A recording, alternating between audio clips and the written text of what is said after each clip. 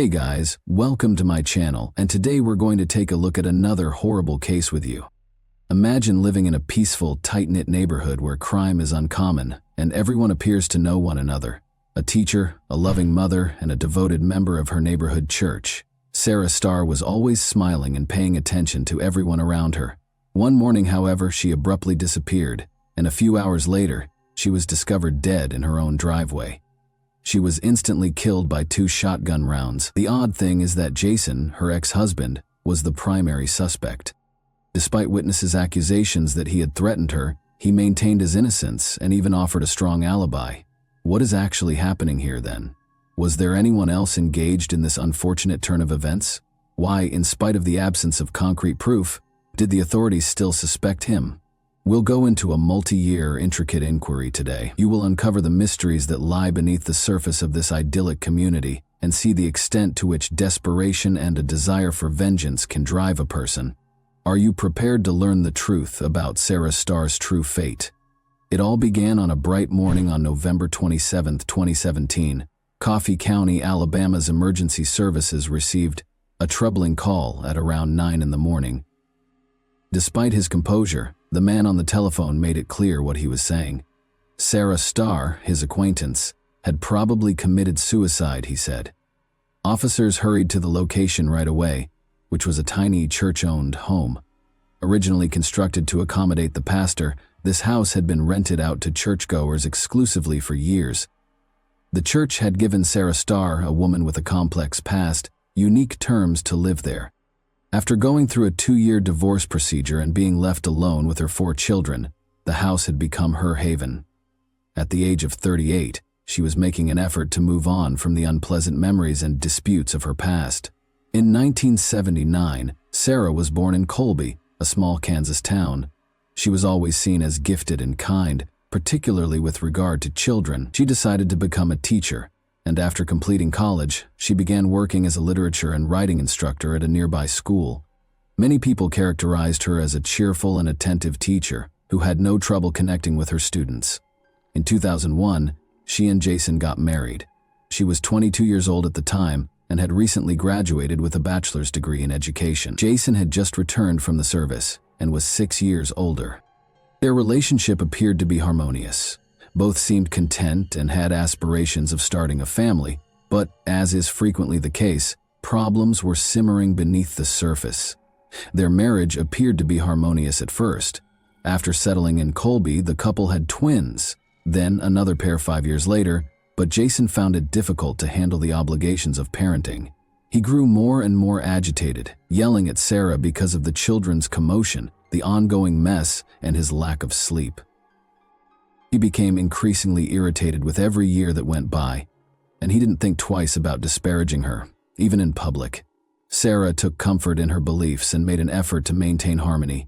The local Baptist church eventually became her second home, and she became a dedicated member. She gained friends easily because of her gregarious demeanor and gentle disposition. To escape the chaos at home, Sarah immersed herself in hobbies, taking up gardening and photography. When Sarah's life appeared to be more stable in 2016, she began teaching 4th grade. She was still seen as a kind and amiable individual, but there were hidden problems beneath that kind veneer. Tension in their marriage increased as Jason, who was becoming more and more resentful of his duty as a father to 4 children, became more violent. Sarah ultimately made the decision to file for divorce after multiple attempts to keep their relationship intact. She left the house to Jason and took sanctuary in a house that the church provided. She thought moving to Alabama would give her a new beginning, but her financial condition deteriorated, and the divorce process took a long time. Jason claims that Sarah started to spend excessively, which made her problems worse. It didn't go as well as she had planned, even though the relocation was meant to be the start of a new chapter in her life. Sarah asked 2 close friends, Dana and Lawrence, to assist her with the move the day she left Jason's residence. They remembered her being agitated, rushing around, losing stuff, and pacing back and forth. Dana and Lawrence felt Sarah was terrified of something because of her erratic conduct. That was her biggest worry, that Jason might arrive and start a fight, and her worries weren't unjustified.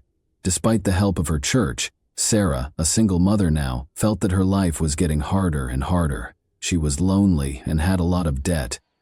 Jason did actually show up when Sarah and her kids eventually made it to the new home the church had supplied. He went to the front door, but Lawrence refused to let him in, knowing that a confrontation would not be beneficial. After a while, Jason departed. However, Sarah reacted as though she had seen a ghost, according to Lawrence.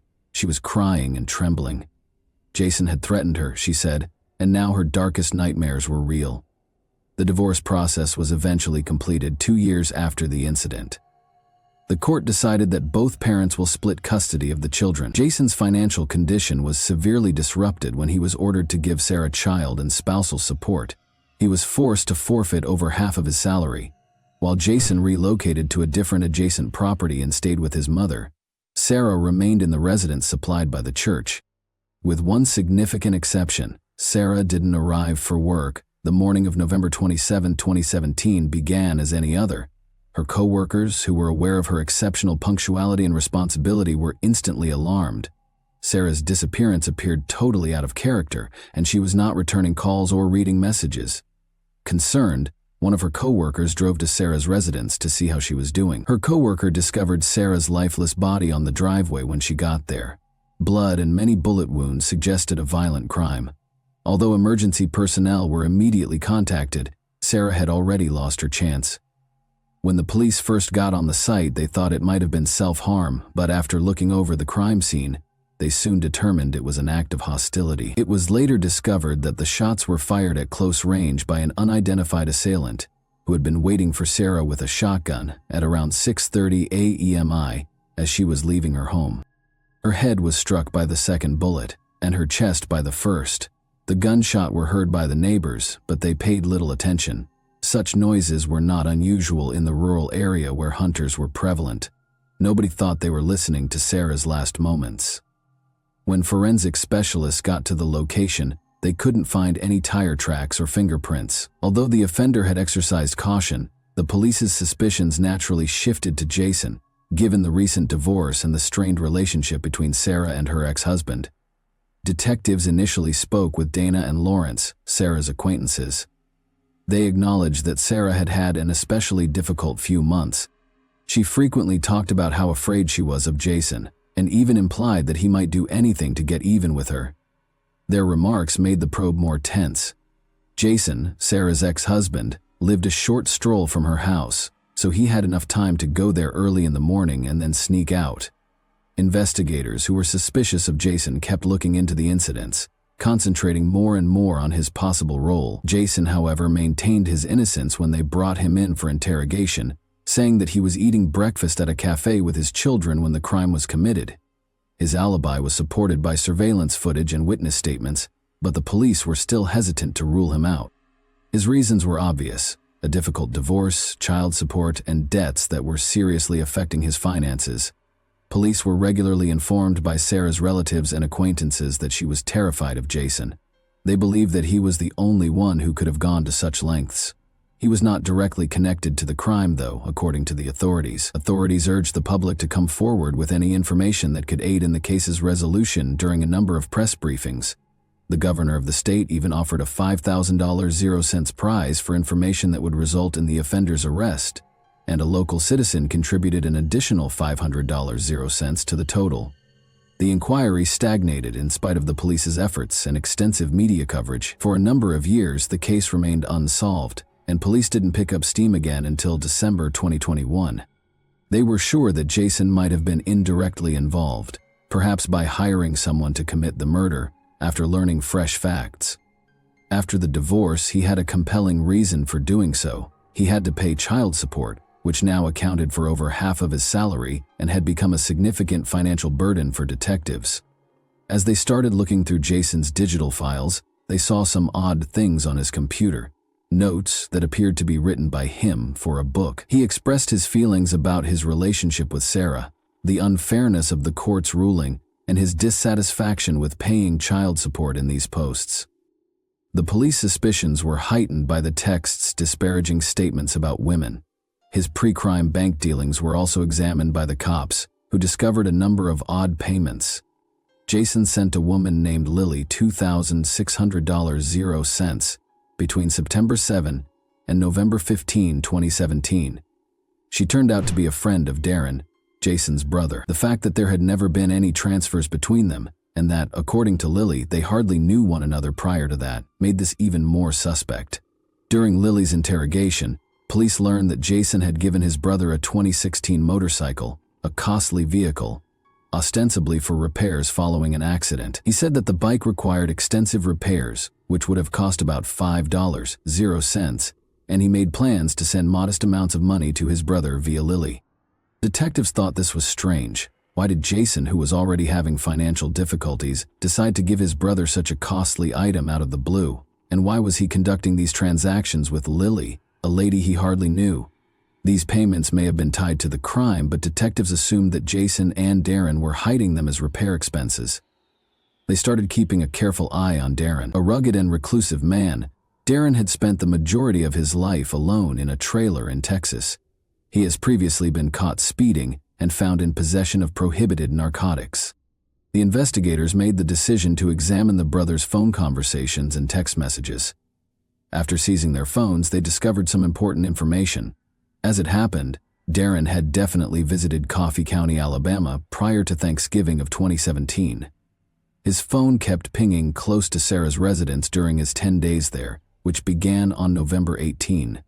His phone was turned off at midnight the night before the crime, which sparked suspicion. It wasn't switched back on until 10 in the morning the following day, by which time he had returned to Texas. This implied that Darren might have made a conscious effort to conceal his location at the time of the crime. In the evening of the same day, Jason received a text message from Darren that seemed to be coded. He told of a deer hunt that went well. According to the police, the brothers were communicating using coded language. Sarah's neighbor remembered seeing Darren's motorcycle close to Sarah's house. Prior to the incident, several local people had noticed this unusual bike, but nobody gave it much attention. When investigators looked at video from a security camera on a shed close to Sarah's house, they discovered another important piece of evidence.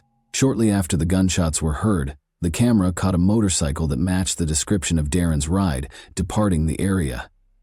The research took a significant turn in December 2021. With sufficient proof, the police accused Jason and his brother Darren of plotting a crime and filed charges against them. Jason was arrested first, and he promptly asked for a lawyer in spite of his brash assertions of innocence and defiant demeanor. But his self-assurance was fleeting. Shortly after being questioned, he suddenly admitted to killing Sarah. In spite of this admission, he was granted bail and required to wear an electronic monitoring bracelet. Darren fled after finding out about his brother's arrest. He was put on the most wanted list after the police and FBI began a manhunt. An initial $10,000 reward, later raised to $22 was given for information that resulted in his capture. On February 5, 2022, over 2 months later, Darren surrendered in Texas. In contrast to Jason, he declined to post bail and stayed in custody for the trial, denying any involvement. The paucity of concrete proof and the volume of circumstantial evidence caused the hearings to go on for months. The lawyer for Darren contended that there were no tangible signs connecting his client to the scene of the incident. He emphasized that the surveillance film was too hazy for a certain identification and that the weapon used in the incident was never located. He also underlined how the prosecution's case was undermined by the lack of motorbike tire traces and fingerprints. The prosecution responded by providing proof of Jason and Lily's transactions, emphasizing the money transfers that had taken place in the preceding months. Following the crime, they contended that the motorcycle that was delivered to Darren was utilized for the journey to Alabama, and that these payments were for services rendered. The security film from the shed, which showed a motorcycle similar to Darren's leaving the area soon after the crime, was an important piece of evidence. The prosecution maintained that, in order to hide their traces, the brothers transferred money through Lily. Lily said she was only complying with the brothers' instructions and had no idea what their goals were when she was questioned in court. Her evidence was crucial in establishing the case against the brothers, even though all of the accusations against her were ultimately dismissed. Each side tried to influence the jury during the trial, which lasted for several days. The restaurant video that showed Jason with his kids at the scene was highlighted by Jason's attorney as unmistakable evidence of his alibi. Additionally, he emphasized that Jason had willingly given the police his computer and phone, which he claimed was unusual for someone attempting to conceal their involvement. Jason's own confession and the gathered circumstantial evidence persuaded the jury in spite of the defense's attempts.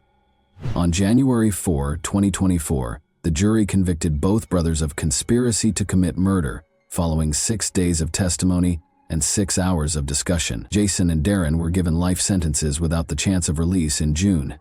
This ruling was viewed as a show of mercy because the jury was unable to agree on the death penalty, which would have been appropriate given the nature of the offense. Additionally, Jason has been forced to pay a $25,000 fine. Jason's defense team decided not to appeal the verdict because of his confession, while Darren's lawyer declared that he would. During the trial, Sarah's parents had assumed custody of the Star children. The older twins publicly declared they no longer wanted to have any contact with their father. There is currently no verified information regarding the status or result of any possible appeals, and both brothers are still incarcerated in federal prison. There is more to this story than jealousy and familial strife. It serves as a reminder of how emotional and financial problems can turn tragic. The most tragic aspect is that the defenseless kids Jason was meant to watch over lost their mother because of their own father and uncle.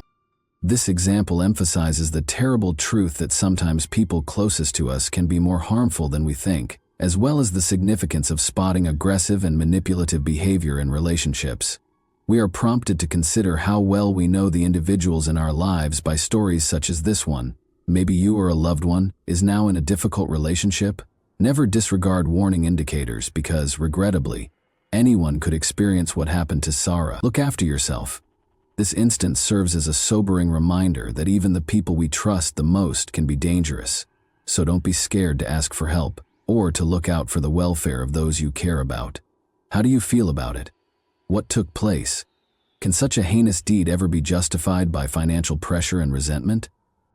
And that wraps up today's chilling story. If you enjoyed this video, don't forget to like and subscribe so you never miss a new upload. Also, let me know in the comments what part of this story shocked you the most. Thank you for watching, and I'll see you in the next video.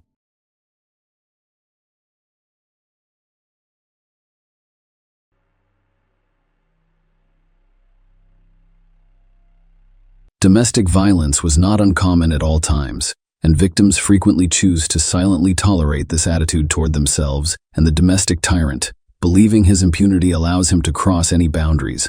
The worst thing about such situations is that children may become victims.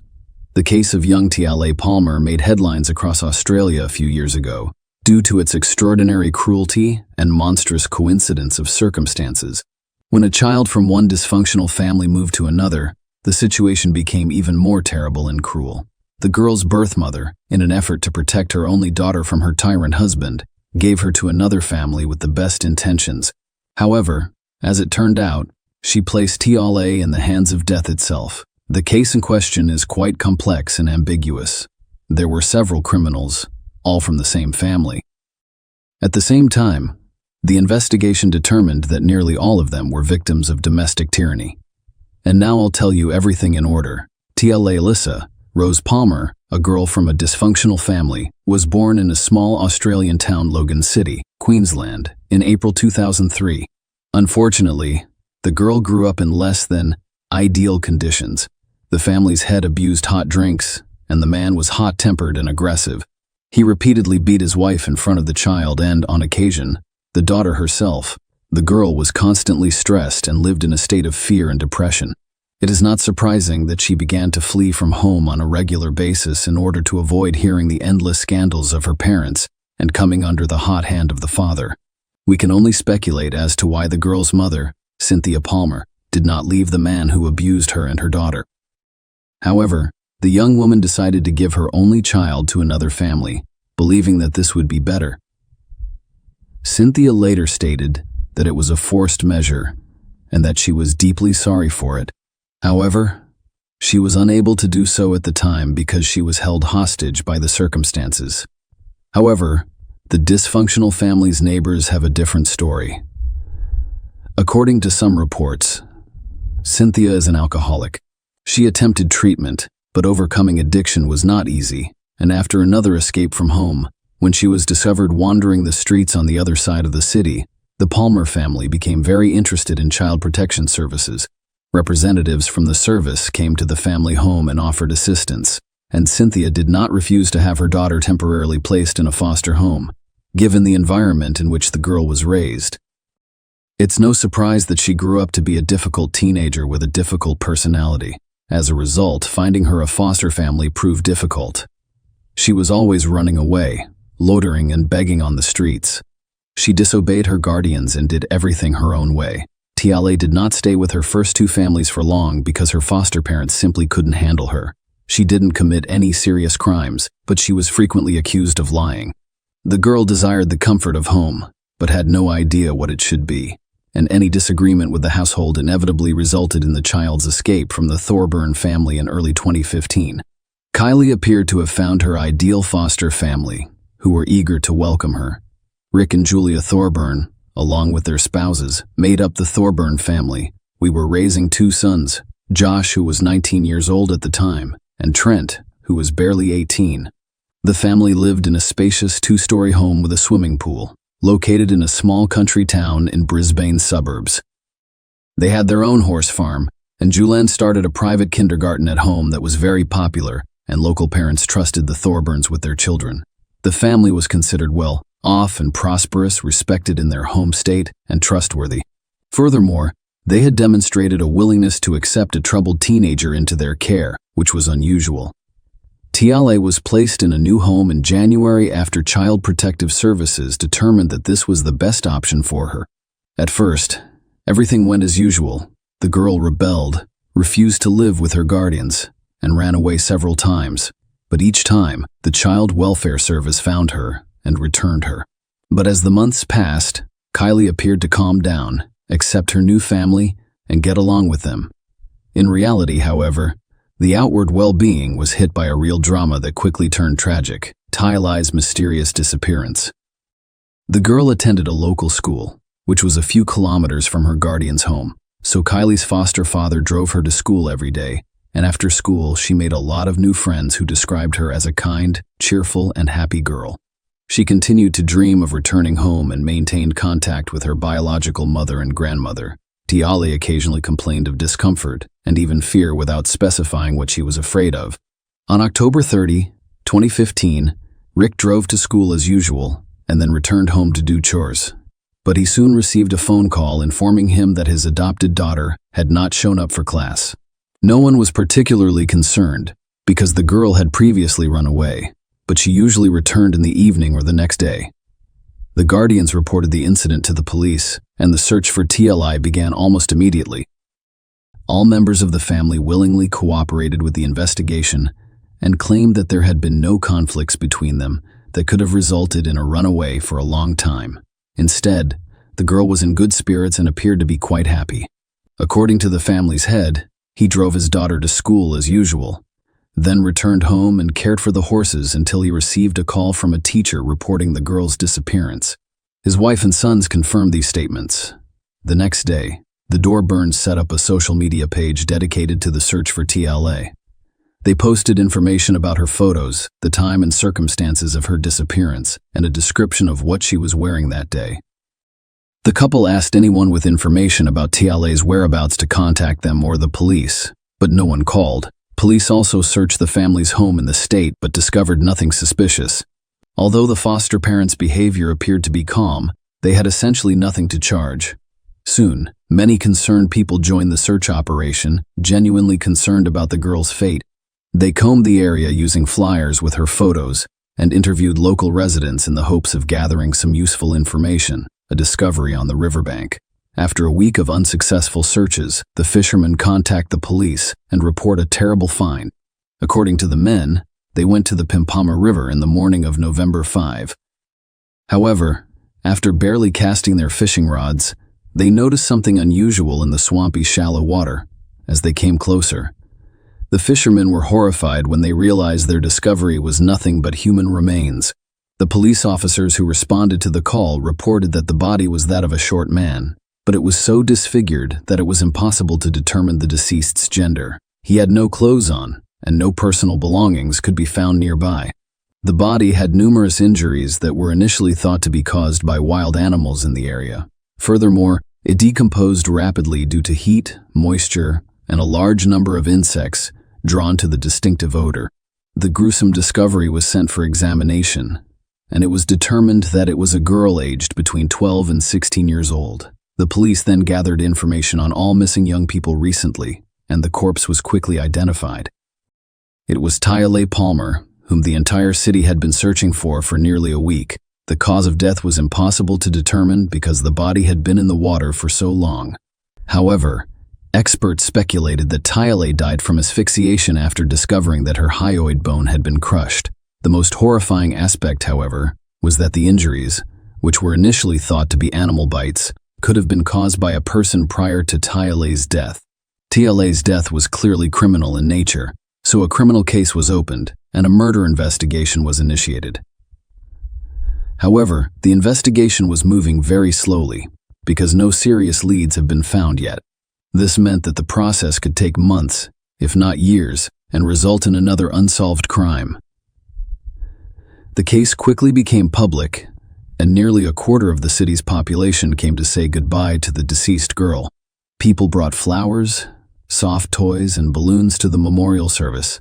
On November 14, young Tyale's body was cremated. Tyale's birth mother gave a series of interviews to reporters in which he openly accused Child Protective Services of criminal negligence that resulted in the tragic store fires. The foster family willingly cooperated with the investigation from the start, but their behavior raised some concerns. Rick was supposedly the last person to see the girl alive, but no one could confirm that he actually drove his foster daughter to school on October 30. Spouse and sons claimed to have seen Tyale enter the car. Surveillance cameras along the school route also captured the car driving in that direction.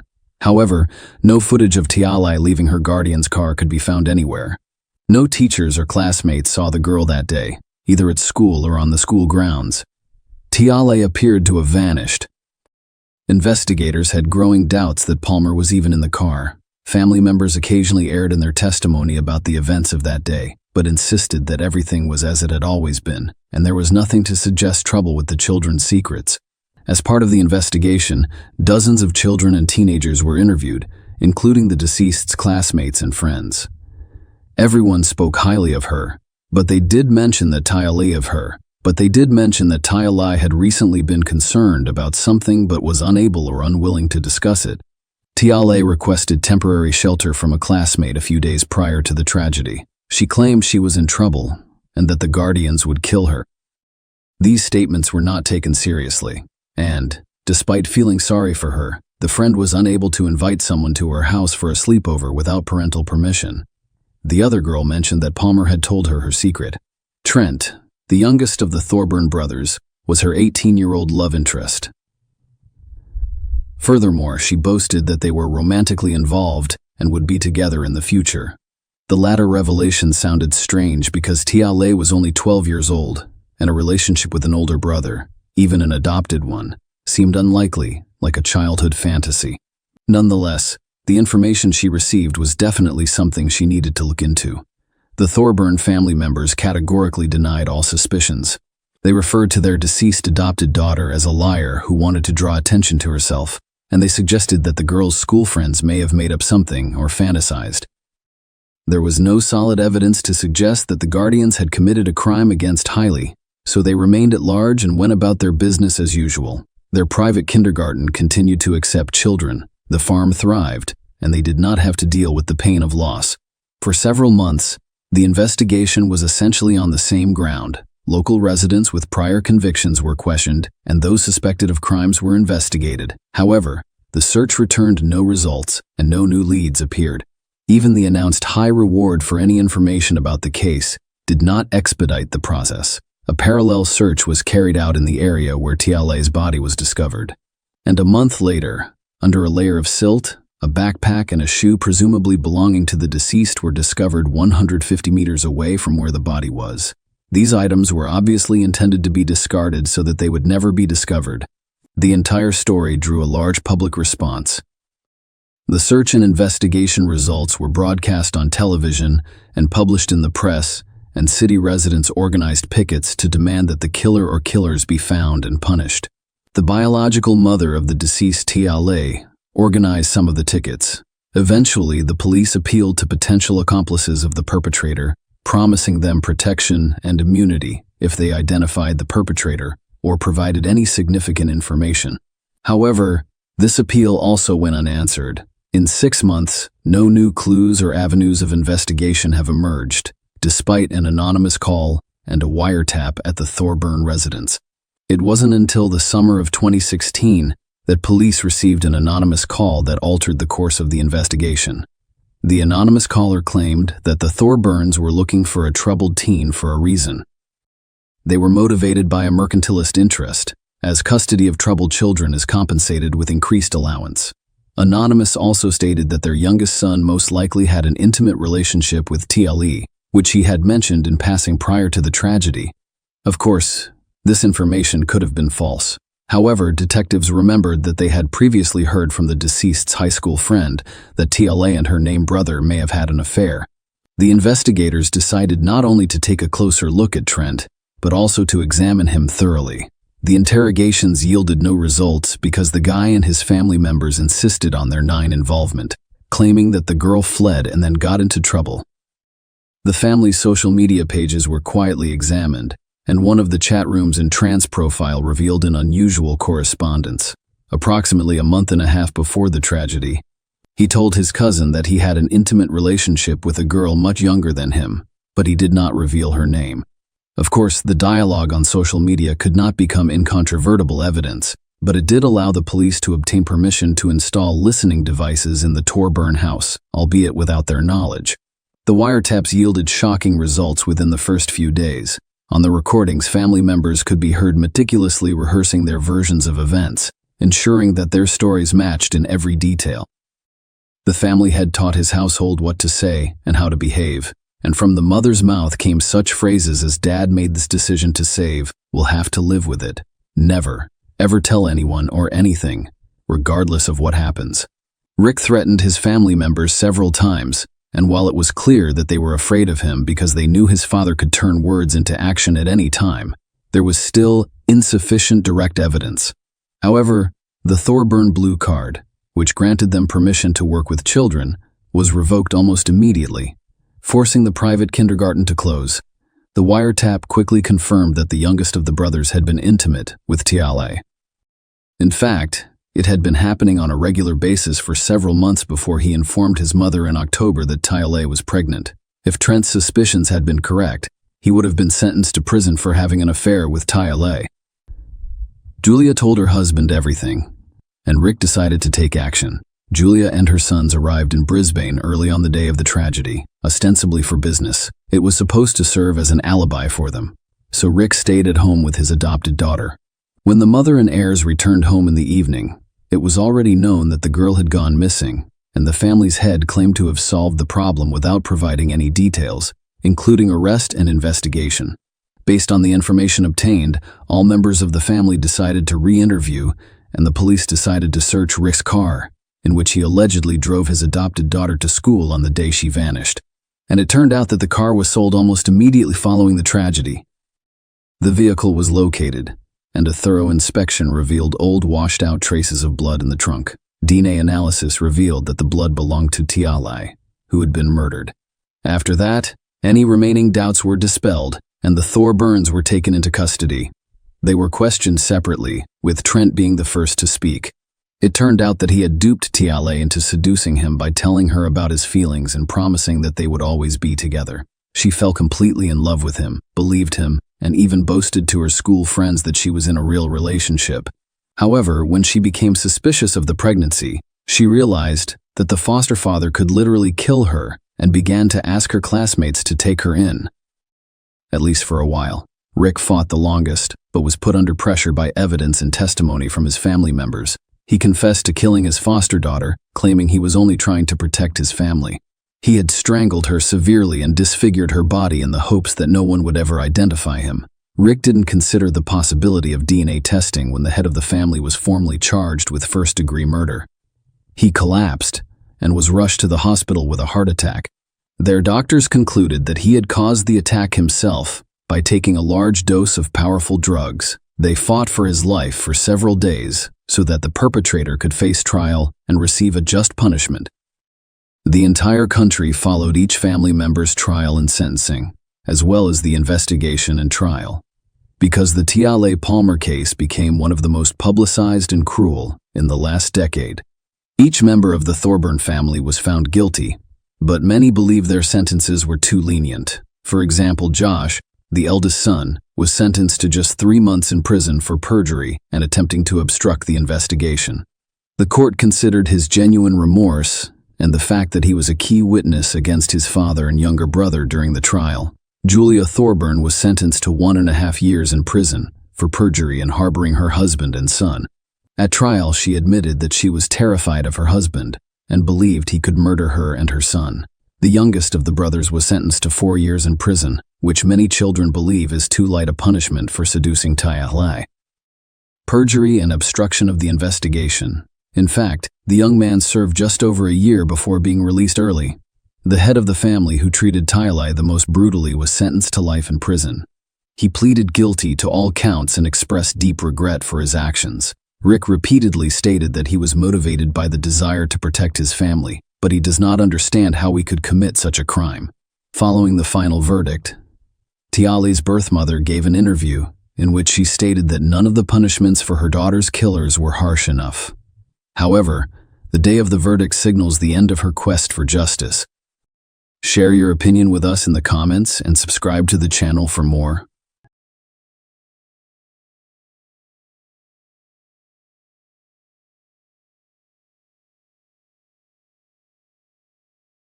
In November 1997, the Nists of Trenton, New Jersey, were preparing for their annual cruise, a tradition they had enjoyed since their wedding 6 years earlier. Julie, 29, and her husband Tim, 40, decided to change things up this year. Their main goal for their Christmas voyage was to strengthen their bond, so they left their 1-year-old daughter Katie with grandparents and traveled to San Juan, Puerto Rico. On November 1st, as they boarded their cruise ship, George Skiadopoulos, a crew member, was struck by Julie's vibrant and attractive presence. A colleague teased him, saying he was out of his league. George bet he could romantically engage with Julie. George, a 22-year-old junior engineer fresh out of college, carried himself with enough poise to pique Julie's interest. He misrepresented himself as the captain, exaggerating his age to 28 and making up achievements to impress her. Julie and George quickly became close, meeting on deck every day and engaging in captivating conversations. Julie, enthralled by the cruise's romantic atmosphere and George's captivating stories, was unaware of his true identity. Tim, who was used to his wife's sociable nature, observed their interactions but felt no jealousy. One evening, during a lively party on the ship, George invited Julie on a tour of the ship. She initially hesitated, but eventually agreed. In the deserted engine room, a spark ignited between them, resulting in a kiss. However, their relationship did not go beyond kissing. Julie confided in a family friend, Tony, about her feelings during the cruise back home, expecting her attraction to fade because she and George would most likely never meet again. Unexpectedly, George, the captain, sent Julie a message, and their daily phone conversations began, with George insinuating that Tim was unworthy of her. Tim occasionally overheard them conversing but trusted Julie enough not to investigate further. Julie, torn between her stable family life and the thrilling new emotions George elicited in her, became distant from friends and even cold to her daughter. Tim was concerned about the changes in her and hoped to rekindle their relationship. Tim organized a surprise 30th birthday party for Julie on January 3, 1998. It was a lavish event attended by numerous friends. Julie's request for another cruise on a specific ship and date was an attempt to reunite with Georgia. Tim reluctantly agreed, and they embarked on February 13th. On that voyage, during a dark night, George won a bet with his crewmates. Julie's intimate encounter with George on the cruise had her head over heels.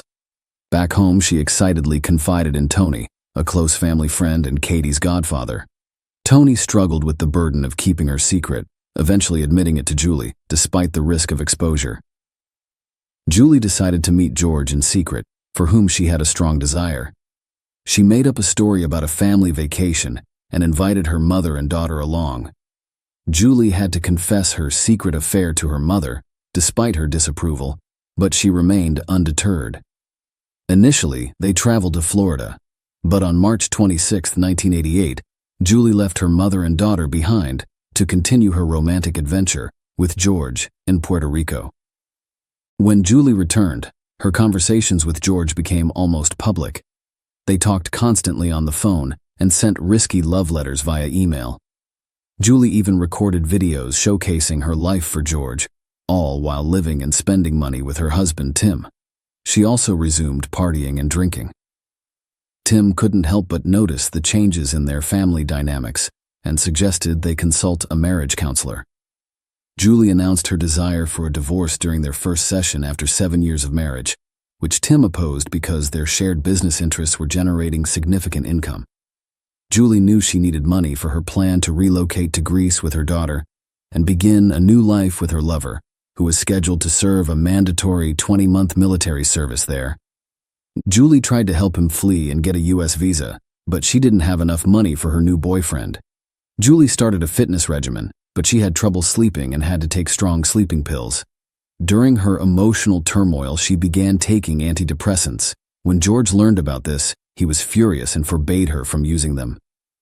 Julie lost about 10 kilos with the intention of returning to modeling to earn money, but George, unlike Tim, was extremely jealous and opposed the idea, forcing Julie to abandon her plans. Almost everyone, including Cheryl, who once helped Julie break into the modeling industry, disapproved of her relationship with the Greek man. They had followed Julie and Tim's lives since they met at an exclusive yacht club party.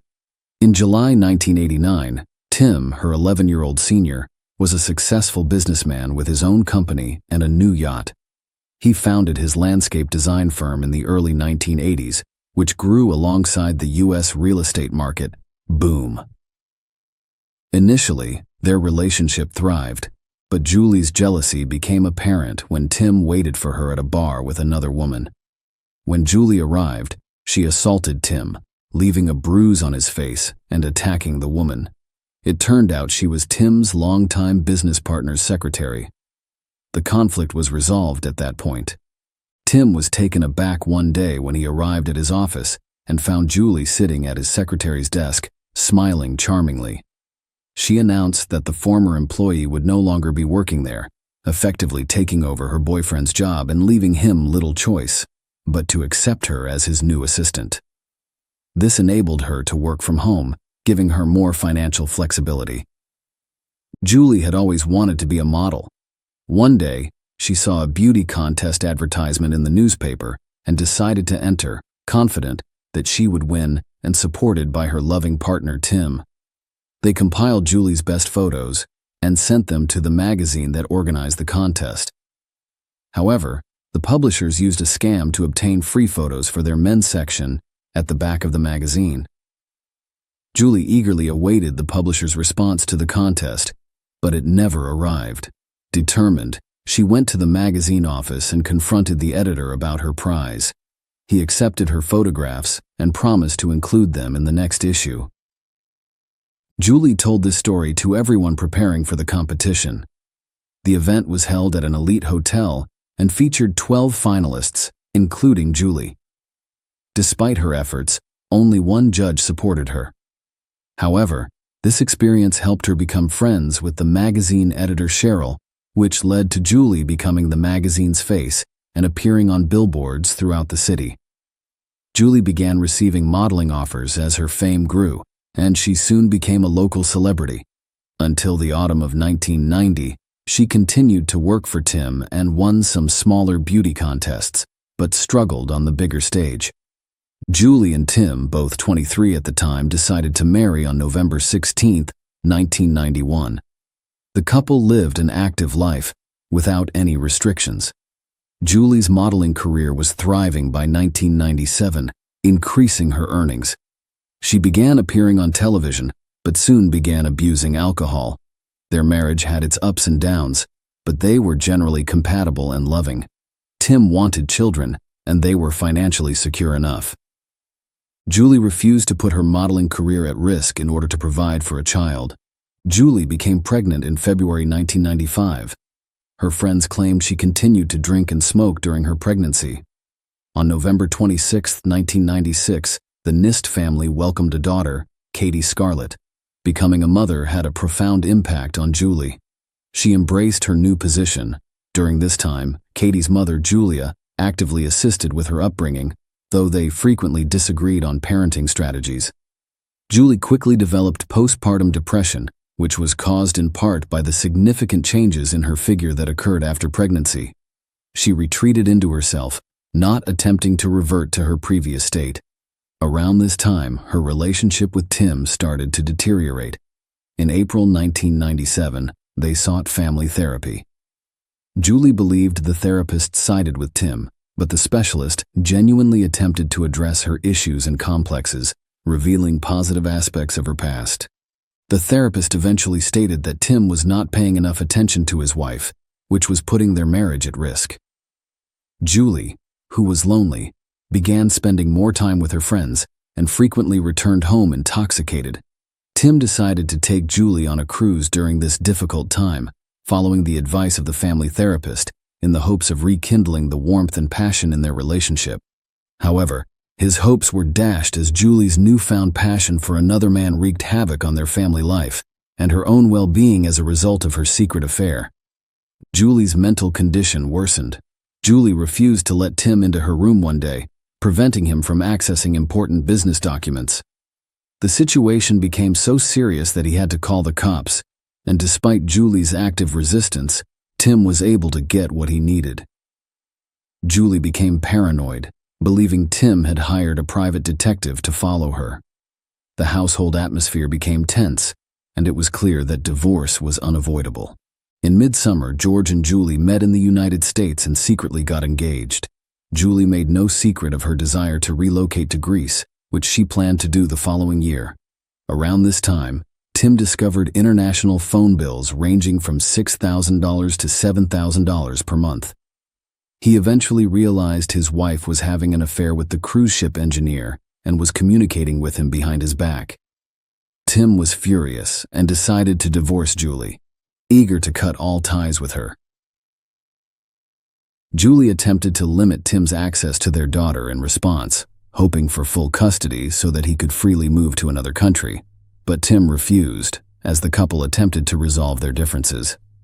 Julie's new lover, George, announced that he had quit his job and would be visiting her in New Jersey. Julie's constant arguments and conflicts with Tim caused her hair to fall out, but she blamed it on being separated from George. She was also envious of George's interactions with other women and required constant contact with him. When George arrived in New Jersey, their relationship descended into chaos. He was constantly inquiring about money and persuading her to spend more, forcing Julie to ask Tim for money, further limiting her interaction with her daughter, which irritated Tim. George frequently lied about his financial situation, and it was surprising how unremarkable he appeared, making Julie's obsession with him even odder. Friends and family strongly advised Julie to end the relationship, unable to understand how she fell for a balding, unemployed, hopeless man with bad teeth who was also manipulative and extremely jealous. Regardless, Julie was smitten. She even intended to use her divorce settlement to cover George's hair transplant and dental work. When Tim learned about all of this, he was furious that Julie had involved their daughter in the situation. He threatened that if she attempted to flee, he would take Katie and Julie would never see her daughter again. This threat seemed to dampen Julie's enthusiasm. She even told her friends that her relationship with George was over, but it wasn't for long. Within a few weeks, she and George traveled to Greece to put their relationship to the test. They met his parents, and Julie thoroughly enjoyed the weekend, despite having to conceal her marital status, daughter's existence, and modeling career due to George's parents' religious beliefs. Julie dreamed of completing her divorce and starting a new life with George. On December 6th, she received the divorce decree and was ready to leave the house she shared with Tim. She abandoned Katie and checked into a hotel, where she consumed copious amounts of drugs. Julie traveled to Greece on December 8th to marry George and begin a new life together. George quickly persuaded her to open a joint bank account, citing his limited knowledge of the Greek language. Julie, blinded by love, deposited $80,000 in the account, giving George an additional $188,000 in cash for additional expenses, all of her money. She then vanished, leaving no trace behind. On January 8th, George called Julie's friend to inform him that she had disappeared. He said they were supposed to meet outside McDonald's for a meal, but Julie never showed up, leaving him waiting for hours. With no cell phones, he was unable to contact her and reported her missing to the police shortly after. Julie called the same friend and told him about her feelings for Katie and issues with her fiancé. The friend assumed Julie was going to leave George and return soon, but she never did, and George's call raised serious concerns. He claimed Julie had vanished without her passport, allegedly left in her car, and was then apprehended by police. However, he couldn't find any witnesses to confirm that the police had taken the passport. It all sounded suspicious, so the friend turned to Tim, the only person who could help. Tim realized immediately that his ex-wife was in serious trouble. She had last contacted relatives in the United States. Since January 7th, there had been no word from her, adding to the fears. The police began combing the neighborhood and interviewing potential witnesses, but Julie had no contacts in the new location, so they questioned her relatives in New Jersey and investigated her background. Julie Scully, the daughter of Julia and John Scully, was born on January 3, 1968. She developed a close relationship with her father and was willing to do anything for his approval. Father and daughter spent a lot of time together, frequently going fishing.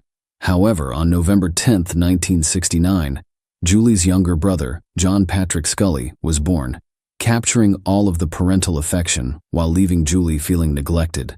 Julie's mother was from a Native American reservation in New Mexico, which is one of the country's largest tribes. Life was difficult there, with no electricity or running water, high unemployment, and widespread alcohol and drug abuse. Julie's parents sent her to a boarding school at the age of 12, hoping that an English education would help her live a better life. Julia moved to the city as an adult, attempting to fit in with mainstream American life while working at a psychiatric facility. She became involved in the drug trade. During this time, she encountered a police officer named John. Their romance blossomed quickly in 1964, and they married on July 2, 1965, 2 days before their anniversary. John later worked as a patrol officer in one of North Philadelphia's most dangerous neighborhoods. Julia became pregnant and gave birth to a daughter. John lovingly cared for his daughter, leaving Julia feeling isolated from family life. She kept her drug addiction a secret, but her erratic and unpredictable behavior was occasionally revealed. Her situation worsened as she experimented with more dangerous drugs, leaving her exhausted and unable to quit without experiencing severe withdrawal symptoms. Julia soon became pregnant again, and a younger son joined the family, which was already depleted. Julia Scully found it difficult to care for him. She overdosed on sleeping pills in 1973 while suffering from depression. John discovered her in time and called for medical assistance, saving her life. This incident exposed her problem within the family, complicating matters even further. She was once a beautiful Native American woman, but now she looked like a shadow of herself. She attempted suicide again, but was saved. The elder daughter, who was 9 years old at the time, was acutely aware of the turmoil in her parents' relationship. On Julie's birthday, her father abruptly left, leaving behind his wife and the guests with whom he was having an affair in order to escape Julia's addiction, which repulsed him. He stayed solely for the benefit of their children. His mistress arrived to pick him up, and Julia and their daughter noticed them as they followed John outside. John's flagrant disregard for the privacy of his affair deeply harmed both his daughter and his wife. Julie blamed herself for her family's problems, unable to comprehend the full scope of the situation. Julie, who had always been an excellent student, began experiencing academic difficulties. She gained popularity among her peers and fell into a bad crowd. Her school attendance and performance declined. Her father saw this and decided to transfer her to a new school in Kensington. At 12, Julie's attractiveness drew a lot of attention from boys. The Scully family lived in a troubled neighborhood, which raised her parents' concerns about her future and the possibility of her succumbing to substance abuse like her mother. Julie's friends were supposed to sleep over one evening, but she disappeared from her room along with them. When her mother discovered their absence, she became panicked and called the police, who located the children in downtown Philadelphia. Julie's relationship with her mother deteriorated, resulting in frequent conflicts and scandals. Despite their close relationship as police officers, her rebellious spirit manifested itself towards her father as well. He always knew where and with whom his daughter was spending her time. Seeing his wife's failure to raise their children, he took custody of them and sent Julia to rehab for drug addiction. Despite Julie's efforts to please her father, the family environment calmed down during her absence. Her rebellious spirit grew as she matured, and she continued to spend time with her friends, resulting in missed classes and poor grades. Her father, enraged upon learning this, was shocked, especially since Julie was only 14. The close and warm relationship they once had appeared to have vanished. Julie expressed a desire to drop out of school, possibly as a cry for attention, which she had begun seeking on the streets. Her beauty made her the center of attention at every gathering. Julie earned her high school diploma in 1982. Her parents wanted her to get a specialized education, so her father, a police officer, helped her get into an engineering college. He asked the college director for special admission conditions, citing Julie's Native American heritage. His efforts paid off, and Julie was accepted to college. She was already living a sexual lifestyle in the fall of 1983. Despite their similar upbringings, Julie's brother took a different path in her 18th year. He enlisted in the Navy at the age of 16. Julie made the decision to leave college around the same time in order to achieve financial independence. She soon met Neil Ziegler, 6 years her senior. Their relationship grew quickly, and they secretly married. Julie's father, who was initially unaware of her marriage, eventually supported it, believing it was better for her than staying with her dependent mother. Nonetheless, the marriage ended in divorce. Julie returned to live with her mother in 1988, having found a new job but reluctant to contribute to living expenses. Her striking appearance drew attention everywhere, and many mistook her for a model. Julie gradually began to use her beauty to connect with wealthy men. Despite her outward confidence, she was vulnerable and desperately sought love, but only found fleeting relationships. During one such social gathering, she met her future husband, Tim Nist. Julie's mother went to therapy for years after moving out and eventually overcame her addiction. When Julie and Tim had a daughter, the grandmother eagerly took on childcare responsibilities, staying involved even when Julie fled to Greece with a new lover. After Julie's disappearance was revealed, her mother described George as truly pitiful. He was unattractive and unpleasant to look at, and he appeared to have no control over his actions. The missing woman's mother described how she fell victim to George's aggression during an argument with Julie. George shouted and insulted the woman before grabbing her by the throat and pinning her against a wall, refusing to let her go until he heard threats of police involvement. Julie attempted to end their relationship and called the police following the attack, which resulted in George's expulsion from the country. Despite this, she soon joined him in Greece.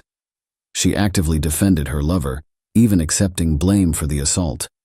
Julie's mother suspected George was involved in her daughter's disappearance.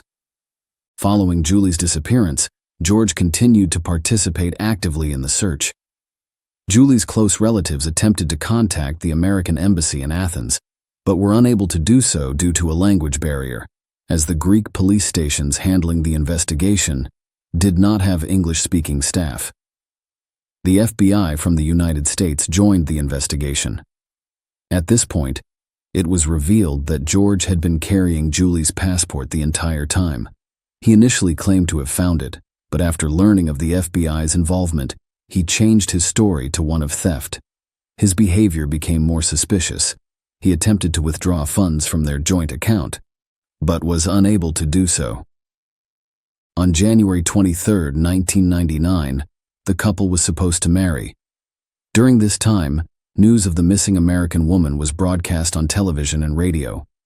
George angrily called Julie's friend, who had approached the media about the case. He claimed innocence and even made a public statement in the press, actively giving interviews in an attempt to defend himself. However, 16 days after Julie's disappearance, George was brought in for questioning as the primary suspect. George explained that after moving to Greece, Julie quickly became disillusioned with both the country and him. She grew to miss her homeland and daughter and wanted to return. George tried to help her, but the situation deteriorated, leaving him deeply concerned in her final days. She cried constantly, and George's mother eventually learned about Julie's former husband and daughter in America. She began to despise Julie and openly expressed her dislike for George, urging him to abandon the woman with a troubled past. The lovers' conflicts became more frequent and severe, prompting their eviction from a hotel. Julie wanted to call her family, but her lover prevented her from doing so, and even physically abused her. The police discovered that George's mother had schizophrenia and was frequently hospitalized as a result of her condition. George inherited some of these issues. He had high self-esteem and was always arrogant. His ability to manipulate others was noticed by the missing woman's family and friends. At the slightest disagreement, he aggressively attacked his partner. Aside from Julie's mother, who had been victimized by his violence, Julie herself suffered serious hand injuries but claimed they were accidental and continued to live with her tyrant. After 4 hours of questioning by the police, George was unable to maintain the story he had told the media and admitted to killing his lover. He claimed that it was an accident. Apparently, the lover deeply regretted what had occurred.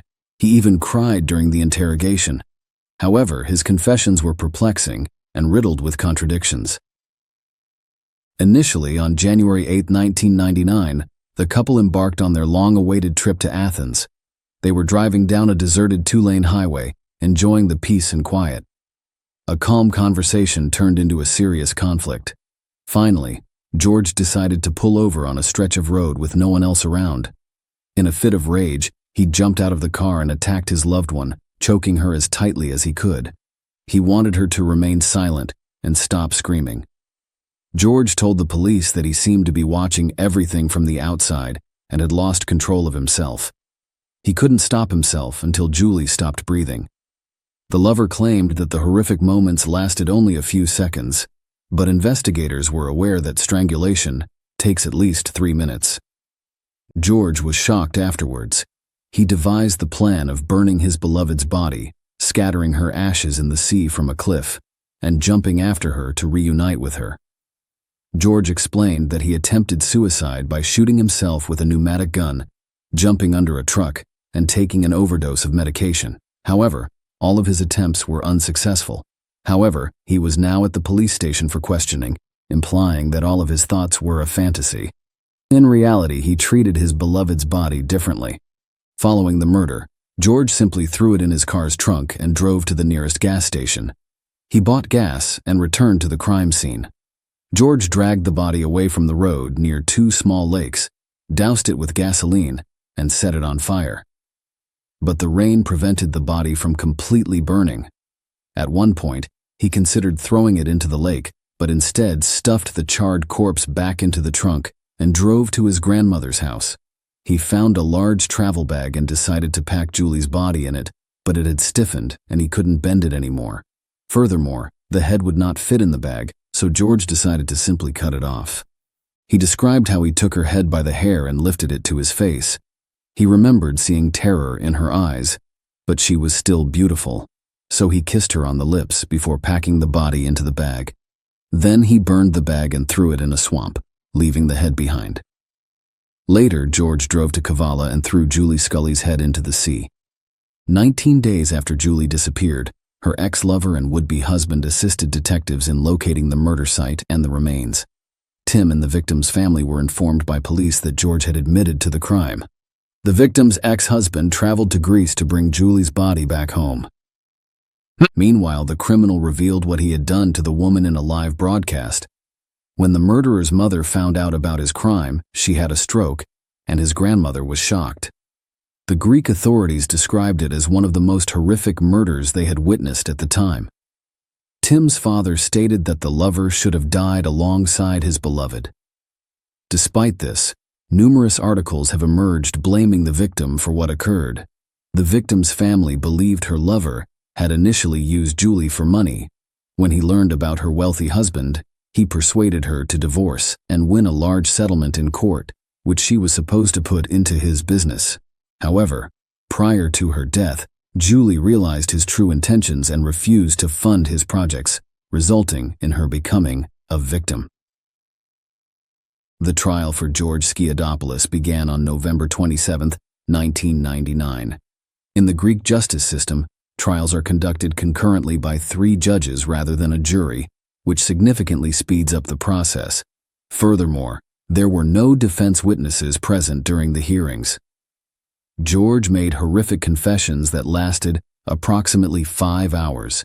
His lawyers attempted to argue insanity, claiming that the criminal's mother suffered from schizophrenia and that he may have inherited mental illnesses. Meanwhile, the accused requested the death penalty, despite the fact that capital punishment was prohibited in Greece. On December 6th, the court unanimously sentenced George Skiadopoulos to life imprisonment without the possibility of parole for all charges. However, the Greek legal system was not flawless. In 2002, George filed an appeal, claiming he was insane at the time of the murder. As a result, his sentence was reduced to 23 years, with the option for further appeal. By 2007, the criminal had been released and was living with his new family in Kavala, United States. Julie's ex-husband, Tim Nist, became a source of strength for all of her family and friends. Despite her betrayal, he proved to be a dignified man by accepting responsibility and organizing Julie's funeral. Following the funeral, Tim received a diary of memories about his ex-wife written by Julie's friends for their daughter Katie. The entries attempted to portray her life in a positive and kind light. When her daughter grows up, she should know that her mother adored her and was a wonderful woman. Love is a complex emotion that can be both beautiful and constructive, but it can also cloud judgment and lead to dangerous behavior. In most cases, people can recognize the reality and protect themselves. Unfortunately, Julie's circumstances differed. Her story serves as a reminder that everyone's safety and well-being should always be a top priority, even when it comes to love. Share your opinion with us in the comments and subscribe to the channel for more.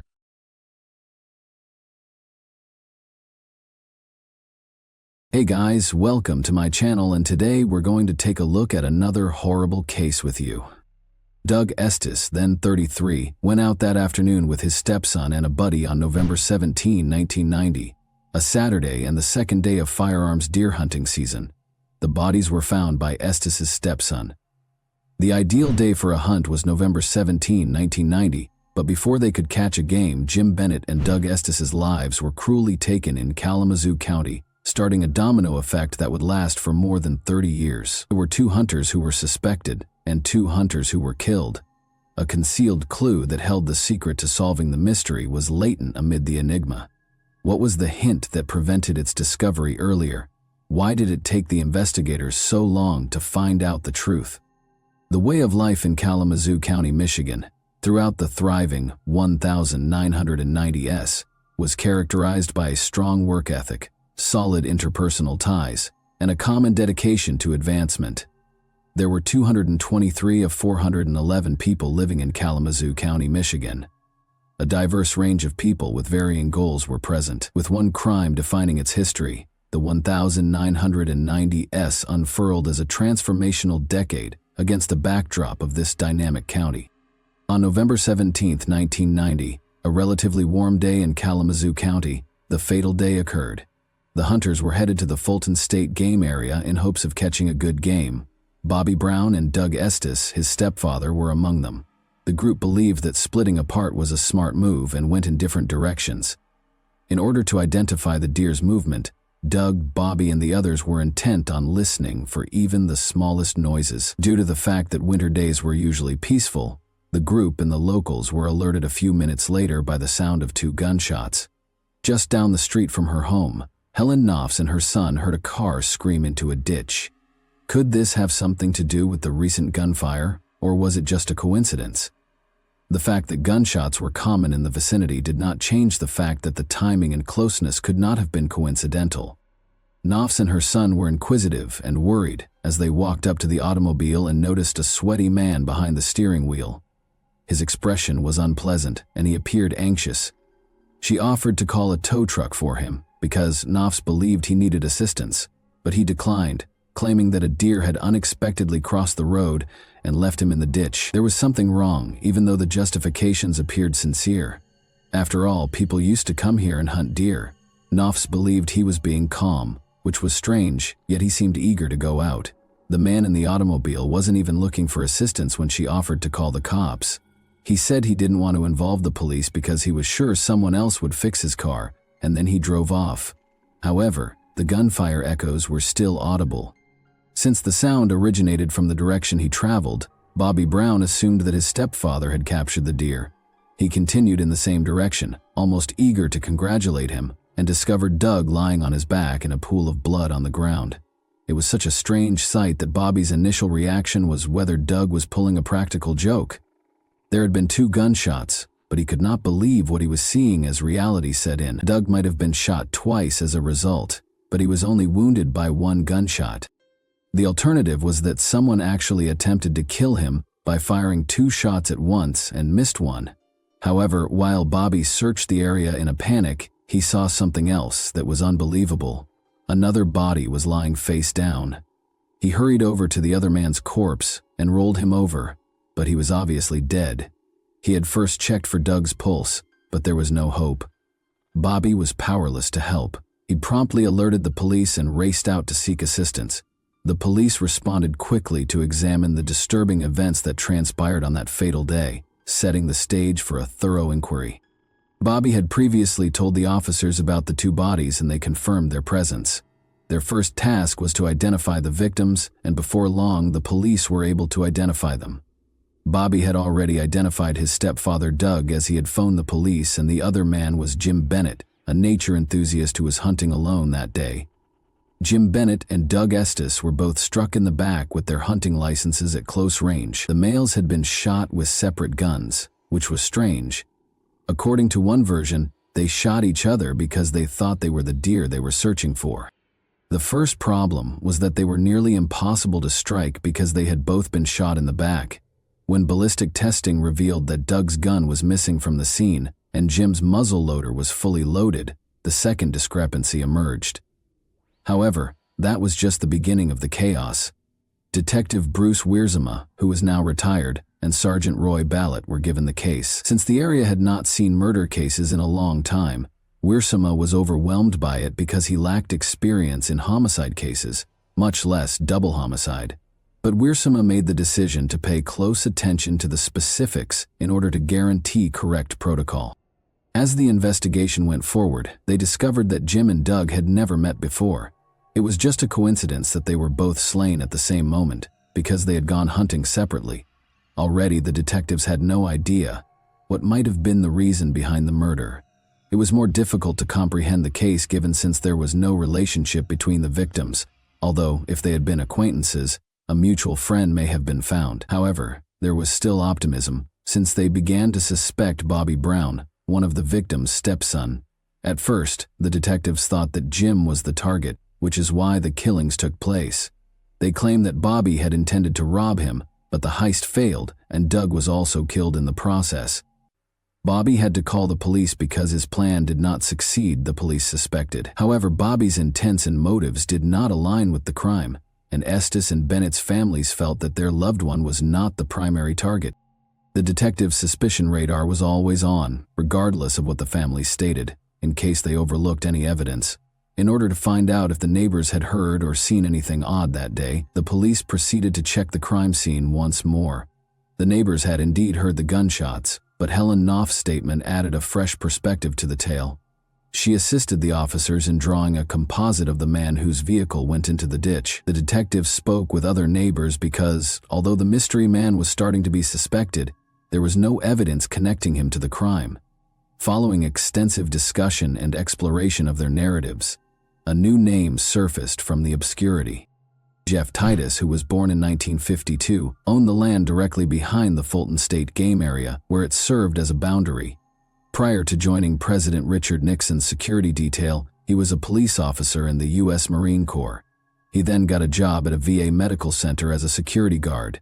He loved hunting and being outside in addition to his professional activities, but he was fiercely protective of his land. When hunters would wander into his lands, he would become enraged. Could Doug and Jim have crossed the boundary into Titus's territory and enraged him? The cops wanted to know where Titus was when the murder occurred. That same day, the investigators brought him in for questioning in the evening when he was free. It turns out that Jeff Titus was himself hunting deer. He had gone off with a friend to an elderly couple's home at Battle Creek, which is over 27 miles from the Fulton Game State area. Titus and his friend went to Burger King and then drove back home after a few hours. The narrative began to diverge at that point. It had finally been discovered that Doug Estes' lost rifle was fully loaded. Titus was involved. He claimed that after finding it some 30 yards from the scene of the crime, he decided to keep it clean so that no one could claim it and it could not be linked to another person. The revelation demonstrated that Doug and Jim had not killed each other and that someone else was to blame for their deaths, even though it threatened to seriously implicate Titus. Although it undoubtedly sparked concerns, Titus was cleared since there was no way to verify whether his tale was false. More importantly, he had a strong alibi. However, the investigators were aware that something was amiss. Despite their best efforts, the situation seemed to get more complicated. The investigation ultimately became cold in 2000 since there were no new leads or closures. A fresh team of detectives, led by Detective Mike Brown and now retired Sergeant Mike Workema, took over the case files and reopened the double homicide case of Doug and Jim. Re-examining the neighbors, re-examining the clues, and re-evaluating the previous suspects were the first steps in their investigation. It turned out that Bobby Brown was the object of their initial suspicion. He was cleared after much back and forth. Who had slain those men that day? Then, if the primary suspect was exonerated and there were no leads or clues. In retrospect, that would seem like a straightforward response, but the cold case investigators took their time and ultimately concluded that Jeff Titus had to be the murderer, regardless of what the original cops thought. Since the incident had occurred more than 10 years ago, people's recollections were hazy and their accounts varied. It was turning out to be harder than they thought. But the investigator quickly developed a tenable theory. It implied that Titus had left the hunting property where he had been at the time of the murders on November 17, 1990, and gone back to his own adjacent property close to the Fulton State Game Area. He took this move because he believed that someone might have entered his property without permission. Following that, it was thought that he killed the victims before returning to the Battle Creek farm and going home with his friend. Titus, a father and married man, was arrested in 2001 after his co-workers at the Veterans Affairs facility made reports. During the deer hunting season, they both revealed that Titus did not appreciate trespassing hunters. It was a good enough motivation, the cops said. Additionally, his colleagues claimed that he boasted and talked openly about the murders. The now retired Assistant Prosecutor Scott Brower of Kalamazoo County presided over Jeff Titus's trial in 2002. Unfortunately, Titus's alibi witnesses had become weaker with time and were no longer able to testify in his favor. The original investigators, who had completely exonerated Titus of any crime, were not called to testify during the trial, and his neighbor Helen Knopfs did not appear on the witness stand regarding the mysterious man in his car. Titus was found guilty and given 2 life sentences without the chance of release. Even though the prosecutors did not dispute the veracity of his alibi, he was imprisoned in Coldwater, Michigan, at the Lakeland Correctional Facility. However, this tale was far from over. Howard Swabash, a recently retired polygraph examiner from the Michigan State Police, was a noteworthy addition to the team during Titus's legal defense, which was led by attorney William Fett. It turned out that Fett had hired Swabash as a private investigator. According to court documents, Swabash's wife filed for divorce in January 2002, just 5 weeks after Titus was accused of murder, even though the identity of the second woman involved was kept secret. The accusations of marital adultery led to the dissolution of their marriage. 3 months after Titus was found guilty by a jury, on the memorable Halloween day of October 31, 2002, his wife Julie visited him at Sagina prison with their daughter and private investigator Swabash. Since they had not gotten along for years, Julie told Titus that she planned to file for divorce. According to the public records, Swabash and Titus's ex-wife Julie eventually got married in Florida in April 2005, just 3 years after Titus was found guilty. This was a startling development that sparked speculation about their relationship and how it might have affected the case. The first inquiry that resulted in Titus's exoneration in 1990 was greatly aided by retired Sergeant Roy Belay of the Kalamazoo County Sheriff's Office. Shortly after Titus's conviction, Belay confronted Swabash, the investigator in the Kalamazoo County Courthouse, feeling confused and unhappy with the way things had gone. Belay was disappointed, asking why Swabash had not even bothered to get in touch with him to share his thoughts and feelings about the matter, especially if he had assumed the responsibility of conducting the investigation to prove Titus's innocence. Belay and the other initial detective would have given important testimony on Titus's alibi, but the defense did not call them as witnesses. The altercation became heated, and Swabash's response was combative and offensive. He left quickly, leaving Belay to think over the experience. During a phone interview from prison, Titus freely questioned if the private investigator for this defense team had been genuinely interested in his interests. Titus maintained his innocence throughout the entire incident, saying, "It's a shocker, and then I wonder, was he working for me? Was he working for an ulterior motive? I don't know." But when Bruce Wiersma and Roy Belay, the 2 detectives who worked on the original inquiry, publicly said that they were willing to testify in favor of Titus's alibi, it was a turning point. The University of Michigan's Innocence Clinic became interested in this development and became involved in the case. At the same time, an independent inquiry was launched by the Michigan Attorney General's office. As both organizations examined the evidence, an important discovery was made. A key aspect that had not been revealed to Titus's defense team during the initial trial was that they discovered that there were many Hunter deaths in the area, and that it appeared to be the work of a serial murderer. Without a doubt, it cast suspicion on any possible link between Titus and Doug and Jim's untimely deaths in 2002. The Innocence Clinic filed a motion for relief of judgment and a new trial on Titus's behalf as a result of these findings and other strong evidence. The genuine turning point, however, occurred in 2019, when 47-year-old producer Jacinda Davis, who is well known for her work in the true crime genre, happened upon her most compelling narrative while traveling the highways to find ideas for her next series. The murderer's journey took her to the center of Michigan, where she was enticed by Jack White's renowned Third Man Records. She came over the intriguing case of Jeff Titus while browsing the internet. Susan Simpson, a 34-year-old former lawyer who is now a podcaster, shared a trip with Davis. Simpson, Rabia Chaudhry, and Colin Miller were the hosts of the popular podcast Undisclosed. After meeting, discussing, and finally deciding to work together, Davis and Simpson decided to combine their narrative skills to help solve the mysterious Titus case. On October 26, 2020, Simpson's podcast Undisclosed was set to debut its upcoming season.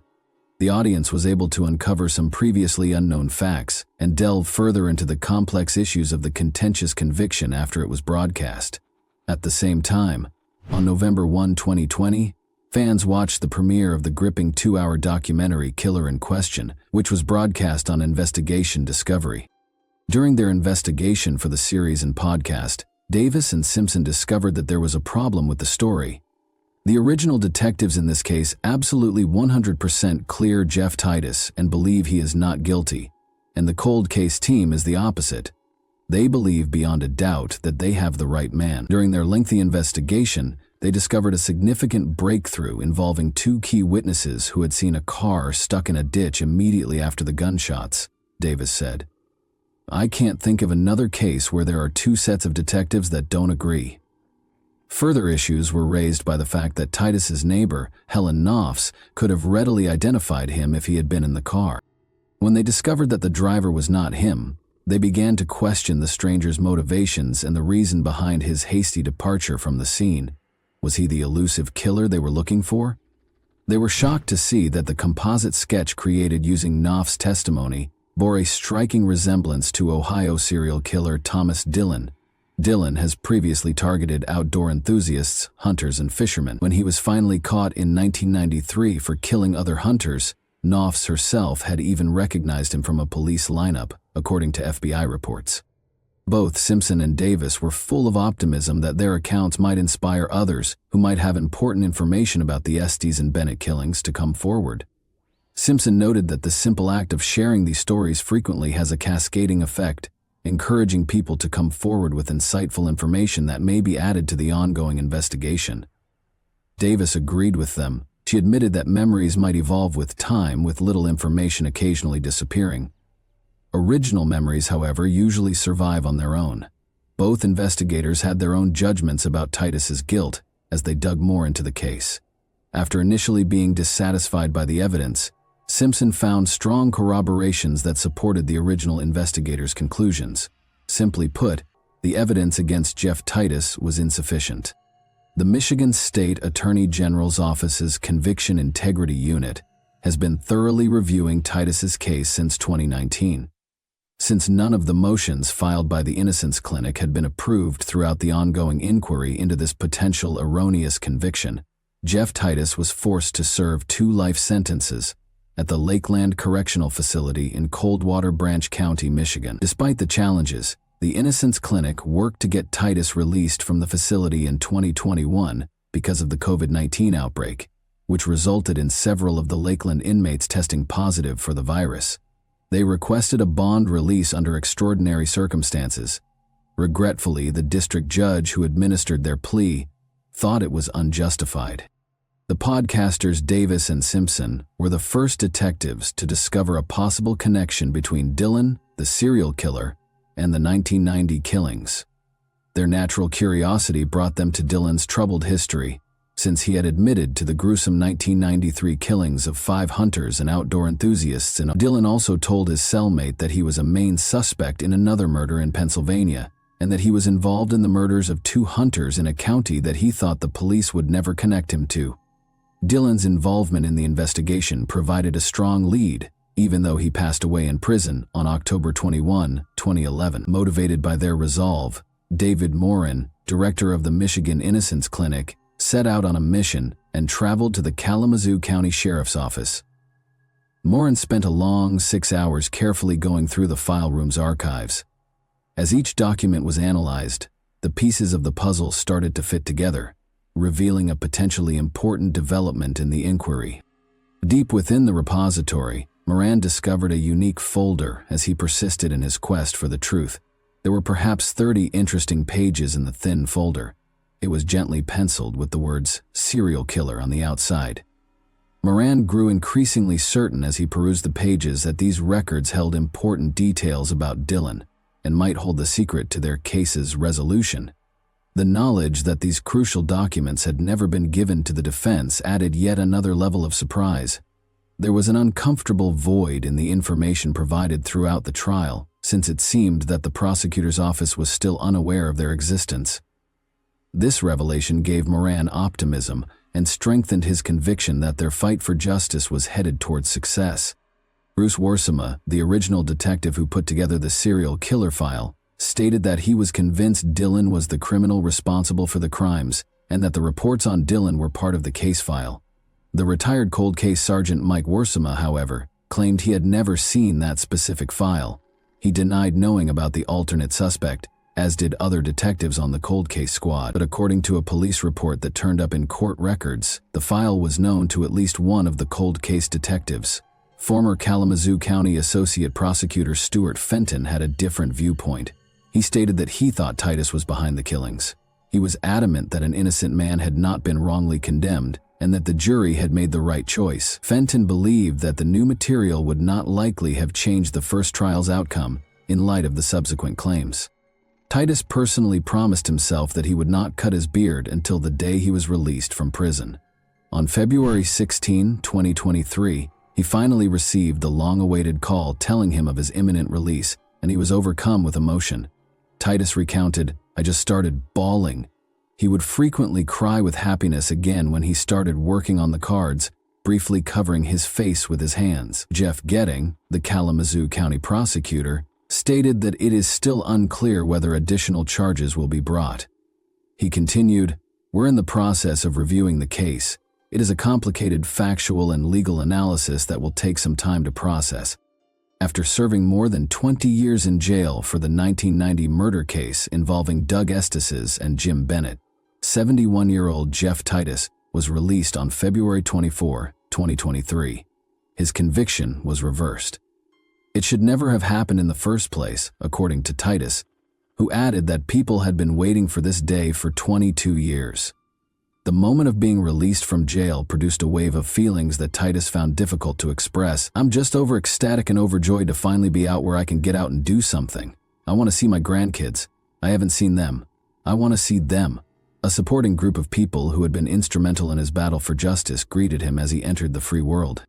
Attorney Moran supported Titus during his newfound freedom, as did the sons of the late Detective Roy Ballet, investigative podcasters Jacinda Davis and Susan Simpson, and committed students from the Michigan Innocence Clinic.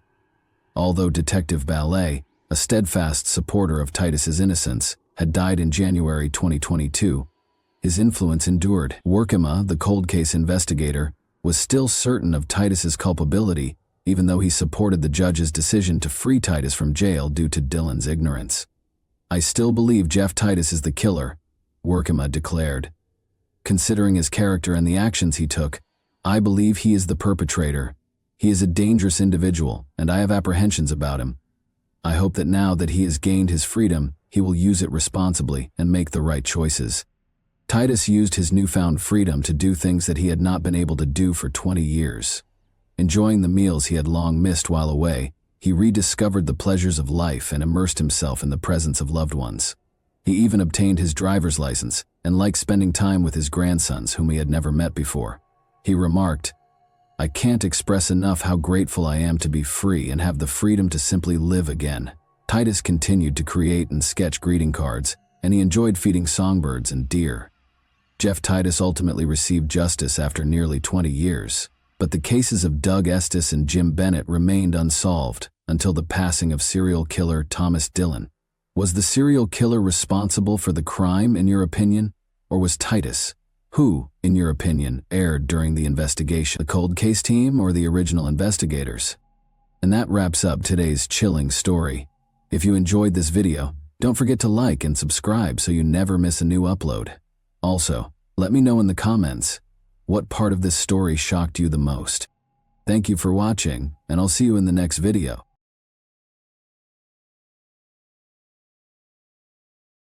Hey guys, welcome to my channel, and today we're going to take a look at another horrible case with you.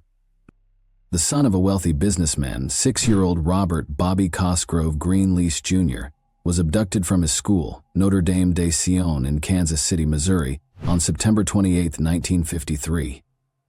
As the authorities began a large search for the young boy, the city was engulfed in panic and commotion, but the abductor eluded capture. Soon after, Bobby's family started getting a flurry of phone calls and letters demanding an outrageous sum of money in exchange for their son's safe return. The case's twists and turns became even more startling as it attracted national notice. Who was responsible for the abduction?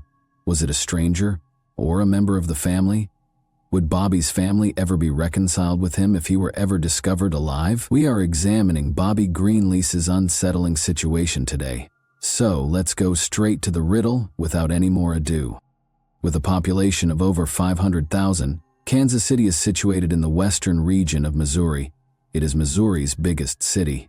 With a variety of eateries, retail establishments, and entertainment venues, the Kansas City Power and Light District is one of the city's most recognizable attractions. The Kaufman Center for the Performing Arts and the Nelson Atkins Museum of Art provide visitors more opportunities to see the city's thriving art scene. It's difficult to forget the horrifying crime that previously took place in this city in the 1950s, though, despite all of the beauty and excitement. Multi-millionaire Robert Greenlease Sr. lived in Kansas City's affluent Mission Hills area and had it all. He was a vehicle dealer with locations all throughout the nation. Early in the 20th century, he brought General Motors automobiles to the Great Plains, which is how he made his money. The birth of his son, Robert Bobby Cosgrove Greenlease Jr., on February 3, 1947, at the age of 65, permanently altered his life. Robert's second wife was Virginia Pollock, Bobby's mother. The Greenlease family was loyal to their beloved Bobby and had a luxurious lifestyle. Virginia, his older sister, was born in 1941, therefore he wasn't an only child. In addition, he had a 1917-born half-brother named Paul. Robert's first marriage produced a son named Paul. Bobby was enrolled at the esteemed Notre Dame de Sion, a private Catholic school situated at 3823 Locust Avenue in Kansas City, when he was 6 years old in 1953. He developed alongside his contemporaries there. Bobby's future was bright and everything was going well, but destiny had other ideas for the young child and his family. On the morning of September 28, 1953, Bobby's school, Notre Dame de Sion, was much like any other day. Nobody could have predicted, though, how tragically this day would shortly turn out. When Sister Moran, the nun on duty that day, opened the school door at about 11 in the morning, she was met by a chubby woman who claimed to be Bobby's aunt. The woman revealed that Virginia, the boy's mother, had been taken to St. Mary's Hospital after suffering a heart attack while shopping at the Country Club Plaza. She continued by saying that she was told to take the boy to his mother right away by the Greenlease family. Sister Moran went to get Bobby from his classroom without thinking twice. The 6-year-old, who was naive and trusted people, had no reason to suspect the woman's identity or motivations. The nun watched as he took the woman's hand and they both climbed into a taxi and drove away. She figured everything was all right. Nobody realized that the woman wasn't Bobby's aunt. And what happened that day would forever alter the Greenlease family's course in life. Virginia will never forget the phone call she got less than an hour after the unidentified woman took Bobby. Another nun from Bobby's school, Sister Martha Anna, was on the other end of the telephone. She had called the family's residence to ask about Virginia's alleged heart attack. However, the nun was shocked to learn that nothing similar had occurred. Virginia had not suffered a heart attack and was not in the hospital. Both Virginia and the nun quickly realized that something evil was going on, and they quickly came to the conclusion that Bobby had been abducted. Virginia immediately called her husband Robert after speaking with Sister Martha over the phone and told him what had transpired. Like his wife, Robert was astounded and perplexed. As soon as possible, he reported the offense to the Kansas City Police Department. To help with the problem, the FBI was also called in. As word spread that Bobby had been abducted, panic swept the city. Despite launching a large manhunt, the authorities were unable to find the woman who had abducted the boy, which hindered their efforts. Hope started to wane as the hours passed. However, Bobby's parents received the first of many ransom notes on the same day that Bobby was seized. Signed by a person going by M, the letter requested $600,000, 0 cents, to ensure Bobby's safe return. It was an astounding sum of money, more than $6 million, 0 cents in today's dollars. The demands, however, did not end there. Additionally, M demanded that the ransom money be paid in $10, 0 cents, and $20, 0 cents small denomination notes. After learning of the ransom note, the authorities set to work finding the enigmatic M and securing Bobby's release. An additional ransom note arrived on September 29, 1953. This time, a pin Bobby had been wearing the day he was abducted was sent with the letter. Desperate to ensure his son's release, Robert made the decision to go collect the ransom money and sought assistance from connections and trusted friends. Among them was Commerce Trust Company Executive Vice President Arthur Eisenhower. In addition, he was the brother of the U.S. President at the time.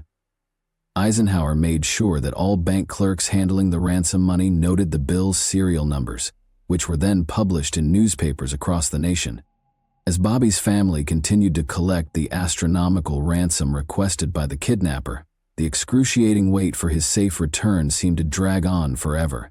A man called the Greenlease home several times during this period to let Virginia know her son was still alive. Despite the family's desperation, the kidnapper appeared to relish his perverse game. 6 ransom letters and 15 phone calls were sent to the family in a week. Additionally, they consented to follow all of the kidnapper's directions, but they would quickly come to the realization that they had made a grave error. Robert amassed an incredible $600,000, 0 cents in ransom money for his son's safe return by the evening of October 4, 1953. The funds were then transferred to a bridge close to Highway 40, just east of Kansas City, in a duffel bag. At the time, it was the biggest ransom ever paid in American history. The kidnappers contacted the Greenleases early the following morning to verify that they had recovered the money and that Bobby would be returned in a day. However, no information on the boy's whereabouts was released as the day wore on. Anxiously, the family awaited any updates, but none arrived. The Greenleases were left to question whether the kidnappers had deceived them or whether their son was still alive. It felt like their darkest worries were going to come true, and the tension was excruciating. The most challenging and devastating period of their lives would be the following 24 hours. An ex-convict and taxi driver named Joe Carr was set to become a key player in the inquiry as Bobby's quest went on. In the state of St. Louis, a guy by the name of Carl Austin Hall had employed him as his personal driver. Carr was aware that Hall was a newcomer to the area and was spending money carelessly. Hall was living like a king after renting an apartment and purchasing new clothing. Carr chose to get in touch with his employer at the taxi firm Joe Costello because he was skeptical of Hall's actions. In addition to having links within the St. Louis Metropolitan Police Department, Costello was a man with ties to the mob. On October 6, 1953, after the sun had fallen, Costello tipped Patrolman Elmer Dolan and Lieutenant Louis Shoulders about the man showing off a lot of cash in St. Louis. They hurried to Hall's residence where he was and took him into custody. The officers discovered 2 heavy metal suitcases stuffed full of cash inside the room. The sight was stunning. After that, Hall was taken to the Newstead police station in North St. Louis, where he was questioned by the police on the money's origin. Hall insisted that he had done nothing illegal at first, but investigators quickly started to piece the puzzle together. Because Hall had so much cash on him, they assumed he was implicated in the kidnapping of Greenlease. Hall eventually broke under pressure and admitted his involvement in the crime. However, the most startling discovery was still to come. When questioned about Bobby's whereabouts, he disclosed that the boy had passed away. He had not acted alone, Hall disclosed. A woman named Bonnie Hetty was his accomplice. They had come up with the idea to kidnap Bobby and demand a large ransom from his affluent parents. Investigators were able to piece together the events and discover the startling specifics of how the kidnapping took place, thanks to Hall's confession and a comprehensive background investigation. It was a network of treachery and deceit, with avarice at its core. It was discovered by authorities that Hall was from a wealthy family. He was a lawyer's son. He received a sizable inheritance and his parents' 1,100-acre Pleasanton, Kansas homestead after they died. However, Hall's life took a turn for the worst when he lost his riches, was divorced, and developed an addiction. When he was condemned to the Missouri State Penitentiary for robbing a cab driver of just $38.00, his life reached its lowest point. Hall recalled the rich Greenlease family when he dreamed of one huge score that would set him up for life while he was incarcerated. You see, Hall had learned about the family's fortune years earlier when he had gone to a military reform academy with Bobby's older adoptive half-brother, Paul. Hall quickly came up with a scheme to pay the ransom. The only thing left to do was figure out how to kidnap the youngster. Bonnie entered the picture at that point. Bonnie was a contradictory person. She continued to engage in prostitution and extravagant parties, even though she was the recipient of a substantial bequest from her father. She also appeared to be attracted to crooks. Her first spouse was a bank robber who was shot and killed by the police. She ended up inheriting a house from the divorce settlement, though, because her second marriage didn't work out any better. Bonnie first met Hall in the bar of the Hotel Robideau in St. Joseph, Missouri. Their fortuitous encounter signaled the start of a sinister and perverse collaboration, which could have been the result of fate or simply the cosmos coming into harmony.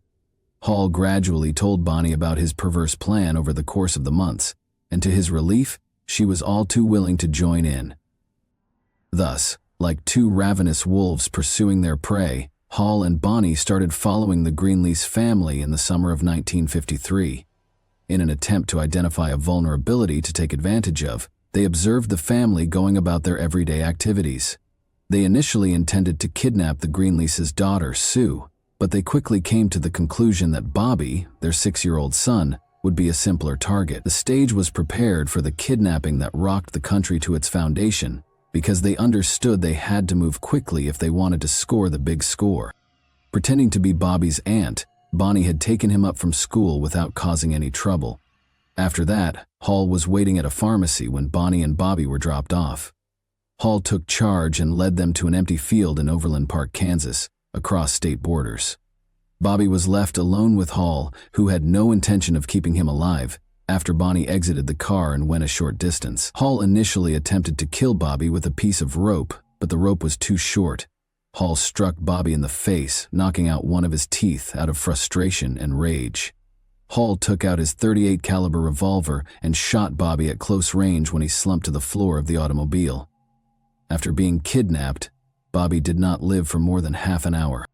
Both Hall and Bonnie realized they needed to remove the evidence after committing the horrible act. They wrapped Bobby's lifeless body in a trash bag and traveled to Bonnie's house in St. Joseph, Missouri. Then, in order to hide the smell of the corpse, they gently buried the bag in a grave that had been prepared in the backyard. They covered the bag with a lot of lime. In an attempt to pass the grave off as a flower garden, Hall then covered it with chrysanthemums. Now, Hall and Bonnie quickly fled to St. Louis across the state as soon as they had the ransom money. Hall had bought 2 metal suitcases there to hide the cash. In addition, he and Bonnie discovered an apartment on Arsenal Street overlooking Tower Grove Park, where they reveled in their newfound wealth by drinking excessively. As the evening went on, Bonnie's intoxication finally overcame her, and she fell asleep. Hall had another plan, and this was the ideal time to implement it. He snuck out of the flat with the rest of the loot in the middle of the night, after placing $2,000, 0 cents, in Bonnie's purse. Hall then picked up a sex worker called Sandra O'Day on the taxi ride to the Coral Court Motel in Marlboro, Missouri. Before he was arrested, he intended to utilize Sandra's assistance to distract the police. Hall arranged for her to travel to Los Angeles so that he could mail the Greenlease family a letter he had written. By doing this, he would have diverted the police's attention. According to stories, Sandra was the one who reported the ransom money that Hall was carrying around to the police when she allegedly saw it. However, it's unclear if this is true or not. It is also thought that Hall purchased a shovel and 2 trash cans.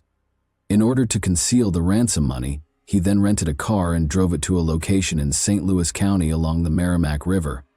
However, Hall kept the money with him since he was unable to locate a suitable place to bury the cans. Shortly after this, he was taken into custody. Police took immediate action after all of these revelations were made public. In the apartment where Hall had left her, Bonnie was found and taken into custody.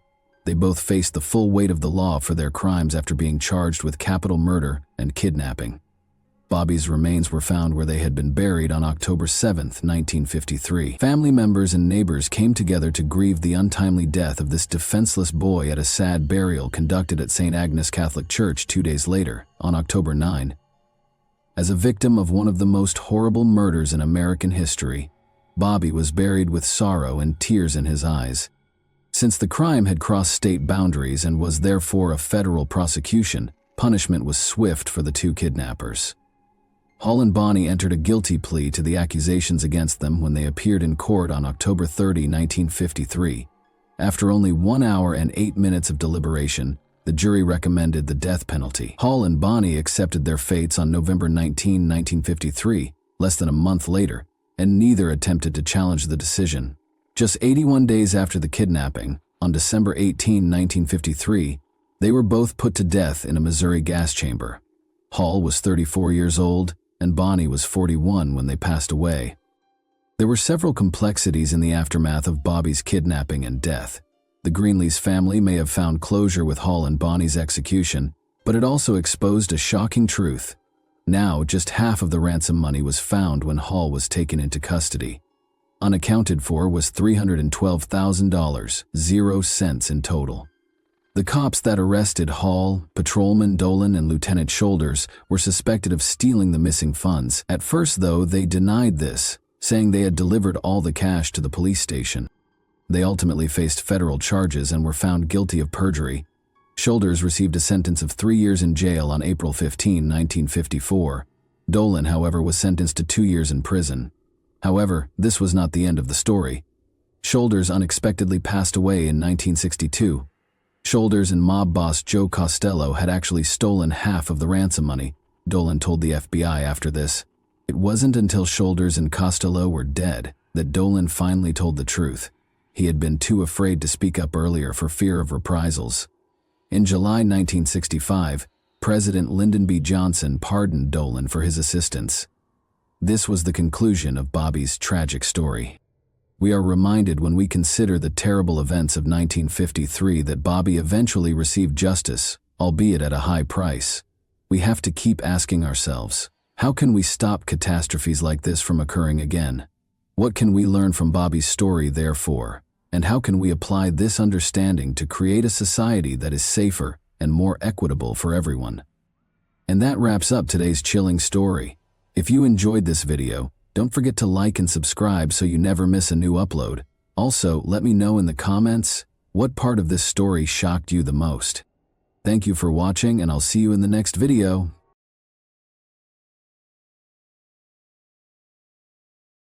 Hey guys, welcome to my channel, and today we're going to take a look at another horrible case with you.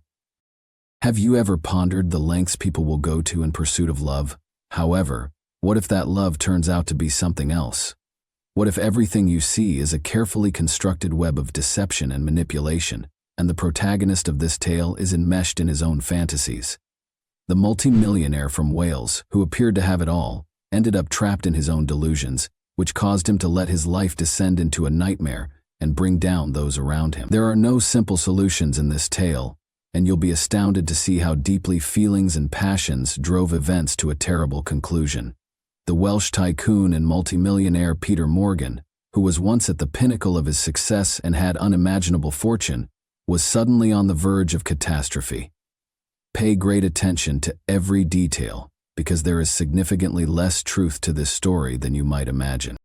His life, which appeared to be full of wealth and perfect harmony, concealed behind its facade the darkness that frequently engulfs people going through a midlife crisis. A crisis that upends routine and forces a person to grasp at the opportunities they lost in their youth, ultimately leading them down a perilous path. This tale opens on a peaceful Welsh morning, in the traditional way that it was used as a haven for those looking for comfort behind its fortified walls. One woman admitted that her lover, who had previously made her happy, had turned into nothing more than a source of annoyance as they sat on a sofa in a hut nestled in the thick forest, revealing their secrets. She was about to make a choice that would alter everything. A man, meanwhile, was sitting at his house miles away, gripping his cell phone. His trembling fingers seemed to be an attempt to cling to what little tranquility he still had. He had heard words that would change his life forever only a moment before. Born in 1962 on a 300-acre farm close to Newport, Peter Morgan has a long history of achievement and wealth.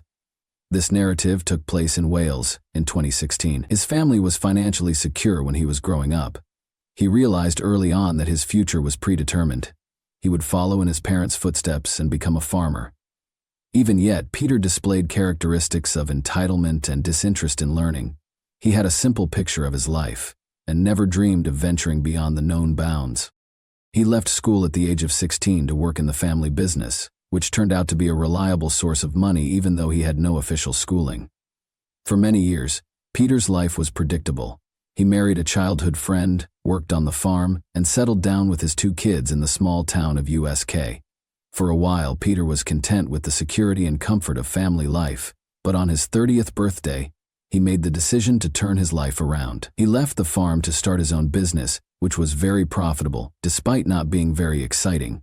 His network of industrial chicken houses began with poultry barns. The business prospered, and Peter sold it for 7 figures by the time he was 40. This turned out to be a pivotal moment in his life. Although the midlife crisis arrived subtly, its consequences were severe and swift. It seemed as though Peter had suddenly changed from a reasonable businessman to a man who was driven to experience life in all its ferocity and disorder. He started spending money like there was no tomorrow, purchasing expensive vehicles like Lamborghinis and Ferraris, and furnishing his newly purchased estate with ostentatious accessories like a helicopter and a tank. It soon became clear that he was fascinated by weaponry. He had an AK-47 on the desk in his office, but that was just how it looked. Financial excess was only one aspect of the changes in his life. Peter initially stepped over the line when he paid a performer for an intimate service at a private club, while on a business trip to Amsterdam. He woke up and felt compelled to continue after this, which was his first act of infidelity. Peter lived a double life from that point on, one that was characterized by stability and family, the other by luxury and the indulgence in forbidden pleasures. At a VIP club in 2011, Peter's life changed when a friend introduced him to an app that allowed him to reserve top escorts. His demise began with this exchange of words. After returning home, Peter immersed himself in the virtual world where his dreams came true. Morgan soon made it a point to never see the same lady twice, so he spent all of his free time looking through profiles and setting up encounters with escorts all over the nation. From Newport to Cardiff, every encounter was different and special. Cleverly disguising it as work travel, it was his own escape from his family life. Helen, his wife, had no suspicions. Peter had mastered the art of hiding his activities by claiming that his trips were necessary for work, and Helen, perhaps preoccupied with her own obligations, was unaware that her husband was leading a double life. In the year 2000, everything changed. At the age of 12, Peter met a young, vivacious woman named Georgina Simmons on his 50th birthday. Georgina was born into a household of 3 boys and grew up in Newport. She was confident, headstrong, and had a strong personality. At 16, she left school, found work at a call center, and enrolled in cosmetology classes at the same time. The connection between Georgina and Peter Deem, a guy 6 years her senior, school first appeared to be a dependable route to a secure future.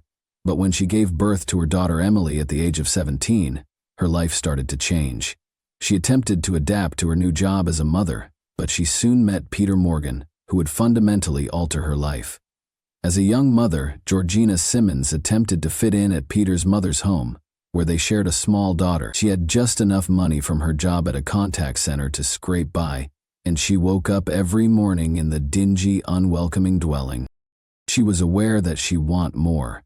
She firmly believed that she was entitled to greater things, including more money, freedom, and excitement.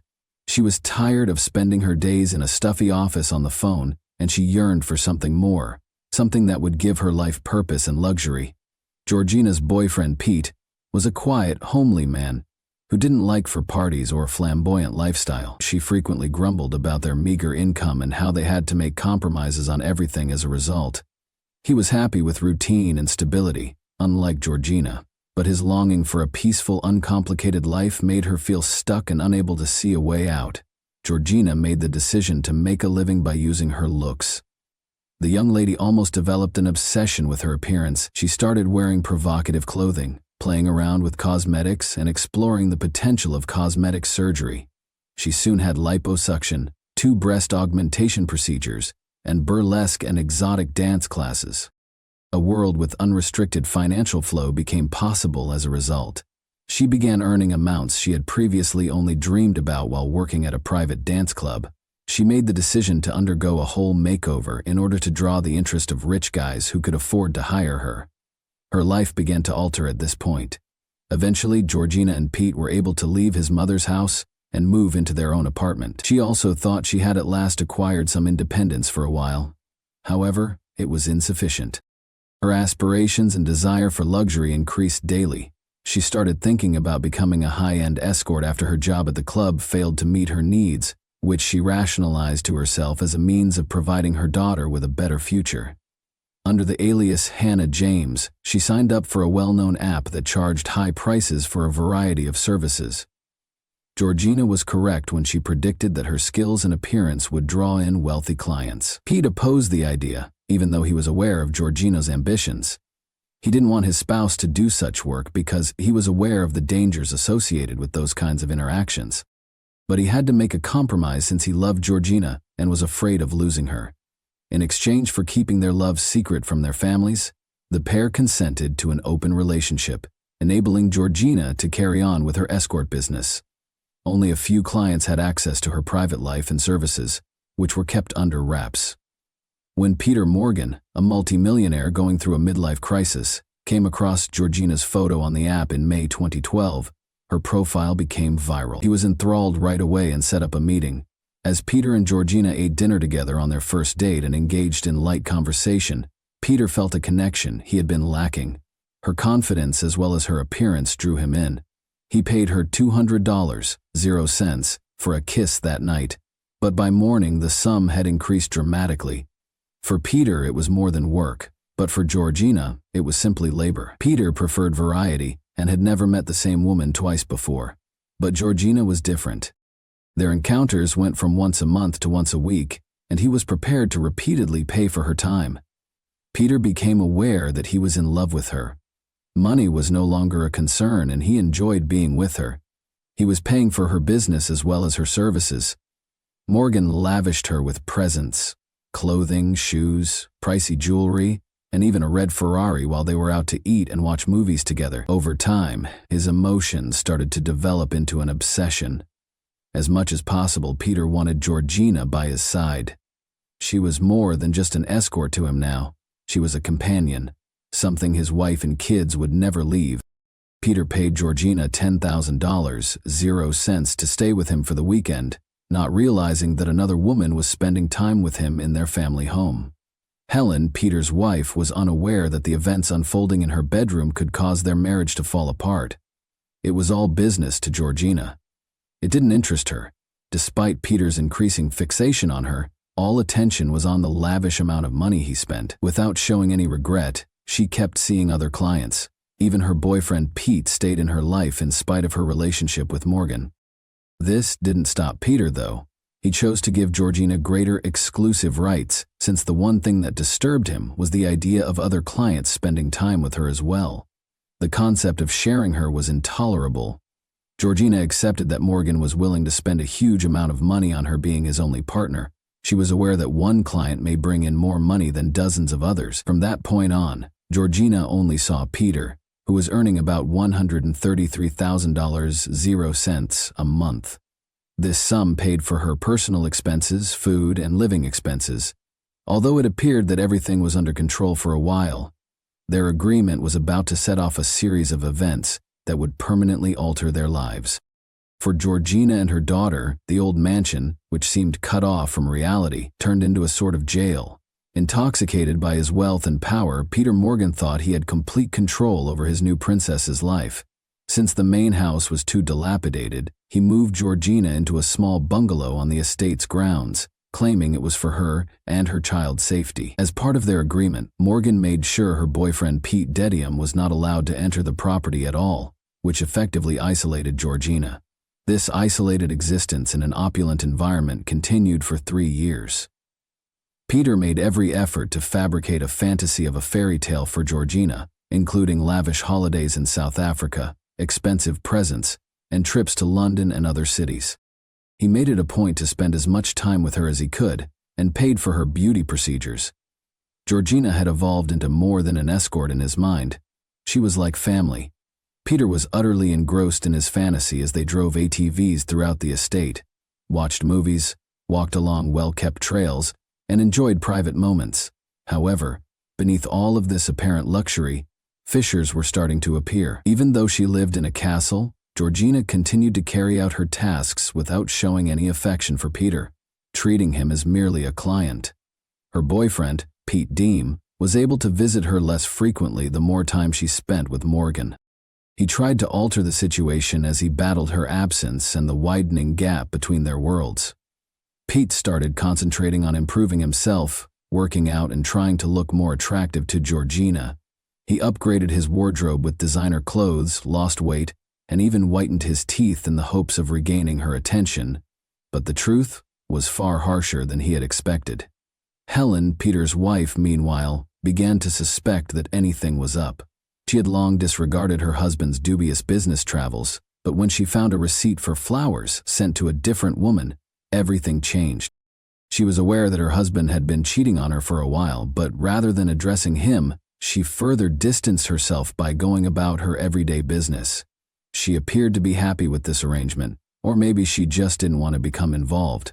Georgina started calling her lovers Rich Pete and Poor Pete at the same time, obviously preferring the former. Pete was humiliated by this moniker, which made him feel even less successful. Despite being surrounded by luxury, life in the castle remained detached from the outside world. While her daughter was growing up apart from her father, Georgina spent days and nights with Morgan. Her relationship with Pete disintegrated totally during this time, but Georgina remained unconcerned, seeing Morgan only as a source of money. Peter paid extra costs, totaling thousands of dollars for each session with Georgina. This made it possible for Georgina to continue living a luxury lifestyle. She began inviting other ladies into the castle to keep things interesting, and Peter enjoyed the extra thrill this brought. Though he insisted that she continue to be his primary companion, he frequently asked Georgina to meet new ladies since he enjoyed these scenarios. Peter once invited Georgina and one of her escort pals to his family home while his wife and children were on vacation. They spent the evening having a good time in the marital bedroom. Morgan, however, desired more. In order to fulfill his dream of a trio consisting of his wife Georgina and himself, he asked one of the women to wear Helen's clothing. He was aware that Helen would never consent to such a situation in practice, but it didn't stop him at the time. Peter was unaware that Georgina was recording everything as his fantasy came to life. She captured every moment of the night, from her friend changing into Peter's wife's clothes to everything that happened in the bedroom. Later on, the sequence of events would be significantly influenced by this footage. While the affair went on, Morgan's life started to fall apart. Pete Deem, Georgina's first boyfriend, had had enough. The fact that his partner was spending more time with Morgan than with him and their daughter was becoming intolerable to him. The first breach in Georgina's existence came when he made the decision to break up with her. Helen found out shortly after Peter's wife did. When she unintentionally discovered texts between her husband and Georgina, she realized how serious the infidelity was and made the decision to cease ignoring it. Helen would no longer listen to Peter's explanations, even if he was confessing everything. She demanded a sizable portion of their assets when she filed for divorce. In a short period of time, Georgina experienced two catastrophes that she was unable to recover from. The first was when her father committed suicide in the middle of 2015. She was totally devastated by the incident, and before she could move past that loss, she experienced yet another catastrophe. After their split, her ex-boyfriend Pete Deem also committed suicide because he was unable to handle living without Georgina and their daughter, and had fallen into a deep melancholy. He was discovered hanging in a wooded area in November 2015. The last straw was these incidents. Georgina, who was once powerful and self-assured, plunged into a deep sadness. Alcohol and illegal drugs became her friends. She was drawn into a darkness that seemed unbreakable as her life began to fall apart because she was unable to cope with the loss and the suffering. As time went on, Peter and Georgina's friendship soured. She ignored his efforts to maintain their relationship and started to coldly separate herself. In her heart, Georgina held him accountable for her ex-partner Pete's passing. She believed that he was the one who had destroyed her life, so she turned to another man, a longtime friend she had known for years, for solace. Their relationship began to develop as she felt liberated from pressure and control in his company. For Georgina, it was a chance to break free from Morgan's control and experience real care and support. But this new man's presence made me quite uneasy. Georgina was considered his property by Peter Morgan, who refused to let her spend time with anyone else. Over time, it became increasingly clear that Peter considered her as his property, since he was often reminding her of the money he had invested in her life, supporting her and her kid, and that, in his opinion, gave him the right to control her. She grew more rebellious the more he attempted to manipulate her. Every time they went to an event together, Georgina stopped putting up with his allegations and demands. She publicly humiliated him and made him feel unworthy without hesitation. Her fiery and unyielding nature was suddenly working against him. Her actions grew more damaging. As Georgina's use of mind-altering substances increased and Child Protective Services learned of her unhealthy lifestyle, she further plunged into a world of illegal drugs and alcohol in an effort to dull the agony of her losses and failures. Concerned about Georgina's suitability as a mother to her daughter Emily, authorities opened an investigation. Simmons' initial response upon learning of the investigation was to place the blame on Peter. She was certain that in order to exert more control over her life, he had notified social services. Even though there was no proof that Morgan was involved, Georgina would not hear any justifications. She believed that he was to blame for all of her bad luck, so she chose to speak with him directly, which led to a heated argument. This controversy turned into the pinnacle of their escalating hostility. Peter, a man accustomed to dominance, was unable to release her. In order to keep tabs on Georgina's every action, he started spying on her. Making use of his access to the estate, he placed listening devices in the cottage, where Georgina resided. Since each device had a SIM card, he was able to make calls and listen in on what was going on in the room when he was at home. Every day, Peter would connect to the gadgets and listen in on her discussions. This concern with surveillance turned into a full-fledged obsession. To find out if Georgina was cheating on him or scheming against him, he would call the devices up to 10 times a day and listen to recordings for hours.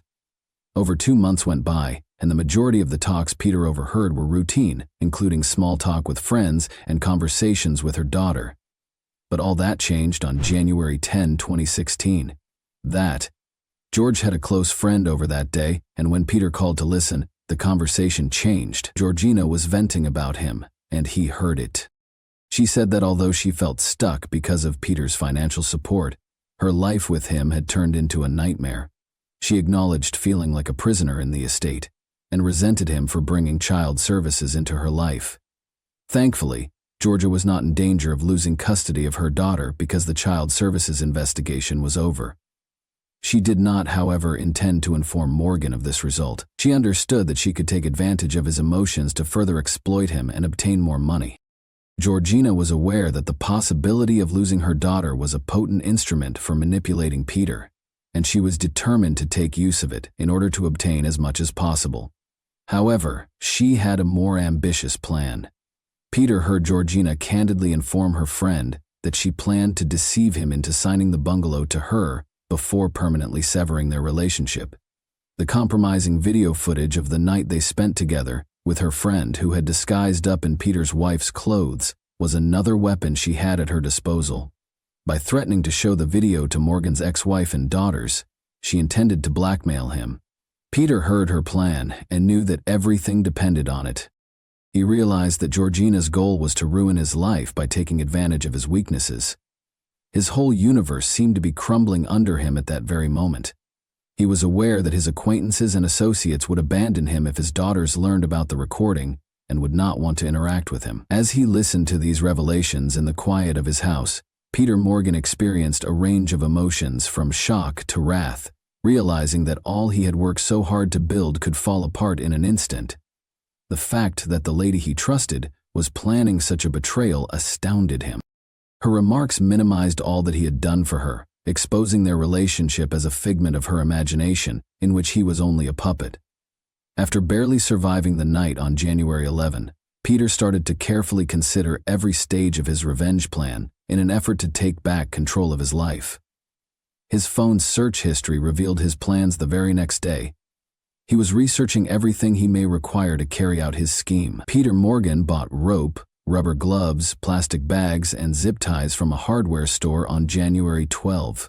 He made a beeline for the house where Georgina resided as soon as he got back to the estate. He made no effort to be polite this time. He addressed her right away and claimed to be aware of her plans. He made it plain that he would not permit things to go in that manner and accused her of blackmail. In a last-ditch effort to retain her, Peter promised her everything, including marriage and a portion of his fortune. As he tossed a stack of cash at her feet, he even proposed to get a life insurance policy, designating her as the beneficiary and guaranteeing her $1 million in the event that he passed away. However, she ruthlessly turned him down rather than accepting his offer. Peter became blindly angry after hearing her hateful and disdainful remarks. His goal was to scare her, so he grabbed the rope and looped it around her neck in an attempt to intimidate her. His intentions changed, though, when Georgina threatened to cover all costs. An act of brutality was the result of all the rage, frustration, and disappointment that were inside of him. Peter closed his eyes, tightened the rope, and kept going until her respiration ceased. Peter felt nothing but emptiness when Georgina Simon's life passed away. He wrapped her body in plastic, secured her ankles and wrists with zip ties, and put on the rubber gloves. Then, believing that no one would discover her there, he took her to an old family home where his family had resided. He concealed her in an outbuilding. However, his recklessness and haste proved to be his downfall. Every action was recorded by the security cameras he had personally placed, and authorities were able to follow Georgina's whereabouts thanks to her cell phone, which he neglected to switch off. Georgina's friends and acquaintances were worried when she failed to arrive to pick up her kid from school. When her absence became evident in the evening, the police promptly began searching. Morgan, attempting to stick to his story, emerged as the prime suspect. He stated that she had asked him to go when he saw her around noon. Peter tried to claim that he seized Georgina's phone to shield her from dangerous substances, but the police soon discovered that he was lying under pressure from detectives. He was brought to the station for more interrogation, nevertheless, because his account was not credible. A few hours later, he sobbed and admitted to Georgina's killing, saying he had been driven to the brink. He tried to defend his behavior by claiming that he had given her everything in the hopes of preserving their relationship, but all he received in return was dishonesty and threats. Peter Morgan's trial garnered a lot of media attention. He later attempted to argue for a lighter sentence despite his confession, pointing to emotional and mental health problems. An attempt was made to reduce the accusation to manslaughter by distress, but in the end, the evidence, including his own confession and the surveillance footage, was so strong that Peter Morgan was given a life sentence, with the chance of release after at least 25 years. This is where I want to take a moment to address every one of you directly. There is more to this story than a detective story or a criminal report. It's a tragedy that exposes the frailty and preoccupation of people. Attachment was mistaken for ownership by Peter Morgan, a man who yearned for acceptance and love. He ultimately fell prey to his own illusion that he could purchase a relationship with money. Motivated by her aspirations and the wish to provide her daughter with a brighter future, Georgina was unable to stop and became entangled in a game that ultimately led to catastrophe. Little Emily, who lost both her parents, is maybe the most sorrowful character in this story. She fell prey to adult games where she had no reason to worry about the future. Remember that if you own up to your faults early on and refrain from basing your pleasure on deception and power, you can always find a way out of even the most dramatic and challenging circumstances. And that wraps up today's chilling story. If you enjoyed this video, don't forget to like and subscribe so you never miss a new upload. Also, let me know in the comments, what part of this story shocked you the most? Thank you for watching, and I'll see you in the next video.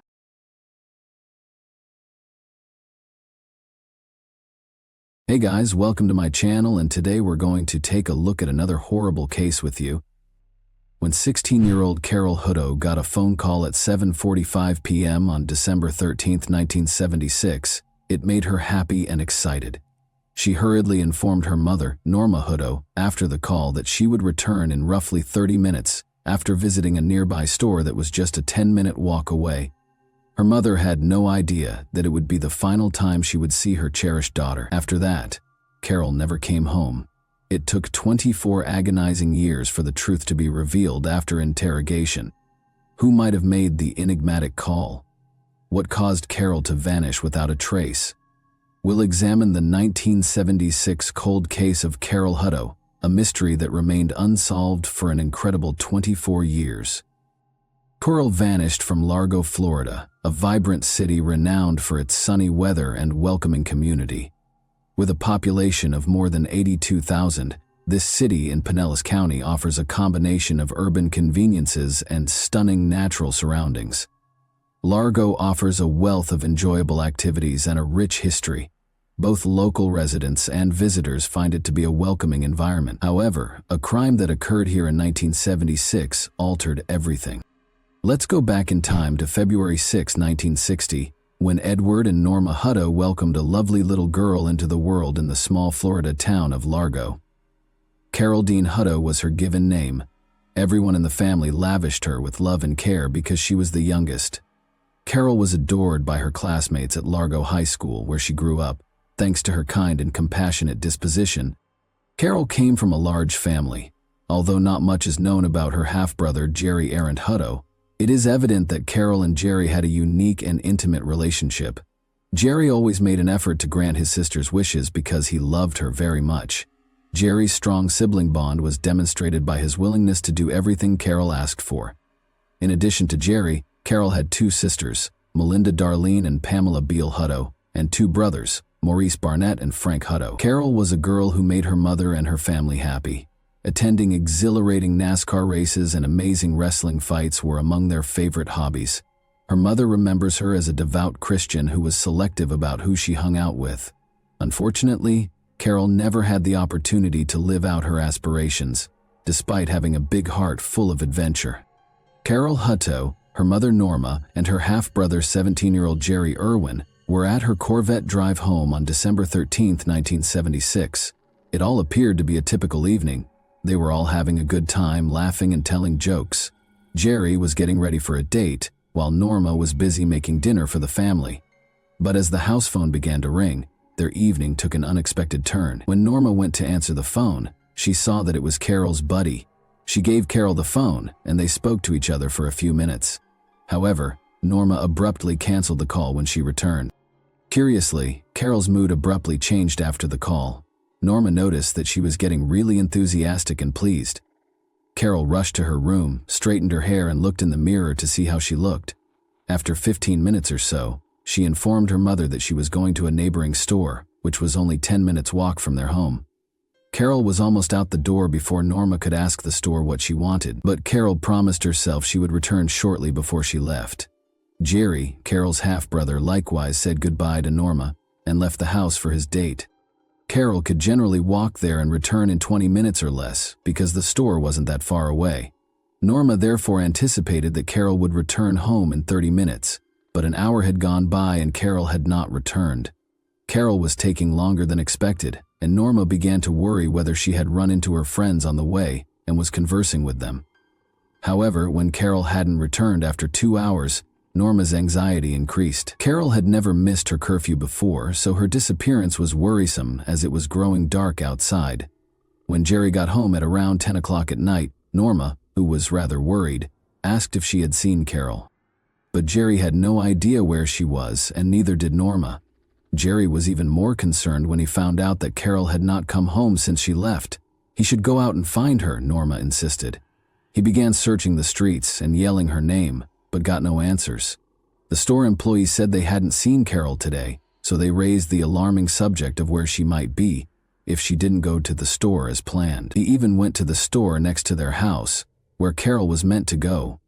Unfortunately, Jerry came home and told Norma that he had been unable to locate Carol. They chose to wait until morning in the hopes that Carol would return home by herself, despite their worries. But when the morning sun came out, Norma's anxiety increased because Carol was nowhere to be seen. Norma made the decision to report Carol missing to the police without further delay, but the police told her that they couldn't declare Carol missing because it had been less than 24 hours since she vanished. At this point, they also thought about the likelihood that Carol had fled her house. However, Norma was not prepared to believe that Carol would ever run away from her family or leave her house by herself. She was convinced that her daughter had suffered a terrible fate. Norma and Jerry didn't want to wait for the police to take action because of this. They made the decision to act independently and actively look for Carol on their own. In order to find out if anyone had seen Carol the night before, they went around their area and spoke with neighbors. No one had seen Carol returning home that evening, although most of the neighbors recalled seeing her when she left at around 8 p.m. To see if Carol had spoken to anyone or visited any of her friends' homes, Norma and Jerry also went to each one, but they were unable to locate her. Norma was profoundly impacted by Carol's abrupt departure, and the community as a whole rallied to lend a hand in any way they could after learning that their little Carol was missing. Meanwhile, Carol was being vigorously sought for by the police. To find out if Carol had gone to any of the doors that night, they looked both close to and farther away from her home. Regretfully, nobody was able to verify that they saw her at any of those places. The store Carol was intended to visit had a security camera outside, which the police observed. But after watching the video, they were unable to discover any proof that Carol had been at the store the night she vanished. It was difficult to follow Carol's travels since security cameras were not as widely used as they are now, and only a small number of stores had them installed. However, a fatal discovery was made very quickly. Under strange circumstances, Carol's half-brother Jerry discovered her dead body on the evening of December 14, 1976. Desperate to find Carol, he had been scouting the area alone. He followed his search till he came to a building that was still under construction at the end of the block. This structure was beside a lake at 418 Imperial Drive. The body of Carol was found there, according to Jerry. How exactly he had found her in this particular location was still unknown. Carol's partially undressed body was discovered floating in the ocean. For Jerry, this was a startling and extremely unsettling sight.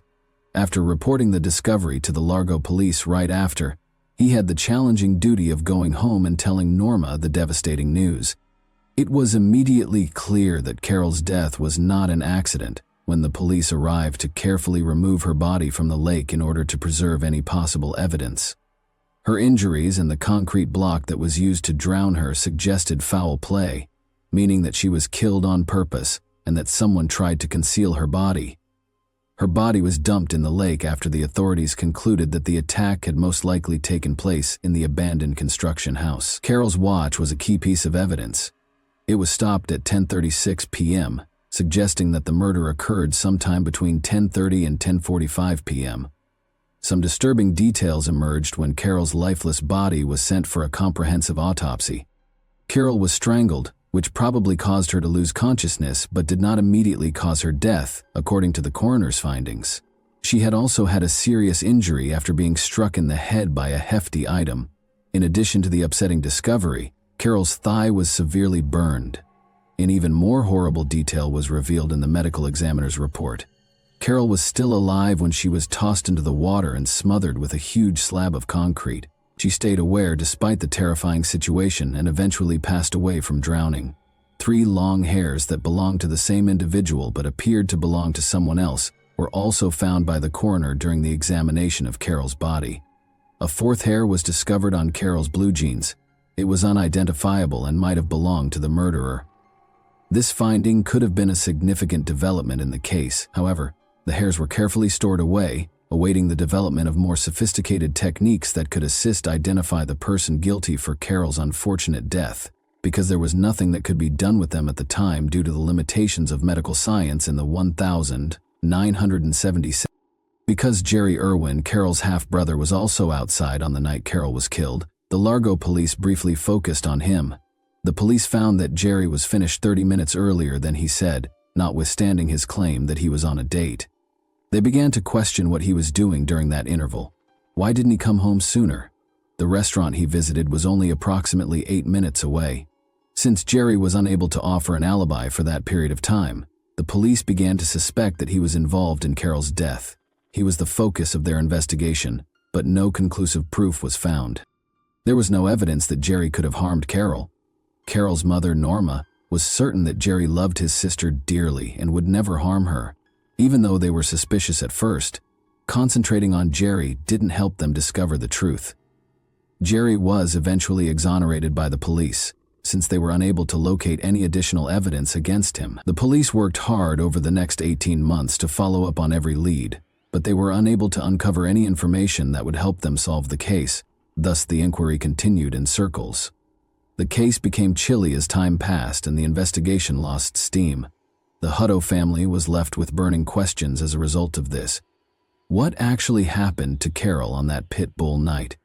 Who was to blame for her passing?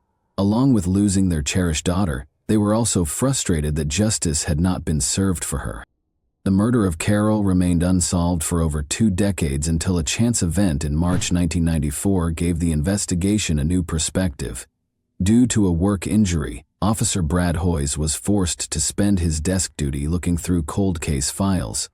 He discovered the disturbing circumstances of Carol Hutto's murder case while going over the lost files, which rekindled an old inquiry. Officer Brad felt that there were undiscovered aspects of the case that hadn't been fully examined in the first 1976 investigation. His instincts led him to take the risky step of reopening the investigation and retrieving the evidence box that had been stored for years. He found Carol's personal diary among the materials. In the hopes that the diary would have the missing parts required to solve the riddle of Carol's terrible demise, Officer Brad found promise in those pages, and it starts around a month before she passes away. Carol wrote about her covert relationship with her classmate a few pages into the diary. Carol was 16 years old at the time, which was in 1976. The 17-year-old James Brian Kuhn, also known as Jimmy Kuhn, who was born on July 20, 1959, was the object of her intense crush. At Largo High School, where they were both juniors, they would frequently converse with one another.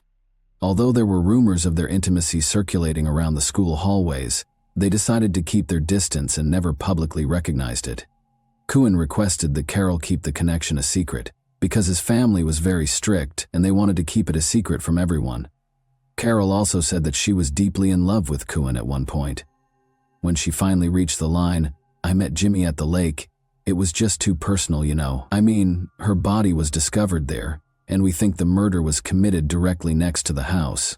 Kuhn was also one of the people that showed up at Carol's burial looking truly sad and not at all like a suspect in 1976 when the case was first being investigated.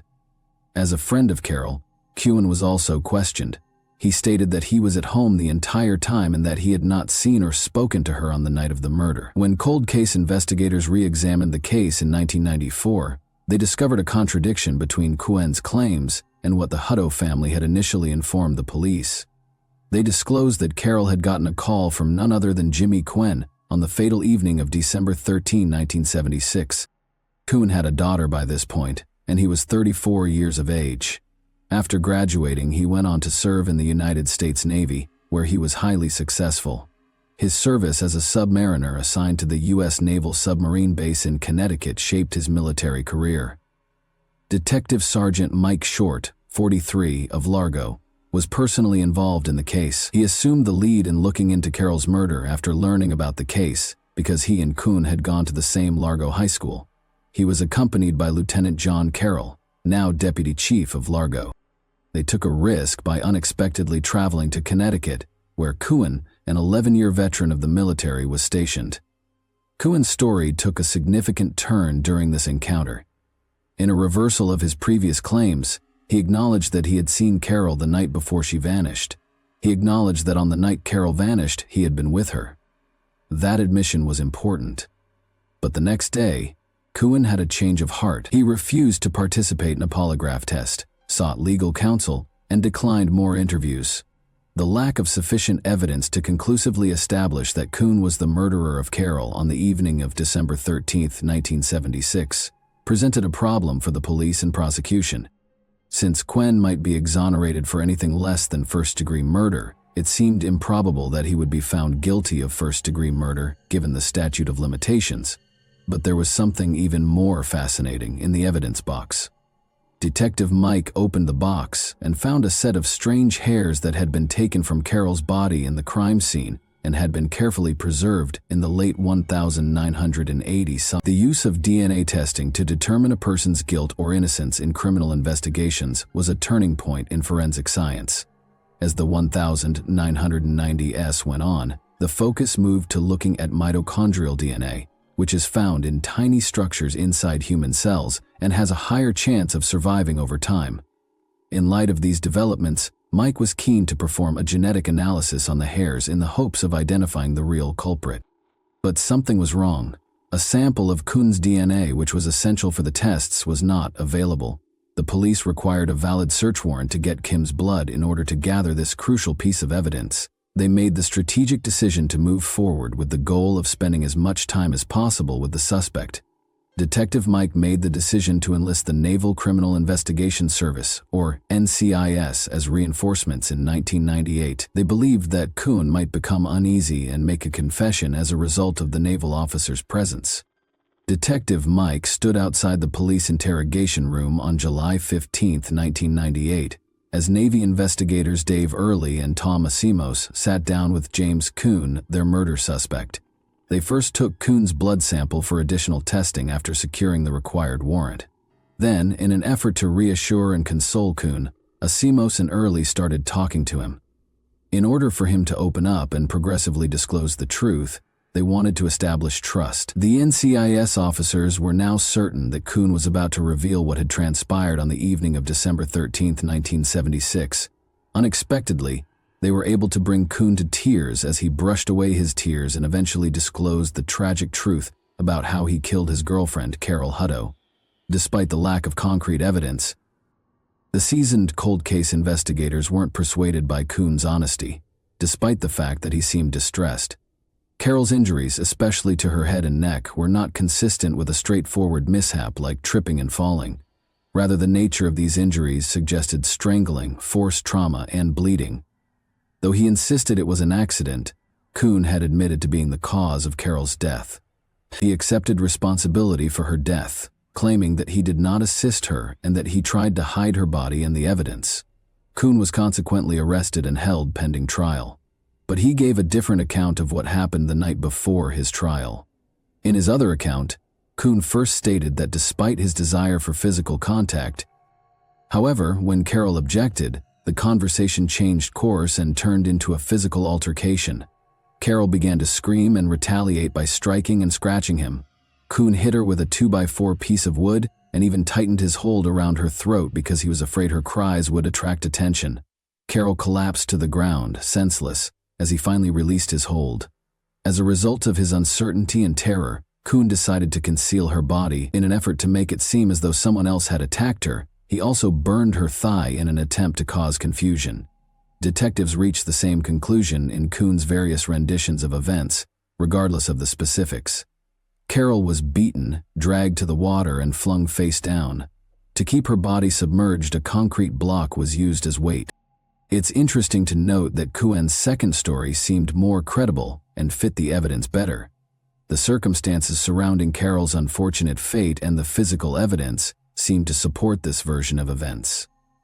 On February 9, 2000, the day of the trial, the prosecution sought to convict Kuhn of first-degree murder. Although his attorneys admitted that he was partially responsible for the act, they maintained that manslaughter or perhaps third-degree murder would be a more appropriate punishment. After receiving the case, the jury deliberated for just 22 minutes before rendering a decision. Kuhn was convicted of murder in the first degree. The fact that the offense was committed in 1976 gives Kuhn the opportunity to enjoy freedom again. Judge Philip Federico of the Pinellas Pasco Circuit Court interpreted the state legislation of that year. After 25 years, a person convicted of first-degree murder may be eligible for parole under these provisions. It's interesting to note that Carol's mother, Norma Hutto, felt compelled to speak to Kuhn at the sentencing, even though Kuhn declined to do so. Norma went on to add, "James Kuhn, you took the trust Carol gave you and you used it for your depraved wants." She also mentioned how Carol had trusted him and called him out. She brought up the fact that Kuhn had attended Carol's funeral, disguising his true motivations by acting like her friend and feigning distress. Norma expressed her wish that he would never be released from prison and that he was unworthy of a fresh start, pointing out that he had denied her daughter the opportunity. A hopeful mother, Norma had a bright future in mind for her newborn daughter, Carol. She looked forward to the day Carol would graduate from Largo High School with pride. She envisioned her 16-year-old daughter in a gorgeous white gown, walking down the aisle to begin a happy life with her husband, and perhaps even starting a family. But all of those hopes were dashed in a single night, and it was fervently hoped that Kuhn would never be allowed to leave prison. Let's now discuss Kuhn's case. Do you believe that he truly felt regret for his actions, and do you think that he deserved a life sentence? And do you think Kuhn's behavior with Carol was premeditated or just an accident? If you have any specific sections or sentences you'd like to clarify further, please let me know. And that wraps up today's chilling story. If you enjoyed this video, don't forget to like and subscribe so you never miss a new upload. Also, let me know in the comments what part of this story shocked you the most. Thank you for watching, and I'll see you in the next video.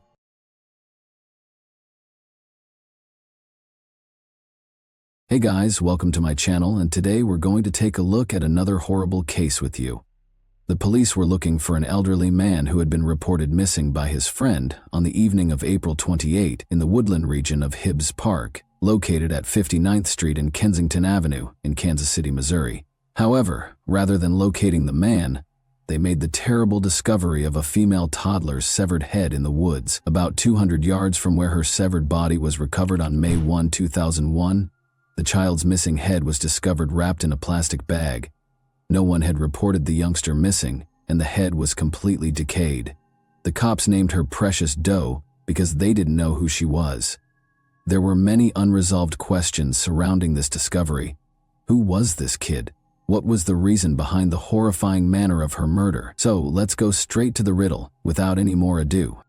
Large plains, undulating hills, and scenic splendor are the hallmarks of Kansas City, Missouri. Numerous cultural attractions, such as museums and art galleries, are abundant in Kansas. With more than 20 authorized wildflower trails spread throughout the state's rural and urban areas, it is aptly known as the Sunflower State. Kansas City, which has a population of nearly 500,000, is among the most violently crime-ridden cities in the United States, with 57 violent crimes per 10 citizens, and our story starts in this city. In order to pick up Erica for a family reunion, Michelle and Harold returned to Betty's house on April 4, 2001.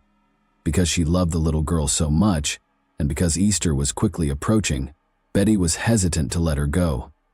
She also made arrangements for Erica to spend the Easter break with her. However, because Michelle was the biological mother, Betty was powerless. Betty packed up Erica's belongings, including the beautiful gowns she had purchased for her Easter outfits and her favorite doll. Unaware that it would be her final encounter with Erica, she said goodbye. They both agreed to bring the youngest of their children to Kansas City, Missouri, most likely because Carol had children before he met Michelle. Carol abducted Markeisha Johnson, his 6-month-old child, for a number of reasons, including the fact that Harold's cousin LaWanda Driscoll owned the apartment in Kansas and that Michelle already had her other 4 children elsewhere. They chose not to bring all of their children with them to Kansas City. After a few weeks, Harold's cousin, LaWanda Driscoll, quickly became aware that Erica was no longer with her. Michelle informed LaWanda that Betty Brown had traveled from Oklahoma to pick up Erica when she inquired about her location. An unidentified man called the police on the evening of April 28, 2001, claiming that he had been attempting to contact his friend for some time but had been unsuccessful. The cops complied with his request for assistance in performing a welfare check on his companion. They had to explore the forested area close to Hibbs Park, which is located at 59th Street and Kensington Avenue in Kansas City, Missouri, as they were unable to locate the man at his home. The police received a call informing them that the individual they were hunting for had been located after some time of searching, but just as they were ready to depart, they came upon a horrifying scene: a toddler's severed head. The remains was quickly identified by the authorities as belonging to a female toddler. The cops were dubious about the discovery right away because the deceased was discovered naked. In addition to wondering why no one had reported the disappearance of a child her age in the region, they also questioned why a toddler's death would be found in the woods. The absence of the head left the investigators at a loss. The probe would never move forward.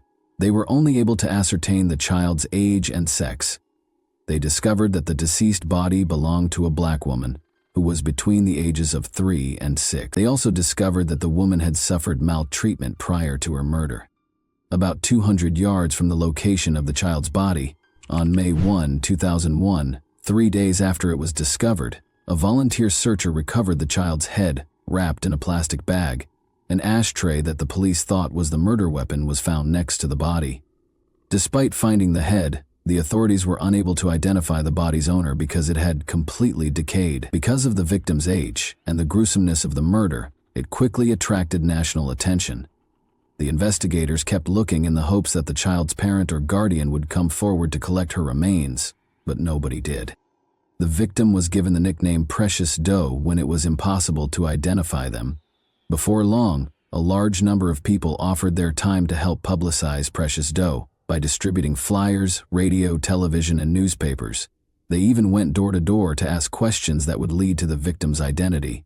The case was frequently highlighted on cold case files and America's Most Wanted in an effort to find the young child. However, despite everything, no one claimed the infant and no witnesses came forward. The public contributed funds for Precious Doe's funeral, which took place at Hibbs Park, close to the location where her body was discovered, in December 2001. Hundreds of individuals attended, demonstrating the large turnout of local citizens. Even though the case received a lot of publicity, nobody knew who Precious Doe was. When Precious Doe's body was dug up by the police in 2002 for an autopsy, the findings revealed that she had been severely beaten with an ashtray and mistreated prior to her murder. Nothing was discovered when police checked the ashtray for DNA and fingerprints. Researchers examined the resemblance of Precious Doe's skull in July 2003 and also fashioned busts that suggested her possible appearance. The case was so well known that the police were often getting tips, sometimes from people nearby and sometimes from far away. At one point, Jamaica called the police about the matter, but they discovered that it had nothing to do with who Precious Doe was. The people soon lost hope, since the police were preoccupied with other cases. However, Alonzo Washington, a strong advocate for Precious Doe's cause, never gave up on finding the truth. Every year, Alonzo placed advertisements about the case in a local newspaper. Because the victim was a Black American, Alonzo considered placing the advertisement in an African American newspaper for Precious Doe's 4th-year commemoration in April 2005. Additionally, he produced T-shirts using the bust image of Precious Doe, which proved to be the crucial breakthrough in the case. Thurman McIntosh, later identified as Harold Johnson's father, called Alonzo on April 30, 2005, and claimed to be well-versed in the Precious Doe case. Alonzo heard Thurman, who was 81, say that Precious Doe was actually Erica Green. Additionally, he asserted that Erica Green was murdered by Harold Johnson, his son. Thurman was asked by Alonzo why he had kept the information secret since 2001 and was only disclosing it in 2005. Every time Thurman called the police to tip them about the crime, he said, "They fired him."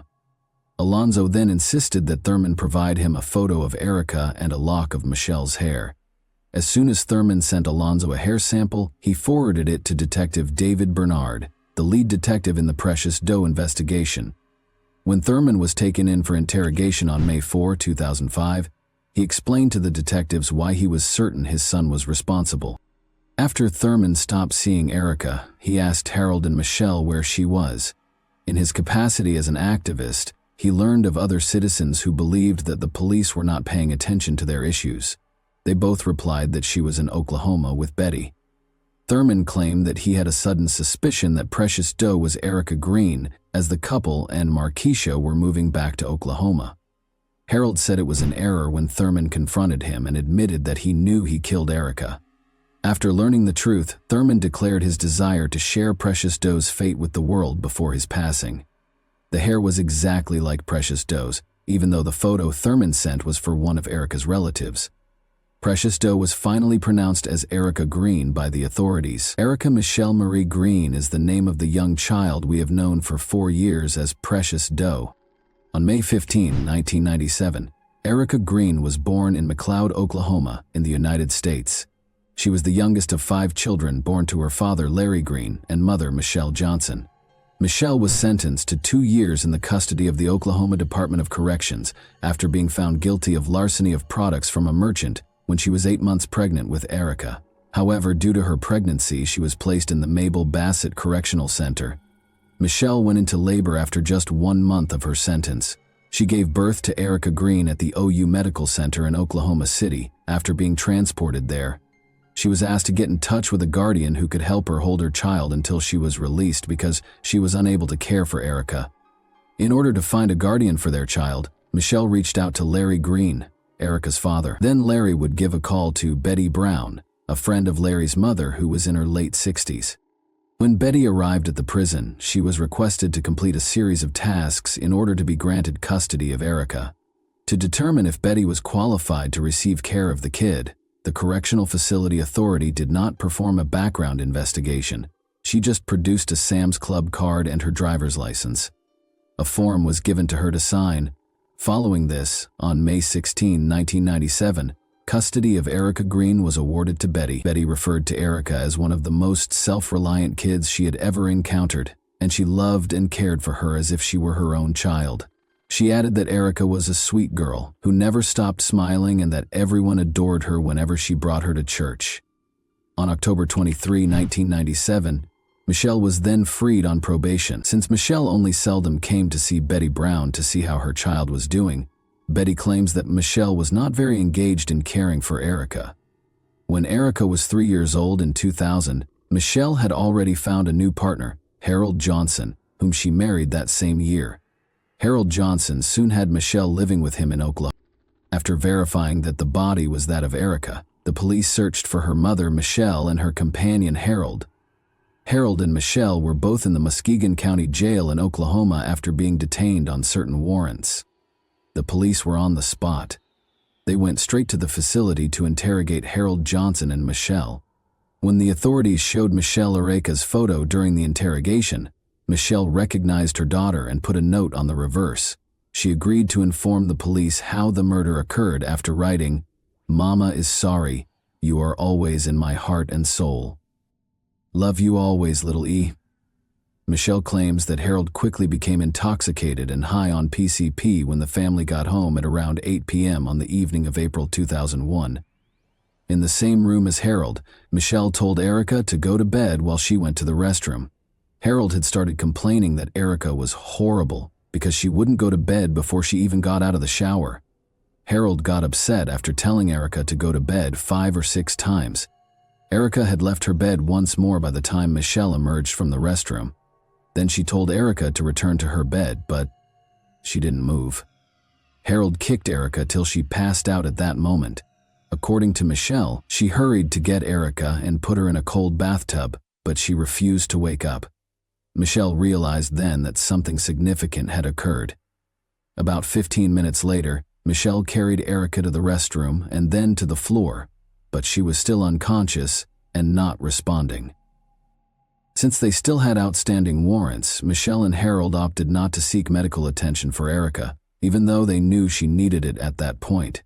Despite knowing that Ereka could die, Michelle decided not to call an ambulance because she didn't want to end up in jail.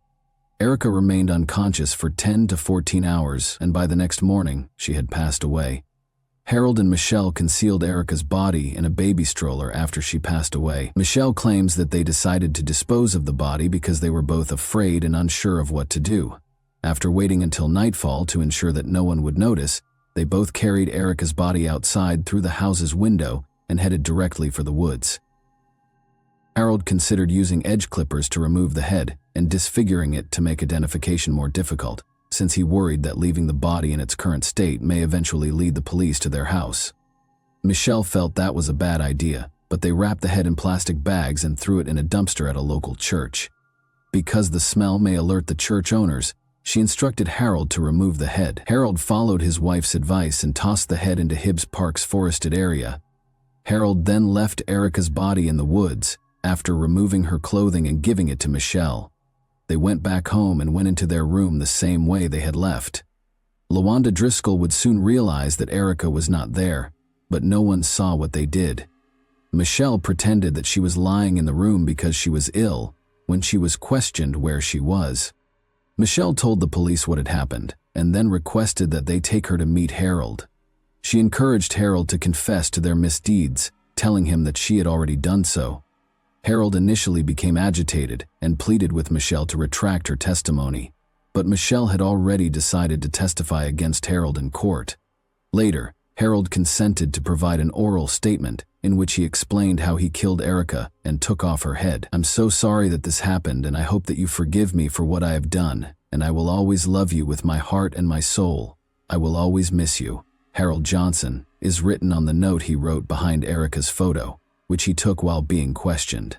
Many people who worked tirelessly to bring Ereka justice found closure in the charging of the offenders in this case. Unfortunately, Ereka's father, Larry Green, was incarcerated when the people decided to give her a dignified funeral in August 2005 under her real identity. According to Kansas City Councilman Alvin Brooks, he and other individuals attempted but were unable to obtain authorization from Larry Green to attend his daughter's funeral. Ereka would be happy wherever she is because of the vast number of people that helped secure justice for her, even though her family was not there at her funeral. LaWanda Driscoll also described her knowledge of the case. She claimed that Carol had been abusing Ereka in the days leading up to her passing. LaWanda claimed that Ereka's scream from the bedroom was the last time she heard from her. LaWanda claims that because Ereka was not accustomed to living with her mother and stepfather, she sobbed a lot, and Harold punished her more severely for her emotions. She added that Harold would beat Ereka for anything, no matter how insignificant. A week or two later, LaWanda heard Harold say to Michelle, "You better go take care of your daughter or I'm going to do something bad." She now thinks the big bang she heard coming from the bedroom was the kick that knocked Ereka out. According to LaWanda, Michelle assisted in distributing flyers to individuals and even shed tears during the girls' vigil, while everyone searched for Precious Doe's identification. LaWanda claims that if someone had a question about Ereka, Michelle had an answer ready. Michelle and Harold were charged on May 5, 2005 with Erica Green's murder, abandoning a corpse, tampering with physical evidence, and endangering the welfare of a child. Before being put on trial, Michelle entered a guilty plea to second-degree murder and other associated offenses in 2007 and was given a 25-year jail sentence. Harold began saying things that would implicate Michelle as soon as he realized she would testify against him. According to him, Michelle had no interest in Erica at all. According to him, Michelle would occasionally leave Erica alone so she could go do narcotics. However, the investigators already knew everything he stated.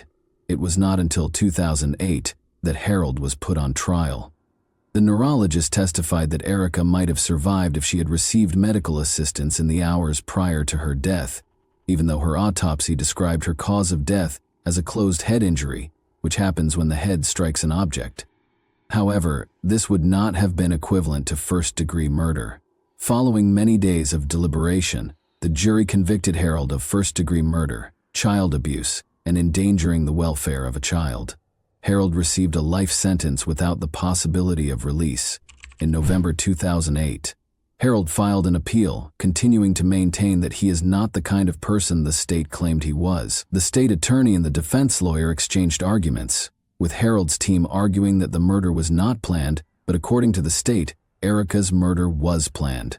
Michelle revealed in her confession that she instructed Harold to give his orders to Markeisha solely and not to order Erica around the night of Erica's murder. According to the state, Harold was irritated by Michelle's statement and considered killing Erica at that same moment. Additionally, the autopsy reveals that Erica was kicked several times, demonstrating Harold's deliberate continuation of the child's kicking, even though he was aware that she may die. Harold's appeal of the verdict, according to John Torrance, demonstrated no remorse because the murder was not premeditated. Harold's appeal was denied by the judge, who described him as a textbook sociopath who refuses to accept responsibility for his acts. Many individuals found relief at this sentencing, even if the disclosure of Erica's identity provided closure to those who were rooting for her. Everyone in attendance at Erica's sentencing was happy with Harold's verdict, but others wanted Michelle to receive the same punishment.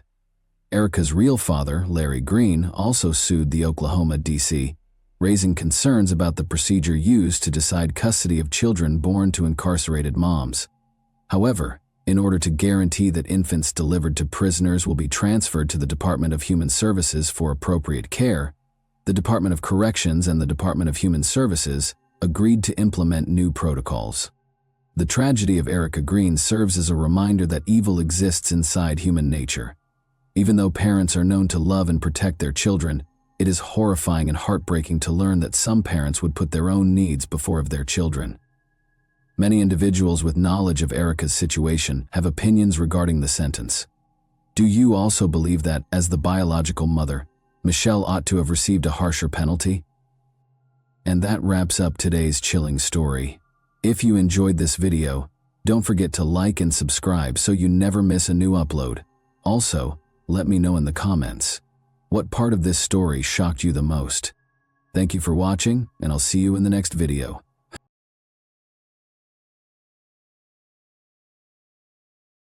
Hey guys, welcome to my channel, and today we're going to take a look at another horrible case with you. Not a good morning. Early on July 4, 2011, a woman's body was discovered 5 miles outside of Wayland, Massachusetts. A woman on a bicycle who happened to be passing by a swampy region made the discovery. She was enjoying the view as she rode. All of a sudden, something strange and fantastic caught her eye. The woman approached and was appalled when her curiosity overcame her. A deceased girl lay in the grass and muck along the road. According to appearances, the unfortunate girl had experienced unheard of abuse rather than drowning. She had a bungee cord twisted in her hair and an obvious wound on her neck. In an attempt to control her excitement, the bystander reported what she had witnessed and called emergency personnel. Her intentions for the day abruptly changed. She waited for the police, putting aside her business. After examining the body and pulling it onto dry land upon arrival, law enforcement officials promptly transported it for forensic analysis. The girl's appearance had not changed much because she had only been in the water for a short while. Officers identified 18-year-old Lauren Astley, who had been on everyone's wanted list since the night before.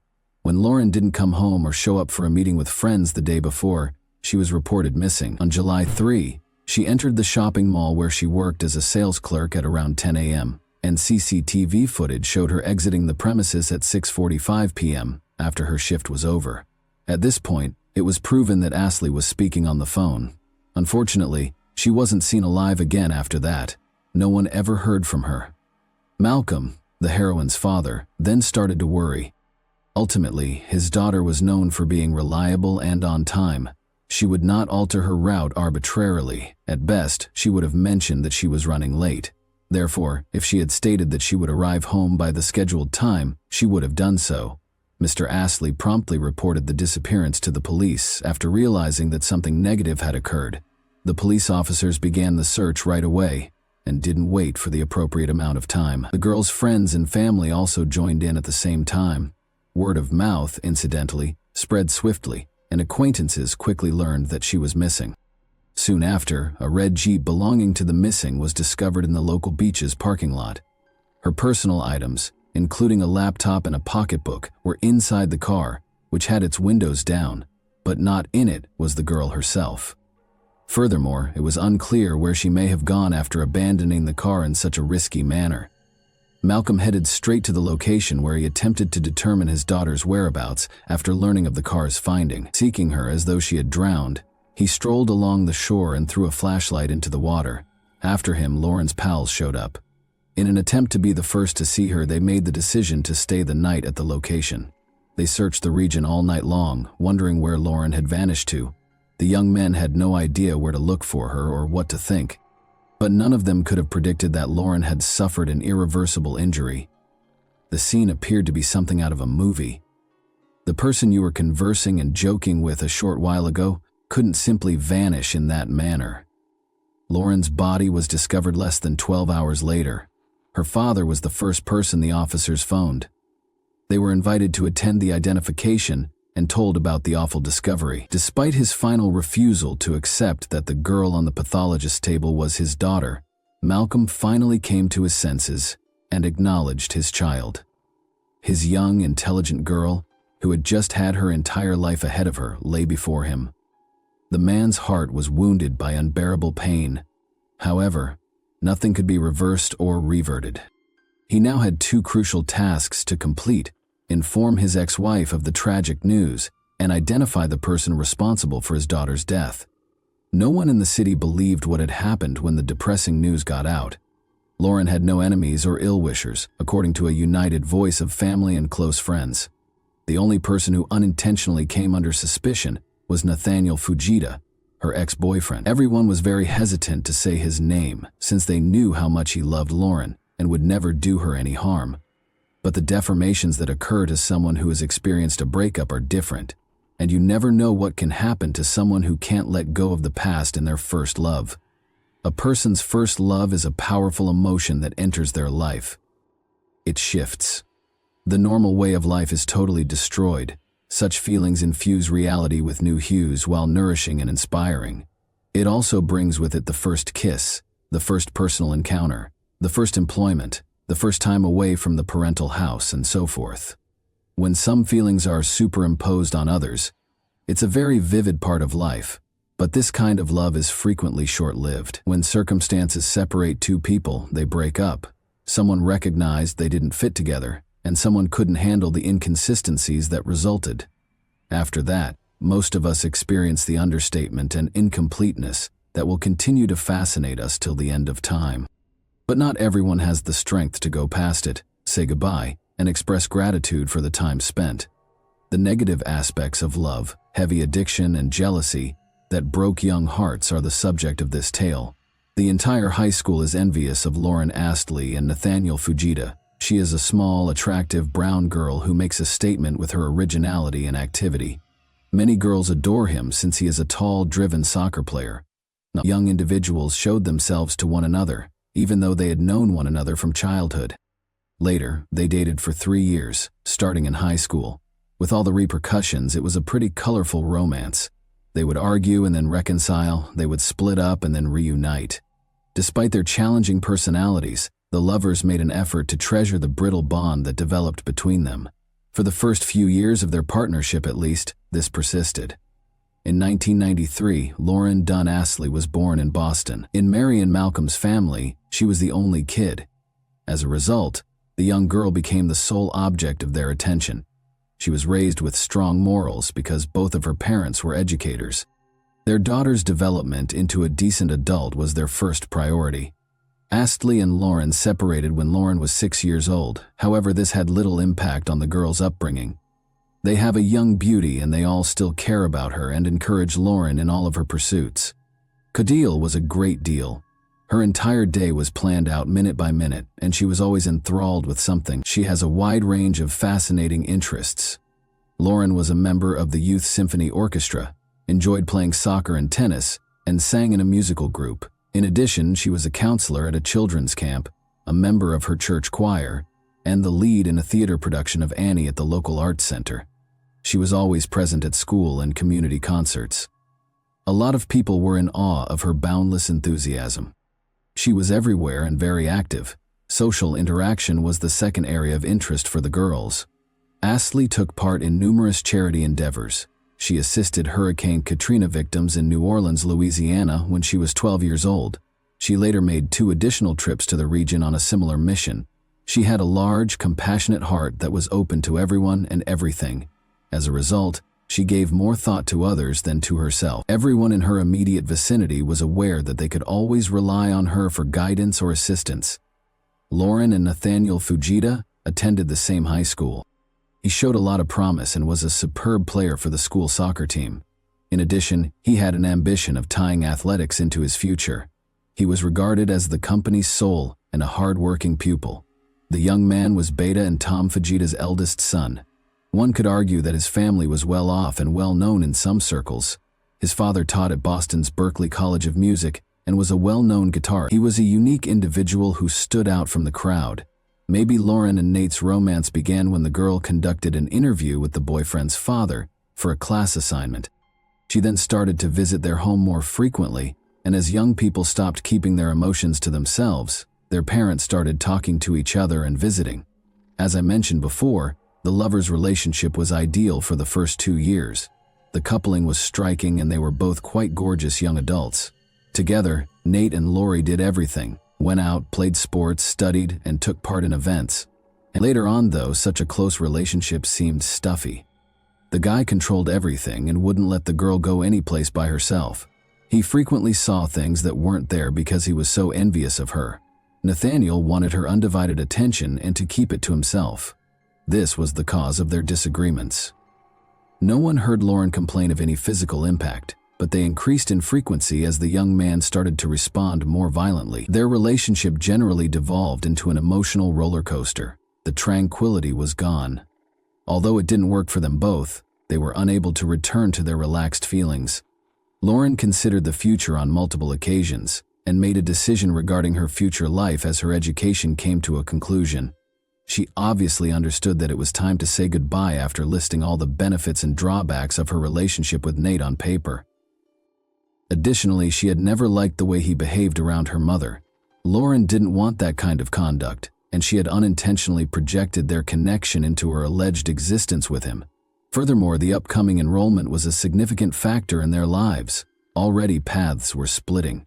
Her partner received an invitation to play soccer at Trinity College in Connecticut, while Lauren was applying to Ohlone University in North Carolina. Breakup. On her birthday, April 1, 2011, Lauren made the tragic announcement.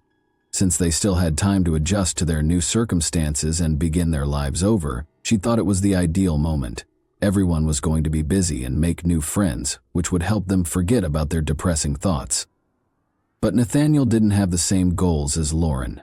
He experienced intense loneliness and grief. He had lost his enthusiasm for attending college. He quit going out and practicing. He spent the entire day watching TV and lying on the couch. The man descended into a profound sadness that he was unable to overcome. Everyone observed that he had changed from a once active and vivacious young man to a reclusive and melancholy individual. Furthermore, Fujita developed an addiction to marijuana and alcohol as a means of escaping the harsh realities of his life. Lauren found it difficult to witness his behavior, let alone to be the reason behind it. The girl sought her friends for advice on how to help him and what to do in this situation, but they all advised her to let him deal with this anguish on his own and not get involved.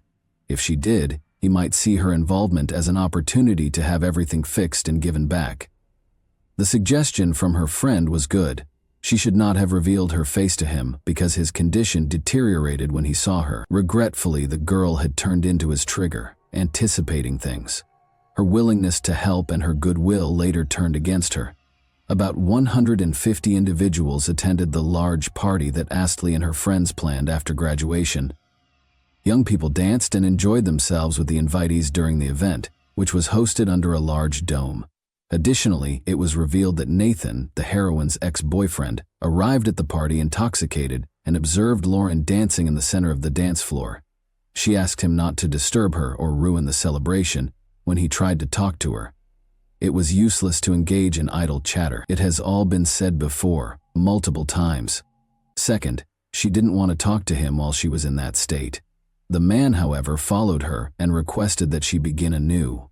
His attitude deteriorated with every minute that went by, and his aggressiveness became more pronounced. He got so enraged at one point that he moved aside and struck the pole supporting the structure as hard as he could.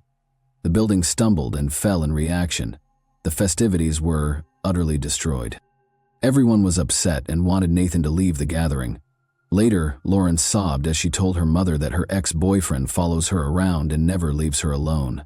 The girl went on to say that he acted disgustingly and wouldn't let anyone dance with her at the graduation function. The fact that she was content without him infuriated him.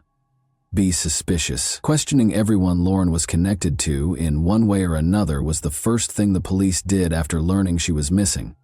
Every path went to Fujita. He was the only one who appeared to have an incentive to hurt her. But his whole entourage told her that was not the case. Officers have, however, frequently seen situations in which criminal activity was committed by those who were not expected to do so. At the door, Nathaniel and his mother greeted the detectives. The youngster was perplexed throughout the chat. He seems impressed by his beloved's abrupt exit. He said that he had lately seen her at around 7 o'clock. After a pleasant talk, the girl drove away after stopping by him in her car. The man said that their talk lasted no more than 5 minutes. Furthermore, the young man stated that he was at home and did not leave when Lauren vanished.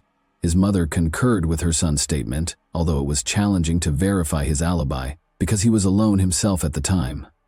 Mrs. Fujita acknowledged that on the day she paid her a visit, she had also run across Nathan's ex-girlfriend at the shopping center, where the latter was employed part-time. Her son had changed, and the mom was upset by this. She wanted Lauren to speak with him for that reason. In actuality, the young man's parents had previously sought out a psychiatrist for assistance, but his efforts proved fruitless. Their boy simply existed and had lost all interest in life. In order to go on, Beta thought Lauren's remarks would give him courage, or at the very least a sense of masculine pride in himself. Lauren's preparations were derailed by the request, but nobody was aware of it because the meeting wasn't expected to last long. It found out that she and Nathan had spoken on the phone just after the meeting with his mother, as captured by the mall's security cameras. The girl called her ex-boyfriend and set up a visit for 7:05 p.m., since she was still worried about him. The information that Nathaniel and Beta gave the police officers was undoubtedly helpful. Astley drove up to Fujita's house and texted him, saying, "Here," but it was unclear what happened to Lauren after that, or why her car was abandoned on the beach. When the poor girl's body was inadvertently discovered in the swamp in the morning, the case became more obvious. The police decided to pay Nathan another visit because they were certain that the girl's body most likely belonged to Lauren Astley. He wasn't at home this time, though. His presence was unnecessary. The officers did, however, have a search warrant. Need proof to support the investigation's account on the ex-lover's role in the murder. The garage was the first area examined. Skilled experts quickly demonstrated that something negative had occurred in it. Bloodstains were discovered somewhere on the floor, and multiple elastic cords that matched those twisted in the girl's hair were hanging prominently on the wall. The residence also had blood traces. There were faint splatters on the bathroom sink, kitchen floor, doorknob, and kitchen sink. They were clearly the result of someone's sloppy and rather hurried attempt to sweep them up. In the basement was a black gym bag. It contained filthy, soggy tennis shoes. Detectives discovered a pair of bloody shoes and damp, bloody garments in Nathan's bedroom, which served as a sort of hiding spot. Although the samples had to be sent to a lab for a formal determination, the dirt on the shoes appeared to match the muck from the swamp where Lauren's body had been discovered. Experts later validated the detectives' suspicions. Unquestionable proof of Nathan's involvement in the ex-girlfriend's killing had been collected, and they also concluded that the blood discovered in Fujita's home belonged to the deceased, but his location remained a mystery. As a result, the case investigation moved forward at an unthinkable rate as soon as the man was listed as sought. The suspect was located a couple of hours later. He was lodging with a cousin in a nearby town during this entire period. Ultimately, Nathaniel was taken into custody on suspicion of murder early on July 5, 2011. He was silent, distant, and did not struggle when he was arrested. He also refused to assist with the investigation at that time. He made no mention of the alleged offense when being questioned. The investigators thought of it in two ways. He didn't say a word because he was either unable to justify his actions or he was scared to speak too much. The version of the investigator. According to the investigation, Lauren Astley met with the ex-boyfriend's mother before paying him a visit. The girl chose to speak with him and lift his spirits since she was concerned about him. The two of them then went to Fujita's garage shortly after that. Nathan may have attacked her and started strangling her with a bungee cord after a fight broke out there. He drove the girl's red Jeep to the beach after killing her, then tossed the keys into a storm drain. He went back home, loaded his sweetheart into his car, and took her to the swamp when they discovered the invader. He then made an effort to conceal the evidence of the crime. Everyone knew that her boyfriend was occasionally uncontrolled and capable of hostility, even if he had not before used physical violence against Lauren. Therefore, during a preliminary hearing on August 23, 2011, his motivations were underlying anger and an inability to accept the breakup.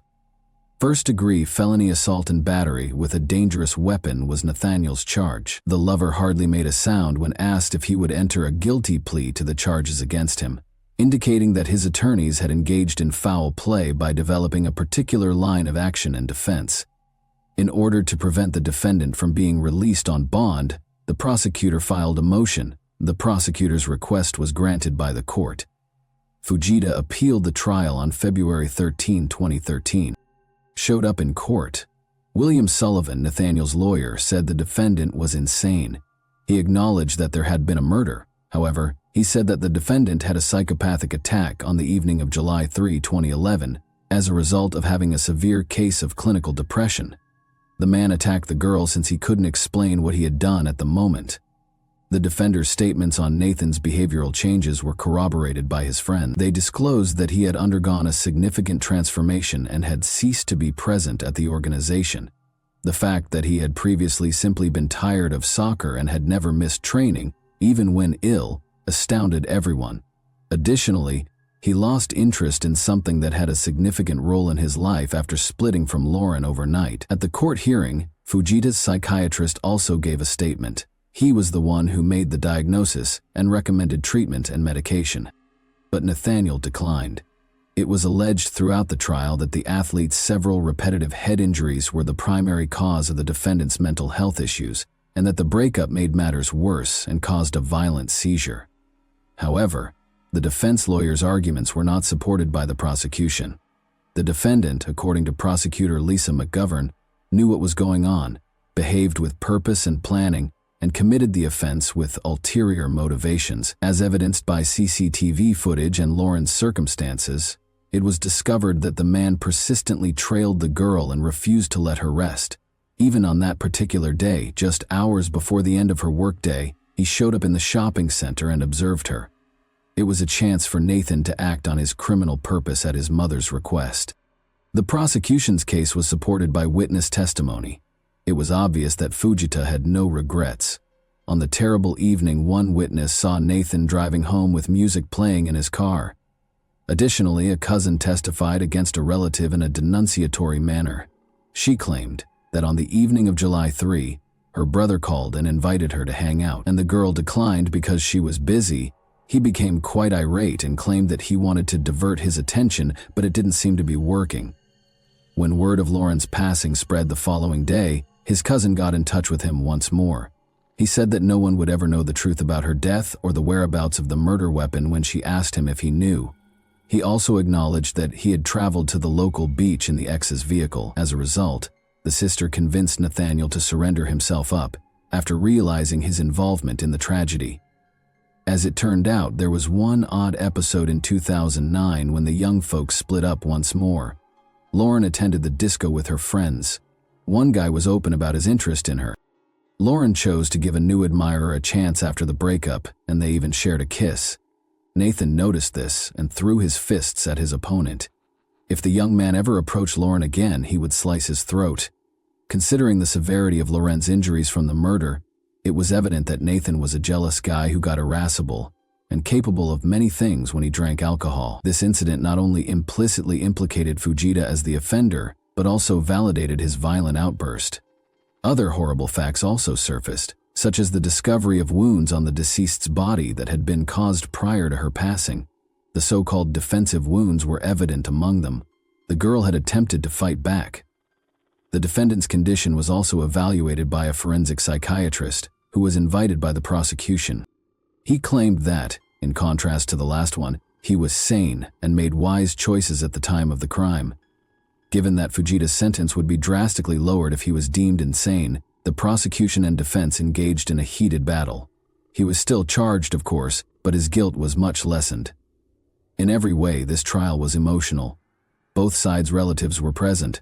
These men had known one another in the past. They were all hurting in different ways in this predicament. The entire time, Nathaniel's parents were in tears. They felt a great deal of remorse for their son and were shocked by what had transpired. His loved ones were left to bear the consequences of his conduct. Malcolm and Mary were devastated. Lauren was dying in pain at the hands of the man she loved. They had lost their only daughter too soon. After cutting and tightening the cord around her throat, experts determined that the girl had survived for a few minutes. Lauren's mother wanted to know how long the verdict and subsequent life had been planned, as well as why this had occurred to her daughter. On March 7, 2013, Nathaniel Fujita was convicted guilty of all charges following a 3-week trial. It took the jury a day to render a decision. The 20-year-old received a life sentence without the possibility of release. Following the ruling, Nathan's parents were approached by Lauren's father, who gave them a hug. The man's act demonstrated the depth of his heart and the strength of his character. The most valuable possession of both families has been gone.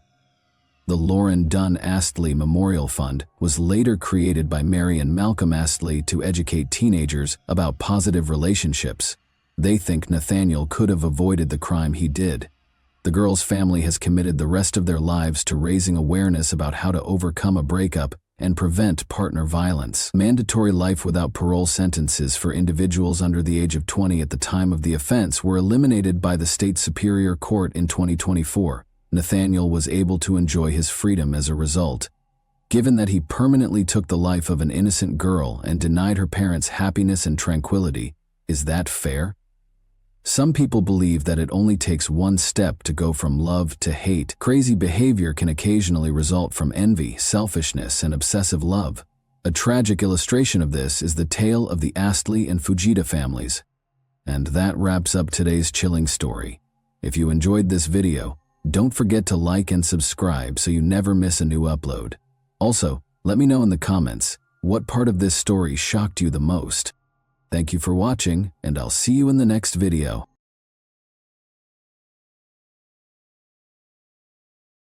Hey guys, welcome to my channel, and today we're going to take a look at another horrible case with you. At midnight on August 15, 2020 in Perth, Western Australia, the suburb was completely dark, with the only light coming from the streetlights flickering here and there along the deserted road. In the faint light of a solitary lamp, a home on the outskirts stood motionless and silent. Yet within, there was a muffled bustle. Loud shouts and weak shadows danced over the walls. It was more than just an argument. It was something ferocious, passionate, and disturbing, even primordial. The air was broken abruptly by a loud bang that sounded like something big hitting the wall. Then there was the clear sound of a gunshot. Time seems to stop. After that, there was a terrible quiet that enveloped the area outside the home like a dense fog. Not a soul could be seen. Although no one was around to see it, the gun's piercing crack shattered the silence of the night like a piece of glass. Perth police got a desperate contact to the emergency services just minutes after the gunfire. The shaky, terrified voice of a woman indicated that there had been a shooting and that someone had been hurt. "He is not moving. God, please assist." The woman's voice broke as she screamed. Officers showed up at the scene as soon as the dispatcher deployed a patrol unit. Minutes later, a woman standing on the front lawn, clearly shaken, was visible through the flashing lights. Her entire body was shaking uncontrollably. Her eyes were wide with fear and she was pale. The cops found the house in a state of turmoil. The body of 38-year-old James Watson was in the living room. His physique was contorted in an abnormal way. A black pool of blood had started to spread across the floor, and his eyes were wide open. The walls and furnishings were stained by the blood that seeped into the carpet. Signs of a scuffle were immediately observed by the cops. There were toppled chairs and obvious signs of impact on the walls and furniture. Before the gun was fired, the whole room was in a state of chaos, suggesting a violent altercation. A shotgun with its barrel aimed at the door was resting next to the body. Although there were no indications of forceful entry, it initially appeared as though someone had broken into the house. In order to gather evidence, officers roped off the scene and dispatched forensic and investigative teams. They could see that this was no ordinary crime. It was the result of something far more intricate. They identified the woman they discovered on the lawn as the wife of Catherine Watson James. The paramedics on the scene attempted to calm her down because she was in shock. When she was taken to the police station, she was too upset to talk clearly, and her hands were covered in blood. She was limited to saying, "I didn't mean to.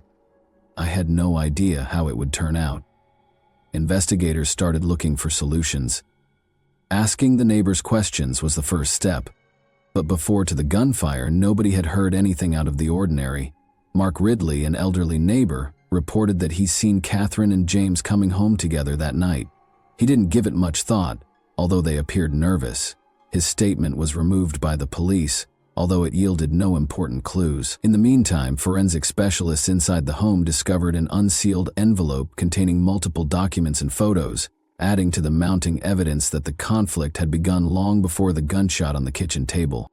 Upon closer examination, the investigators discovered that several of the photographs depicted intimate moments from the family's lives, even if they didn't initially appear to be very significant. These pictures might be the key to figuring out why the tragedy happened. Investigators tried to piece together what had happened that night. After a stressful dinner at a restaurant, Catherine and James went home at around 8 p.m. Nothing had foreshadowed the impending disaster, but the supper had been unpleasant, according to people who knew them. James said he had to go and take care of something at one point, but Catherine urged he stayed. She informed him that they needed to talk about something. Catherine recommended that they unwind with a drink and spend the evening in silence after they arrived home. Leaving James in the living area, she took the envelope and headed upstairs. James remained downstairs as if oblivious to what was about to happen. After a while, Catherine returned downstairs with the papers firmly grasped in her hands. She put the envelope on the table in front of him, her face expressionless, and waited for his response. James's face transformed when he saw the envelope. Despite his best efforts to maintain composure, the anxiety in the room was evident. Despite her silence, Catherine's expression spoke a lot. There was a thick quiet. Right at this point, everything changed. They got into a furious debate that swiftly turned into a yelling contest. At one point, Catherine refused to let go of the documents and clutched onto the envelope when James tried to retrieve it. A damaged chair appeared as detectives inspected the room where the shot was fired. Been employed as a weapon. Photographs and documents, some of them blood-stained, were scattered on the floor.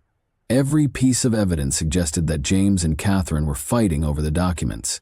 Investigators came to the conclusion that James was attempting to seize something from Catherine when the gun was discharged. Catherine had fired the shotgun, as evidenced by the marks on the carpet and the shotgun's location. Police discovered a number of fascinating things when they gained access to James and Catherine's phones. In contrast to his regular conduct, James had shut off his phone around 10:30 p.m. James had gone at that time, according to surveillance footage from a camera outside their home, but he returned 10 minutes later. It was still unclear what he accomplished in those brief minutes. Still in a state of shock when she was taken to the police, Catherine was unable to provide a detailed account of what had happened. She said that they had begun to argue and that things eventually got out of hand. She said she couldn't recall how she got the shotgun in her hands. Although it was evident that she was under a lot of stress, detectives felt that there was more to her story. Investigators started looking into the Watsons' relationship in further detail. The couple had been married for 10 years, didn't have any kids, and seemed to lead a peaceful existence. However, Catherine became suspicious when neighbors saw that James had been spending less time at home lately. Even close friends and neighbors had seen the strain in their conversations, while no one knew exactly what was going on between them. The inquiry also found that Catherine had gotten in touch with a private investigator only a week prior to the incident. It was unclear why this was the case. It was unclear exactly what she was looking into, but it was possible that she was obtaining evidence against her spouse. The results of the forensic examination of the weapon discovered at the scene were given to the police later that night. When James's fingerprints were found on the shotgun, they appeared strange, as if he had handled it just once. This made investigators question whether the firearm may have been utilized by someone else at the crucial moment. Perth police visited Catherine and James Watson's house again the morning following the incident. As investigators attempted to piece together a more coherent picture of what had happened, forensic teams continued to collect evidence at the crime scene, which remained sealed off. The specifics cast doubt on the simplicity of this narrative, which at first glance seemed to be a spontaneous flash of hostility during an argument. The investigation's main detective, Richard Hale, made the decision to go over the surveillance film once more to make sure nothing had been missed. There was a little discrepancy between the frames of the video, which showed James leaving the house at 10:30 p.m. and coming back 10 minutes later. He was seen talking to someone in a car parked by the curb in the video. The face of the person James was speaking to was indistinguishable from the shadowy figure that the camera captured. Hale started looking into who might have been outside the house at that time, after realizing that this might be a significant lead. Detectives kept questioning Catherine in the meantime, but her mental condition remained unpredictable. She asserted that everything happened too fast and that she couldn't remember how things got out of hand. She spoke incoherently, and her eyes were empty.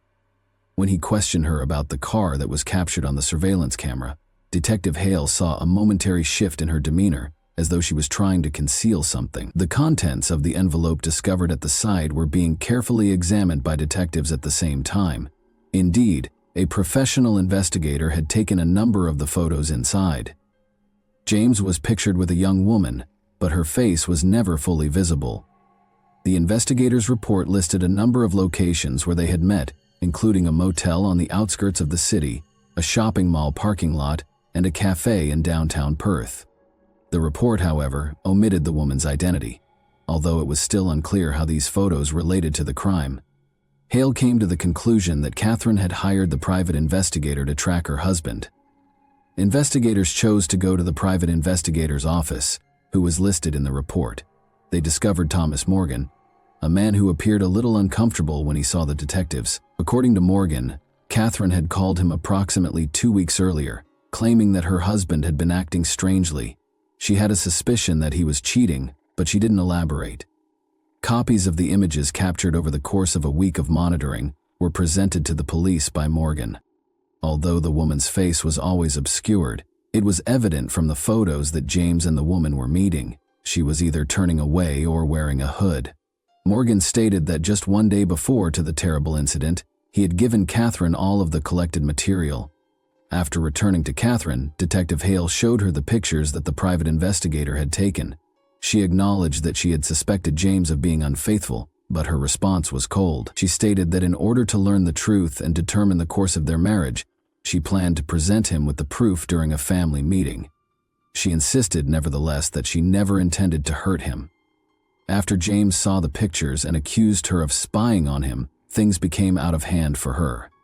Although she couldn't recall the specifics, she said the debate escalated into a physical altercation and ultimately the fatal shooting. The forensic results of the fingerprints found on the shotgun were given to detectives as they attempted to ascertain whether Catherine's story was accurate. Forensic specialists concluded that although James's prints were on the gun, they had been there long before the shot was fired. Catherine had maintained that she had never touched the rifle and that it was kept in the house for safety. Since this claim ran counter to the forensic results, detectives started to believe that the weapon had been tampered with in an effort to deceive the authorities. One of the most important pieces of evidence was the security film showing James conversing with someone in a car. In an attempt to identify the license plate of the car and determine who might have been outside the Watsons' house that night, Detective Hale forwarded a copy of the video for additional examination. Detectives looked through Catherine and James's phone logs in anticipation of the results, hoping to find further hints. They learned that Catherine had texted her sister Lisa multiple times the night of the event. Suspicions were raised by the message's content. They appeared to be attempts at justification or explanation. "I didn't intend for things to go this way," one message read. Another included a meeting request. Hale was concerned since Lisa had not responded to these texts. In order to learn whether she was aware of what had happened that evening, he made the decision to summon her in for interrogation. Lisa looked uncomfortable when she got to the station. She acknowledged that although she hadn't spoken to Catherine the night of the event, she had done so the day before. They had talked about an impending family get-together, Lisa said. She claimed to have been at home all evening and to have no knowledge of what had transpired. Her apprehensive manner and tentative responses, however, gave the detectives cause for concern. Hale made the decision to confirm her alibi by looking through her location information and phone records. The results of the surveillance video analysis were given to investigators while the interrogation went on. Lisa was the owner of the license plate on the vehicle, parked outside the Watsons' residence. Their suspicions were aroused by this information, so Hale altered his questioning strategy throughout the interrogation and asked Lisa pointed questions regarding her whereabouts that evening. She initially attempted to justify her actions, but under duress she eventually acknowledged that she had been outside the house when James left. However, her reasoning was unclear. She never got out of the car, saying she had come to speak to her sister but left when she saw James. Hale was aware that something wasn't right. He went back to looking through Lisa's phone logs and found that the night of the event, she had gotten a message from James to come over right away. However, what could James have been talking about in private? And why would he phone Lisa when he was meant to be with Catherine? Another important piece of evidence was discovered by forensic specialists in the bedroom where Catherine claimed the argument started. Blood traces that did not belong to Catherine or James were found on the door handle. Detectives began to think that a third party had been involved in the fight as a result of this. Lisa's blood was identified through a DNA study. Despite Lisa's prior protestations, investigators now obtained evidence that she had been inside the residence. Lisa was presented with the fresh proof by the police. She attempted to excuse herself by saying she had simply come to keep Catherine safe, but she became alarmed and attempted to flee as James and Catherine began to argue. She maintained that she didn't know who fired the gun and had nothing to do with the crime. But as the interrogation went on, her tale became more complicated. Investigators were starting to feel that Catherine and Lisa could be concealing something. There were still too many unresolved problems, but they had a notion that James's potential affair might have led to a dispute between the sisters. Hale made the decision to temporarily release Lisa, requesting that she stay in town. He had the feeling that the mystery was almost solved, but that one crucial piece of information was still lacking to reveal the whole truth of that evening. Detective Richard Hale and his colleagues went back to the Watson residence the next day to conduct a more comprehensive examination. It became evident with every fresh clue that this was no ordinary crime. Hale believed that there was much more going on here than a tragic family dispute. Once more, the cops searched every room for information that could help them solve the case. They looked carefully at the pictures in the envelope. Although the woman's face was obscured and blurry in the private investigators' images that Catherine had commissioned, the detectives thought they were essential to the motivation. Because they were unable to identify her with certainty, this made the inquiry more difficult. Hale made the decision to re-interrogate Lisa, this time as a possible suspect rather than a witness, while the forensic team carried on with their investigation. Lisa agreed to cooperate despite her anxious appearance. Hale decided to present in a more straightforward manner. Given the blood analysis results on the door handle, he questioned her about why, if she had stated she never left her car, her blood was discovered inside the residence. Lisa attempted to clarify once more, but her responses lacked conviction. Although her explanation looked tenuous, She implied that she might have unintentionally scratched herself as she entered the residence. Though he was positive there was more to her story than she was revealing, Hale opted to give her some time after realizing that pressing any farther would not be fruitful. Investigators examined Lisa and James's phone logs in the interim. James had sent Lisa a number of texts shortly before he passed away, which they discovered. One text said, "Come over immediately," while another gave the meeting place. Hale thought James had a feeling something catastrophic was going to happen because of the frantic, almost desperate tone of the communications. He gave his staff instructions to look more closely at their previous exchanges to determine whether any encounters or messages were comparable. Investigators also started looking through James's social media and email accounts, discovering a series of exchanges between James and Lisa that went back several weeks. During these conversations, James and Lisa talked about some important actions that needed to be done immediately. The messages alluded to a strategy, but they were ambiguous. Hale began to piece together that James and Lisa's relationship went beyond a simple familial tie. Catherine continued to feel stressed as the investigation progressed. In an effort to shed further light on what had happened that evening, detectives made the decision to question her again. Catherine was hesitant to talk about her sister when Hale started inquiring about her connection with Lisa. Although they had been close, she said that in recent months their relationship had soured. Although Catherine didn't elaborate, she did imply that there had been disagreements in their family, not all of which had to do with James seeing an opening. Hal put more pressure on Catherine, asking if she was aware that James had been seeing Lisa. She didn't respond when he showed her the messages on James's phone. She stated that she was unaware of these meetings, and that the only reason she had a suspicion was that James might be disloyal to Lisa, but not to another woman. Hale recognized then that either Catherine was purposefully concealing the truth, or she really didn't know anything. The detectives changed their emphasis and chose to look into Lisa's house. After obtaining a search warrant, they went to her home to collect additional evidence. They discovered a notebook including notes from phone conversations and meetings with James throughout the search. Names, dates, and places were listed, including the residence of Catherine and James. This demonstrated that Lisa might have been organizing her visits in addition to being aware of James's every move. Hale started to believe Lisa was a major contributor to what had occurred. After more investigation, a picture of Lisa and James together at the beach was found in Lisa's home. They looked really close, and the photo seemed to be fresh. This turned into a crucial lead. Hale now understood that James and Lisa were in a romantic connection, one that Catherine had purposefully disregarded or had not detected. In the meantime, forensic specialists finished examining the shotgun.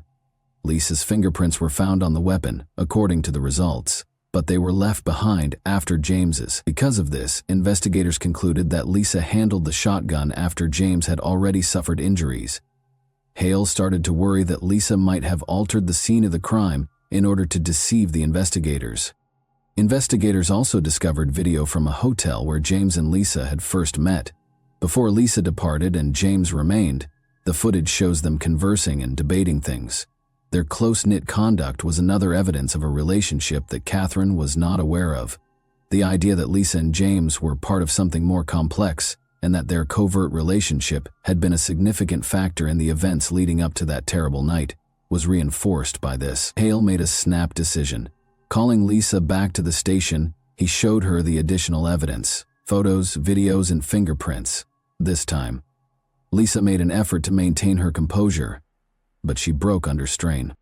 Indeed, she had been seeing James behind Catherine's back, she acknowledged. She clarified that she never meant to ruin her sister's marriage, but that their affair had begun more than a year prior.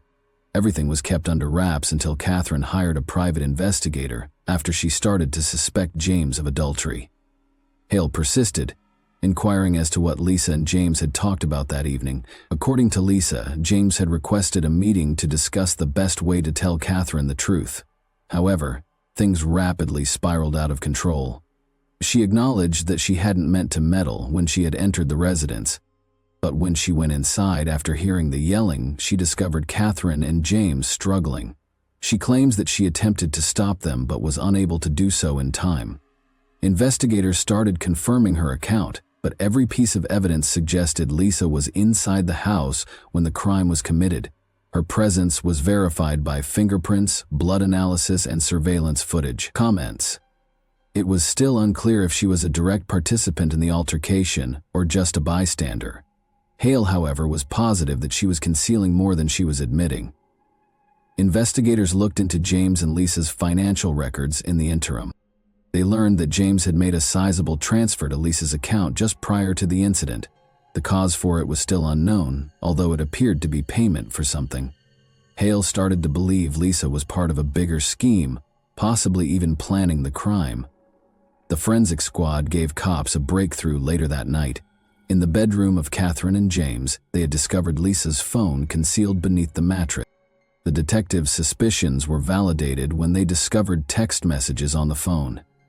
James and Lisa had been preparing to attack Catherine and set her up for it. Various aspects of the plan were covered in the communications, but for some reason, things didn't work out as planned.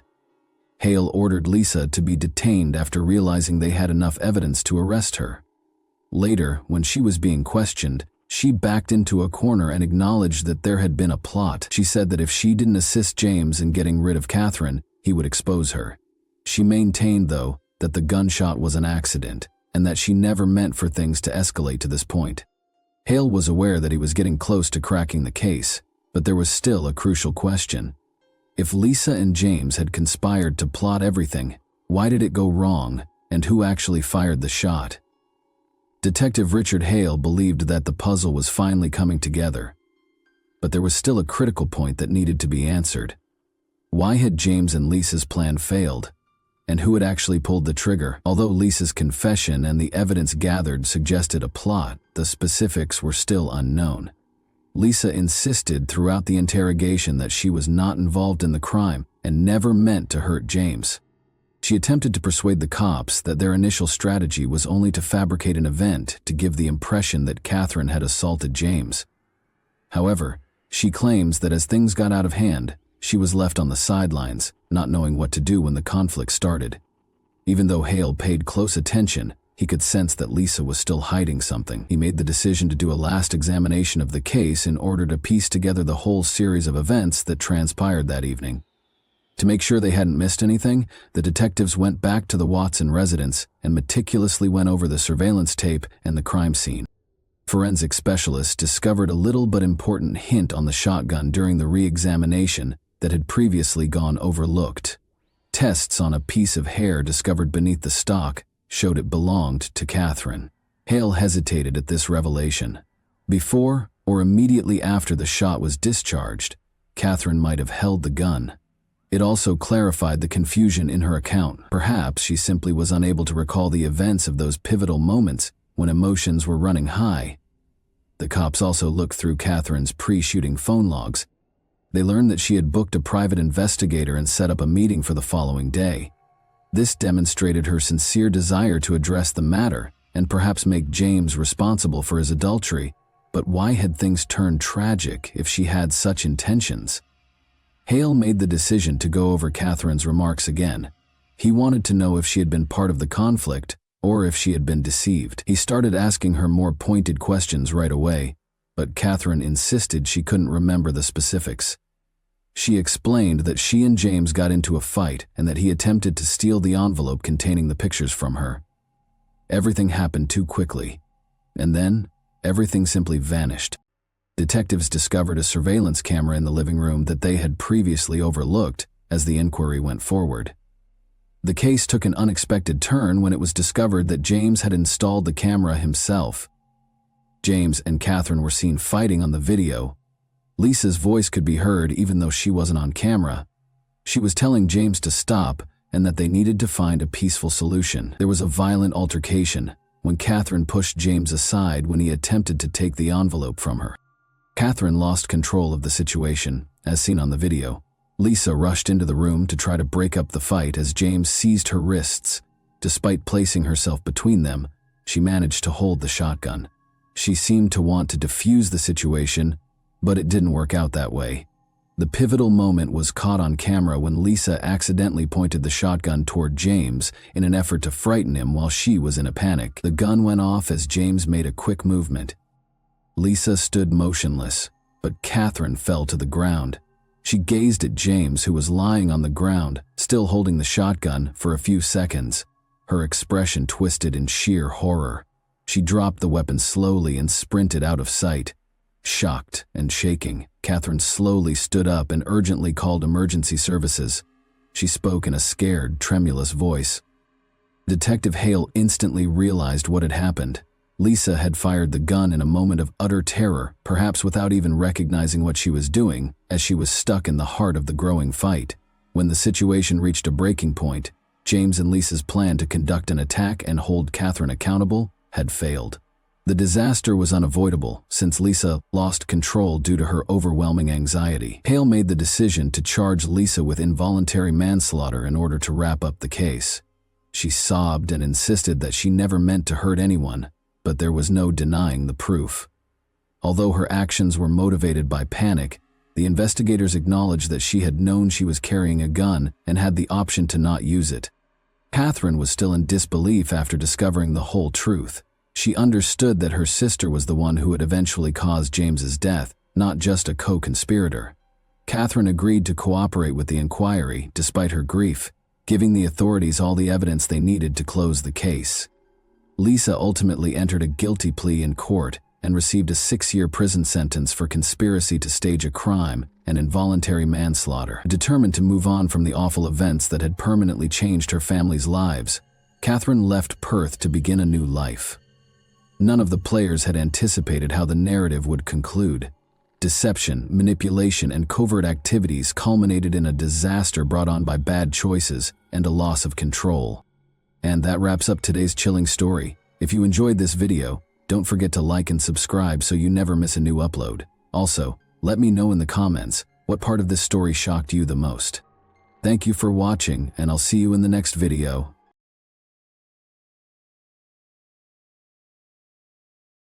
Hey guys, welcome to my channel, and today we're going to take a look at another horrible case with you.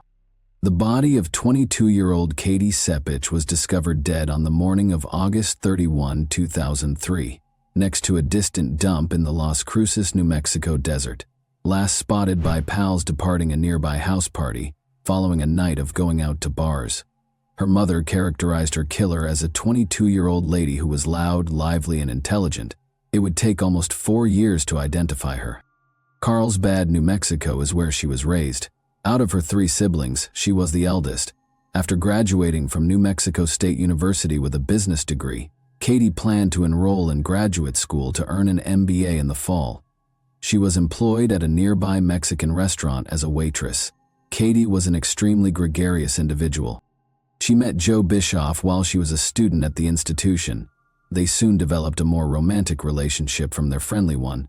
Katie expressed her happiness with Joe to her mother, Diane.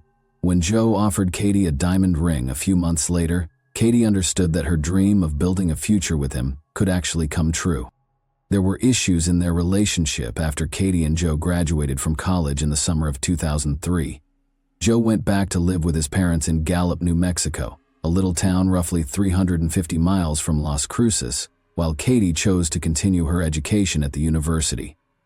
Joe's departure caused Katie a great deal of distress. Even though their long-distance relationship was intolerable, they occasionally managed to get together. When Joe visited Las Cruces over Labor Day weekend in 2003, Katie was ecstatic.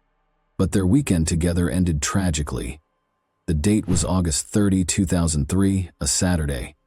After having a good time with Joe and his friends, Katie went from bar to bar until they arrived at a house party in the area, where she vanished. Katie's mother, Jay Ann, had a call the following day that permanently altered her life. My family woke up to the promise of a beautiful day. We had a house bursting with friends and family, and we were preparing to celebrate Labor Day weekend with a cookout. Then, at 2:15 that afternoon, the phone rang, and our lives were shattered with just 6 words. Have you talked to Katie today? Jay Ann later wrote about the morning she learned her daughter had vanished on August 31, 2003. My daughter Katie was brilliant, lively, vocal, and amazing. Our firstborn Katie brought joy and sunshine into every space. Her roommate wanted to know where she was, so he called. Even the nearby hospitals and all of her friends had been contacted, but Katie was nowhere to be found. Jay Ann was informed by Katie's roommate, Veronica, that Katie had left the party by herself that evening. In the house where the party was being held, Veronica and Joe dozed off. Katie was nowhere to be seen in the morning, despite their belief that she had gone home. Peer relatives reported the disappearance to the police. A half-naked woman's body was found near to a desert landfill at the same time. The police officers who arrived at the scene came to the conclusion that the body had been laying there for little more than a day based on the exterior evidence, even though there were no documents close to it. Additionally, they recognized right away that the victim's death was not due to an accident. The victim looked to be between 20 and 25 years old. Since she was completely nude, the motivation behind this crime was clear. Her arms bore wounds from self-defense. She was scratching the assailant in an attempt to save her life. Under her fingernails were bits of the criminal's skin. Thus, the DNA sample of the individual who killed her was in the possession of the police. Her neck showed evidence of strangulation, which initially appeared to be the most likely cause of death. Since there were no indications of a struggle close to the body, the detectives were able to determine that the young woman passed away elsewhere. In the hopes that it would take a long time for someone to find her, the criminal apparently transferred her remains to the isolated desert landfill. The victim's back and arms had burn marks, which was another startling discovery. It suggested that the offender set the victim on fire in an attempt to get rid of the body or destroy any evidence. The police made a rapid connection between the body of a young lady they discovered and Katie's disappearance. Diane, Katie's mother, said of the body when her father visited the morgue to identify it. A few agonizing hours later, our worst fears were realized. There are no words to describe the agony, no way to express the pain. We fell into a deep black hole with no way out. There was no tomorrow. All joy was gone. In order to identify his cherished daughter, Katie's father had to visit the mortuary. He later told me that he knelt down and prayed to God to take him, as well as they peeled back the sheet, and he saw her lovely face twisted in agony and bruised. The people who lived in the formerly tranquil town of Las Cruces were afraid. Katie's experience was horrifying. Since there was no assurance that the offender would not conduct another crime, the police made every effort to apprehend them as quickly as possible. When the police started looking into Katie's case, their initial goal was to learn as much as they could about her final hours, including where she was, who she was with, what she was doing, whether she had any enemies, and whether she had argued with anyone. The house where Katie lived was roughly a mile away from the location of the party. The investigators first spoke with her roommate Veronica and her boyfriend Joe in order to determine whether or not she had arrived at her house. The fact that these two remained at the party while Katie went home by herself in the middle of the night appeared odd. Joe didn't seem interested in helping the cops. He said that Katie had departed, leaving behind her keys, phone, and purse. The investigators began examining Katie's path. In an attempt to gather hints, they interrogated the locals as they went from door to door. Unfortunately, though, it was ineffective. Nobody heard or saw anything. Based on one discovery, it was assumed that Katie arrived at her residence but never entered. She departed without her keys, in case you forgot.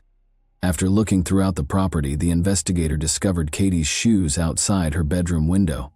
Someone apparently attacked her as she attempted to enter the residence through the window. This was further supported by footprints found in the gravel around the home. Although Katie battled for her life, the assailant ultimately proved to be more formidable. The investigators hypothesized that the offender transported Katie to the desert landfill and attempted to burn her after killing her. They began to wonder, was it someone she knew and trusted, or was it a complete stranger? There were maybe 40 people at the gathering. Perhaps Katie was attacked by someone who followed her home. Is this someone who might be her boyfriend? These were the questions the investigators sought to answer. After interviewing all of the guests, they learned one important element that Joe had forgotten to include. Katie reportedly witnessed Joe kissing another girl, according to many witnesses. They later witnessed them fighting. That's why Katie went home by herself and left her handbag behind. She wanted to get out of there as quickly as possible since she was upset. On the other hand, Joe made no mention of it during his initial police interview. Additionally, he kept it a secret from Katie's parents, who were curious as to why Katie had left that party unaccompanied. Joe was questioned once more by the investigators. Joe acknowledged that it was true when they told him that they knew he and Katie had argued because Katie had witnessed him kissing another female. He claims that he drove after Katie when she went home. Joe allegedly pulled up to her house, but he didn't enter. He thought she was already asleep when he noticed the light in her bedroom was off, so he went back to the party. As a result, Joe was not there at the party when Katie was attacked. When Joe returned, none of the people the detective spoke to could say for sure. He most likely had enough time to carry out the crime, transport Katie's corpse to the desert, and then head back to the celebration. After speaking with witnesses, the detectives learned of yet another odd detail. Joe went back to the party and began phoning Katie's cell phone, housed in her purse. When he heard Katie's phone ring, he located it. Even though Joe knew it was Katie's phone, he kept phoning her till dawn. Where did that come from? Perhaps he was attempting to give himself an excuse. Maybe he wanted to seem worried about his sweetheart. Joe didn't want to speak to the police anymore, but the detectives wanted him to explain his odd conduct. Joe did not even attend Katie's burial, which increased suspicion despite Katie's deep love for him. However, Joe's DNA sample was all that was required for the authorities to rule him out of the pool of possible suspects. 3 distinct locations on Katie's body had DNA samples, according to experts. It was mostly beneath her fingernails. The skin was human. The samples that were discovered on Katie's body were all from the same individual. There were issues with the police's plan to compare Joe's DNA with the DNA discovered on Katie's body. His parents hired a lawyer while Joe was out of town, and the lawyer told the investigators that Joe had declined to give a DNA sample. Given Joe's actions, it was obvious to everyone that he had a secret and was involved in Katie's demise. To verify this, the authorities had to figure out a legal way to get his DNA, which took time. Meanwhile, different versions were being considered by the investigators. They were investigating related instances to see whether Katie was the only victim of the person who killed her. When DNA samples discovered on her body were compared to a national database, no matches were identified. The investigators made the decision to go back to the party, which was the beginning of it all. All of the guys who were present at that party were identified, and they were requested to submit a DNA sample. Since none of the men had anything to conceal, they all agreed. But the DNA that was discovered on Katie's body did not match, which led the investigators back to Joe. The only person who declined to give his DNA was him. However, the detectives managed to obtain it in a different way. They discovered that Joe and Katie had made sexual contact in her bedroom before tending the party. The police were correct when they went to the residence and removed the sheet from Katie's bed in the hopes of finding Joe's DNA there. Although a male DNA sample was discovered by the lab, it did not correspond to the one discovered on Katie's body. It indicated that she had not been attacked by Joe. If he had nothing to do with his girlfriend's fate, why did he refuse to assist the police? Joe's attorney received the test results from the police. Joe made the decision to speak with the police once more and give a sample of his DNA after finding out that he had been taken off the list of suspects. The first conclusion, that Joe was not involved in this crime, was validated by the new test. When asked why he wouldn't help the police, Joe explained that he was worried they might find his DNA on Katie's body because he and Katie had had sexual contact prior to the party. The police and Katie's family were still unsure of Joe's actions the night of Katie's death. The police had to search for alternative versions when Joe was removed from the suspect list. Investigators were informed by a number of partygoers that Katie was wearing rings on her fingers that evening, including the one Joe had given her, but Katie's fingers had no rings on them when her body was found. The police thought the person who killed her had taken them away.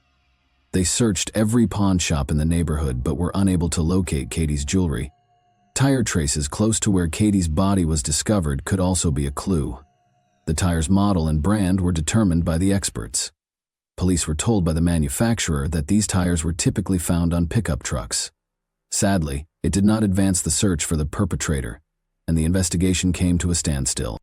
A year or so later, someone in Wisconsin committed a crime that was strikingly identical to Katie's experience.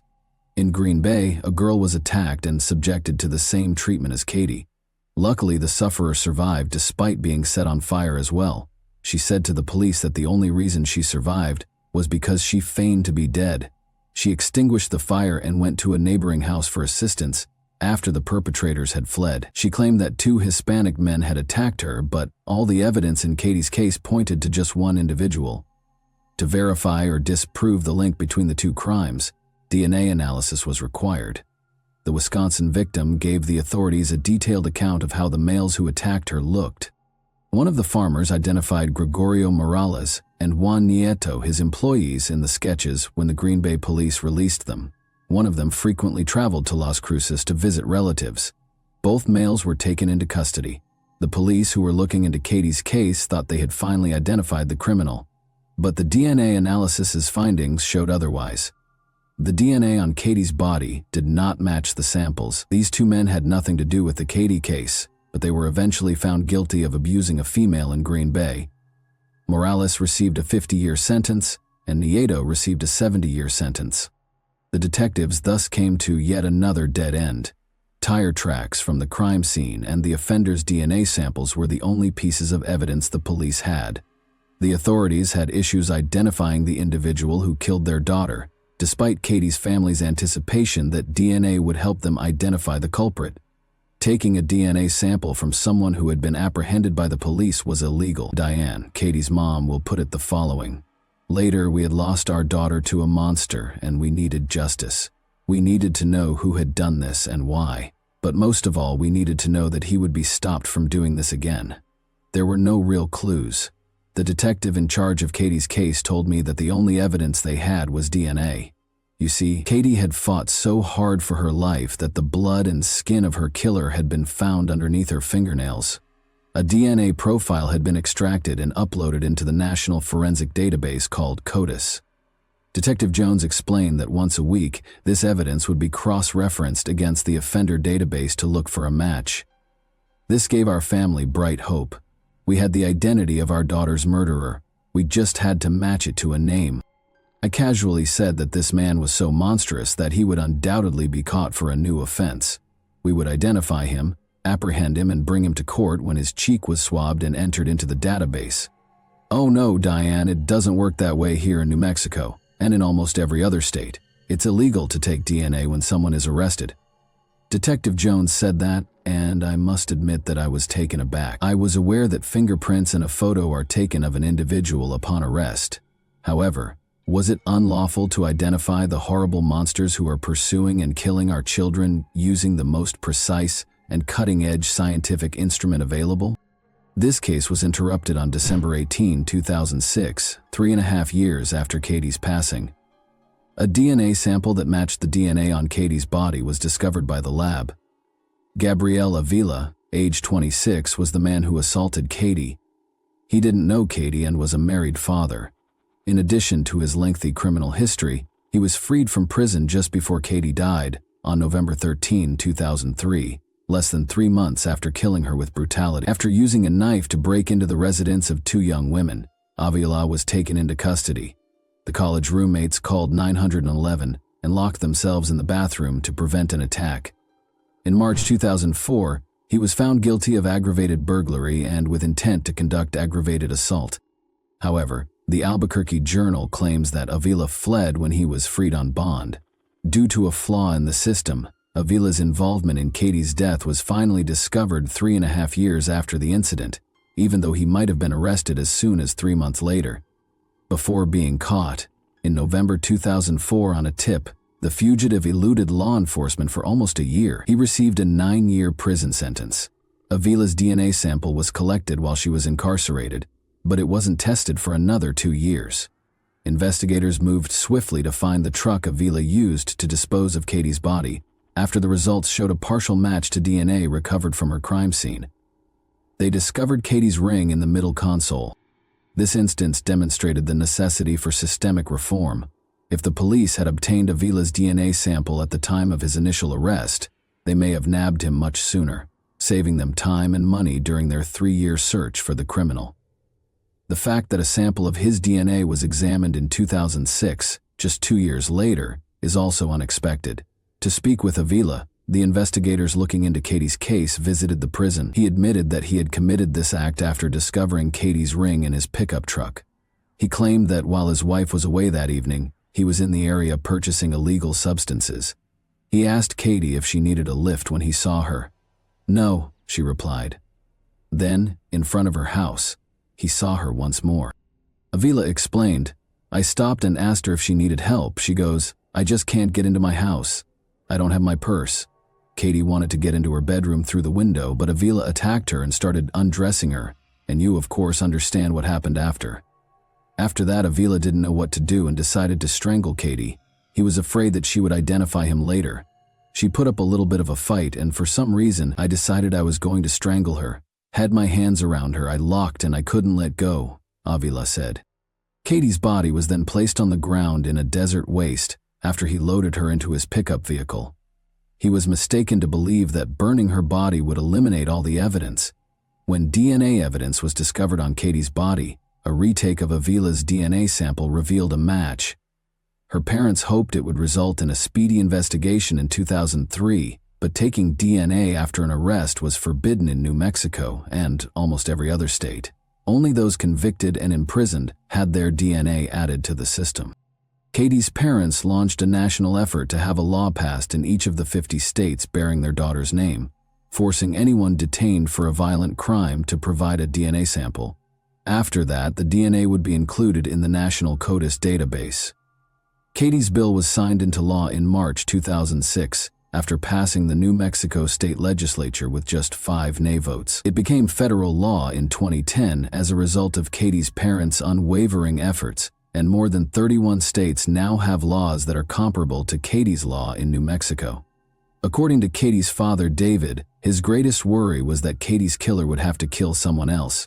However, he may now relax about that fear. Opponents claim that this regulation violates civil rights and infringes on privacy.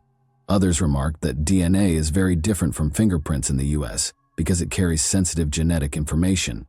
In the case of versus Poole, a federal district court affirmed that there is no constitutional infringement of the federal statute permitting the gathering of DNA samples prior to conviction for inclusion in the National DNA Database. The court explicitly said in its decision that the collecting does not constitute a Fourth Amendment infringement. In 2007, Gabriel Avila's trial got underway. Avila expressed regret to Katie's relatives. His attorney claimed Avila was sorry and asked the judge to be forgiving. Susana Martinez, the district attorney, contended that Avila did not confess until officers approached him with DNA evidence, more than 3 years after the murder. David, Katie's father, pleaded with the judge to impose a severe penalty during the sentencing hearing. He said, "We do not get another chance to see her in this life, and it is only right that the person who did this to her not get a chance to experience freedom again in his life." Gabriel Avila was convicted in May 2007 and given a 69-year jail term. He will serve 30 years of his sentence before being eligible for release in about 2043. Jan stated that although she is prepared to move on, there's no such thing as closure. "We've been healing. We've been going forward with our lives.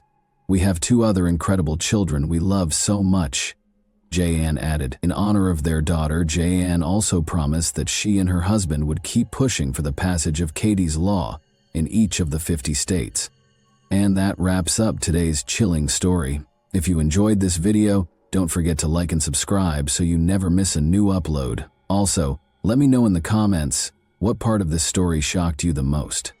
Thank you for watching, and I'll see you in the next video.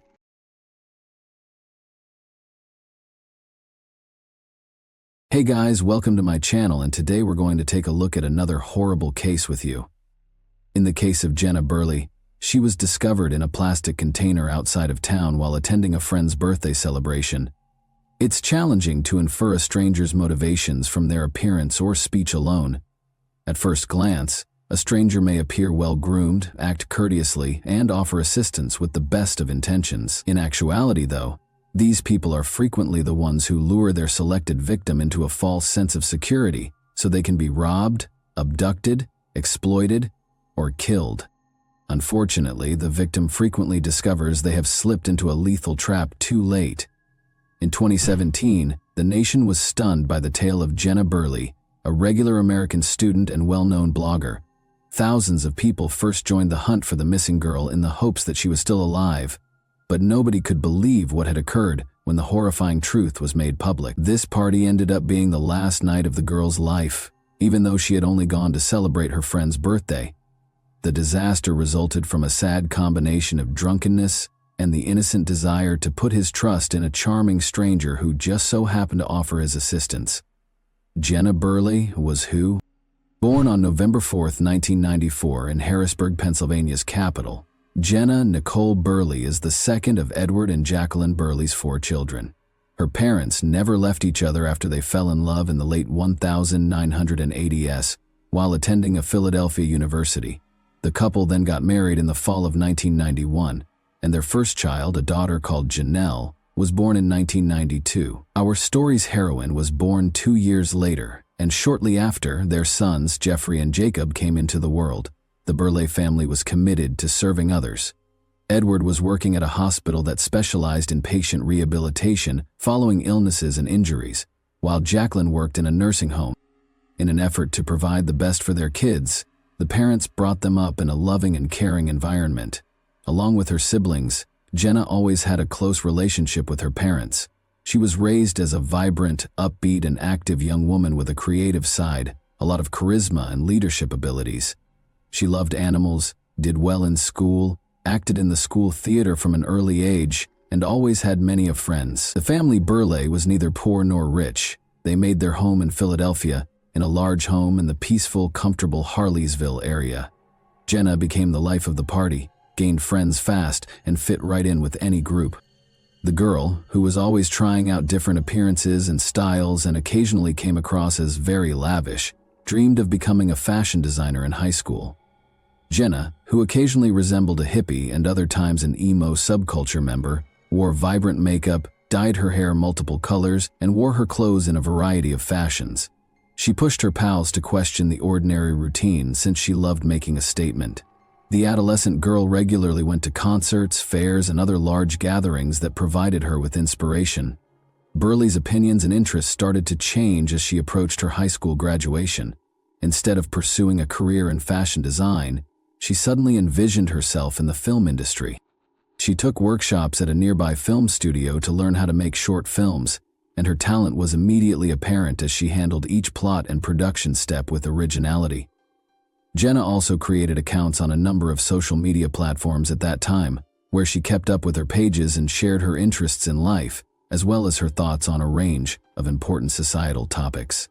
The senior in high school immediately had a sizable fan base, and her viewership expanded swiftly as well. Following this lively, artistic girl who was always experimenting with her appearance and inspiring others to embrace self-expression seemed to be enjoyable.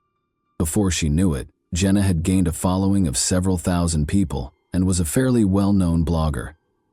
The 18-year-old recent high school graduate studied media arts at a prominent college in sunny Florida in 2013. The student continued to actively maintain and grow her blog while studying, sharing anecdotes about her experiences with significant injuries, protracted despair, parties, and other forms of entertainment with friends, her involvement in the community and school life. After just 1 semester of college, Jenna returned home on December 20, 2013 to spend Christmas with her family. The weather was severe, and snow had already fallen on Philadelphia at that point.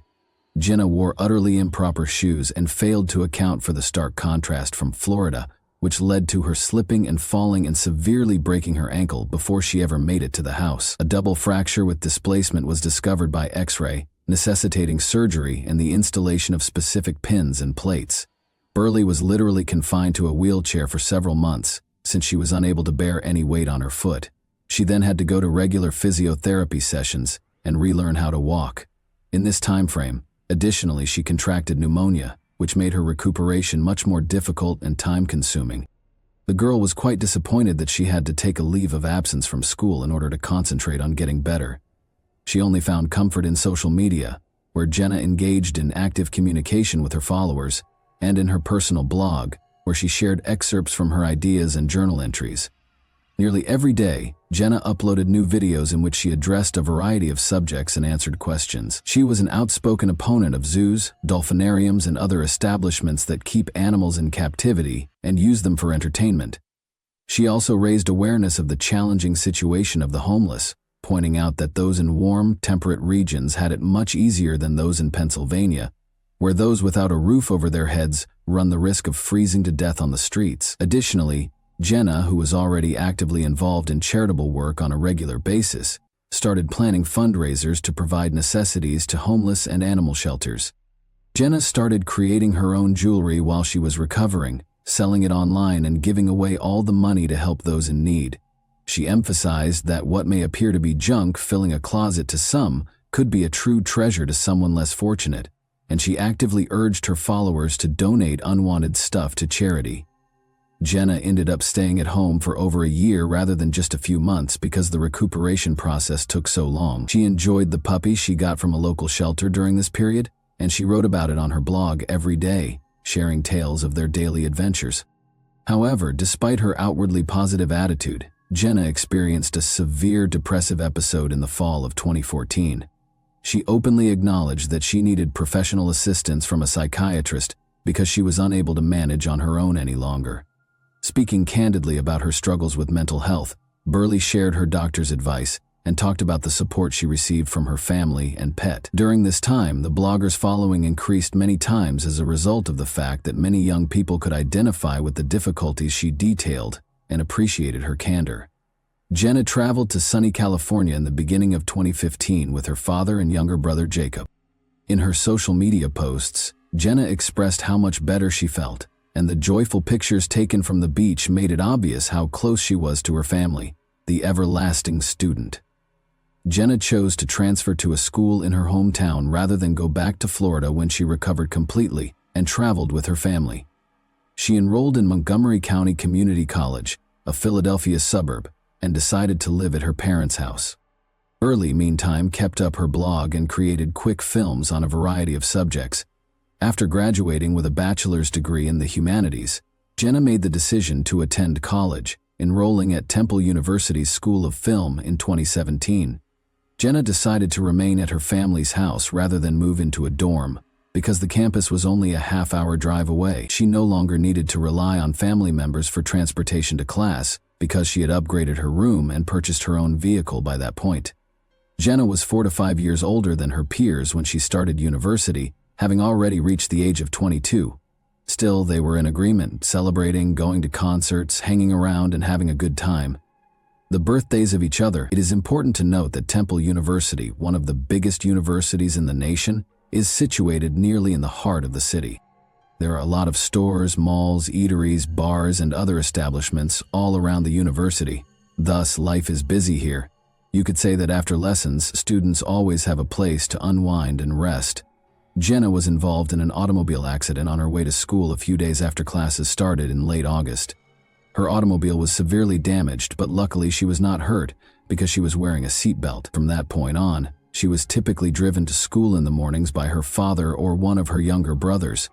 Sometimes, if Jenna stayed in the city late, she would spend the night at a friend's house, but she always told her parents in advance.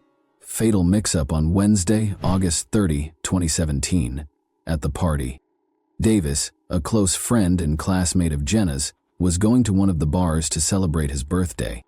Among those invited to the celebration was Jenna, who was expected to spend the night at the birthday boy's house in order to attend class with him on Thursday morning. To ease her parents' anxiety that night, she told them ahead of time. Taking pictures and sharing them on social media was a lot of fun for Jenna Davis and her 5 friends. As they went from bar to bar, they made new acquaintances who joined them, wishing the birthday boy a happy birthday and raising a glass to his good health. The gathering had altered considerably by 11 p.m., and everyone was in a rather inebriated state. It was around midnight when the buddies ended up in a crowded little sports pub. Because his buddies had planned a surprise for him, which involved kidnapping him and bringing him to another location, the birthday boy had moved aside.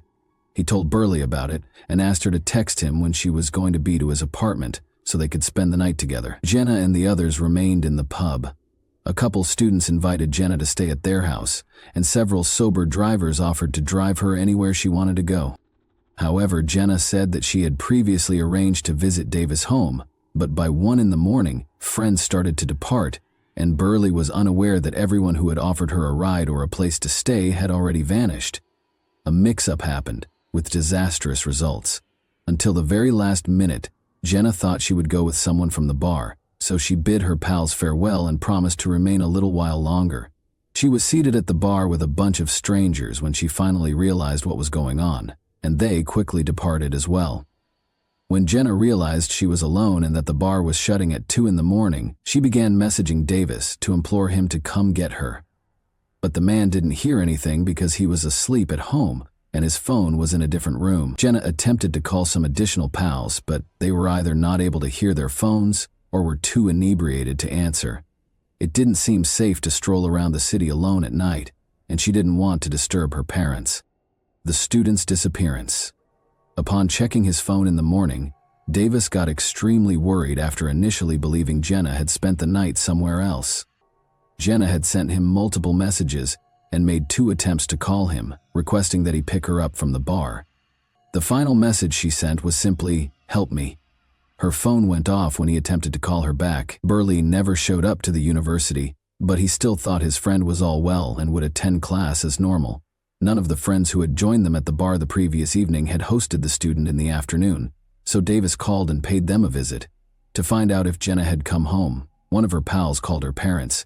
She recounted what had transpired after they said no, and Edward and Jacqueline hurried to the college in less than 30 minutes. To discover out where and who had last seen their daughter, they talked to her pals. The Burleys went straight to the police to report their daughter missing after receiving no helpful information, requesting that a search be conducted right away. Jenna had sent numerous classmates notes requesting assistance, which added to the urgency of the situation. The academic buildings and dorms were the first locations examined, but the missing student was nowhere to be found. After that, the police called nearby hospitals, but no women who fit Jenna's description had been admitted in the previous 24 hours. The last time they saw the student was in the sports bar, according to everyone who had dealt with her the night before. She was dressed in blue pants and a motivational white t-shirt. She had a light blue hoodie knotted around her waist with a slogan on the front. Her long black hair, which was braided into 2 pigtails, was another distinctive characteristic. News of Burley's disappearance soon went viral on social media because she was a very well-known blogger. Thousands of her admirers sent messages requesting assistance in finding her and urging anyone with knowledge to come forward to the kind and tenacious stranger. The bartender instantly recalled the girl with the braids who stayed late after everyone else had departed when the cops came at the bar where the missing student was last seen. She appeared disoriented, was heavily intoxicated, and was phoning and texting all the time. Around 2 in the morning, her phone signal was last picked up in the same neighborhood. We looked over the surveillance footage from the cameras inside the pub and at the entrance. Jenna was spotted by the cops sitting by herself at the bar, sipping a cocktail and messaging. A man came up to her at 1:30 a.m. Eastern, struck up a discussion, and then bought her a drink. Before they left the bar, they sat together for roughly 20 minutes.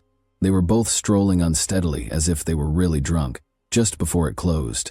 The bartender identified a frequent client right away and even named him Joshua Hupperters when he was shown the video and asked if he knew the man. The bartender claimed that Joshua was practically a daily visitor and that on the previous evening, he showed a special interest in the lonely beauty by purchasing her cocktails and continuously inviting her to his home. Joshua had just reached 29 when the authorities learned that he had previously attended Temple University but had taken a lengthy academic leave and never graduated.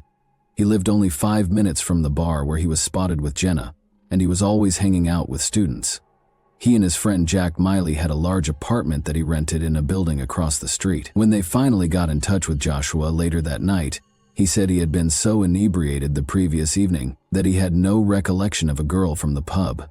He consented to be questioned, but shortly after, his phone was switched off, so the police went to Hupperter's flat to speak with him. Jack, the primary suspect, was at home and allowed the cops to enter without any problems. There was chaos in almost every room of the man's flat, which resembled a normal bachelor pad. Jack said that the previous evening, he and his companion had really gone to the sports bar and consumed a lot of alcohol. After Joshua picked up a girl, Jack made the decision to go home so they could have some solitude. According to Jack, he went straight to bed and didn't hear if he was alone or when his roommate returned home. Joshua was concerned when he abruptly began cleaning the kitchen the following day. He had a serious cut on his hand and new scratches on his face. Joshua described this as a regrettable mishap, stating that he had slipped into some bushes while intoxicated. After lunch, he vanished, leaving his phone off and taking some of his possessions with him without informing his friend of his whereabouts or the duration of his absence.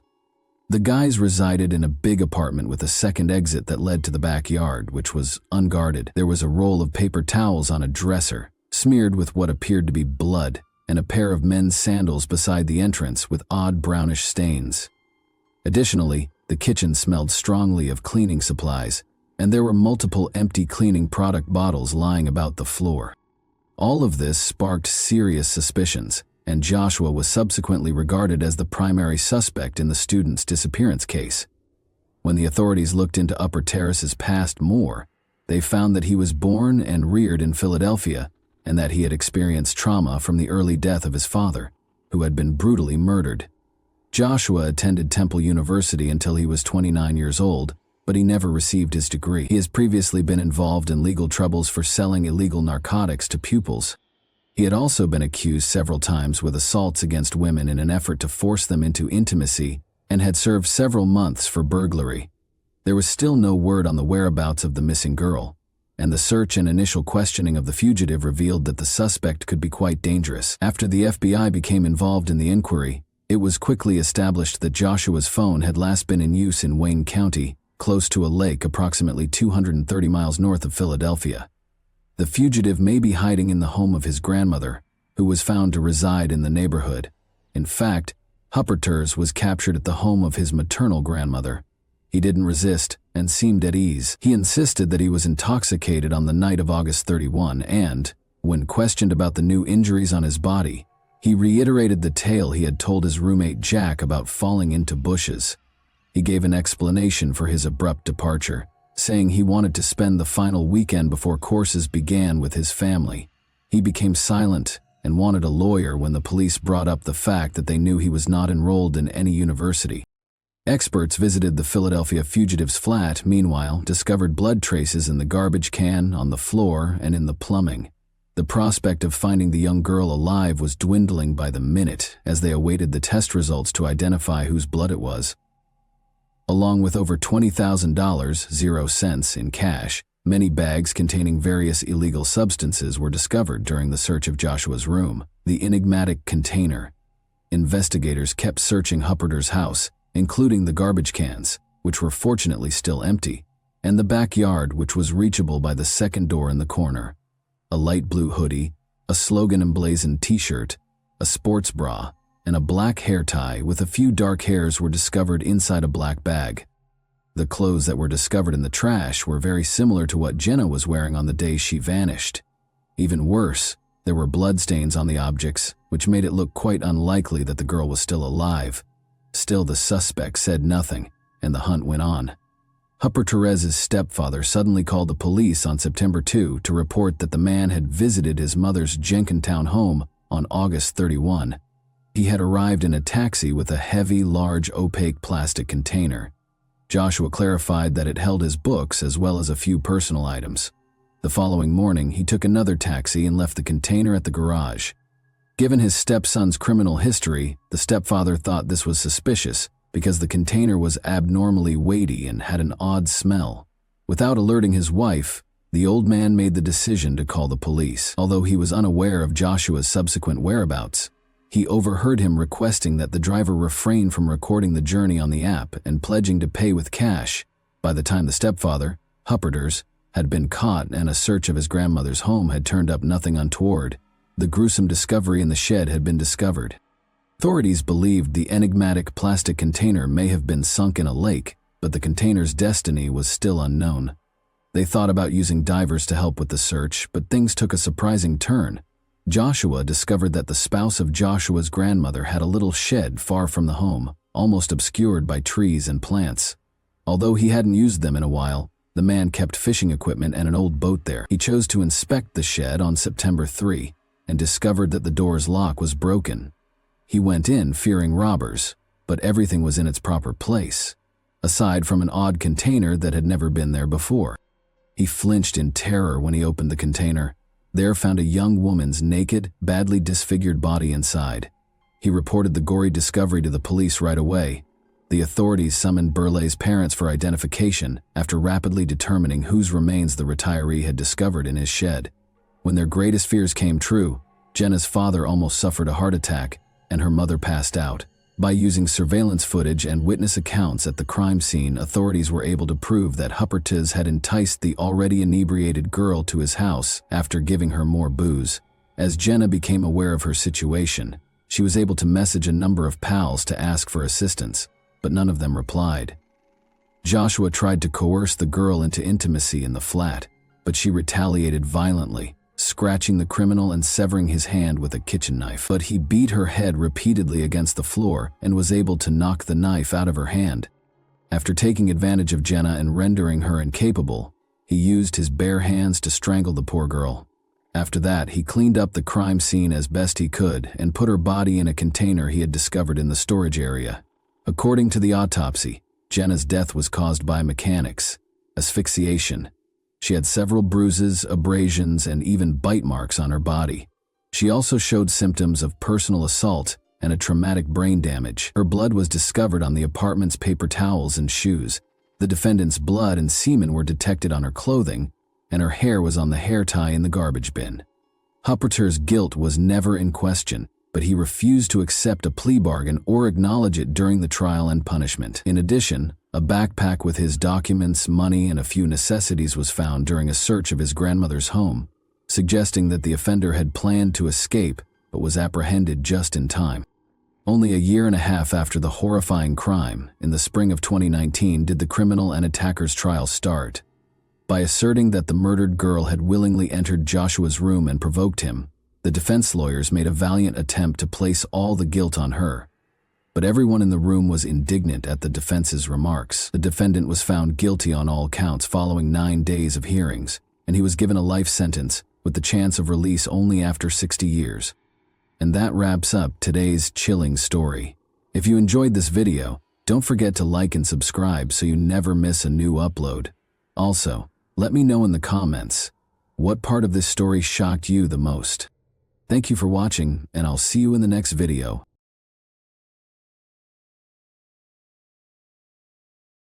Hey guys, welcome to my channel, and today we're going to take a look at another horrible case with you.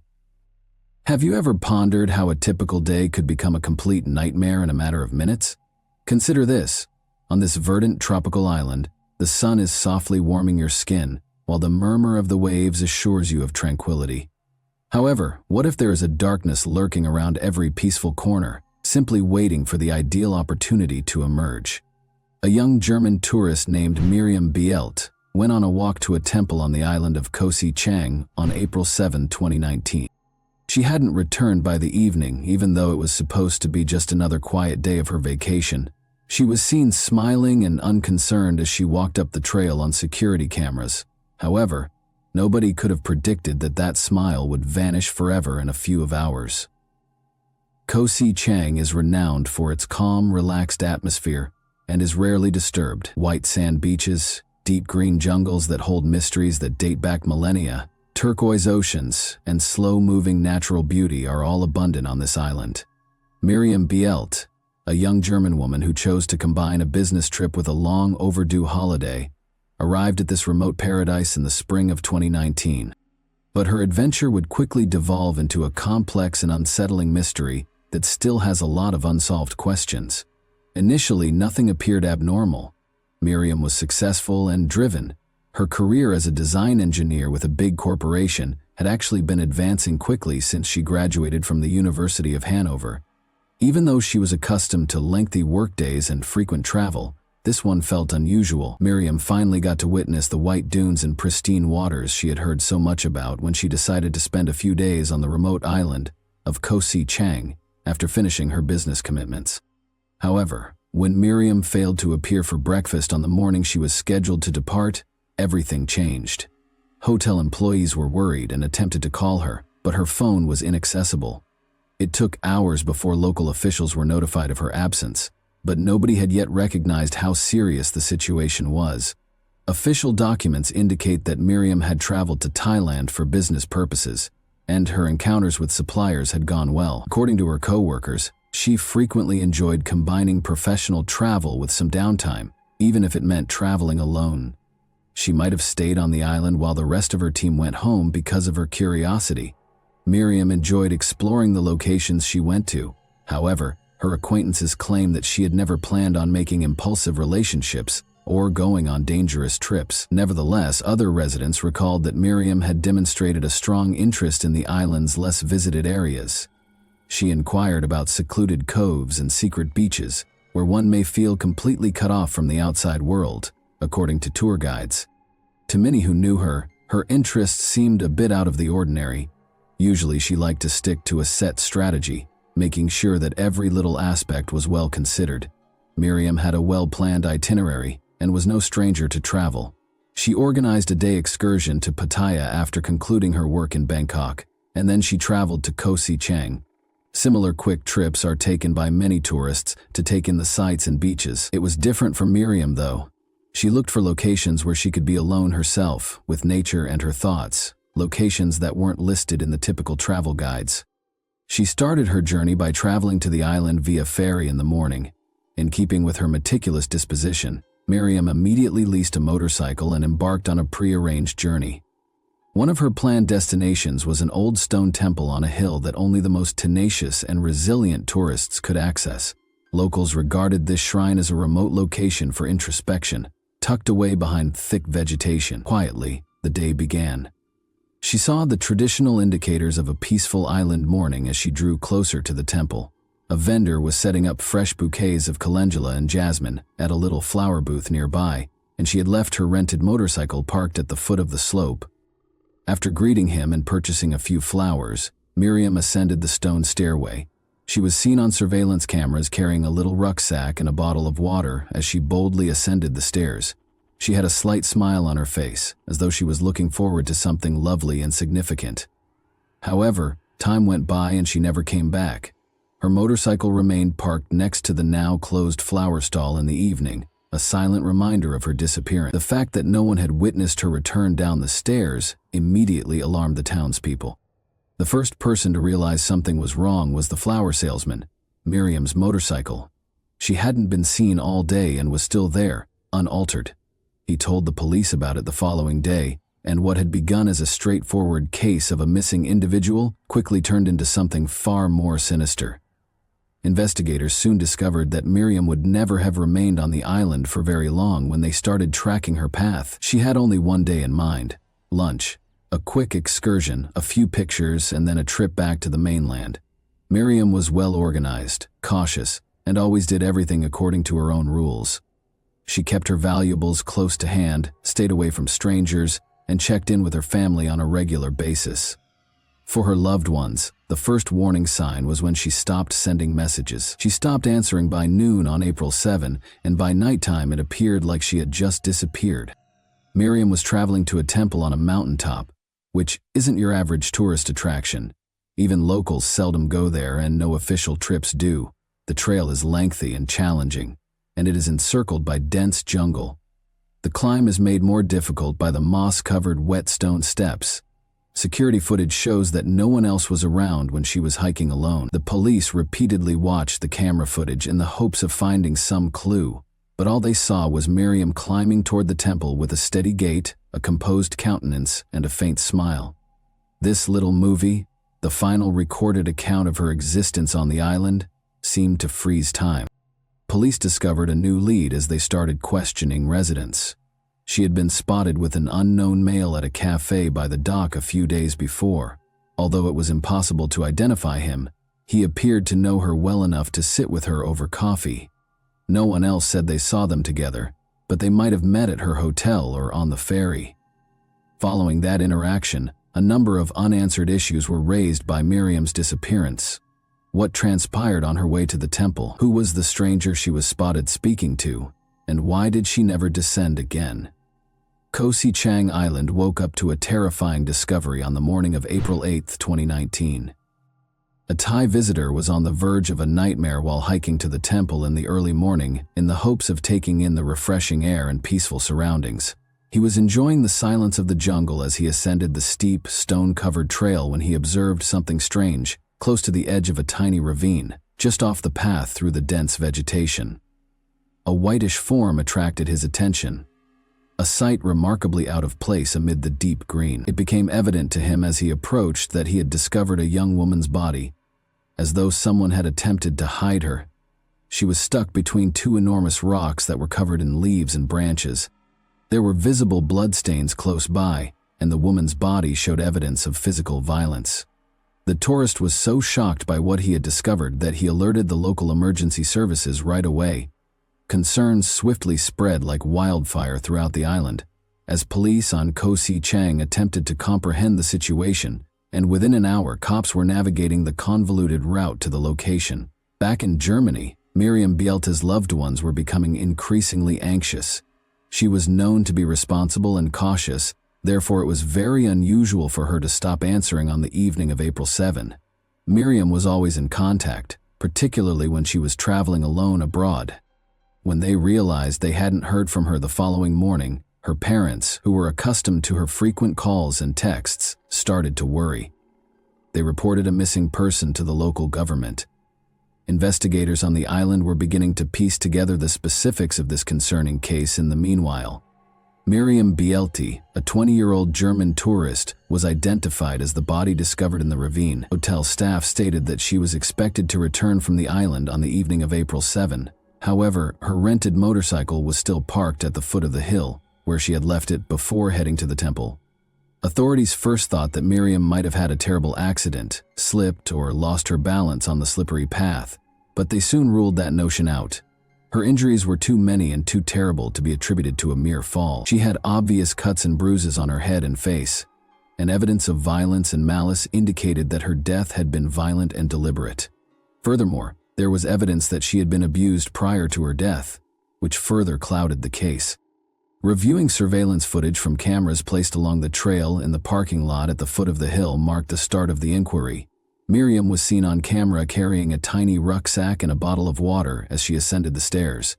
She seemed peaceful, but she walked with purpose. Investigators were still troubled by important details. Moments after she vanished around a corner, another person was captured on camera. A man in black clothes was pursuing her from a distance. When he finally came back, his clothing were wet and filthy, with obvious light-colored stains.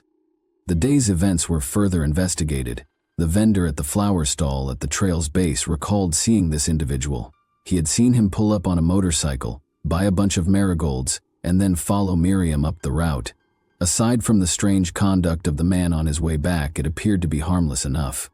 According to the merchant, he appeared anxious, constantly looking around, and dismissed the question of whether everything was all right by saying he had simply slipped. His manner struck the merchant as odd, so he made the decision to write down the motorcycle's license plate as a precaution. This enigmatic man swiftly rose to the position of top suspect once the police found Miriam's body and the first hints appeared. The authorities were able to identify the bike thanks to the recorded license plate, the vendor's description, and surveillance footage. Ranakorn was the registered owner. Ram Ruin, a 24-year-old local, lived alone in an old house on the island's fringes and worked as a beach cleaner, cleaning the waters along the coast. Officers went to his house right away, but he was not there. They started looking in the hopes of discovering something that would reveal his possible relationship to Miriam. Underlying conflicts that had not been identified before then started to surface. Though few knew of his darker impulses, Rana Korn was regarded by the villagers as a reclusive and perhaps eccentric man. His neighbors characterized him as reserved yet inhospitable. He rarely confided in anyone and kept to himself. However, those who knew him well had noticed hints of odd, nervous conduct and unpredictable anger. Some even said that they had seen him pacing the island as if he was looking for something or was waiting for someone. What motivated him to follow Miriam that day? And who was this man who seemed to have materialized out of thin air to ruin a young traveler's vision of a tropical paradise? When Ranakorn Run woke up in his tiny house on the edge of Koh Si Chang early on April 7, 2019, the island was still shrouded in quiet. There had been little respite from the night. His mind was still whirling from visions and lingering thoughts that had been enhanced by a haze of illegal drugs. Empty bottles littered the table, and the smell of cheap alcohol filled his home. Ranakorn was aware that he needed a way out of this state, something to divert his attention, even for a brief period of time, in order to prevent him from going any deeper. He made it a habit to have a few beers and several shots of heavier alcohol, which helped him temporarily block out his thoughts, if only for a few hours. However, his typical procedure wasn't sufficient that day. He immediately entered an altered state after taking another dose of a different substance, since he was desiring something more. Once the effects of the controlled substances took effect, his mind started racing, incoherent, and a feeling of eagerness and restlessness swirled inside him. In need of a release, he made the decision to ride his motorcycle anyplace in order to get away from his inner turmoil. Following the road, he finally arrived at the hill's base, where a trail led to a temple on the island. He had first seen her there, a young European tourist, well-dressed, walking up the stone steps with a light, carefree gait and a laid-back look, totally oblivious to the eyes on her.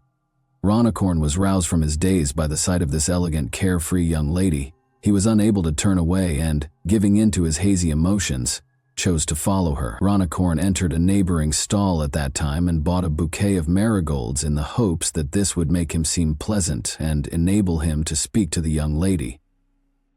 The man's peculiar behavior caught the vendor's attention. His eyes were vacant, yet they were filled with an odd intensity. The vendor became uncomfortable, but Ronicorn left quickly. Miriam vanished around the turn, and he soon started up the trail. Miriam, meantime, climbed slowly toward the shrine, oblivious to the shadow that followed her.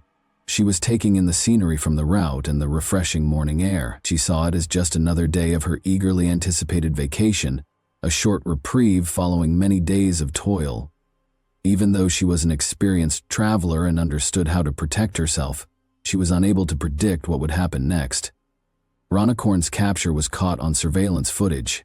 Up until the bouquet was in her hand, he initially made an effort to talk to her, acting friendly. Miriam was courteous yet wary. To her, the act of presenting flowers appeared more perplexing than hospitable. He kept after her after she thanked him and went on her way. The following events were not captured on camera, but they were later revealed by witness accounts and Ronicorn's own admission when under the influence of alcohol and other drugs. He was unable to control his urges. He offered frankly that Miriam join him at a remote location nearby, but she responded right away. She declined, and with a hint of panic in her voice, she tried to get away, accelerating, but Ronicorn insisted on keeping up with her swift steps, eventually bursting into a run. Then he felt a wave of rage welling up inside him, a rage not only at her but at himself and a life that, in his eyes, had long since been meaningless. He was irrational in this changed mood.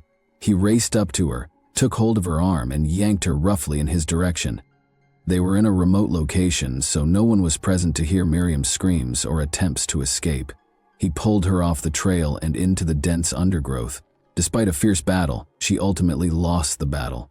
What started off as a conflict on the trail came to an end when her shouts faded into silence in the tree's shadows.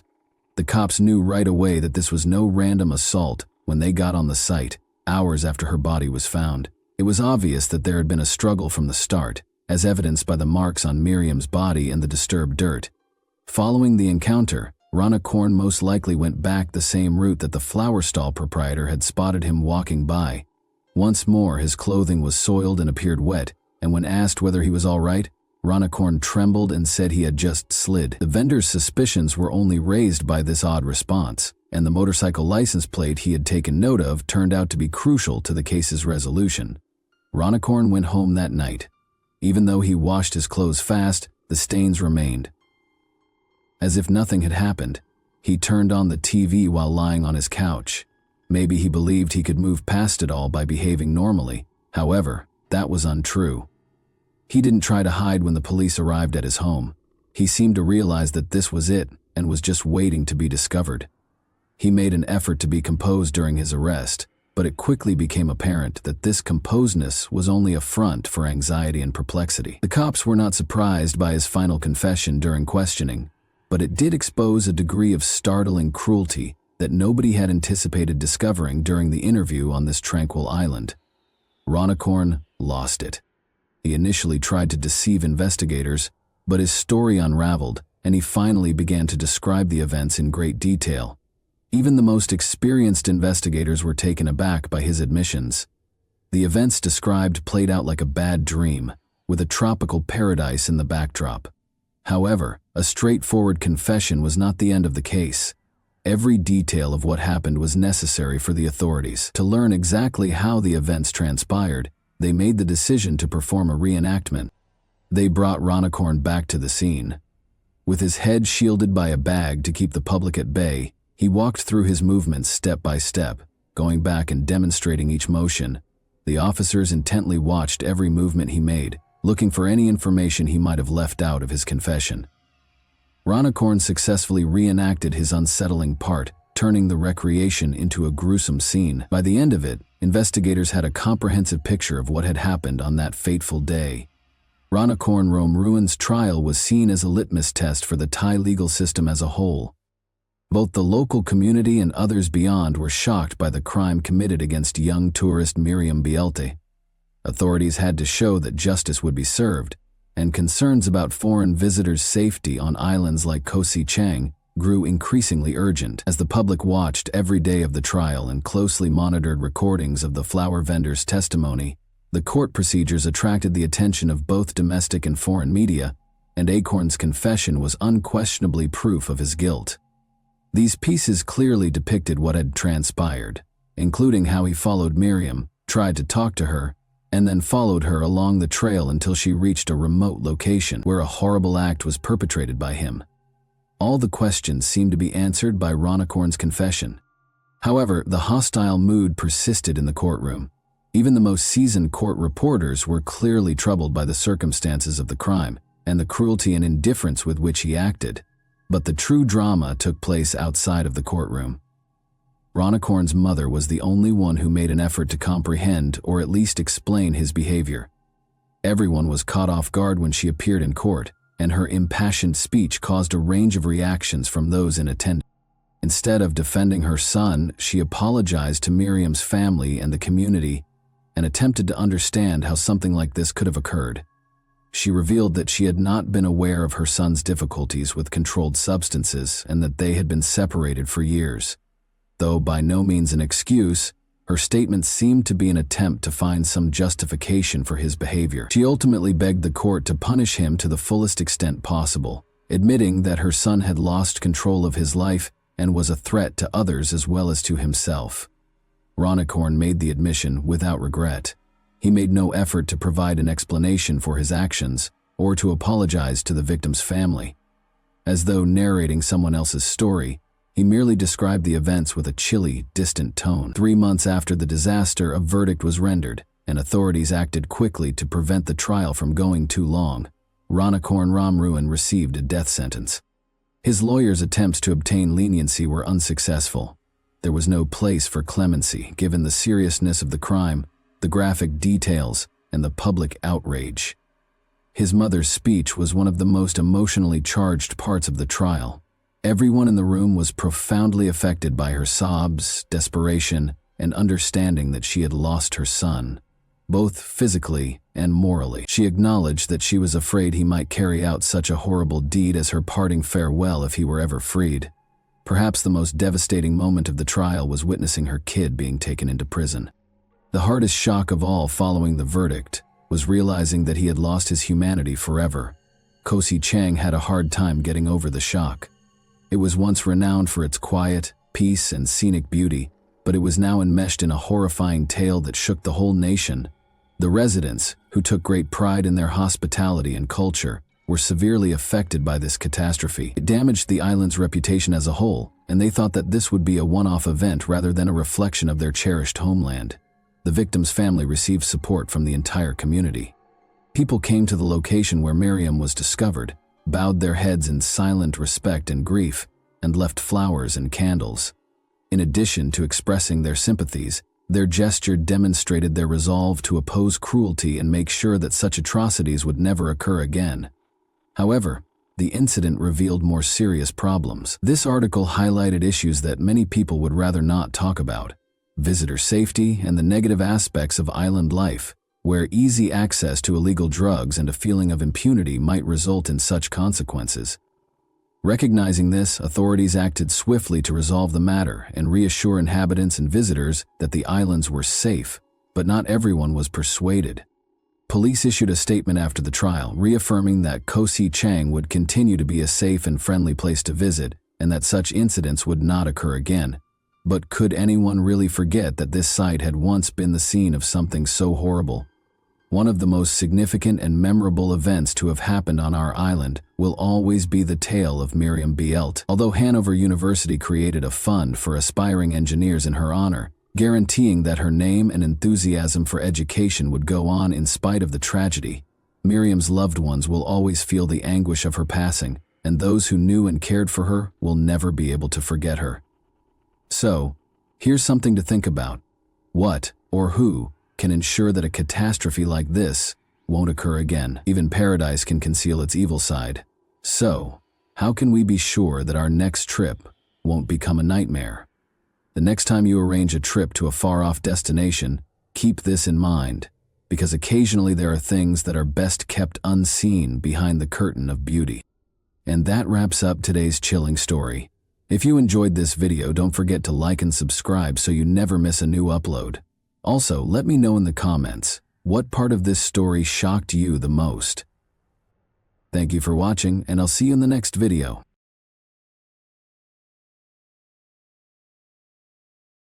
Hey guys, today we're diving into another truly horrifying case.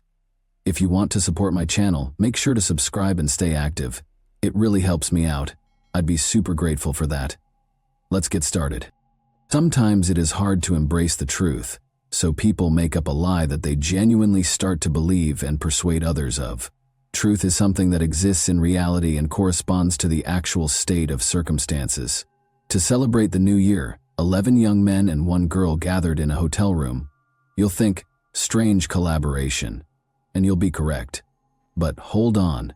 One information will totally alter your perspective. Since all of the men at this party belong to a sexual minority, the 12 friends who got together to celebrate the year 2021 did so with great joy. In fact, they celebrated so well that on January 1st, the company had to take the only girl to the hospital, where doctors declared her dead. However, who was she? How did she pass away, and did anyone face charges related to her demise? However, everything is in order. You'll realize why we began this story with the idea of truth, as we dive into the previous party, practically minute by minute, and learn what transpired on that fatal night. Thus, John Paul de la Serna arrived at the 4-star City Garden Grand Hotel in Manila, the Philippine capital, around 11 a.m. on December 31, 2020. 9 additional men booked into rooms 2207 and 2209, which were on the same level, during the day, and Christine de Serra checked in later. Shortly after midnight, John Paul Kalili, the hotel manager, joined the merry company. The focus of New Year's Eve night was dancing, having a good time, and drinking a lot of alcohol. When Rommel Galida awoke at approximately 10 in the morning, she saw Christine dozing off in the bathtub.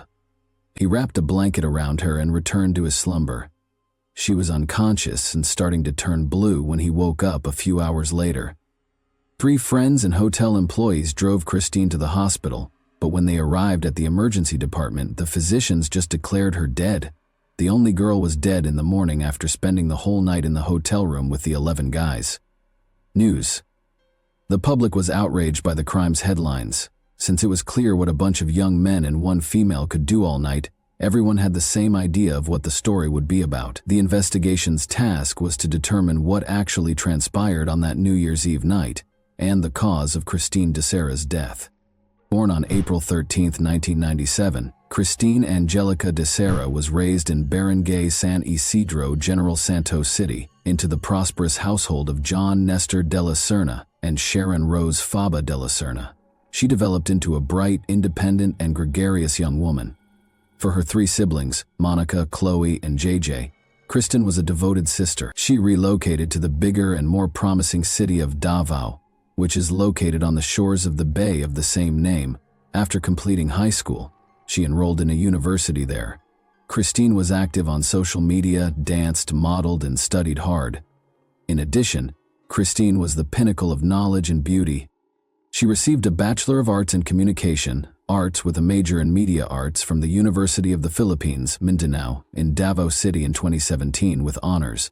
The girl has taken an active part in both acting and modeling. She faced off against 8 other contestants for the title of Ms. Silve Davao 2017 in the Davao City Mall run by the New City Commercial Corporation. In June 2018, she placed 2nd. From September 2017 until January, she took part in the yearly fashion show. She served as a marketing consultant for Gaisano shopping centers in Davao City, General Santos City, Tagum, Toro, and Digos in 2019. Christine has had a rich and satisfying life. Her life's ambition was realized in February 2019. She relocated to Manila in order to begin working for Philippine Airlines subsidiary, PAL Express, as a flight attendant. Desserts from Christine. December 28, 2020, was my last flight as a flight attendant. Since Christine's passing was widely reported, a lot of debates and theories were developed among the community. At first, authorities believed that Kristen was probably murdered and abused by a group of men she was hanging out with on New Year's Eve. Makati City Police charged 11 men with assault and murder in the early stages, despite the lack of autopsy results and a toxicology report. The case was deemed closed by the Philippine National Police. Suspects were identified and charges were brought against those arrested. Although 3 of the partygoers were arrested, after turning themselves into the police, the forensic medical report provided the primary explanation for Christine's death.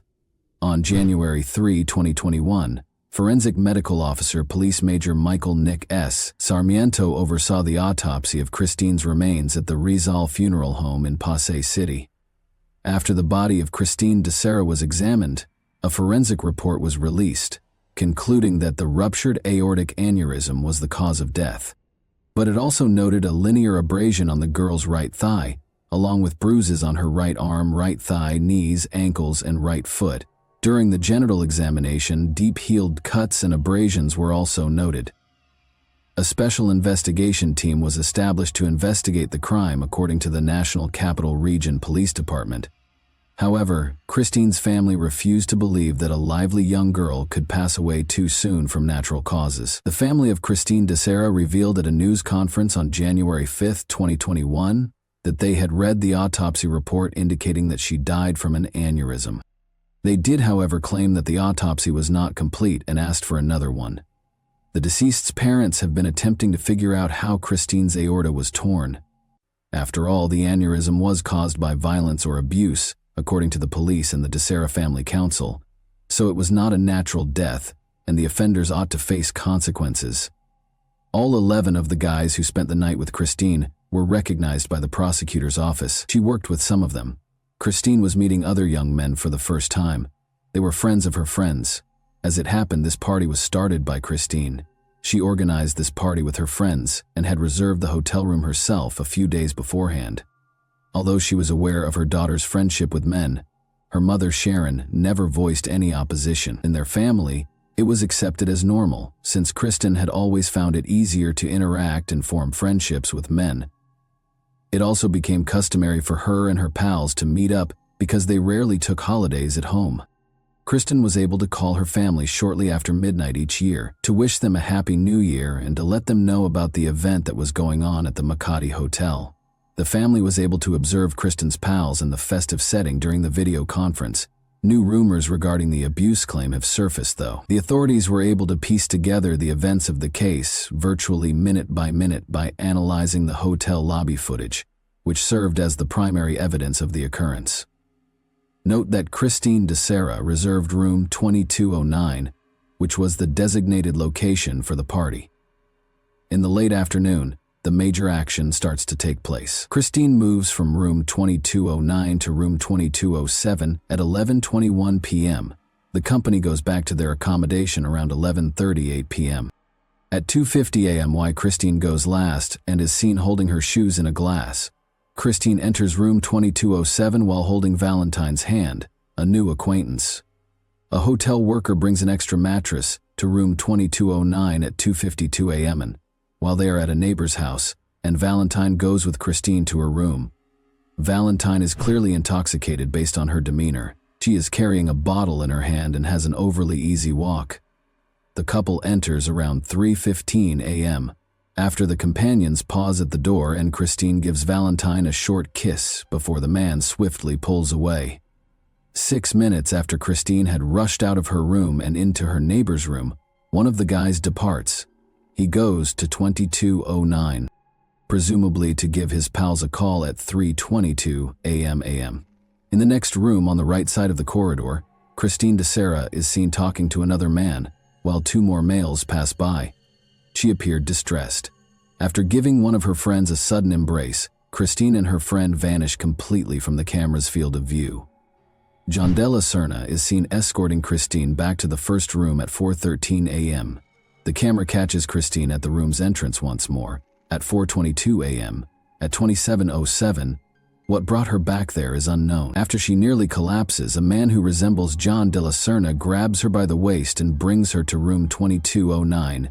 At 5:05 a.m., Christine appears to be somewhat inebriated.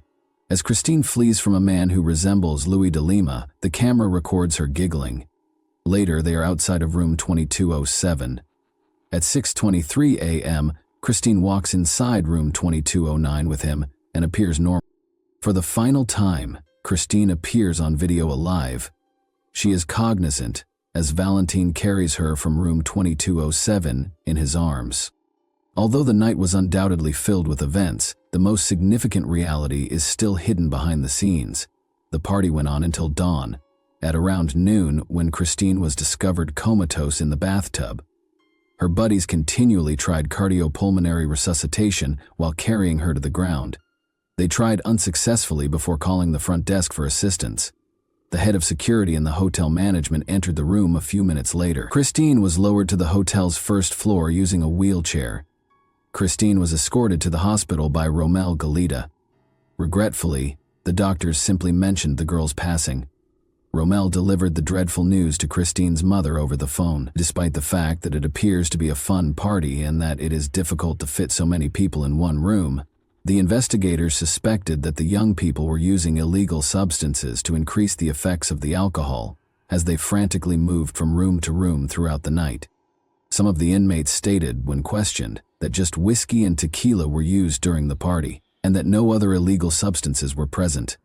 It is important to note that the investigation's initial focus was illegal drugs because, according to one of the detainees' testimony, Christine had concerns about the drink's composition and hypothesized that someone might have added an unidentified chemical to spike them. Guests were instructed to bring their own food and beverages, it turned out, though the post-mortem report indicated that neither alcohol nor illicit narcotics ingested the night before her death would produce this type of aortic dilatation or defect. There was conjecture that Christine's drink was poisoned and might have caused the aneurysm that ultimately resulted in her death. Since there were no illegal substances or evidence of them in the room or the suspect's personal items, the substance information was ultimately deemed unsubstantiated. The 2009 search for possible evidence in the two rooms and the adjacent room did not produce the expected results, which at least partially demonstrated Christine de Serna's brutal death. When questioned, Mark Rosales and John de la Serna declared that they would never harm Christine and openly acknowledged their unusual orientation. John further disclosed that early in the morning, Christine was already throwing up, so they had to take her back from room 2207. According to Romel Galita, he discovered Christine in their room's bathtub at around 10 in the morning. Assuming she was asleep, he just covered her with a blanket. However, he discovered the girl was blue and not breathing around midday after he woke up and went back to wake her. He hurried to his pals for support. She was taken to Makati Medical Center per the hotel's recommendation, where she was declared dead upon arrival, allegedly as a result of an aortic aneurysm rupture. The Makati City Police were notified of the death by the hospital. By that time, other men from a nearby hotel room had departed. In a separate statement to the public on January 4, the Philippine National Police stated that, despite some missing information and contradictory claims, the case involving Christine de Serra is nearly resolved. According to Police Chief Debold Sinas, 3 individuals have already been identified and taken into custody. The Makati City Prosecutor's Office ordered the release of the 3 males who were in detention on January 6 owing to a lack of evidence, even though other suspects were still being sought. The prosecution maintained that there was not enough evidence to prove Christine had been molested. They added that the police have not yet established that Christine de Serra's death was due to abuse, even if it occurred. In addition, Christine was an extra lady at the party, which was a get-together of males with unconventional sexual orientations who were all flirting with one another. Most of the people at the party, including Romel Galita, were Christine's co-workers and stewards, Sarah, at PL Airlines, demonstrating her familiarity with these individuals and their sexual orientation. The Makati City Prosecutor's Office opened a preliminary investigation on January 13, 2021, after an official autopsy verified that the 23-year-old's cause of death was a ruptured aortic aneurysm. Additionally, the prosecutor's office demanded that the police make public the findings of the victim's toxicological report, histopathic research, and DNA analysis. The claim that her daughter was not abused, however, was disputed by Christine's mother, Sharon DeSera. She stated during an appearance on a news program that a gang of men were abusing her daughter. "If you're a mother and you see Christine's body, you'll likely understand the suffering she endured as a result of them. But my daughter is no longer able to speak because she is no longer alive." During the TV show, the woman voiced her opinion. As proof that the autopsy report was erroneous, Sharon pointed to the cuts and bruises on her daughter's body that were not included. Later, Christine's relatives stated that they wanted a second autopsy to refute the authorities' initial conclusion that she passed away naturally. The foundation was bruising and injuries that weren't noted in the initial report. Brick Reyes, a family representative, stated that there would be enough proof of Christine's torture from the wounds on her arms and legs, as well as from her remains. Additionally, according to Rick Reyes, they think the young lady was assaulted and drugged before to her passing. During the New Year's Eve celebration, Christine, who was already drunk, claimed that her drink appeared to have been tampered with. According to Christine's parents, they have lodged a complaint, calling for Michael Nix Armiento to be fired immediately for egregious carelessness and incapacity in creating Christine's death certificate and forensic report. Reporters were informed by Dr. Maurici Ramos, a friend of the Dosser family, that a second autopsy was performed on the deceased. He also underlined that the Death Investigation Unit has received the biological fluids retrieved from the second autopsy and will furnish further information following a final review and compilation of all the forensic team's results. The cause of death was consistent with a ruptured aortic aneurysm, according to the pathology post-mortem results from the Southern Police District Crime Lab Division's forensic report, which was then circulated on social media. According to the official autopsy, Christina was not mistreated the night before she passed away. The aorta was the real cause of DeSera's demise. The deficiency weakened as a result of the aorta's continuous rise in blood pressure, and ultimately, the aorta burst. There was blood loss at the moment of the aortic rupture, according to the Philippine National Police Crime Lab report.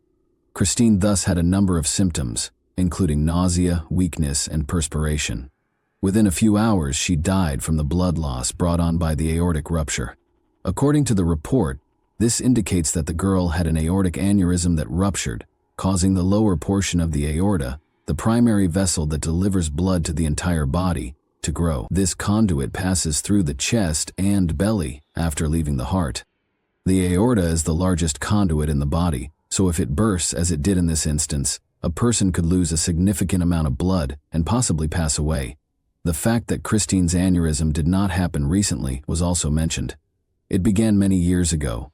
According to the article, dilatation existed long before she passed away and is a chronic illness. Even if she hadn't passed away that tragic night, she would have perished in any situation when her blood pressure would have increased to the point where the aneurysm ruptured. Christina DeSera's undetected hypertension was further confirmed by the autopsy, which also showed that her heart was larger than a healthy heart. Although it is generally accepted that the girl died of natural causes, the 11 young men who attended the party and genuinely attempted to provide Christine with first aid were shamed and persecuted as criminals as a result of the pervasive false information. Since then, all 11 of the men who were initially charged have been freed. In an attempt to correct the problem, the Makati City Prosecutor's Office stated that suitable proof could not be obtained at the time of the publicity and that the evidence offered was insufficient to prove that Christine DeSera had been abused. As a result, they had to construct a version based on indications of the victim's physical decline. 2 further suspects also claimed that they were coerced by the police into making up a story about the presence of illegal narcotics at the scene. Party on New Year's Eve. Another tale participant described how his kiss with Christine, which was caught on camera the night before she passed away, was captured. The man claimed that Christine was the one who started it, but he made an effort to push her away. When the flight attendant's body was discovered, law enforcement officials came under fire for failing to do a comprehensive toxicological analysis. The men's charges were ultimately withdrawn for lack of evidence, due to suspicious circumstances that appeared to contradict the Philippine National Police's findings. Christine DeSera's death garnered a lot of public attention, As further information emerged from Christine's family, who were unable to accept the reality and believe in their daughter's natural death, her story began to garner a lot of attention online. In an attempt to secure justice for her daughter Sharon, the girl's mother made a plea to President Rodrigo Duterte. "I'm just a regular person. You have a daughter as well. Since I don't want anyone to suffer from the same brutality and cruelty as my Christine, I want to speak out publicly." More than a week after Christine de Serra's passing, her friends and co-workers sent condolence messages, reposts, and farewells over social media. She was interred at Forest Lake Memorial Park, in her birthplace of General Santos. In the end, Christine de Serra's unusual situation is a perfect illustration of how the media may disseminate false information and how it can influence both the public and the individuals involved. The story's goal as it nears its conclusion is to return to the truth, which will eventually, in one form or another, assume its rightful place. Even though there is just one truth, Christine's family continues to believe that these individuals killed the girl and that there is a mystery behind this tale. For my part, I don't understand, and couldn't find any information regarding Christine's body wounds and bruises. Why was it kept quiet?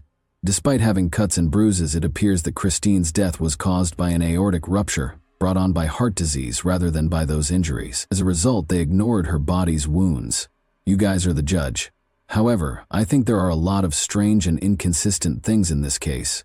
I hope Christine's family comes to terms with the irreversible loss, because young men, guilty or not, will spend the rest of their life remembering the same depressing tale and coming up with justifications. Thanks for watching, everyone. Your support means a lot to me, and you can help my channel grow by hitting that like button, dropping a comment, and sharing this video. Your engagement really makes a difference. See you soon.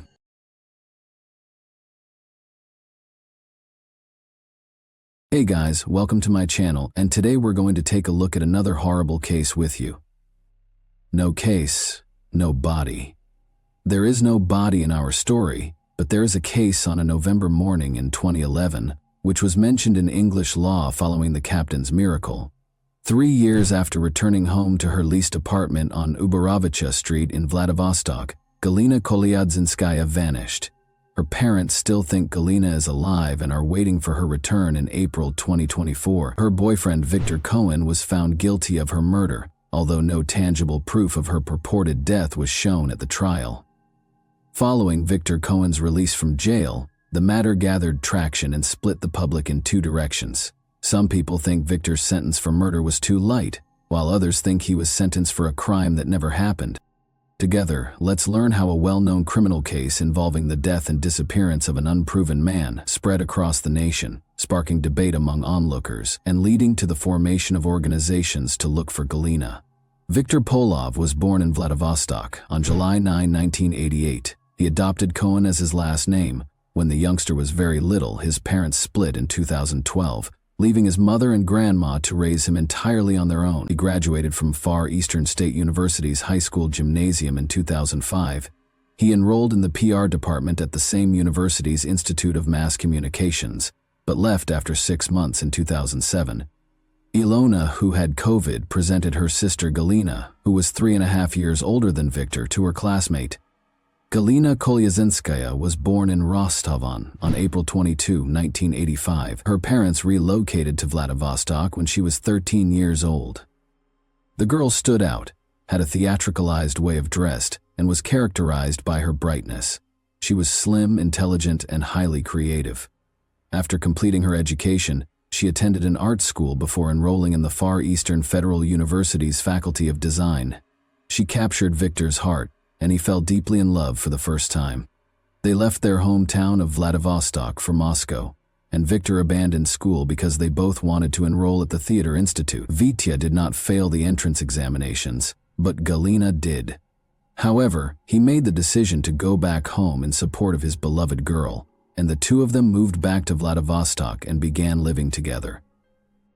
Victor found out of his grandfather's passing and the inheritance he had inherited upon his return. The couple decided to use the remaining funds to invest in a successful business after renting an apartment in the heart of the city and purchasing a car each. The young couple was depressed as a result of their unsuccessful attempts to set up a shop for the fabrication of automobile tires start a chain of donut shops, and even resell church kila. As time went on, the young people's relationship started to fall apart due to conflicts. The furious argument between the couple did not end there. Galina's pals once saw Victor grab his fiancée by the neck during a fight between them. But sometimes Galina did the same. She might break the furniture in their leased apartment, or strike her partner. Galina eventually began attending nightclubs more frequently, and Victor developed an interest in other women as a way to escape the issues in his present life. After another trip to the club, Galina was on her way home early on the morning of November 14, 2011. Galina was incensed that Victor was not home, so at 6:43 a.m., she called him and insisted that he come right away. Victor arrived at their leased apartment 15 minutes later. The young folks decided to eventually part ways after a fight broke out between them. Galina sought 300,000 rubles from Victor in exchange for the previously gifted car, after which she would go and stop bothering him. She left the flat, as it turned out, forever after Victor gave her the money. Galina's parents became concerned and began phoning her the following day, but she had turned off her phone. Victor also did not return their calls. He didn't call the girl's mother to inform her of the argument until the second day following Galina's departure. After extorting a substantial amount of money from him, she packed up her belongings and departed. "I'll never be seen by you again. Don't try to find me. Inform my mother that I'm doing well." Victor also told Galina's mother that he repeated what Galina had said in her final words. Galina's parents and friends were not shocked by her abrupt absence, because she was known for her flighty behavior and might go absent for days. He called her after she left, but the girl did not return his calls either, because the phone was initially only switched off. However, 3 days later, the police started looking for Galina Kolyadzinskaya when her father informed them of his daughter's abduction. The matter was enthusiastically taken up by specialists, and Victor was initially called to the station for a discussion. Since he saw Galina last, he was able to address a number of questions throughout the interrogation. Victor said that he had another woman and frequently argued with his girlfriend, whom he had become distant from. Victor claimed that he was tired of his scandalous lover, who could throw her hand at him or slather his car with yogurt when she was envious. Galina once declared while intoxicated that if her opponent kept dating her, she would rip his hair out. "Galina wasn't killed by me. We did argue with her. After packing her belongings and taking all of our money, 300,000 rubles, she departed. Her whereabouts are unknown to me," Victor demanded. The investigating team also looked at both of the young people's automobiles and the apartment where they shared housing, but they were unable to find any evidence of Galina's murder or blood traces. During the questioning, Victor was even put through a lie detector test. Although the young man's evidence was muddled, it was not shown that he was responsible for Galina's disappearance. After questioning Galina's neighbors and acquaintances, the police declined to file a criminal complaint because they could not find any evidence of corpus delicti. But Galina had never been anywhere but Vladivostok. Her passport was not from another country. Victor moved in with his new girlfriend, Tatiana, and began a new life after gathering Galina's possessions and giving them to her parents. Young people's affections were so intense that they made the decision to get married in 2012. Victor finally shed his father's last name, which had burdened him since he was a young boy. His future wife, who heard the lovely last name in one of the films, suggested the Cohen option, which he found appealing. The vanished Galina Kolyadzinskaya was forgotten. For a number of years, a young married couple has been married for 3 years. Cohen flew with great joy. They had a calm and collected life, visited the mountains, and traveled frequently.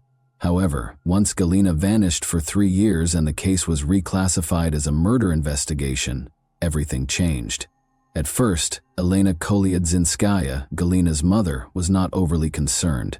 She was aware that her creative and erratic daughter could go far based solely on her mood. The fact that no one demanded in June 2014, based on the materials of the inspection of the fact of Galina Kolyadzinskaya's unknown disappearance, that a criminal case under the article of murder be started, may help to explain why the case did not become a criminal case for nearly 3 years.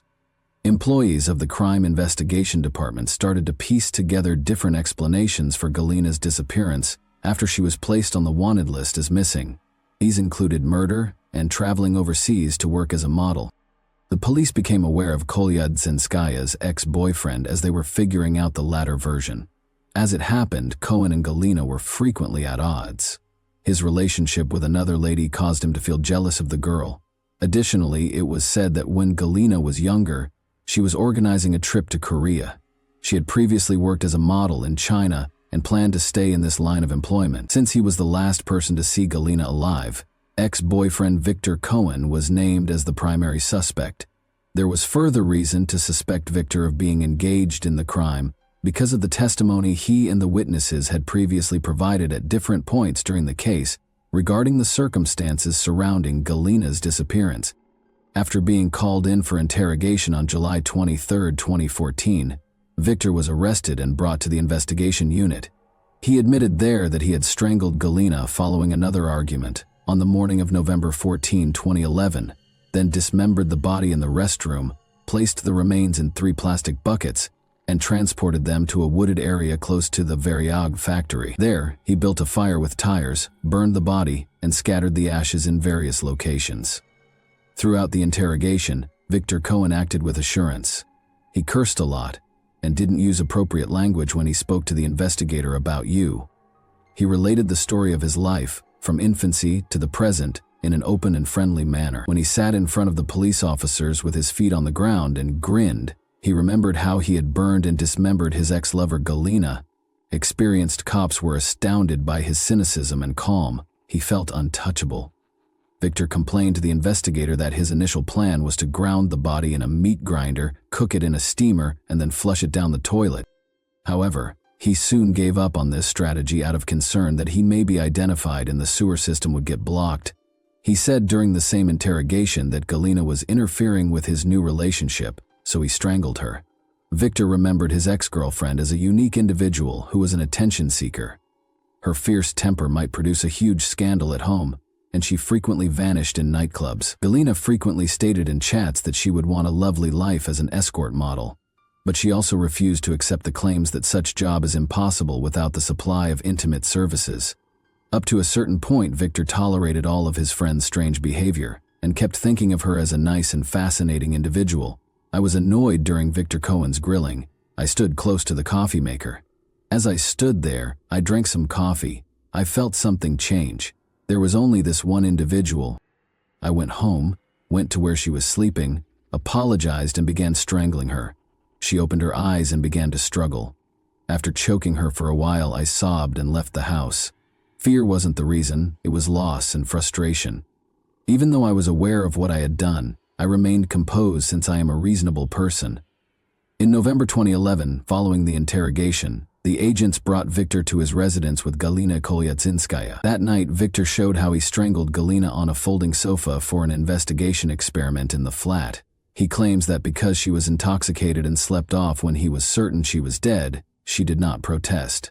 He hurried out of the apartment and headed to his car, where he devised a heartless scheme to dispose of the body. In India, the bodies of the deceased are burned, and vehicle tires are frequently used in this process to achieve the proper burning temperature. Victor learned about this elaborate method of disposing of the body from a documentary on the country. Victor informed the agents that killing and disposing of the body was considerably simpler than he had anticipated. Victor was brought to the empty lot where he reportedly dumped Galina's body late at night. Cohen had to identify the precise spot on the girl's body where he had set fire to it, in complete darkness.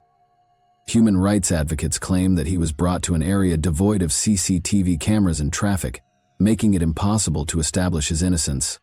Important information were also missing from the case. As Victor himself frequently noted, it was unclear how and what he used to carve up the body, because a regular kitchen knife could not be utilized any further.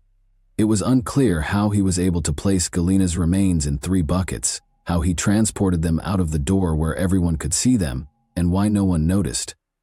The Bygalovs, who rented the apartment to Galina and Victor, were then questioned by the inquiry. When they found out that the cops were in the apartment, they acknowledged that they couldn't get in touch with Victor. They discovered the apartment was empty when they got there to inspect their accommodations. The ceiling was free of occupants and their possessions. They discovered black streaks on the wallpaper, which were probably caused by storing automobile tires, and brown splatters that the couple believed were from coffee or tea. However, Victor Cohen, the captive, was unaware that a video camera was recording his interrogations. He later withdrew his testimony after realizing he had said too much on camera. He claimed that during his interrogation at the Karbasheva Street Operative Investigation Unit, they used illegal interrogation techniques to coerce confessions from him, and that Victor was threatened with harm if his wife Tatiana visited the same station. He went on to say that the operative cops had made up the tale he told during the hour-long interrogation, and that his phone billing from that evening was used to pinpoint the location where the bodies were burned. However, does the CCTV footage from the investigation unit actually show torture? At 6 o'clock in the evening, Tatiana Cohen drove up to the building. She was not permitted inside, so she remained outside. Around 6:30 p.m., Tatiana also entered the facility, and 20 minutes later, Victor was taken in for interrogation. At 6:38 p.m., the questioning began to be recorded. After 8 minutes of torture, he quickly produced a confession and conjured up a vivid, gory tale in great detail. Following the initial court hearing on August 11, 2015, Victor Cohen was found guilty of Galina Kolyatsinskaya's murder. According to the court's August 11, 2015 verdict, he was given a sentence of 9 years and 10 months in prison, which he was to serve in a strict regime penal colony. Tatiana, Victor Cohen's wife, became his most devoted defense attorney after he was accused of murder because she believed he was innocent. Every inhabitant of Vladivostok kept up with the news and even attended Victor Cohen rallies. People separated into accusers and defense. Even after hearing the heartbreaking news that her husband would have to serve nearly 10 years in prison, Victor's wife remained steadfast in her defense and refused to back down.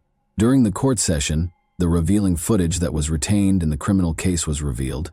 Victor claimed that interrogators used torture and threats to get confessions out of him during court procedures, which led to the case becoming well known. Victor was discharged from the hospital with a diagnosis of ear barotrauma and concussion. His lover had been burned, dismembered, and strangled in cold blood by a young, attractive man with large brown eyes. Nobody was able to accept it. A man with charisma could pursue a career in acting. In fact, he was admitted to the Theater Institute of Moscow. Victor refused to study, as we already know, and he was characterized favorably by friends, classmates, and even casual acquaintances. Attorneys based their case on the fact that no human DNA was detected at the location where he burnt the body, or in the flat where the crime was allegedly committed, according to the inquiry. Witnesses even claimed to have seen Galina in the city after she vanished. The public was stoked by Elena Kolyatsinskaya, Galina's mother, who genuinely thought her daughter was still alive. She stated in every interview that Victor was innocent and that Galina would return shortly to explain her disappearance and where she had gone for so long. Victor Cohen argued that the circumstances surrounding the murder that were submitted to the investigators were wholly made up after the guilty verdict. Ultimately, no biological evidence was discovered at the purported location where the victim's remains were burned. Additionally, the forensic analysis of Cohen's residence and vehicle produced unconvincing findings. Additionally, the defendant supported Galina's parents, who believed their daughter was still alive. Ivan Mikolev, the defendant's attorney at the time, claimed that there was no objective evidence in the investigation. Nothing was found when the earth at the clearing where his client is said to have burned the body was examined. There were no biological traces found during the examination. Some of the case materials were later discovered to be missing as well.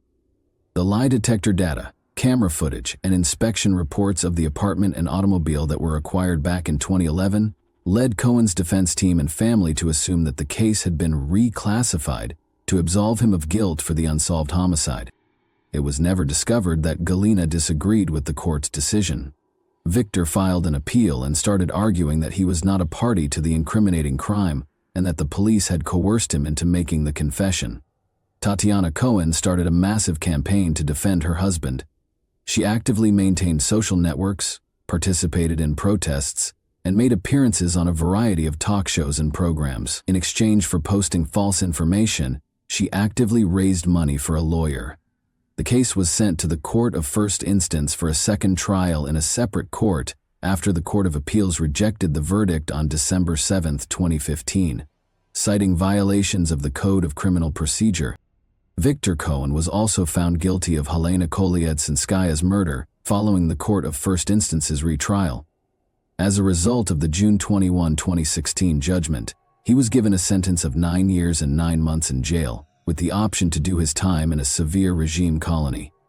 Victor Cohn served his term after the Court of Appellate Instance upheld it on November 28, 2016, despite the fact that the conviction had been challenged once more. Following the appeal, Tatiana remarried, divorced Victor, and stopped having any affairs. It came out that her position as a wife was a well-planned game, since Tatiana started seeing someone else right after Victor was arrested. This was not what everyone had anticipated. Tatiana declined to respond. The court decided even though Helena Kolyazinskaya's body was not located. Victor Cohen was duped based on circumstantial evidence, and there was a lot of it. First, Victor's confession, in which he states that he chose to grind the body in a meat grinder in order to dispose of it after the murder. In 2015, he went to the Maxim shopping complex and actually purchased a meat grinder and a pressure cooker at the Technica Dome store. Records from the store's database pertaining to meat grinder purchases made on November 14, 2011, were seized as part of the investigation, and among them was the last name Polavavi. The time on the invoice and the receipt from the store's database match. Additionally, the store administrator attested in court that the database was not altered with the intent to fabricate information. Furthermore, the verdict was significantly influenced by Victor Cohen's cell phone bills. Victor remained in the apartment from 11 a.m. to 6 p.m. on November 14, 2011, probably dismembering the body and transporting it in buckets to the woods close to the Varyag facility at night. Victor kept saying that after Galina departed, he contacted her, but her phone was unreachable. Victor last spoke with Tatiana on the phone at 11:51 p.m., right outside the Varyag facility. Victor's phone bill, however, indicated that he did not call Galina between 10 a.m. and night. Furthermore, it's clear from listening to the court proceedings when Galina Kolyazinskaya and Victor's billing is disclosed that, following Galina's disappearance, she received calls from friends, family, and even Victor's mother, but not from Victor. If it were Victor, someone would at least convey a message to his missing friend, especially because everyone is searching for Galina and Victor is suspected. Victor, however, didn't. He knew, of course, that there would be no response. Sales receipts for 320-liter plastic buckets with locks and lids that were purchased on the same day as the meat grinder were also included in the case. Sadly, the receipts don't include a last name, so it can't be confirmed that Victor Cohen purchased them. However, how could Galina fit into buckets that held 320 liters? The enamel found in the bathroom was another piece of circumstantial evidence. Galina was dismembered in the bathtub by Victor, who then used a metal brush to scrub the tub so hard that he obliterated the enamel after covering everything with foil to conceal the bloodstains.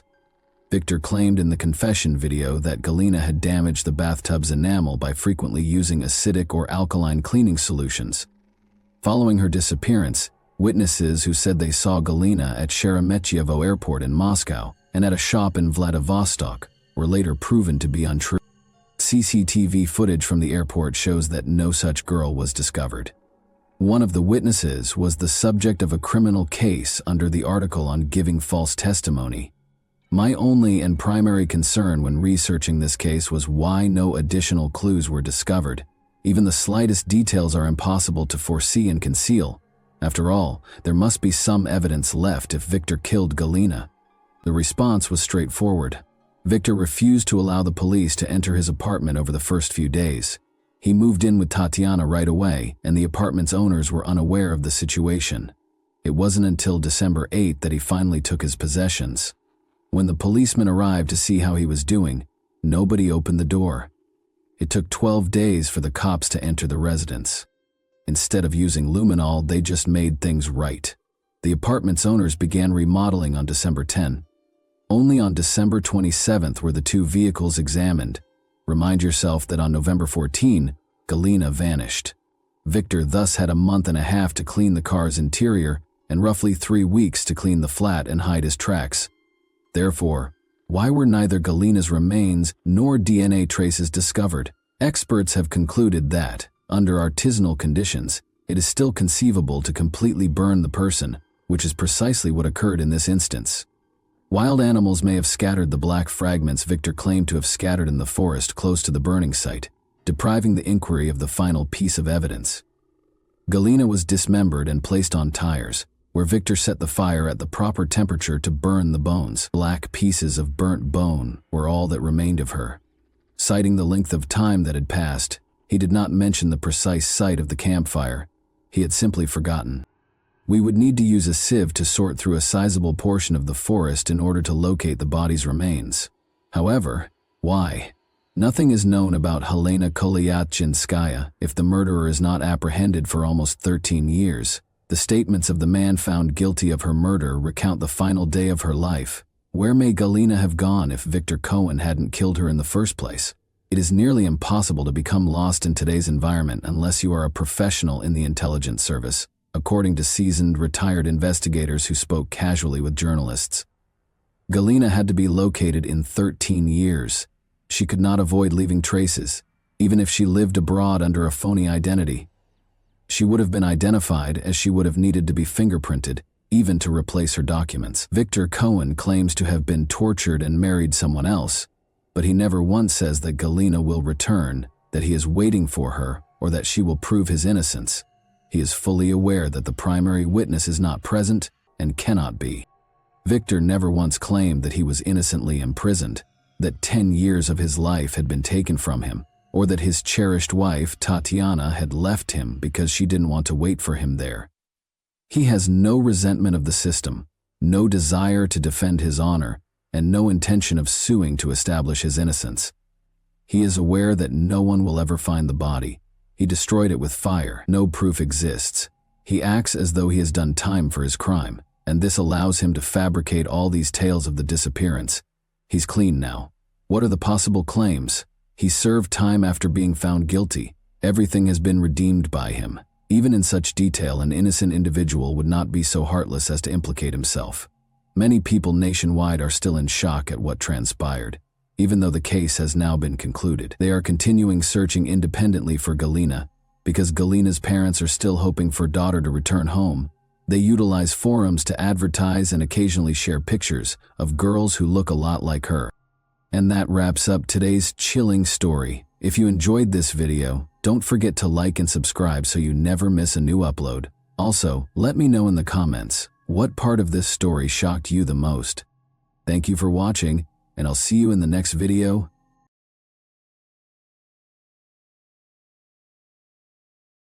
Hey guys, welcome to my channel, and today we're going to take a look at another horrible case with you.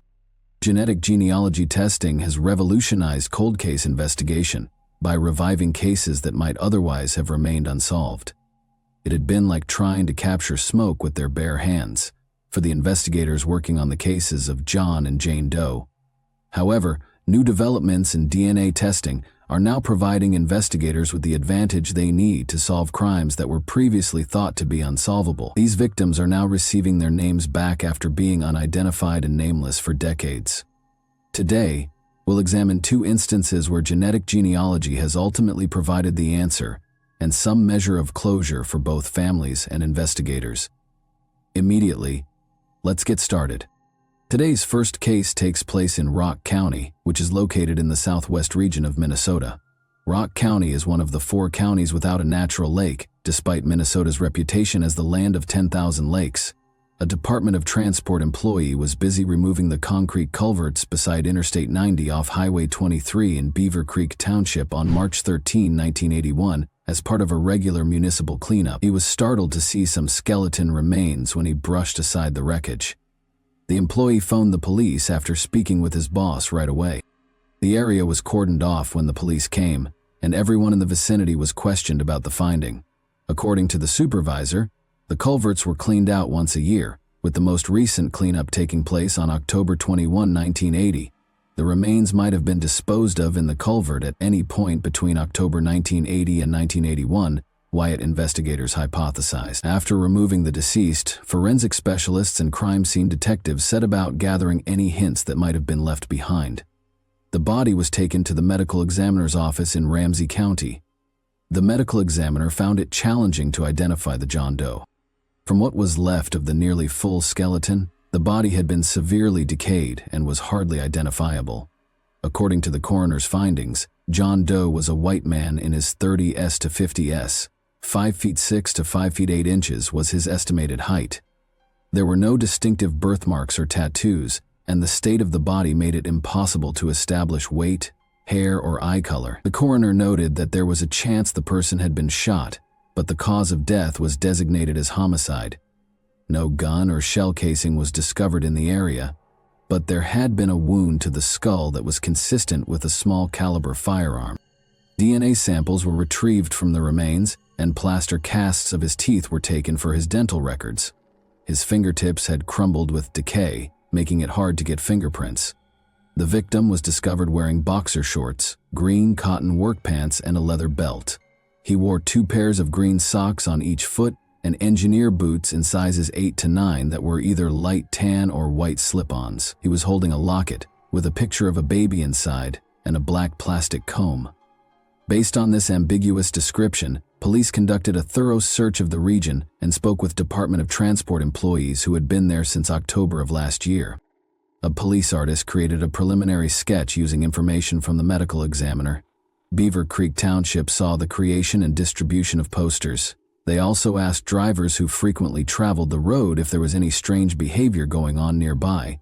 When asked about the John Doe who was discovered in the culvert, locals were unable to name anyone who fit his description. No one appeared to know who this individual may be, and a search of missing people databases in and around Minnesota produced no results. The case eventually became cold due to a lack of leads. Despite authorities routinely reviewing the case, no one had come forward to report someone missing in the region, and no new information emerged. As technology developed, known criminals' DNA profiles were being converted to digital format so that law enforcement could obtain data more quickly and easily. In 1981, a profile of Rock County John Doe was created, and it was used to look him up in national criminal databases. But this was also in vain, because no victim records could be located. Decades passed with no new information about the case. After using this new technique to find and apprehend the notorious Golden State Killer in 2018, genetic genealogy started to transform criminal investigations. Other law enforcement organizations quickly noticed, thinking that this technology will undoubtedly revolutionize the process of locating unresolved cold cases. In August 2022, the Rock County Sheriff's Office reactivated the Rock County John Doe case in collaboration with the charitable organization, the Doe Network. Using the John Doe's autopsy photographs, they created a digital composite sketch that was posted to their website and all other databases of missing persons. The next step was to organize fundraisers and community projects to generate enough money to cover DNA testing. The sheriff's office met their goal and covered the cost of all the tests required to complete the assignment. Using DNA samples from the sheriff's office, Doe Network volunteers began tracking down family ties using the genealogy websites. In Omaha, Nebraska, they discovered a family match after searching through thousands of family trees for several months. After that, the team contacted the woman, who stated that she was open to meeting with any relatives she knew who had either gone missing or lived in Rock County. In early November 2022, officials traveled to Omaha after reaching out to Rock County Sheriff's Office investigators and agents from the Minnesota Bureau of Criminal Apprehension. The Gatano family members and the woman who most closely matched John Doe's profile were met by Omaha investigators. The family members offered to get their DNA tested. Investigators found that 2 of the profiles most closely matched their John Doe profile on December 20, 2022. Together with her aunt and uncle, they brought the results back to Omaha and met with the woman who had submitted her profile to the genealogy website. Detectives learned during family interviews that the woman's aunt did in fact have a brother called Louis Anthony Gatano who vanished in 1971. They knew they had located their John Doe when they presented detectives with a photo of Louis. Since many of their relatives had passed away, the family was unable to share much about Louis's life. Sometime in 1946 would have been Louis's birthday. Investigators did learn from them that Louis had a history of robbing banks in the 1960s. In his hometown of Omaha, Louis was initially charged with robbing a bank, according to his family and press reports from the archives. At the age of 20, he was apprehended on January 25, 1966, while attempting to rob a First National City bank in New York for $96.40. Reports state that Louis shot the counter after being overwhelmed by the bank teller. In the altercation, he had hurt his hand. According to the report, Louis admitted to detectives that he had been hopeless and despondent, and that he just wanted his life to end. Louis was accused of possessing weapons, felony assault, and attempted robbery.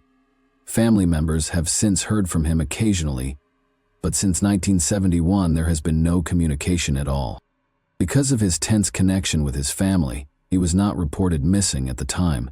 When they learned he had been slain 10 years after he had lost touch with his family, they were equally perplexed. Since Louis had gone missing, no one had ever stepped forward to search for him. Since investigators knew who John Doe was, they had already won half the battle. Evan Verbrugge, the sheriff for Rock County, described the occasion as bittersweet. Finally, Louis Gateno's family has some answers, though it's not news anyone wants to hear. Even though there is still a lot to learn about Mr. Gateno's passing, being able to identify him decades after his passing is a crucial new piece of information in this case. Despite the difficult task, he stated that the case will stay open for Brooks. We'll have a hard time finding out, but it's our responsibility to try and get answers, and it won't cost much. According to him, officials are urging anyone with knowledge about the case or who may have known Louis Anthony Gateno between 1971 and 1981 to come forward and get in touch with the Rock County Sheriff's Office. Rock County, Wisconsin, is the location of our next case. Anyone can enjoy the great outdoors and reestablish a connection with nature in this county, which is full of parks and open spaces. However, a riddle perplexed law enforcement for 27 years until fresh DNA testing provided much-needed clarification.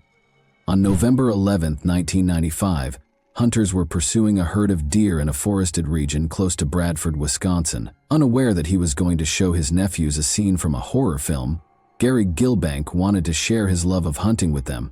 Rather, they came to a halt when they arrived at the southern shore of Turtle Creek. The man's skeleton remains were on the ground. They couldn't understand it. None of them knew who owned the skeleton or how it got here, and they owned the ground it was lying on. They called the cops without hesitation. As soon as they got there, investigators roped off the area to start their investigation. His hands seemed to be over his head as he lay on his stomach. He had been wearing a plaid shirt and a t-shirt with the name of the British band Venom on it, and a denim jacket that partially covered his head and back. There was a Nike sneaker close to the body, and he was also dressed in gray camouflage pants. The other was not located. From the scene, investigators retrieved a container of Carmex lip balm, a Budweiser lighter, an Aquatech wristwatch, and a chrome pendant of a horned goat. After being taken out, the remains were taken to the coroner's office for additional analysis. The coroner started examining John Doe in great detail. The skeletons had shown no obvious evidence of trauma. He weighed 140 pounds and was reported to be between 5 feet 4 and 5 feet 6 inches tall. He was between 17 and 20 years old. The coroner identified him as a male Caucasian based on a dental study. He had only 2 fillings and had received good dental care. His wisdom teeth were still in place, however, 1 was impacted and 2 had partially erupted. Hair samples were collected for a toxicological examination. The coroner did not rule out that he may have been drunk or had used hallucinogenic drugs before his death, but the absence of any traces of cocaine, codeine, or morphine ruled out the likelihood of an overdose brought on by a chronic opiate addiction. Although his cause of death remained unknown, it was possible that he had fallen into the creek and succumbed to hypothermia. The coroner thought that he might have been drunk and lost his way before he lay down, and that he might have perished from exposure to the weather. Additionally, there had been conjecture regarding the precise moment of his demise. According to the coroner's estimation, he might have passed away around the fall or winter of 1994. Other than the hints they discovered on the John Doe at the site, investigators had no leads. They began a thorough investigation that took them in a number of directions. John Doe's skull was incinerated in the interim, and his remains and ashes were interred at the same Johnson Town Center Cemetery where John and Jane Does were buried. Investigators looked into every known accident that happened around the estimated time of John Doe's death in order to support the idea that he might have been drunk and confused. They thought he might have been a vehicle accident survivor who had gone missing following the collision. But there were no reports of a missing male who suited his description. In actuality, no one who fit John Doe's description had ever been reported missing. Based on the clothing he was wearing when he was discovered, Investigators then went back and looked at every rock concert that had ever taken place in the vicinity. Interviews with heavy metal members revealed that none of them could recall anyone who matched John Doe's description. Here they had come to yet another dead end. They looked through government documents and school yearbooks to determine his estimated age, but they discovered that no minors during that time were listed as missing. Investigators were forced to start over after conducting interviews with the local school district's children yielded no leads either. Thereafter, the inquiry focused on multiple witness accounts of a man who the locals called River Guy. Witnesses reported seeing a young man in his early 20s sprinting toward the creek where the body was finally found on October 16, 1994, at approximately 5:30 p.m. According to witnesses, the River Guy had been drunk and upset that afternoon and was dressed similarly to the John Doe. These witnesses stated that the man had been stumbling toward the creek and had fallen into the water multiple times while attempting to ascend the slope, along with mentioning being a fugitive and having been wronged by a woman named Mary. They also claimed he had yelled at onlookers to leave him alone, until additional forensic examinations revealed that River Guy and John Doe might not have been the same person because of chronological differences. The theory was still one of the most compelling. John Doe's pace of decomposition suggested that he might have passed away around May 1995 rather than in October 1994, when River Guy was last seen, according to subsequent forensic estimates. Additionally, this refuted the original medical examiner's estimated time of death. A pendant discovered at the scene provided the next lead. In 2010, the pendant was linked to a craftsman in the Janesville area by detectives from the Rock County Sheriff's Office. The man has created a number of rock and metal-inspired pieces for admirers while being involved in the local metal rock scene. He admitted to the police that the pendant was one of his creations when they showed it to him. Nonetheless, he produced a number of like pendants and sold them to dozens of customers over the years. The craftsman failed to identify John Clinton Doe as a potential client when he was shown a composite sketch of him. As a result, the investigation encountered yet another obstacle. Together with a scientist from the Smithsonian Institution, the Rock County Sheriff's Office conducted an isotopic examination of the John Doe's bones in 2014. In forensic anthropology, isotopic analysis has been used to identify the provenance of unidentified human remains from bone tissue. A person's birthplace can be ascertained by forensic scientists. The scientist from the Smithsonian found that John Doe had been in the Midwestern region around the Great Lakes for a considerable amount of time. The states of Wisconsin, Illinois, Minnesota, and Michigan were among these regions. Investigators were able to focus their inquiry because to this information, after determining the potential birthplace of John Doe, detectives started over in 2016 and revised the composite sketches created by the FBI in 2014 and the Rock County Sheriff's Department in 2013. This time, before making it public, they added some color and regressed the sketch to the age of 16. The department believed it would help anyone who might have dealt with him that year remember him, said private investigator Jack Fries. The whole idea here is to get people to think about what was going on in the early 90s and in their lives. And do they have any connection with this guy at all? He stated. Despite the failure of their efforts, detectives were determined not to give up lightly. Jack Fries, a private investigator, spent the next 2 years trying to figure out who the young John Doe was. In June 2018, Fries and Detective Corinne Billhorn contacted the DNA Doe Project, a volunteer-run non-profit organization that uses the DNA recovered and preserved from the initial autopsy to assist in identifying unsolved John and Jane Doe cases. In collaboration with Flugen Genetics, Aerodyne Research Inc., Full Genome Corporation, and the National Center for Missing and Exploited Children, the team set out to identify the John Doe. Using the genetic genealogy and ancestry website GDMatch, the protracted trip started. John Clinton Doe's potential ancestors were located and identified by the research team. They had a rough identity in February 2019, but detectives needed to be absolutely certain. Investigators spent the following 3 years locating the John Doe family in collaboration with the University of North Texas. After speaking with the family members, they learned that 2 of the volunteers might be half-siblings to the John Doe, via their father. In late 2021, county officials requested and were granted a warrant to exhume the potential father's body. Following the extraction of DNA, testing resumed in earnest, and on June 14, 2020, John Clinton Doe's identity was eventually revealed. The body in the creek was identified as 20-year-old Carl Isaacs Jr., according to the Rock County Sheriff's Office. On April 30, 1974, Carl was born in Delavan, Wisconsin.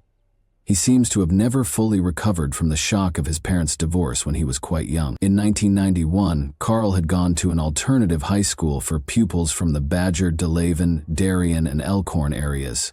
Carl had become addicted to drugs at the age of 17.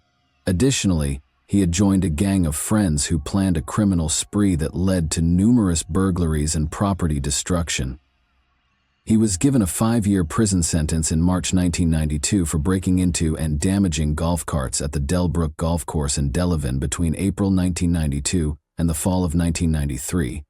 Before landing at the Oak Hill Correctional Institute in Oregon, Wisconsin, Carl was transported to 3 different prisons. He had been discharged during that time to participate in a Madison halfway house drug rehab program. Under house imprisonment, he was also periodically permitted to visit his mother. Carl occasionally served as an informant for law enforcement and drug investigations. He had been on one of his home arrest visits in April 1995. On April 16, 1995, he had vanished out of thin air. He was never seen or heard from again. Carl's arrest warrant for a probation breach, which had been extended yearly until April 2018, was promptly signed by a county judge. The fact that no one had truly come forward to report Carl Isaacs missing at the time of his disappearance, according to investigator Jack Fries, made their inquiry more difficult. In this case, Mom and Dad were divorced. He was kind of living with his mom, although I don't think he stayed there very often. He was kind of on the streets, basically homeless. I don't think he had a friend, nobody at all, who would have missed him to the point where they tried to find him, according to him. Fries thought that Carl had a reason for leaving his home and violating the conditions of his probation. At the news conference on June 14, 2022, Rock County Sheriff Troy Knutson revealed Carl Isaacs Jr.'s identity, calling it both a tragic event and the answer to a long-standing riddle. Knutson refused to respond to inquiries about why his family never reported him missing or any other information. I'm kind of sad to have to get together and discuss the untimely death of a young individual in our community, but I'm glad to finally be able to bring a little bit of resolution to the individual's identity. However, he did say that the family had been anticipating the news since the DNA matches were found and the investigation was conducted. Rather, he emphasized to everyone that the case was still pending. We're really looking to flesh out exactly who he was and how he found himself in that particular location. That's where we're looking to the community to help provide some of those details for us, he stated. Knutson went on to say that although the inquiry took a long time, the identification was made possible by technological developments. He gave Jack Fries, a former employee of the Rock County Coroner's Office, praise and gratitude for his voluntary assistance on the case. Additionally, he expressed gratitude to the DNA Doe Project, which gave investigators the breakthrough they needed to identify Carl Isaacs. Nick Gilbank, the person who found Carl's body in the creek, can still clearly recall that moment. He still has some unanswered questions, but he is relieved that there is some closure and that he knows who John Doe is.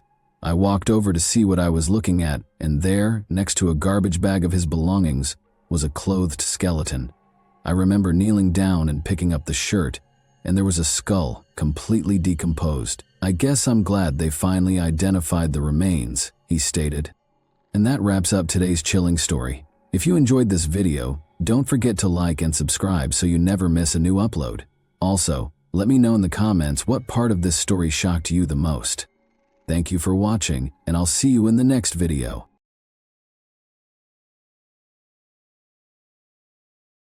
Hey guys, today we're diving into another truly horrifying case. If you want to support my channel, make sure to subscribe and stay active. It really helps me out. I'd be super grateful for that. Let's get started. The second biggest city in Washington, Spokane, is the setting for this tale. The city may be just as dangerous for its citizens as it is for visitors, despite its seeming beauty and allure. Spokane County has the highest crime rate in Washington, at double the state average, according to the state. Thus, Today's Cinderella story has a bitter taste within and a lovely appearance. The Holdens were a normal American family who had long resided in Spokane. The house was constantly crowded with youngsters because they loved them. Joshua, an adoptive son, and two girls were the children of Judy and John Holden. The grown daughters had long since moved out and lived independently, but Joshua, their only son, stayed with his parents, big, sad, and always frowning.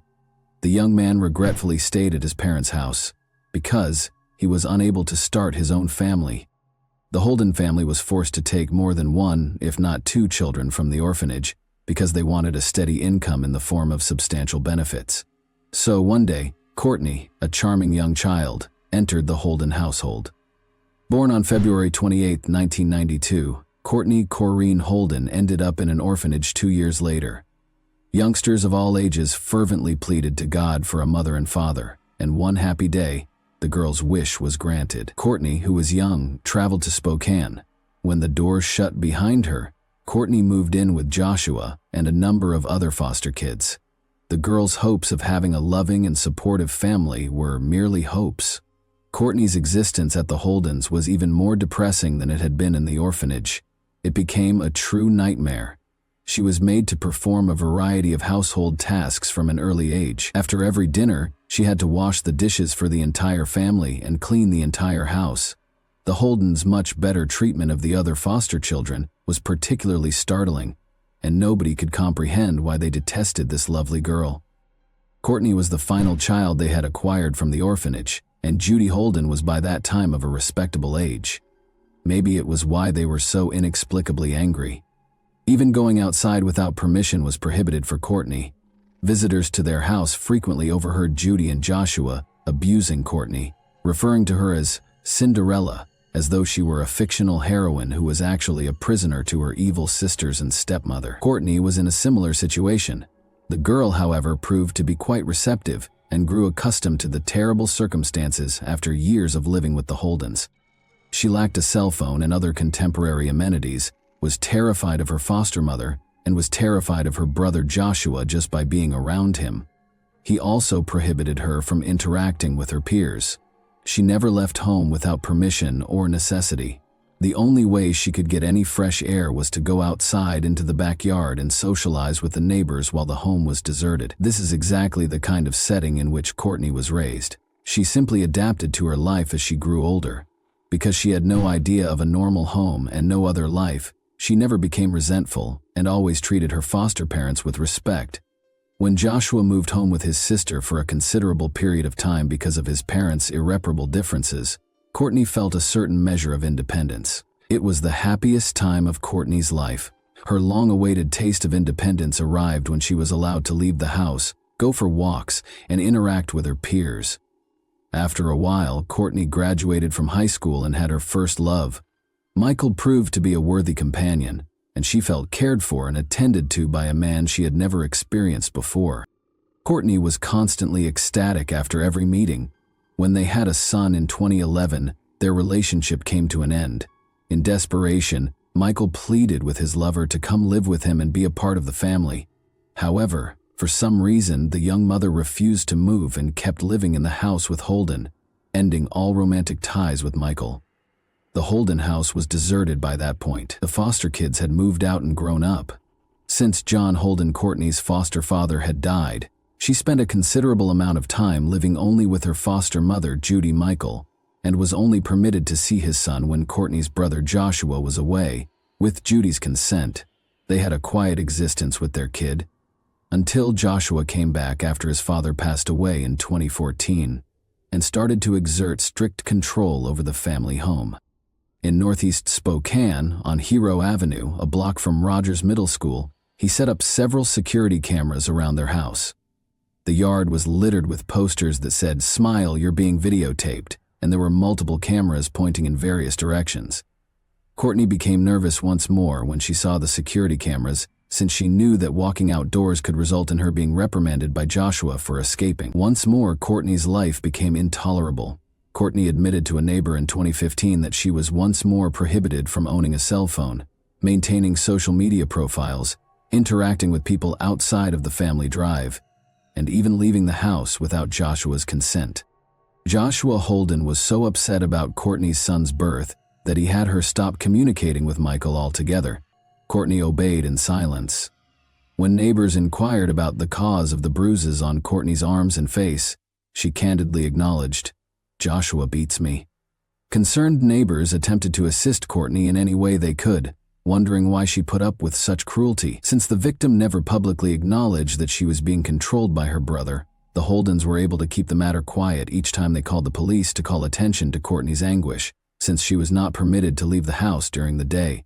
Courtney was eventually deprived of the opportunity to socialize with her neighbors, who have since only seen her outside in the evenings. Once more, Courtney complied in silence. Joshua was a tall, fat man that no one knew, unlike Courtney.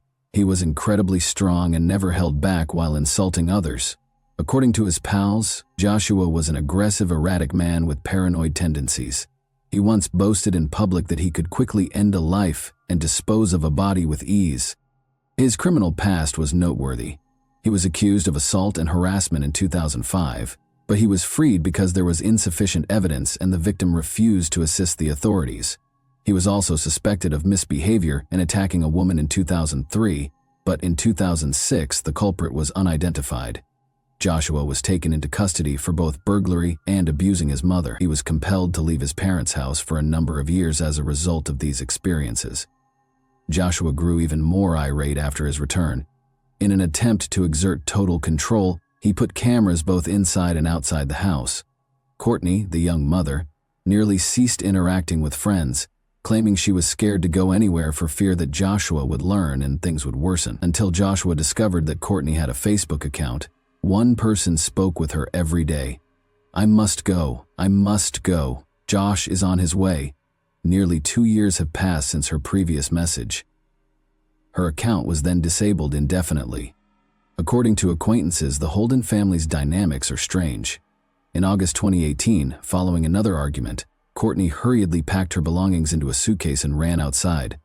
An enraged Judy yelled after her, "Come home!" To which Courtney responded, "I'm not staying here anymore." Those familiar with the family have been baffled as to why Courtney's son calls Judy Mom, and Joshua is called only by his first name, while his biological mother is referred to as Dad. Some have even speculated that Joshua may be the boy's father. Shortly after, a furious Joshua, who was more than 6 feet tall and weighed 300 pounds, dragged Courtney back inside the house. Judy slammed the door. The neighbor said she couldn't help herself. Courtney was a young woman who had led an invisible existence, and that was the last time this neighbor, and perhaps the rest of the family, saw her. She remained. Before neighbors and acquaintances started to worry about her disappearance, it had been almost 2 years. Michael and his current girlfriend voiced concerns regarding Courtney Holden's location in October 2019, 1.5 years after she vanished. After nearly 2 years of not seeing Courtney, the father, who is Courtney's son's father, filed a missing persons complaint with the police on October 24 because he was desperate to see his son. When police arrived at the Holden's house with a search warrant in hand, they were shocked to discover that Courtney was indeed not there. Judy and Joshua had no desire to assist the authorities. After letting the investigators inspect Courtney's room, Courtney's stepmother ordered them to leave the house right away. They even brought in search dogs, but to no effect. According to the Holdens, Courtney fled after leaving her son behind. They couldn't say who was utilizing electronic food stamps or who might have kept cashing Social Security funds into her account. But Judy and Joshua took the remaining $600, 0 cents, out of Courtney's bank account when the Holden's house was searched that same day.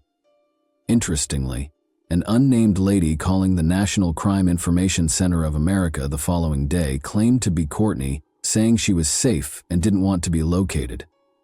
The woman was identified by police as one of Courtney's half-sisters after they tracked down the call. Joshua and Judy thereafter shared a variety of contradictory accounts regarding Courtney's disappearance. In one account they stated she had fled with a truck driver, but in another they alleged she was hiding a boyfriend from everyone. The Holdens were suspicious because of Courtney's disappearance and the inconsistent statements of her roommates, who obviously had something to conceal. In late October 2019, Joshua and Judy Holden fled Spokane in a hurry.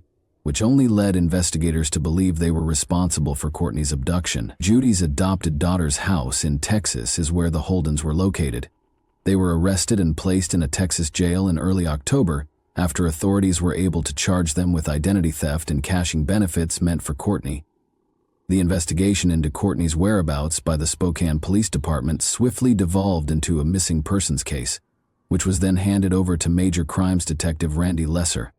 After the search warrants he filed in Spokane County Superior Court were made public, Lesser provided an update on the investigation. Court documents and police interviews serve as the foundation for this story of Courtney's disappearance and the investigation. Officially, Courtney was listed as missing. All states received alerts, and the case was covered by a number of news outlets. When patrol officers and detectives visited the house for different reasons, an aggressive search was initiated. Judy and Joshua Holden declined to assist with the inquiry. Unusual actions in cases of missing persons and welfare inspections. A lady who identified herself contacted Crime Check on the day Courtney was reported missing and said she was fine. The police dispatcher also spoke with the woman who was pretending to be Courtney. As it turned out, it was Courtney's sister who refused to explain to Lester why she was pretending to be her, most likely in an effort to dispel Judy's suspicions and put an end to the hunt. The possibility that she is deceased disturbs me. In an interview, Lester stated that he was especially worried about Joshua's history. Joshua had previously faced assault charges, but the case was dismissed just before the trial because the victims refused to cooperate with the prosecution. In addition to court documents indicating that Holden was a suspect in another assault in 2003, investigators were now gathering DNA evidence. Joshua was diagnosed with paranoid schizophrenia and was reported by family members and neighbors as angry and erratic. According to the neighbors, Judy was terrified of Joshua because he was unemployed. Joshua had also been found guilty of burglary and arrested on counts of unlawful imprisonment. According to family members, Joshua and Judy boasted to them about their knowledge of how to evade authorities, and Joshua discussed how simple it would be to kill someone and conceal their body. Individuals don't simply vanish, particularly if they have a son. According to court documents with fewer notations, Courtney was a devoted mother who would never leave her son alone for a year and a half. After telling neighbors and family that she was traveling with her lover, an unidentified truck driver whom no one knew, Courtney was not spotted outside her house with Joshua and Judy. Rumors occasionally circulated that she and her fiancé had eloped. She was allegedly only at the residence at other times and wasn't available for visits. When Lesser arrived on their house in early October, Judy informed him that Courtney had only been home for a few days. She claims that Courtney and her son walked away. Judy shut the door in Lesser's face when he requested for her phone number, according to court filings. Then, grudgingly, she allowed policemen to enter Courtney's room to inspect it. She was somewhat anxious. According to Lesser, the property was incredibly disorganized, with heaps of possessions occupying every accessible area. In court filings, Lesser noted that the mattress was exposed and that Courtney's room was similarly disorganized. There seemed to be no one living there. Lesser observed that Judy became frightened and lost sight of one of the investigators behind the closed door at one point. When Lester instructed the detectives to look around the remainder of the house for Courtney's son, she told them to get out. Lesser was informed later that day by neighbors that they seen Joshua, Judy, and one of Courtney's sisters departing with the boy in a van. Additionally, Detective Lesser thought it was unusual that Courtney, who had a chronic illness, hadn't seen a doctor since October 2017. Despite the gaps in her medical records, she had been taking medication every month before going missing, and her final prescription was written in July 2018. Courtney's card was used for groceries, and monthly withdrawals from her bank account persisted. The fact that Joshua and Judy were shopping with the youngster was verified by surveillance footage. On the day that Courtney was reported missing in early October, the cameras also saw the pair taking the last of the money out of her bank account. Joshua and Judy had departed their house by October 24. According to Lesser, when police arrived to carry out a search warrant, the family's 6 pets were gone and the DVR from the home security system had been taken out. In mid-November, Joshua and Judy's cell phone numbers were canceled, but on the same day, 2 new numbers with Texas area codes were activated. A neighbor reported activities at the house to the police around a month after the Holdens had left. Judy's husband and one of her daughters had traveled down from Texas to see how things were doing at the house. Judy had retired, they said, and they hadn't seen Courtney in 2 years. Judy's daughter claimed the boy was Courtney's son, despite the man telling authorities that Joshua and Judy had a child together. Busser went to Texas in the middle of December to look for Judy and Joshua. They were discovered by police at the residence of Judy's daughter and Courtney's son, Joshua. Judy Holden was arrested on suspicion of exploiting Courtney's bank accounts, hiding her son, interfering with custody, and identity theft. The boy was successfully restored to his father after being discovered safe and sound. Other members of the family were not charged. Police used search dogs to look through Judy's Spokane house, but they were unable to locate Courtney. Additionally, a search of a Texas residence turned up no information on Courtney's location. Judy's vehicle and trailer, which were parked in an Oklahoma RV facility, were also searched by officers. Judy, 74, and Joshua, 40, refused to be interrogated by authorities while they were detained in Texas. Police were waiting for the governor to issue a warrant for their return, since they refused to be extradited to Spokane. They were probably released as authorities were unable to establish their involvement in Courtney's disappearance. In addition to the months-long investigation, this is perhaps one of the most comprehensive missing person investigations. I have a variety of information in 4 notebooks. Police think Courtney is probably dead, and Judy and Joshua continued to deny any involvement in her disappearance, but regrettably there is no method to demonstrate it. However, Judy and Joshua have not been charged with anything, in spite of the aforementioned accusations. The belief that they knew what happened to Courtney is still prevalent. Joshua has a reputation for being violent, but he has also claimed that he could kill someone and successfully conceal the body from the authorities. Although they have not yet made any arrests in connection with Courtney's case, they believe she is dead. In summary, Courtney was unfortunate enough to be a member of the Holden family, and this little girl who yearned for love and family lacked the bravery to defend herself. She genuinely thought that these individuals who had screamed at her, humiliated her, and made her labor for them were her family. However, is it really important to protect oneself against one's own relatives? Since Courtney was never seen again after that fateful evening when he forcibly took her into the house, it is extremely regrettable that Joshua Holden's audacious public statements about taking his own life and concealing his body cannot be used as evidence of his involvement in her disappearance. No one knows what she endured during those horrific moments, or the atrocities these monsters who claim to be family were committing behind closed doors. There are innumerable ways to covertly dispose of a body, with different substances that are undetectable to police dogs or professionals. This shows that even although Courtney suffered that night, her soul is still at Holden Manor, where she sought out family but ultimately met her demise. Her boy was removed from the Holden household and given to his father, who still looks after him now. In action, Courtney Holden is still missing. Please get in touch with the Spokane Police Department if you have any information that could help with the investigation. Thanks for watching, everyone. Your support means a lot to me, and you can help my channel grow by hitting that like button, dropping a comment, and sharing this video. Your engagement really makes a difference. See you soon.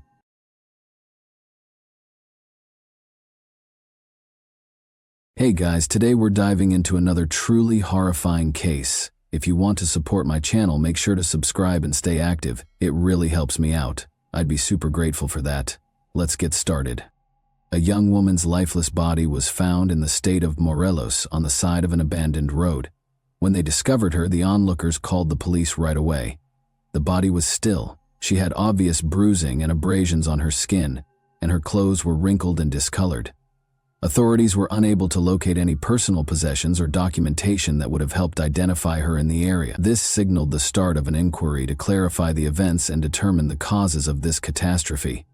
Born in one of Mexico City's impoverished districts on July 5, 1995, Ariadna Fernanda Lopez Diaz, despite having few finances, her early years were filled with love and affection. Her mother and her older brother Omar made up her family. Mutual support kept the small family together in spite of the lack of a father figure who was uninterested in his kids. Omar gave Ariadna constant support and became into a protector and role model for her. Because of their strong relationship, Ariadna felt secure knowing that she could always count on someone. Ariadna was well liked by her peers because of her friendly and affable demeanor. She stood out for her genuineness and willingness to assist people, and she had a natural aptitude to make friends. She spent a lot of her school years with close companions, with whom she frequently discussed her future aspirations. But in 2018, when Ariadna was only 23, her mother was afflicted with cancer, leaving her youth tainted by a devastating loss. The family eventually had to confront the inevitable as the sickness advanced quickly. For both Ariadna and Omar, losing her mother was a heartbreaking blow. In addition to deepening their relationship, this catastrophe made Ariadna grow up fast and accept responsibility for her own life. She made sure her mother's presence was always with her by getting her name permanently inked as an homage to her mother. Ariadne had met a young man and quickly started seeing him before to the death of her mother. Ariadne soon found out she was expecting a kid, as their romance progressed swiftly.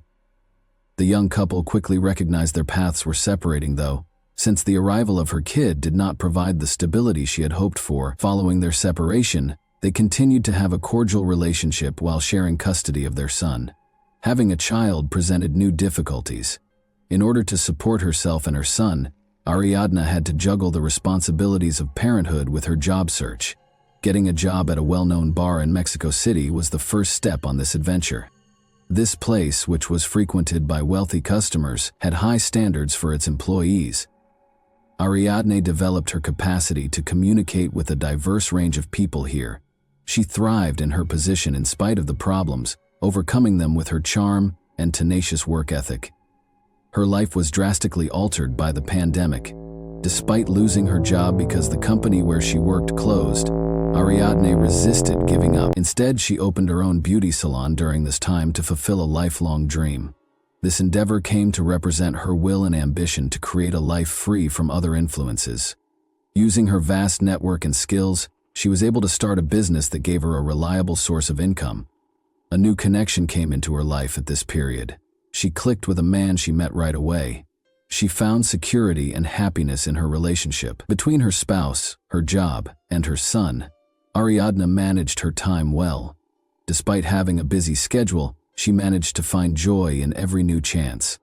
By the time Ariadne was 27, her life had taken on the appearance of a finished puzzle, with each obstacle and accomplishment adding to a picture of tenacity and accomplishment. She had experienced loss, started over, taken care of her son's future, and become independent. But what appeared to be the beginning of a happy chapter was actually the beginning of a tragedy. Vanessa was introduced to Ariadne by mutual connections. Ariadne and her pals went to an event where they first interacted. Ariadne was immediately drawn to Vanessa because she was youthful, lively, and captivating. Vanessa was able to establish a connection with people quite fast. Those who knew her well, however, felt conflicted about her. Her acts frequently shocked people with their unpredictable nature, and beneath her seeming openness were jagged edges. A common figure in Vanessa's social circle was the middle-aged businessman Rautel. Rumors surrounded his reputation. Prominent for his wealth, power, and extravagant way of living, he was frequently spotted with young women who wanted to be a part of his world. Rumors of his ties to influential people and even criminal organizations helped to elevate his stature, but no one in his inner circle could verify these claims. Although Rautel shied away from discussing his background and business operations directly, his manner evoked both admiration and discomfort. Despite her intelligence and independence, Ariadne was not immediately aware of the differences between her new acquaintances and her regular group of friends.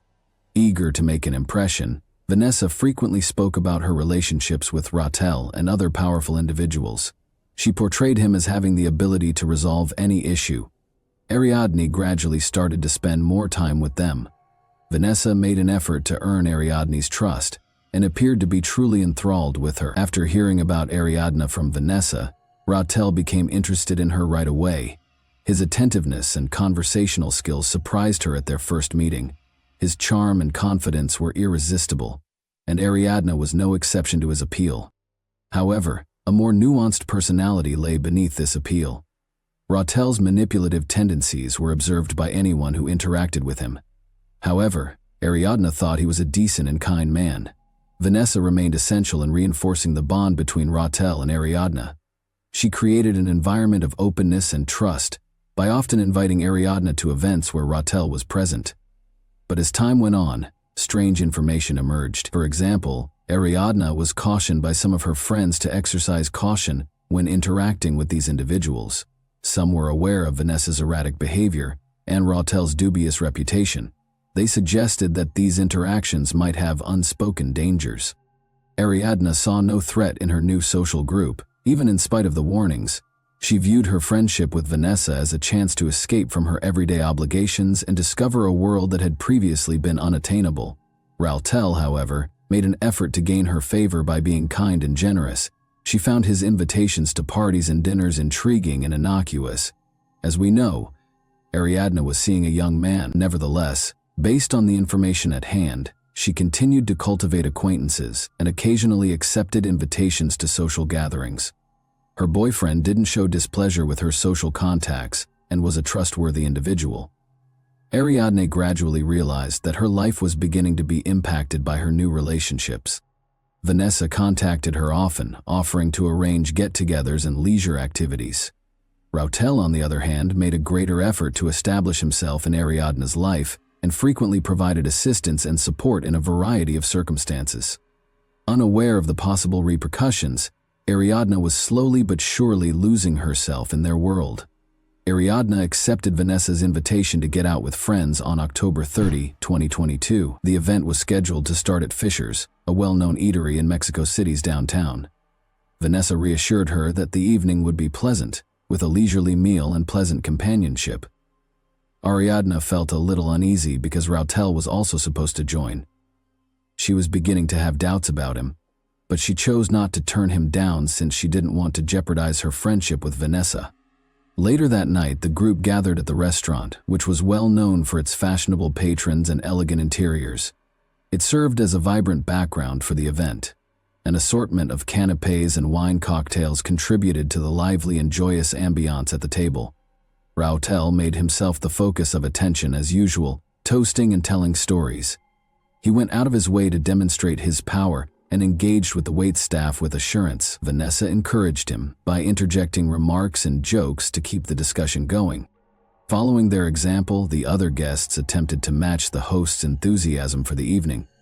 Amidst the boisterous atmosphere, Ariadna's actions were particularly noticeable, frequently checking her phone, reading texts, and sending out comments. She didn't seem quite comfortable. She frequently kept her eyes on Rautel, as though she were trying to find some deeper significance in his words or deeds. In an attempt to divert her attention, Vanessa drew her into discussions and urged her to take another cocktail. Ariadne, however, stayed taciturn. Something was bothering her more than the surroundings based on her look. Ariadne shared a mysterious message on social media in the middle of the evening. "Would you miss me if I vanished?" Although many in her wider network thought it was a joke, this post caused anxiety among her close friends and family. But Ariadne had never written anything like this before, according to those who knew her well. Although no one could have foreseen that it would be her final post, it made an uncomfortable impact. The party made the decision to relocate to Rautel's residence as the evening wore on. Rautel himself made the suggestion, and Vanessa wholeheartedly agreed, stating that it would enable them to spend the rest of the evening in a more private situation. After some hesitation, Ariadne consented, and after Vanessa encouraged her to join the others, they all piled into Rautel's car and drove the short distance to his house. Rautel's home, which was situated in a posh area, demonstrated his prestige. The interior was decorated in a contemporary style with opulent elements. When they arrived, the party took up residence in a large living room. Ariadne became more uneasy as the evening went on, despite the music and cocktails. As she checked her phone and pretended to make calls, she moved away multiple times. Her focused and aloof manner was not unnoticed. When Vanessa noticed this, she started whispering to her Rautel, which made the situation even more tense. Ariadne declared she was tired and wanted to go home closer to midnight, but Vanessa persuaded her to wait a bit longer, saying they could depart in around 30 minutes. As the evening wore on and the other guests began to go, Rautel, who was unusually silent at that time, would periodically look at Ariadne in a way that made her feel even more uneasy. Ariadne was among the last to go. Sadly, none of the gang would ever see her alive. An incident rocked Morelos the next morning, October 31, 2022, when two bikers discovered a woman's death on the side of a distant road while out on an early morning ride. Locals hardly ever visited the area, which was remote from any major roadways. The bleak landscape, scant vegetation, and eerie quiet of the surrounding area all served to highlight the tragedy. Although the woman was dressed, her clothes were filthy and seemed to be broken. Numerous bruises and what seemed to be contusions were seen on her body. Law enforcement was notified of the occurrence by witnesses right away, and they arrived a few hours later to record the incident and possibly help identify the body. The cyclists snapped pictures of the area in the interim. As soon as the police showed up, they roped off the area and started gathering evidence. Mark suggested that the body had been moved, and tire traces were discovered in the ground. Although there were obvious indications of a struggle, forensic experts were unable to determine the cause of death. Since there were no obvious injuries from a weapon, it was challenging to pinpoint the precise circumstances of the tragedy. Since no personal belongings or paperwork were discovered with the woman, her identity was unknown at the time. Pictures of the body started making the rounds on social media a few hours later, and people who saw them started talking about them. They were Ariadna's friends and relatives, who had been missing since going to a party at Rautel's house. They were able to identify the victim's distinguishing characteristics, such as tattoos. Omar, her brother, feared the worst and reported the woman missing to the police, speculating that she might be his sister. Meanwhile, the investigation was started by the Morelos state authorities. However, there was a lot of criticism directed at the police's early response. Critical traces at the site were not adequately documented, and there were reports of violations of evidence-gathering rules. This cast suspicion on the professionalism and moral character of the local police force. Their suspicions were validated when Ariadne's family members showed up to formally identify the body. His sister had a tattoo honoring their late mother on her shoulder, which Omar recognized. Her body's condition, bruises and injuries on her arms and face obviously indicated a violent incident, made the family's heartbreaking shock even worse. But at the time, the police's official comments sounded dubious and offered no clarification. The family's first reaction was to demand justice. They started calling for responsibility for those involved and an open probe. To raise awareness of the situation, they contacted acquaintances who were active on social media that same day. A little initiative soon gained momentum and attracted thousands of participants. The Morelos police insisted that the killing might have been an accident despite the growing public criticism. Further investigation would be contingent upon the completion of a forensic examination, they said. This position simply increased suspicions that powerful people might be engaged in hiding the truth and stoked further concerns. Since Rautel and Vanessa were the last to see Ariadna alive, they were the first people investigators got in touch with. The first speculations regarding what might have happened were based on their statements.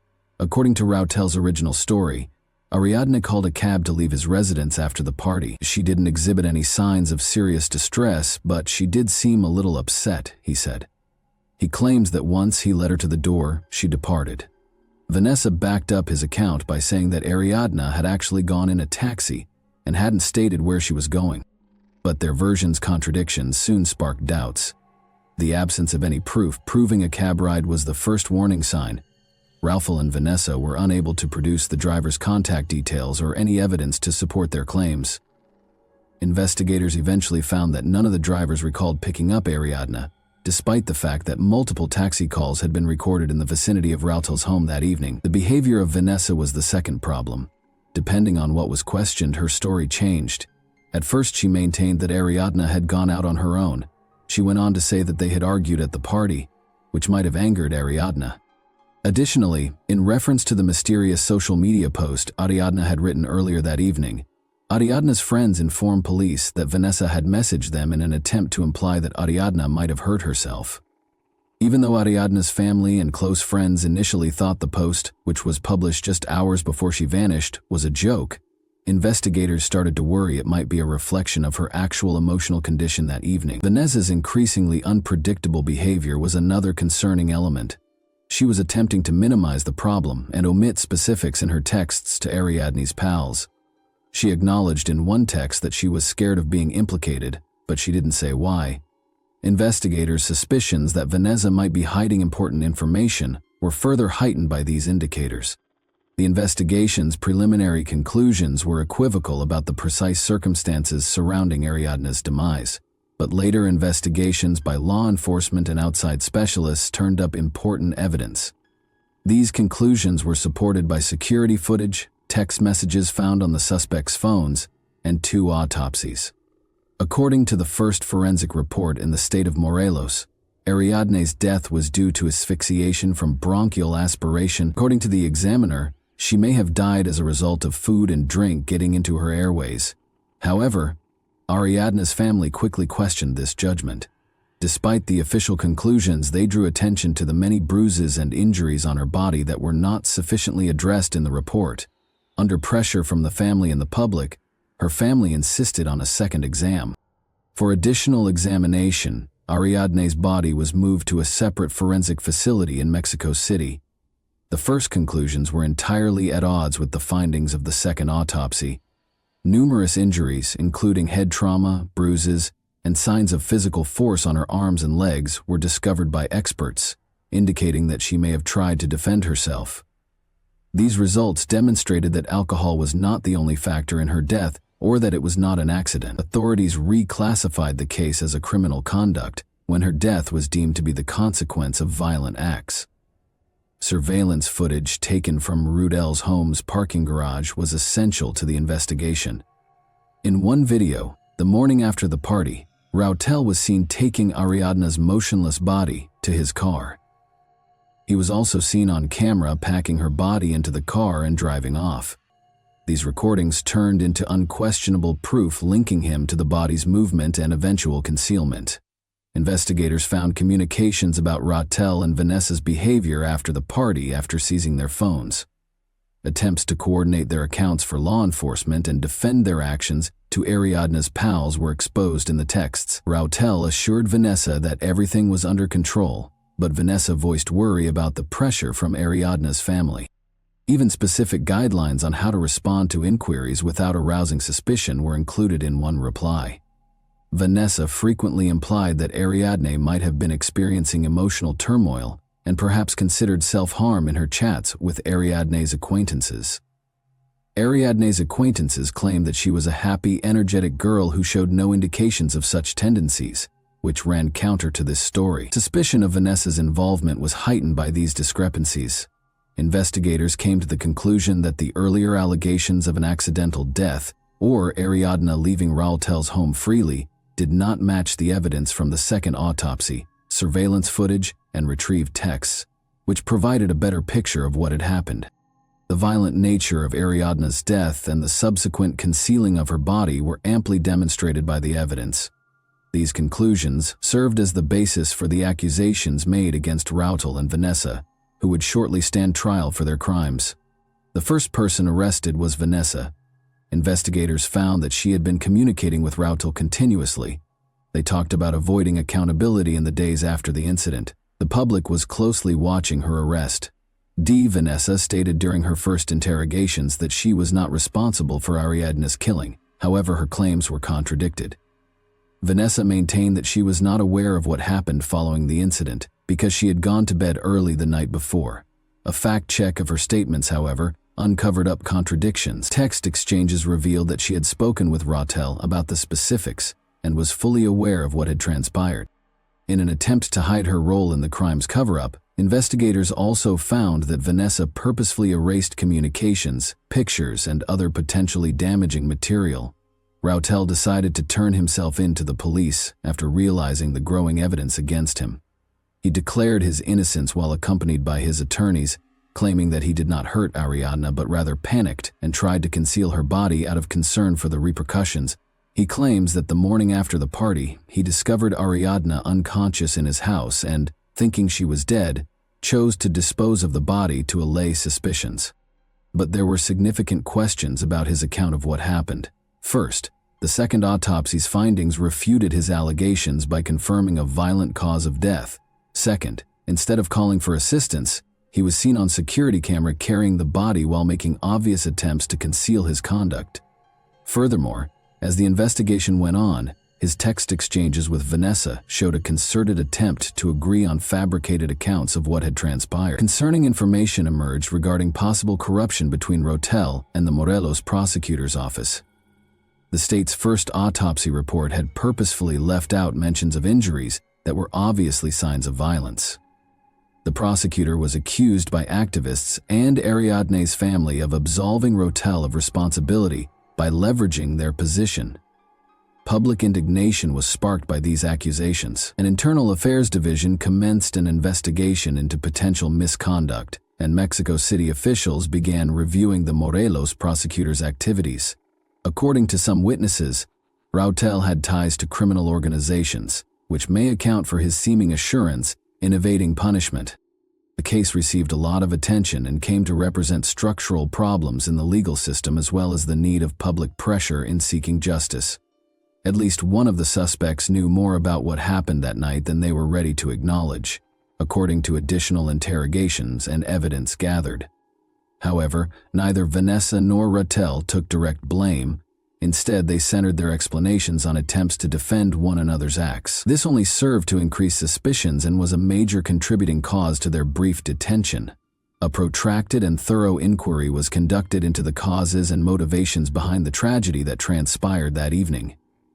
It took meticulous event reconstruction, evidence analysis, and a detailed look at everyone's behavior during the party to uncover the truth. With the help of contradictory testimony, technical information, and the suspect's psychological profiles, a more comprehensive picture gradually started to take shape. Together with mutual friends, Ariadna, Vanessa, and Rotel started that fateful evening over dinner and drinks at a restaurant in downtown Mexico City.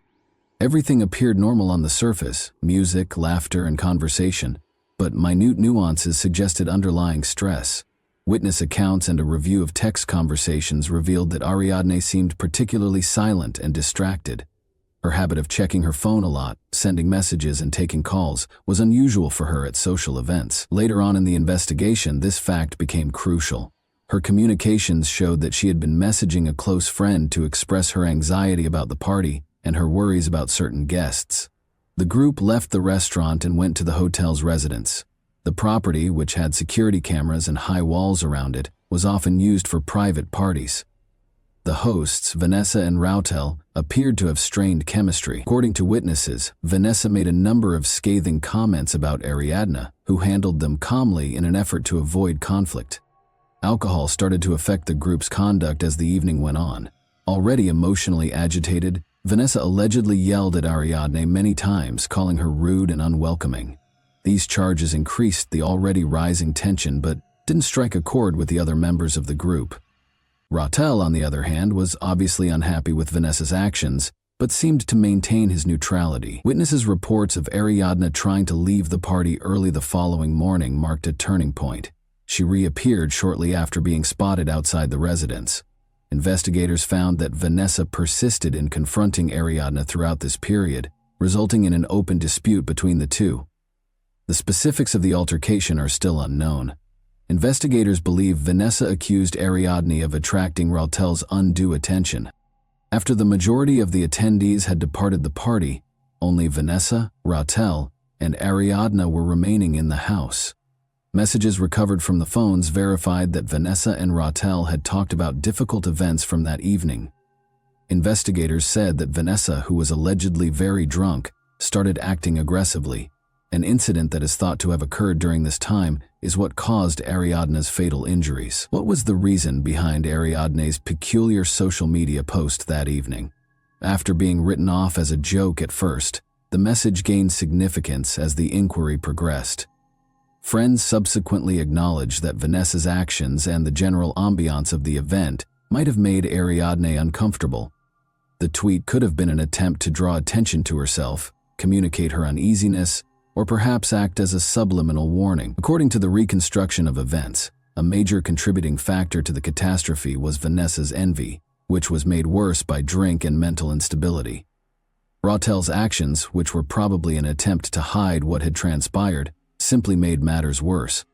If the atmosphere at the party had not been so tight and unstable, this confluence of circumstances could have prevented the disastrous result. Omar, Ariadna's older brother, was left to be the only father figure in the life of her 6-year-old son. Omar stepped in to offer both emotional and financial help. As he assumed responsibility for his nephew's upbringing, he worked to preserve Ariadne's memories and show him the love she had always shown him throughout her life. Since other family members and friends helped the youngster deal with his loss and provide him with a loving atmosphere, this choice strengthened the bonds within the family. The family of Ariadne continued to be involved in the effort to learn the whole facts regarding her passing. They attracted public attention, started social media campaigns, and planned protests. One noteworthy accomplishment was attracting the attention of foreign media, which contributed to a rise in pressure on the Mexican legal system.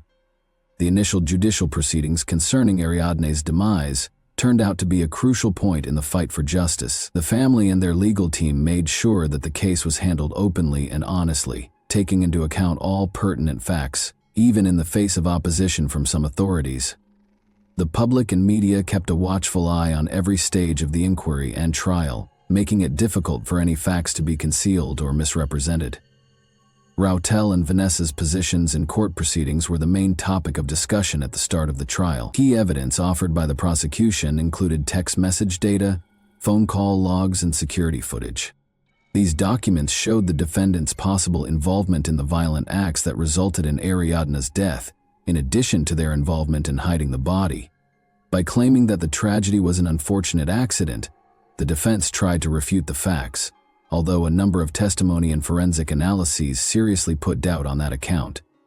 Determining the motivations behind the crime was one of the trial's main goals. According to witnesses who knew Vanessa well, she was impulsive and prone to aggressive conduct, which was frequently made worse by drink.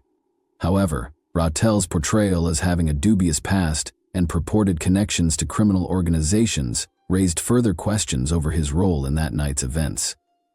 However, the defendants denied any involvement in Ariadne's demise. Suspicions were heightened by the fact that their claims contradicted the evidence. The investigation and judicial proceedings in Ariadne's case are still ongoing, so a verdict has not yet been rendered. Prosecutors have charged her with femicide, a felony including gender-based violence that is thought to be an aggravating factor under Mexican law, based on the evidence they have acquired. Both suspects may spend up to 70 years behind bars if found guilty. Thanks for watching, everyone. Your support means a lot to me, and you can help my channel grow by hitting that like button, dropping a comment, and sharing this video. Your engagement really makes a difference. See you soon.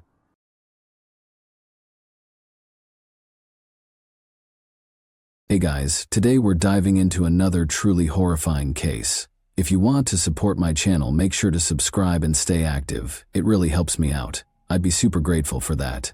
Let's get started. One of the most important people in the tech sector, Forrest Hayes, was discovered dead in Santa Cruz Harbor, California, on November 23, 2013. His death was found on board the Escape, a lavish yacht that he owned himself. When Forrest was discovered unconscious in one of the cabins, attempts to resuscitate him failed. The captain of the yacht called local police informant as the initial responders. A number of perplexing circumstances surrounded the body's finding. Without any indication of struggle, Forrest was discovered laying on his back. There was a noticeable injection mark on his arm, but there was no syringe or medical equipment in the area. As a result, detectives were instantly prompted to think about whether this was an accident or an intentional conduct. There was chaos in the cabin where Forrest was discovered. He had company, as evidenced by the lipstick traces on one of the 2 wine cups on a tiny table in front of him. A sense of seclusion was created by the meticulously drawn curtains covering every window and the low illumination. There were no obvious indications of violence, yet the scenario was strangely contrived. Forrest regularly used the yacht for private excursions, the captain told the authorities. He said that although Forrest liked to be alone himself on the yacht, he would entertain people from time to time. However, once Forrest set out on this specific voyage, the captain did not witness anyone boarding or departing the boat, and the coroner's preliminary investigation indicated that a drug overdose might have been the cause of death. It was unclear at the beginning of the investigation, nevertheless, if this overdose was an accident or deliberate. More doubts were generated by the fact that there was no syringe found next to the body. Was it removed on purpose, or was it never there in the first place? Investigators started looking into Forrest's life, contacts, business transactions, personal ties, and the circumstances surrounding his death in an effort to find leads. Who had been with Forrest in his last hours was the crucial question. The lipstick-stained wine glass and the absence of obvious evidence at the scene suggested a woman was present, but neither the harbor personnel nor the captain saw anybody get off the yacht after Forrest got on board. Examining Forrest's phone, which was discovered close to his body, was the first step in the inquiry. An initial look through his texts and applications turned up nothing unusual, but the investigators made the decision to delve further into his private life. Investigators believed Forrest might have had a secret side to his life that might provide hints about what had transpired. Despite his impeccable professional image, it became clear from a thorough examination of Forrest's relationships and routines that his apparently ideal existence might have been hiding some surprising truths. In their efforts to comprehend what happened aboard the Escape that tragic evening, law enforcement made finding these their top priority. On May 10, 1962, Forrest Hayes was born in Dearborn, Michigan. He demonstrated exceptional learning skills at a young age, and his innate charisma, curiosity, and talent for handling challenging situations made him a leader among his peers. His captivating personality and drive for perfection were often praised by teachers and classmates, and these attributes set the groundwork for his eventual success in the workplace. Forrest enrolled at a prominent university to study computer science and engineering after graduating from high school. He rapidly became proficient in the state-of-the-art technologies of the time and started working on his own projects, which attracted the interest of significant tech firms. Early in the 1980s, when the information technology sector was just starting to take off, his career really took off. Forrest's 2005 hire by Apple was a turning point in his career. Apple was expanding quickly at the time and was creating groundbreaking devices like the iPhone and iPad. Forrest was hired by the corporation to work in one of the main divisions, in charge of developing cutting-edge technologies. He immediately gained the respect of his coworkers and leadership due to the substantial contributions he made to Apple's projects. Forrest was more than just an accomplished expert. He was a pioneer. He was a vital team player because of his exceptional ability to come up with novel answers to challenging problems. Coworkers recalled his unwavering commitment to putting innovative concepts into practice that improved the usability and accessibility of Apple's products. Forrest developed technology during his time there that went on to become industry norms, but Forrest's aspirations prevented him from taking things easy. He soon accepted an offer from Google to work for the multinational internet behemoth. He joined Google X, a division devoted to creating cutting-edge technologies, after 7 years at Google. In his position, he oversaw projects including smart devices, driverless cars, and other cutting-edge technologies. Forrest's accomplishments include helping to create self-driving car systems, a revolutionary development in the realm of autonomous mobility. According to colleagues, Forrest Hayes had the ability to motivate a group of people and lead them toward challenging objectives. He promoted a positive work atmosphere as a leader who was fair but firm. Forrest gained the respect and affection of his team since he didn't hesitate to take on the most difficult assignments. He was able to successfully oversee large-scale projects that influenced the direction of technology because of his ability to blend strategic thinking with meticulous attention to detail. Forrest's family life and career accomplishments were closely related. He married Denise Hayes in 1996, and the two of them had a close relationship based on support and understanding. Asha, Lily, Roscoe, Lauren, and Daniel were the couple's 5 children. Forrest was a loving parent in addition to being a prosperous businessman. He always found time for his family in spite of his hectic job schedule. He loved spending time with his children, planning family vacations, and establishing customs that strengthened their bonds, according to individuals who knew him well. Forrest seemed to have a happy family life. Situated in one of California's most prominent communities, their $3 million 0-cents home provided a peaceful and comfortable sanctuary. But trips aboard his yacht were the source of Forrest's greatest happiness. For him, the yacht was more than just a means of transportation. It represented the unity of the family. He regularly took his family on quick getaways, where they could unwind and spend quality time away from friends, co-workers, and the bustle of the city. Admired Forrest's ability to strike a balance between his commitment to his family and his career achievement. He demonstrated how to balance professional accomplishments with personal obligations. Those around him were profoundly impacted by his attention to detail and desire to succeed in all that he did. But notwithstanding, Forrest occasionally confided in intimate friends about feeling empty despite the external peace.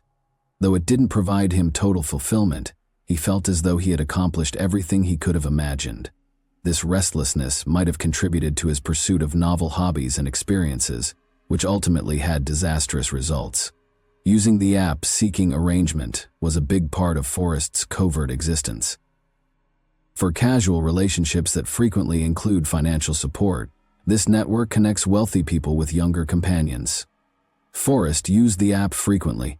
He had been texting dozens of women, setting up meetings and negotiating the conditions of their contacts, according to an examination of his account. These connections went beyond simple friendships. Forrest was renowned for providing his companions with lavish assistance, including meeting in private, paying for their expenses, and giving them pricey presents. His yacht escape was one of those places. After serving as a family vacation boat for brief excursions, Forrest turned it into a private hideaway where he hosted ladies he had met on the app. He was able to avoid unwanted attention since the yacht gave him the privacy he needed. The police eventually learned that the yacht was frequently used for these kinds of meetings from the captain, who was employed by Forrest. He remembered that Forrest sometimes traveled small distances with women or sat with them alone for numerous hours. The captain claimed that this started to happen frequently, but he was prohibited from inquiring because of a confidentiality agreement. Alcohol was frequently consumed during these interactions, and occasionally illegal narcotics were used as well. Conversations regarding obtaining these drugs were discovered in messages on Forrest's phone. Sometimes he asked his partners to bring them along. Unaware of his other existence, his family and co-workers were taken aback by this news. One woman that Forrest had met through Seeking Arrangement attracted special scrutiny from investigators. He set up a rendezvous with her aboard the yacht a week prior to his passing. They drank alcohol during the evening, and then took drugs that made Forrest feel ill. Forrest stated in communications following the meeting that he wasn't feeling well but had no plans to cease doing such things. There were two realms in Forrest's life. In one, he had a perfect reputation as a professional, a loving husband and a father. He looked for excitement and a brief reprieve from regularity in the other. His family thought that his yacht vacations were just a stress reduction strategy, and his acquaintances and coworkers were unaware of this hidden side of him. Forrest viewed these private sessions as a means of relaxing from his rigorous work schedule, but they ultimately had disastrous results. His success was formerly symbolized by the yacht.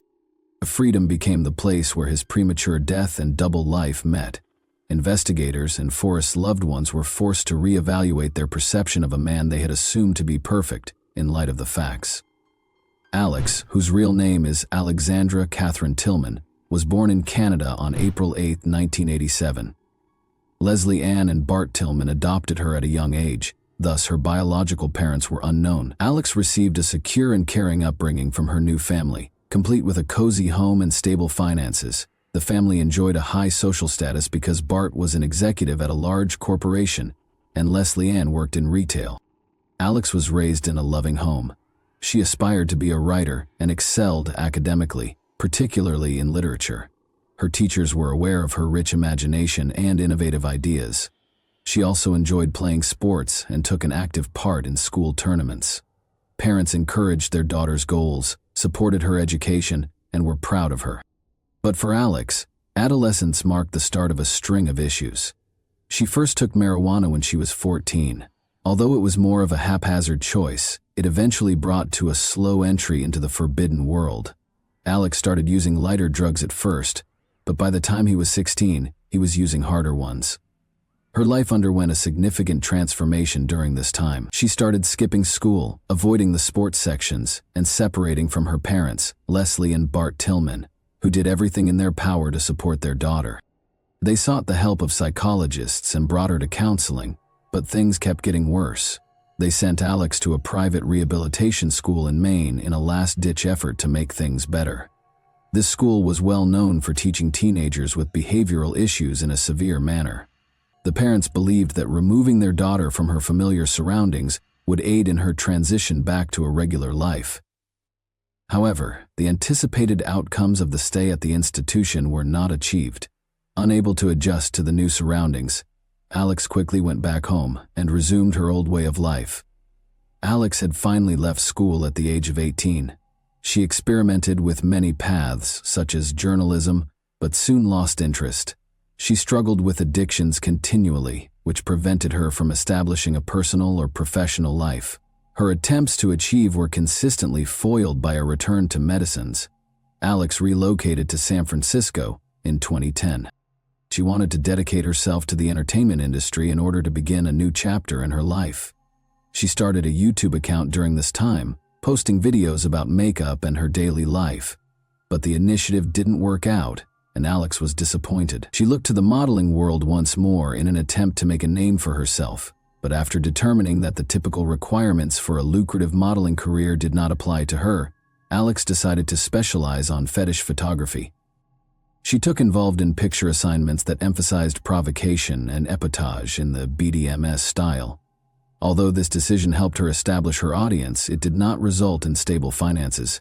Alex was still battling addictions, living in disarray, and dealing with difficulties all the time. Alex started using the Seeking Arrangement website in 2011. This choice gave her access to wealthy men who could support her financially and provide her access to a more opulent lifestyle. This platform introduced Alex to Forrest Hayes. As was common on the platform, they started their connection by talking about the conditions of their meetings. In exchange for financial support and lavish presents, Forrest was looking for a partner to join him for intimate gatherings on his yacht retreat. He offered Alex the opportunity to attain the stability she sorely desired. Their sessions were informal and frequently included light chat and wine, but as investigators eventually found, their encounters soon took on a new dimension.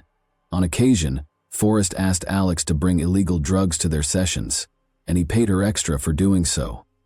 Alex accepted, seeing this as a chance to make more money. They started meeting frequently, and the yacht escape became their main gathering spot. Among the important people in Alex Tillman's background was Dean Riopelle, a musician, entrepreneur, and proprietor of well-known nightclubs in Atlanta.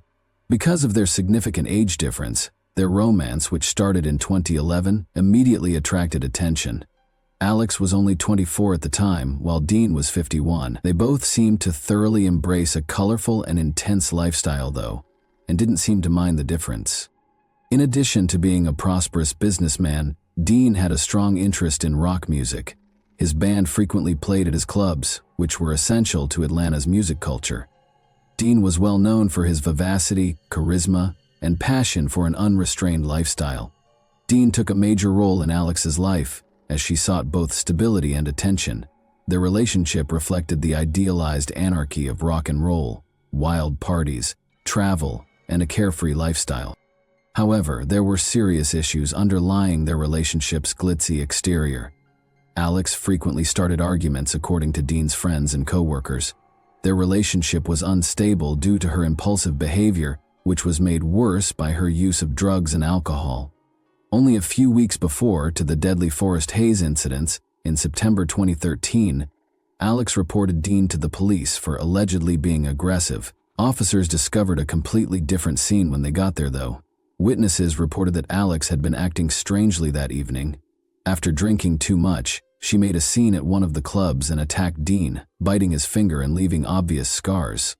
Alex was thus accused of assault and making a false report. This incident brought to light the persistent strain in their relationship, which was collapsing under the weight of constant disagreement, despite their shared affection.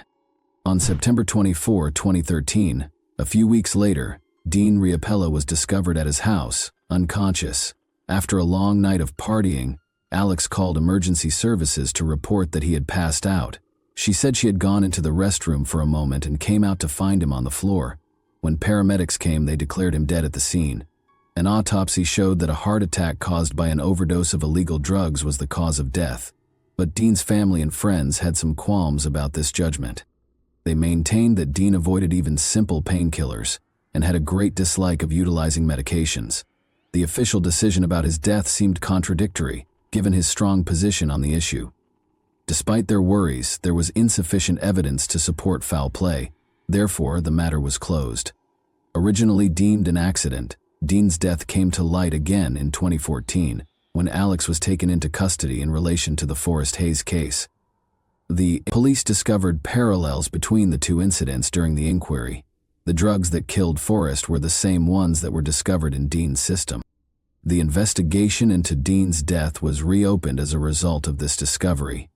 Suspicions were also heightened by Alex's enigmatic social media posts. She said, "Death is always near," in a post that was shared a few months after Dean's death.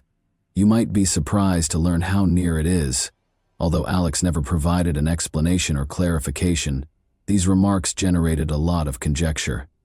Dean's family backed the case's reopening, claiming that the first probe had been too cursory. They thought Alex might have been involved in his death because of his actions and relationship to illegal substances, but there was never any hard proof that connected her to the event. Investigators suspected that Alex's acts could not have been random events, but rather part of a wider pattern because of the similarities between Dean Riepel's and Forrest Hayes killings. Nevertheless, Alex's purported involvement has never been confirmed, and Dean's case is still formally closed, despite the increasing attention. This ambiguity keeps raising unanswered questions that might never be resolved. With the use of video records recovered from cameras on the yacht, witness statements, and other pieces of evidence, investigators were able to piece together what happened the night Forrest was discovered dead. As usual, Forrest arrived at the escape in the afternoon on November 23, 2013, and he boarded by himself. Alex Tillman joined him on the yacht shortly after. The captain testified that Forrest had asked the crew to leave the yacht for the night, stating that he wanted some alone and a peaceful night to unwind. The yacht still had several working cameras. In the main cabin, the video showed Forrest and Alex conversing, joking, and sipping wine. Substances and syringes were later found in the backpack that Alex had brought with her. The talk grew more informal as the evening went on, and Alex produced a syringe loaded with the drug. After giving herself an injection, she gave it to Forrest, who accepted. The precise moment of the injection was captured by the camera. Forrest's condition quickly deteriorated after receiving the dose. After losing consciousness, he fell into the couch. At first, Alex failed to see how terrible the situation was. She kept looking about the cabin and drinking her wine. She finally shook Forrest by the shoulders in an attempt to resuscitate him, but he didn't react. Alex became alarmed when he realized that Forrest was not waking up. She started acting frantically. She then scrubbed the wine glass she had used, trying to get rid of lipstick stains, but missing some, while she started to gather her possessions, including the syringes and any leftover chemicals, in an effort to get rid of any possible evidence. She was also seen on camera quickly pulling the cabin's curtains, surveying the area, and making sure there was no obvious sign of her presence left. Alex then departed the yacht without telling anyone what had transpired. Forrest lay on the couch for several hours after she left him asleep, and no one bothered him. The skipper didn't return to the yacht and see Forrest dead until later, after his worried wife had called him. According to the inquiry, Alex attempted to evade notice following the incident by turning off her phone and leaving the marina. But police were able to piece together the events thanks to the yacht's camera recordings, fingerprints, and text messages between Forrest and Alex on his phone, as well as traces of lipstick on the wine glass. Alex played a significant role in the catastrophe, as evidenced by her actions during the escape. She was suspected of trying to avoid responsibility because of her frantic flight and attempts to destroy evidence. One crucial question, though, was still unsolved. Was the injection planned, or was it a snap decision taken under pressure? Law enforcement launched a manhunt to find Alex Tillman when it was determined that she was a major contributor to Forrest Hayes' death. Suspicions that Alex was involved were further cemented when she went into hiding right after the incident. Her phone was off and her once accepted social media profiles were inactive, making it more difficult to find her. But investigators came up with a strategy. They concentrated on Alex's Seeking Arrangement profile, which was the site where she had first made contact with Forrest. The secret to finding her was this app. Investigators constructed the persona of an affluent man looking to make new friends using a fictitious profile. Alex accepted to meet despite his best efforts to stay out of the spotlight because he couldn't resist the chance to make money. She set up a rendezvous at a remote spot in California after days of messaging. Alex was arrested by police enforcement when she showed up for the rendezvous. Everything went without a hitch. Despite not resisting, Alex's behavior throughout the arrest was described as calm and uninterested. She claimed not to grasp the charges against her. She was shortly formally charged with illegally distributing forbidden narcotics, tampering with evidence, and second-degree homicide. Her attractiveness and contentious past caused the trial to immediately become a media sensation. When it started in early 2014, Alex, known as the beauty-turned-criminal, became the focus of media and public attention. During court appearances, a lot of people talked about her previous appearances, interviews, and demeanor. Alex had a composed and self-assured demeanor, frequently wearing immaculate clothing, which elicited conflicting responses from the general population. According to the prosecution, Alex was completely aware of the dangers associated with her behavior. They played camera footage from the yacht that showed her giving Forrest an injection and then walking away without helping him. The prosecution asserted that this showed her lack of interest and willful efforts to hide her activities. Alex's defense team argued that she didn't mean to hurt anyone and that she only did what Forrest asked her to do. Her attorneys claimed that her hasty departure was motivated by panic and that his death was a terrible accident. They further underlined that Forrest had agreed to the injection and had asked for the drugs. There was a great division in public opinion. Some believed that Alex was a heartless criminal who killed a well-known and prosperous person. Others questioned the morality of Forrest's actions, such as his use of a dating site and involvement in dangerous pursuits, and saw her as a victim of circumstance. Alex and the prosecution agreed a plea deal in May 2015. She avoided a jury trial and received a reduced sentence by entering a guilty plea to involuntary manslaughter and possession of forbidden narcotics.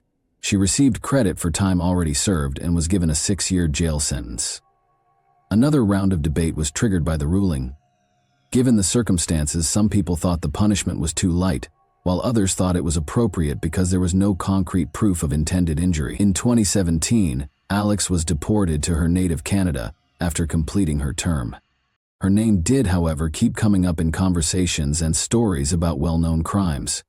To the general public, Alex Tillman came to represent double lives, dangerous conduct, and the far-reaching effects of careless choices that resulted in a catastrophe that affected a great number of lives. After being freed, Alex tried to start over.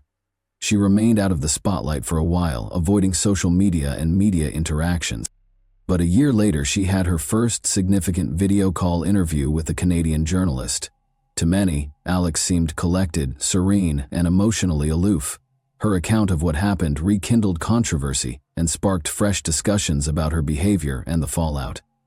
Alex claimed in the interview that she had never meant to hurt Forrest Hayes and that she was shocked by his passing. She asserted that she was not aware of any prior medical conditions he might have had and that the injection had been given at his request. Alex said she thought Forrest knew his boundaries and had control over his behavior. Additionally, she denied intentionally attempting to conceal evidence, stating that her actions were motivated by panic and ill-advised decisions made in a moment of crisis. However, the evidence in the case contradicted her allegations. Video from the yacht showed Alex leaving the area without trying to contact for assistance, in addition to deleting any record of her presence. Her justifications were criticized harshly by the Forrest family, who saw them as an attempt to deflect blame and cast further doubt on her sincerity. Her comments regarding Dean Riopel were equally contentious.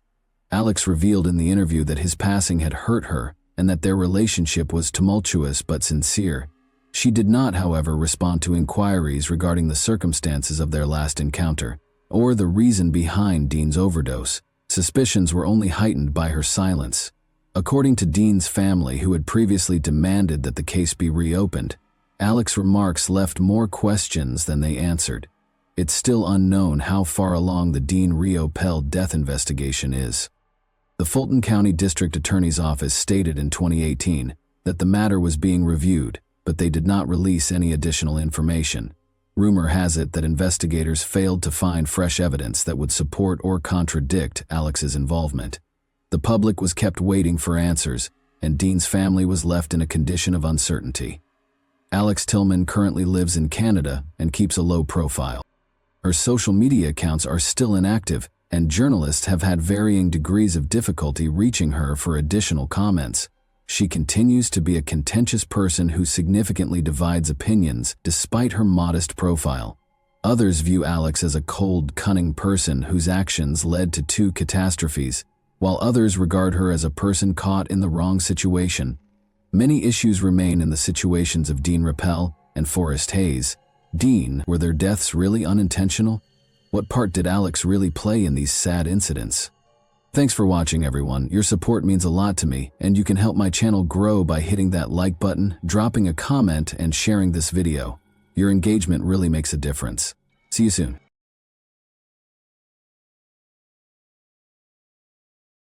Hey guys, welcome to my channel, and today we're going to take a look at another horrible case with you. Overconfidence, gullibility, and naivete are harmful qualities that can sometimes result in death. However, there are times when we all want to believe in miracles and that childhood fantasies can still come true. When something you've wanted is so close that you can practically touch it, self-preservation, caution, and common sense can all take a backseat. This vulnerability is precisely what crooks take advantage of. The cruelty and inhumanity of the 2005 case of Elodie Morel, a young French woman, stunned the nation.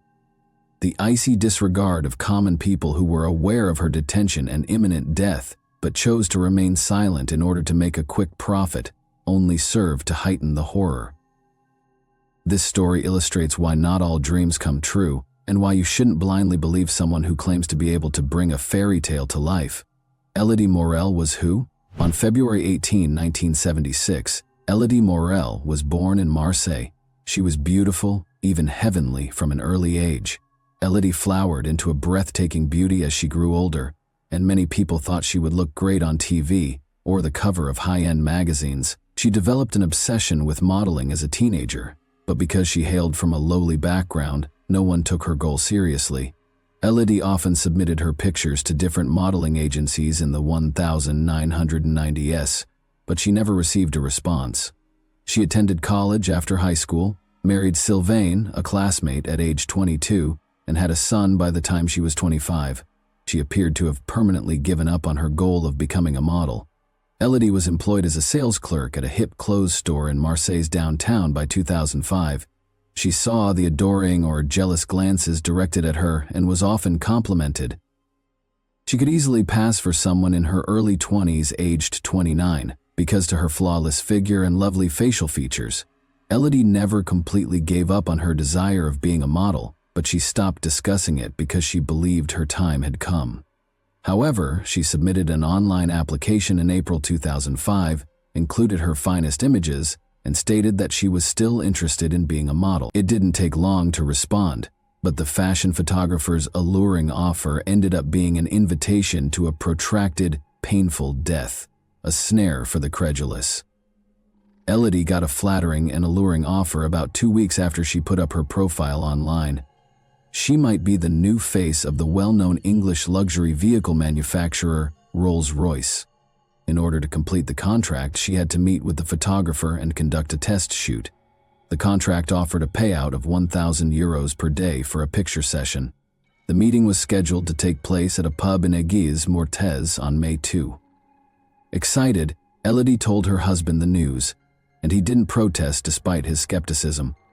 The young mother left her son with her parents early that morning, got into her car, and drove to the prearranged spot. She had already reserved a hotel room for her 3-day stay in Aigues-Mortes.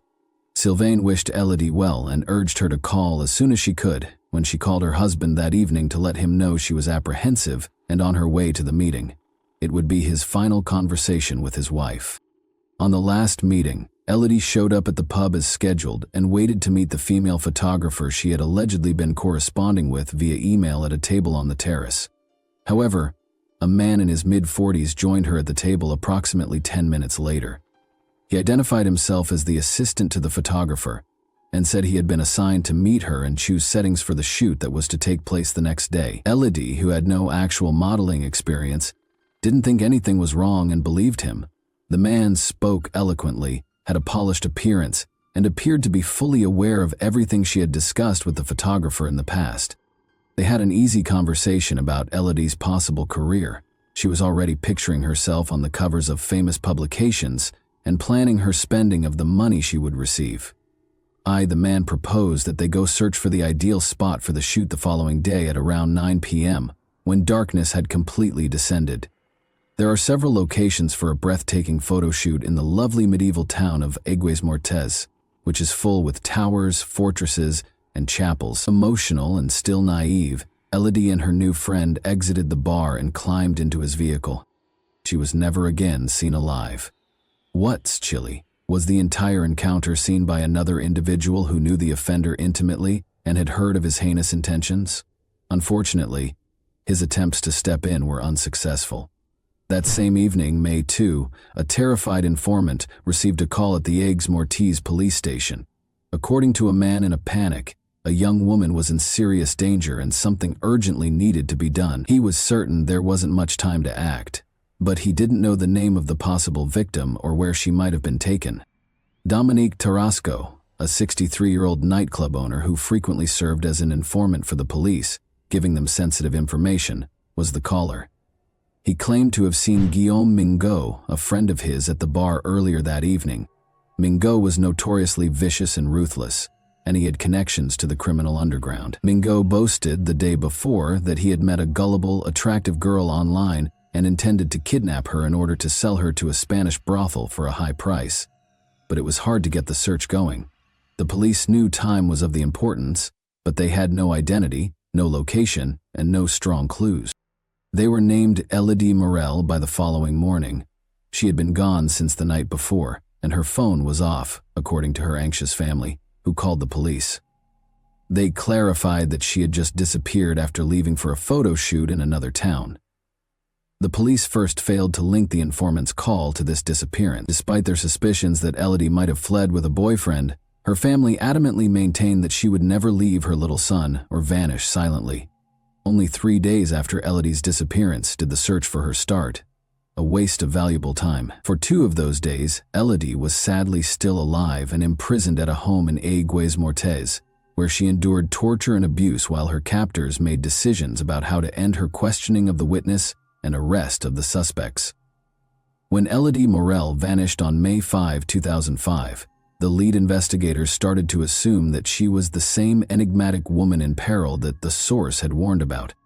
When Dominique was called to the police to make an official statement, he instantly verified that Elodie was the same person he had seen at the pub with Guillaume Mingot 3 days prior, after seeing a picture of her.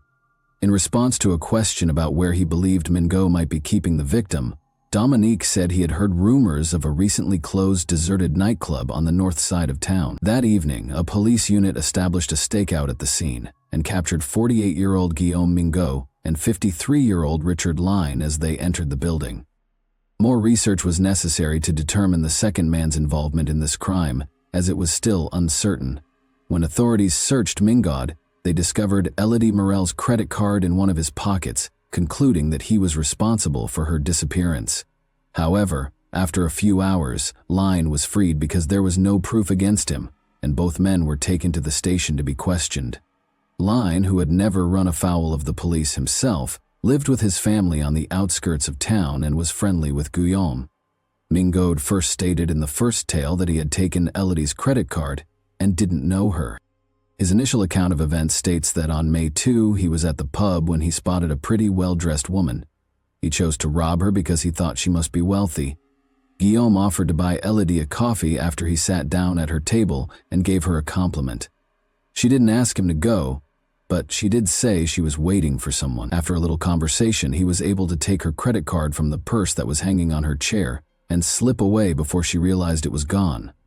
Although Mingot acknowledged that he knew the victim, he maintained that the whole event happened on its own and that he had nothing to do with her abduction, other than to steal her card. Investigators verified that he had taken out cash from an ATM outside the city using the pilfered card that same day, but he was unable to describe how he recognized the image. He would have had a weak story if Elodie hadn't told him. Furthermore, a background investigation showed that Mingot had a number of previous convictions, including drug trafficking, armed robbery, and a 9-year jail term for a vicious rape. Though he had been more cautious in an effort to avoid going to jail again, Mingot had not altered his behavior despite his criminal past after being released. When authorities discovered Elodie's phone number on Mingot's phone, along with their email correspondence regarding the photo shoot, the second story took a different path. He was forced to alter his story after this revelation, which totally contradicted his first statement. He admitted that he had messaged Elodie under the guise of a photographer after discovering her online modeling profile. The innocent beauty was a simple target and consented to meet without a lot of questioning. Mingad had been communicating with her under a female alias, so he was afraid she would grow suspicious when a man appeared in place of the photographer she had been anticipating. However, Elodie, who was eager and trusting, saw nothing odd and consented to accompany him to look for a spot for a late-night picture session. She even got into his car without question.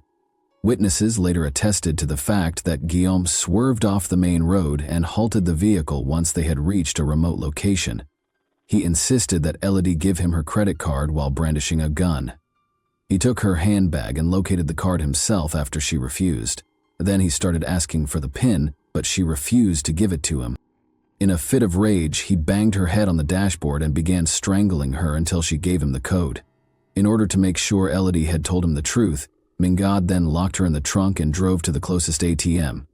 He drained her account and the PIN worked, but now that he had the money, he began to think about what to do with the woman who was now imprisoned in his trunk, how to conceal the victim, and how to have the accomplices arrested. Guillaume Mingot drove to his buddy Richard Lyon's place to temporarily hide Elodie since he needed time to think things through. He told Richard about the woman who was trapped in his trunk and that he was eager to share his idea to sell her and make a significant profit. It's worth noting that Richard and his spouse had previously worked at the same shuttered nightclub, he as a security guard and she as a cleaner. However, after the club closed, they both lost their jobs and were barely making ends meet, with Richard turning to heavy drinking. Richard offered to help by giving Guillaume the keys to his empty garage, which he offered as a place to hide the woman. He preferred to wait for Guillaume to figure things out and to get his share of the money as soon as possible. Investigations later showed that Elodie was held captive for more than 2 days, during which she endured a nightmare of torture, assault, beatings, and the agony of hunger and thirst.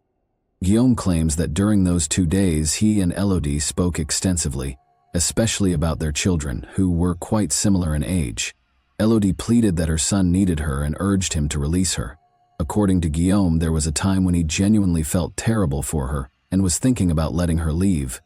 Since she had been in the garage for 2 days and it was quite hot, he even brought her a bottle of water. But when Richard, who was intoxicated, decided it was time to deal with the captive on the evening of May 4, things took a sharp turn. According to Guillaume, Richard went into the garage and used a rope to strangle Elodie while he was away. Guillaume maintained that he just assisted in disposing of the body and had nothing to do with the real crime, but he wouldn't say where they had concealed her body. The Lyon home was searched. The couple seemed anxious but unsurprised by what happened when police used a search warrant to raid the Lyon house. They showed little interest in the ongoing search, allowing the officers to enter without any opposition and continuing to dine at the kitchen table.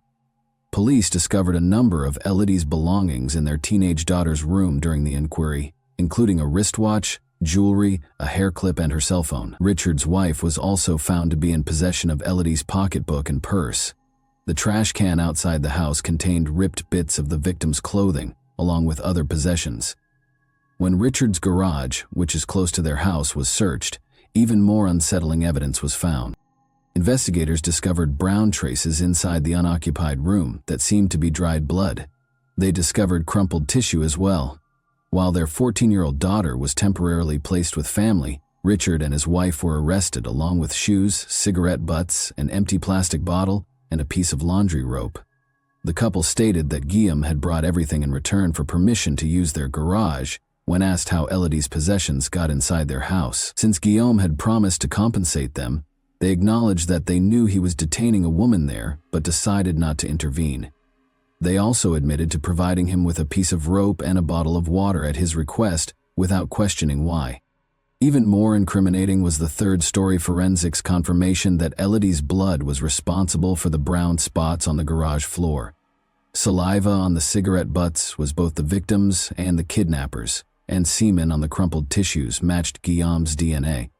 Since Elodie had asthma and cigarette smoke caused terrible coughing and choking episodes, her family swore that she had never smoked in her life. This made the horrific picture evident. For 2 days, Guillaume had held Elodie in the garage, hitting her repeatedly, torturing her, and making her smoke as part of his abuse. all while fabricating evidence and claims. Guillaume Mingo again altered his narrative once detectives showed him the forensic findings. This time, he asserted that it was completely voluntary for him and Elodie to have had sex in the garage. He claimed that after much conversation and smoking together, he had made the decision to let her leave, but he persisted in claiming that Richard Lyne had murdered her while he was away, allegedly out of concern that Richard would report Elodie to the police once Guillaume had freed her. The main contradiction in this account of events was that Richard had no justification for killing Elodie. She hadn't seen him or any of his family, and he hadn't even seen the captive. Second, she had been taken to the garage in a car's trunk, so she couldn't have led the police there because she didn't know where she was. Finally, Richard was just a regular drunk who couldn't hurt anyone. He was happy to accept payment in the form of Elodie's possessions and the assurance that his friend would give him money after everything was over. As previously noted, investigators discovered an empty plastic water bottle in the garage on the 4th story. Guillaume had said that he had brought Elodie some water out of sympathy. Tests, however, revealed that a significant amount of potent medications was present in the bottle's remaining liquid droplets. Elodie would probably have been comatose or barely awake after drinking such a concoction, enabling her kidnapper to do what he pleased. Guillaume once again lied when questioned about why he had drugged her. He now asserted that they had even decided she wouldn't approach the police and that he had been prepared to let her leave. As if it had been a bad dream, he said, Elodie simply wanted to return home to her family and forget about everything. He allegedly beat her during a struggle as she attempted to flee, which is why the garage floor was covered in bloodstains. He then locked her inside and departed. Guillaume claimed that in order to calm Elodie down and stop her from trying to flee again, he had given her the medications. After dissolving some tablets in water and crushing them, he left the garage and came back 12 hours later. Elodie was nearly collapsing from thirst by that point. Unaware of the odd flavor, she drank the water rapidly and dropped asleep a few minutes later. Guillaume said he hadn't thought of the possibility that she might have overdosed and died because her body wasn't strong enough to manage the medications. He put her body in the trunk of her own car, which had been left in the parking lot close to the bar where they had first met, as soon as he noticed she was no longer breathing. Using the keys he had stolen from Elodie, he drove the automobile to Richard's house a few hours later. There were further contradictions in Guillaume's tale, even though he still wouldn't reveal where he had transported the automobile with the body. Guillaume most certainly strangled Elodie, as evidenced by the sweat and skin residue on the rope discovered in the garage. The suspect was aware that all the evidence was against him. Guillaume made an agreement with investigators in the hopes of lowering his sentence, and he disclosed that he had left the automobile outside the old cemetery at Aigues-Mortes. On May 7, the car was located precisely where he had promised. The body in the trunk had already started to deteriorate after 3 days of exposure to the blazing sun. The autopsy revealed obvious evidence of strangulation, beatings, and torture. The victim had been sexually assaulted, drugged, and restrained. Ultimately, they were strangled to death with a rope. The trial and sentencing. Almost 3 years after the horrifying events, in February 2008, the trial of the 3 criminals started. Guillaume Mingo was given a life sentence with the chance of release after 22 years. Richard Lyne and his spouse made a valiant effort to persuade the jurors that they were unaware of the hostage in their garage. They said they hadn't asked any questions, just let an old buddy stay with them for a few days. However, this was disproved when Elodie's possessions were found in their house. In 2010, the pair was found guilty of aiding and abetting and received 6-year prison sentences apiece. In an attempt to place some of the blame for the crime on the line, Guillaume Mingo and his attorney filed an appeal of the ruling. This was their sole chance to cut the minimum amount of time he would have to spend and reduce his life sentence. The new trial started on May 4, 2010, precisely 5 years after the murder of Elodie Morel. It was established during the hearings that Richard and his spouse were aware of Elodie's imprisonment and the potentially fatal situation she was in. But they took no action. They gave Guillaume everything he requested, including water, rope, and other items, without questioning his motives or taking the repercussions into account. They also kept her possessions, even giving some to their daughter. Guillaume Mingo's life sentence was lowered by the court to 30 years, with the condition that he complete 2/3 of it before he may be released on parole. Each received a 9-year prison sentence without the prospect of early release for their complicity and inaction. And that wraps up today's chilling story. If you enjoyed this video, don't forget to like and subscribe so you never miss a new upload. Also, let me know in the comments what part of this story shocked you the most. Thank you for watching, and I'll see you in the next video.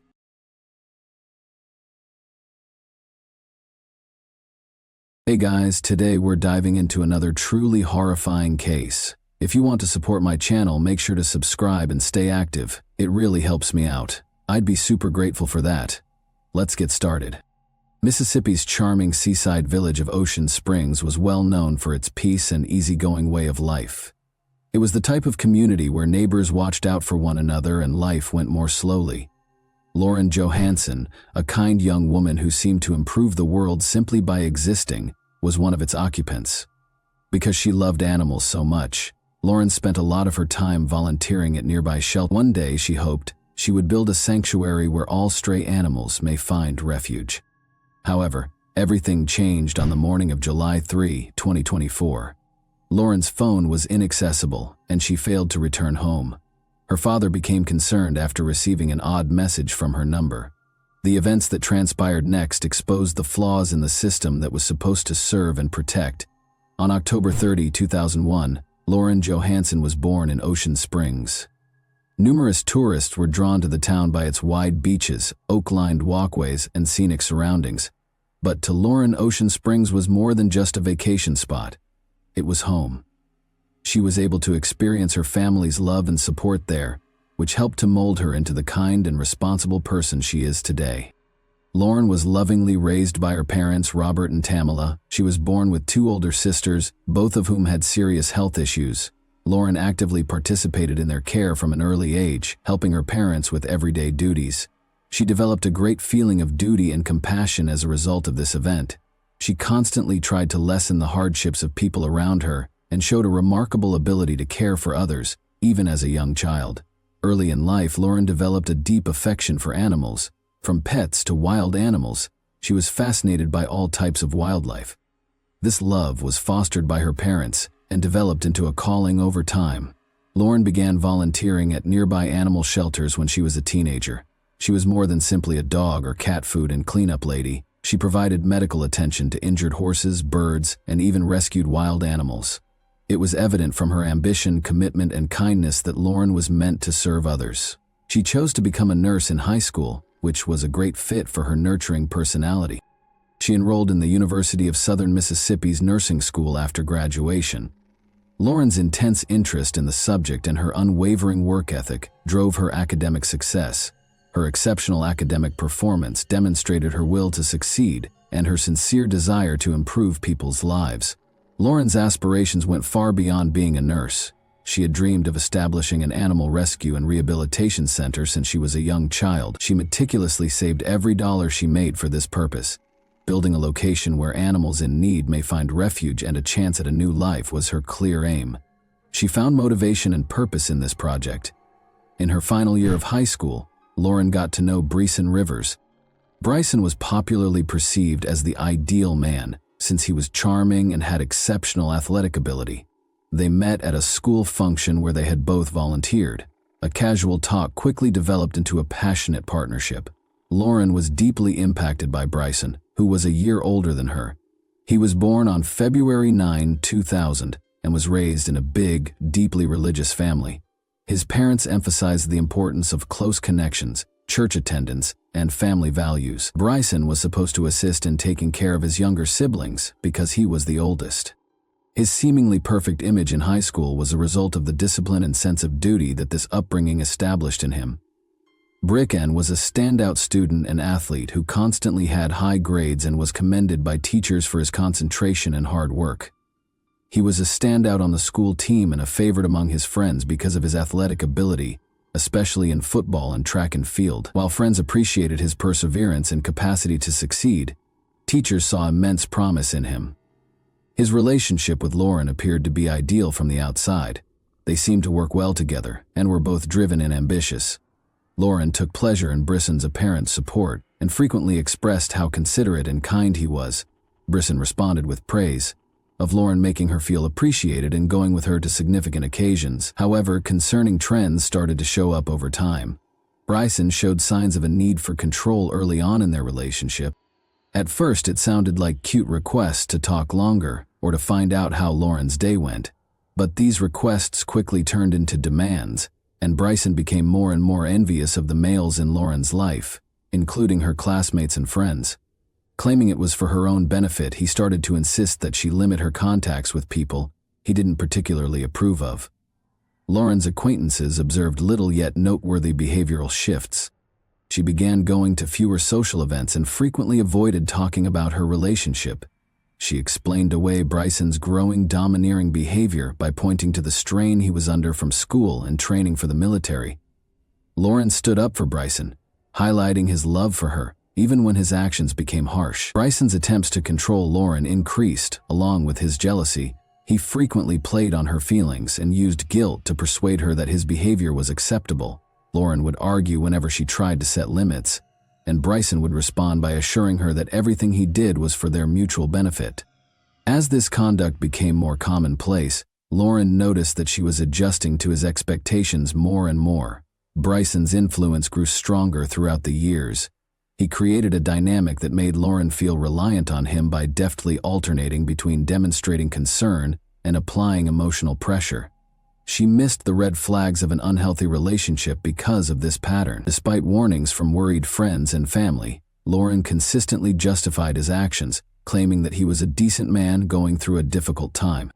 When Bryson first became physically aggressive during an argument, things became more heated. He became louder as he accused Lauren of not giving him enough credit. Then, in order to prevent her from leaving the room, he grabbed her wrist. This was the first time his actions had clearly gone too far. Despite being terrified, Lauren later told her friends about the occurrence and justified it by claiming that Bryson had been agitated and didn't intend to harm her. As they observed Lauren's reserved manner, her pals grew more concerned. She had been candid about discussing good times, but now she avoided talking about her relationship. Her family members voiced their worries, particularly after she disclosed that Bryson frequently chastised her for her actions, saying that was the reason for their arguments. Lauren brushed off her closest friend's attempts to persuade her that his treatment of her was wrong, referring to it as a short-term issue. The way Brian behaved in public raised yet another red flag. If he felt Lauren was getting too much attention, he would frequently cut her off in talks or make scathing comments. One instance happened when Lauren thanked a server for their service on a night out with pals. Bryson was annoyed by this insignificant gesture, and he used the remainder of the evening to express his annoyance by making passive-aggressive remarks about her. Robert, Lauren's father, also started to notice changes, and although he had never seen Bryson act aggressively, he had a gut feeling that something wasn't right. He made multiple attempts to talk to Lauren, but she refused to admit that there were any issues, claiming that her father was unfairly criticizing Bryson and being unduly protective. The culmination of the matter was when Lauren stopped talking about her feelings with anyone. She would either quickly shift the topic or defend Bryson by claiming that his actions were due to stress, fatigue, or frustrations at work whenever her friends or relatives brought up her relationship. She started to think that it was her duty to keep him from losing his temper. For Lauren, these aggressive and manipulative behaviors formed a vicious cycle. She eventually gave in to Bryson's influence and grew more and more cut off from people who could have been of assistance. Her loved ones could see her internal conflict, but they were powerless to change her choices. Unaware that she had already resorted to emotional and psychological dependence on her boyfriend, Lauren thought she could manage the problem independently. Bryson and Lauren organized a trip to Nashville in December 2023. Lauren was on winter vacation from college, while Bryson was on leave from the military. While Bryson saw the vacation as an opportunity to show himself as a kind partner, Lauren saw it as a chance to escape her everyday routine. They intended to unwind together, tour well-known sites, and take in the city's vibe for a few days. The journey began without any problems. They visited well-regarded restaurants, strolled the streets, and investigated nearby landmarks for the first few days. Bryson felt at ease and delighted in their time together, but there was tension between them beneath the surface. Despite feeling the weight of his expectations, Lauren ignored the warning signs. In order to watch a football game that was significant to Bryson, the couple made the decision to go to a nearby tavern on December 11. Bryson, a former athlete, was a devoted supporter of his team and would not miss a game, not even on vacation. The evening was uneventful at first. They ordered drinks, watched the game, and sat at a table. Although there was a tinge of fatigue in her eyes, Lauren seemed at ease.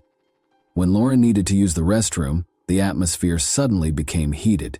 She asked a server for directions and did what he instructed.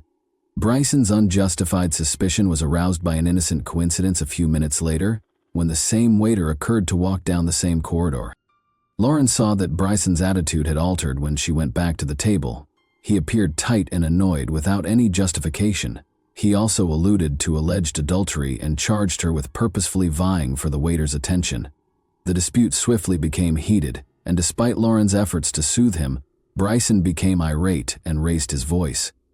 Later, witnesses observed that although Lauren seemed to be attempting to defuse the situation, Bryson persisted in his charges. The couple eventually made their way out of the bar and toward their nearby parked automobile.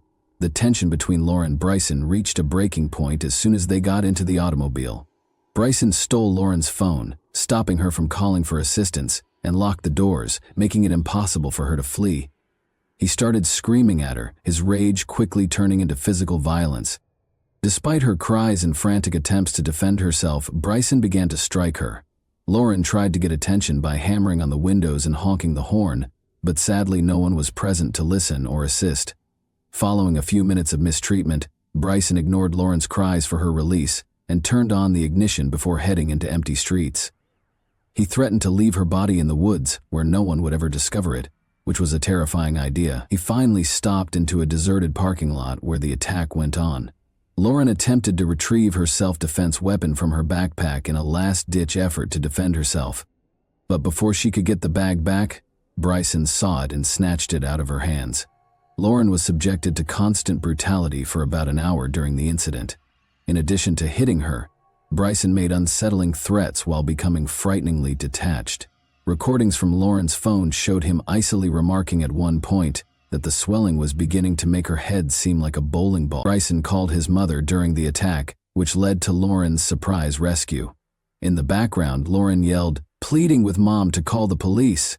Even though Bryson's mother didn't know the precise location of law enforcement, she knew something was seriously off and called them. In the meantime, Robert, Lauren's father, located her using a family monitoring program on their phones. The officers heard Lauren screaming from inside the car when they got there. Bryson was still holding her as the officers opened the door. Lauren was bruised and covered in blood.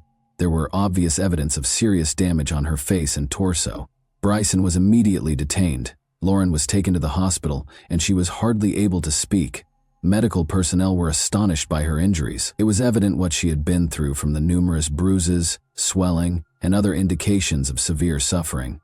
Lauren declined to file charges in spite of everything, stating that she didn't want to jeopardize Bryson's life or military career. Bryson constantly attempted to get in touch with Lauren while she was being held, taking advantage of unknown loopholes in the jail's rules. He deceived her throughout his calls by vowing to change and making a vow to never harm her again. Lauren gave in to his pressure and changed her original remarks, which had a big impact on the case's course. After being arrested, Bryson Rivers was detained pending trial on assault charges. The court granted him the chance of bail in spite of the seriousness of the accusations and the overwhelming evidence against him, which included Lauren's testimony and audio recordings. At first, $250,000 0 cents was his bond, which kept him in custody while his case proceeded. Bryson appealed the bail amount 6 months later with the help of his legal team. The bail was reduced to $150 0 cents when the judge granted the motion. Many, including Laura's family, were taken aback by this ruling since they thought that a lower bail would encourage more aggression. Bryson's mother did, however, pay the sum, and he was let free pending trial. Bryson was subject to wearing a GPS email ankle monitor to track his movements as part of the terms of his release. He was not allowed to leave Nashville, to go near Lauren, or to try to get in touch with her in any manner.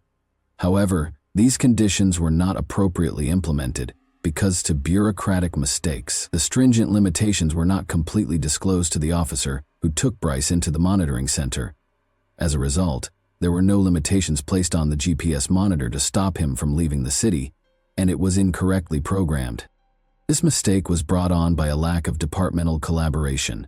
The monitoring center did not get the documentation outlining the conditions of Bryson's release in a timely manner. Because of this, the employees who were in charge of installing the ankle monitor had to rely on Bryson's own story, where he gave misleading information and left out the limitations pertaining to Nashville and communication with Lauren. Bryson's ankle monitor's batteries started to drain a few days after he was released. He disregarded the message that the smartphone needed to be charged. Authorities couldn't follow him after the monitor completely died. Despite becoming aware of the problem, the monitoring center did not respond right away. Because they failed to notify law enforcement promptly, Bryson was free to break the terms of his parole.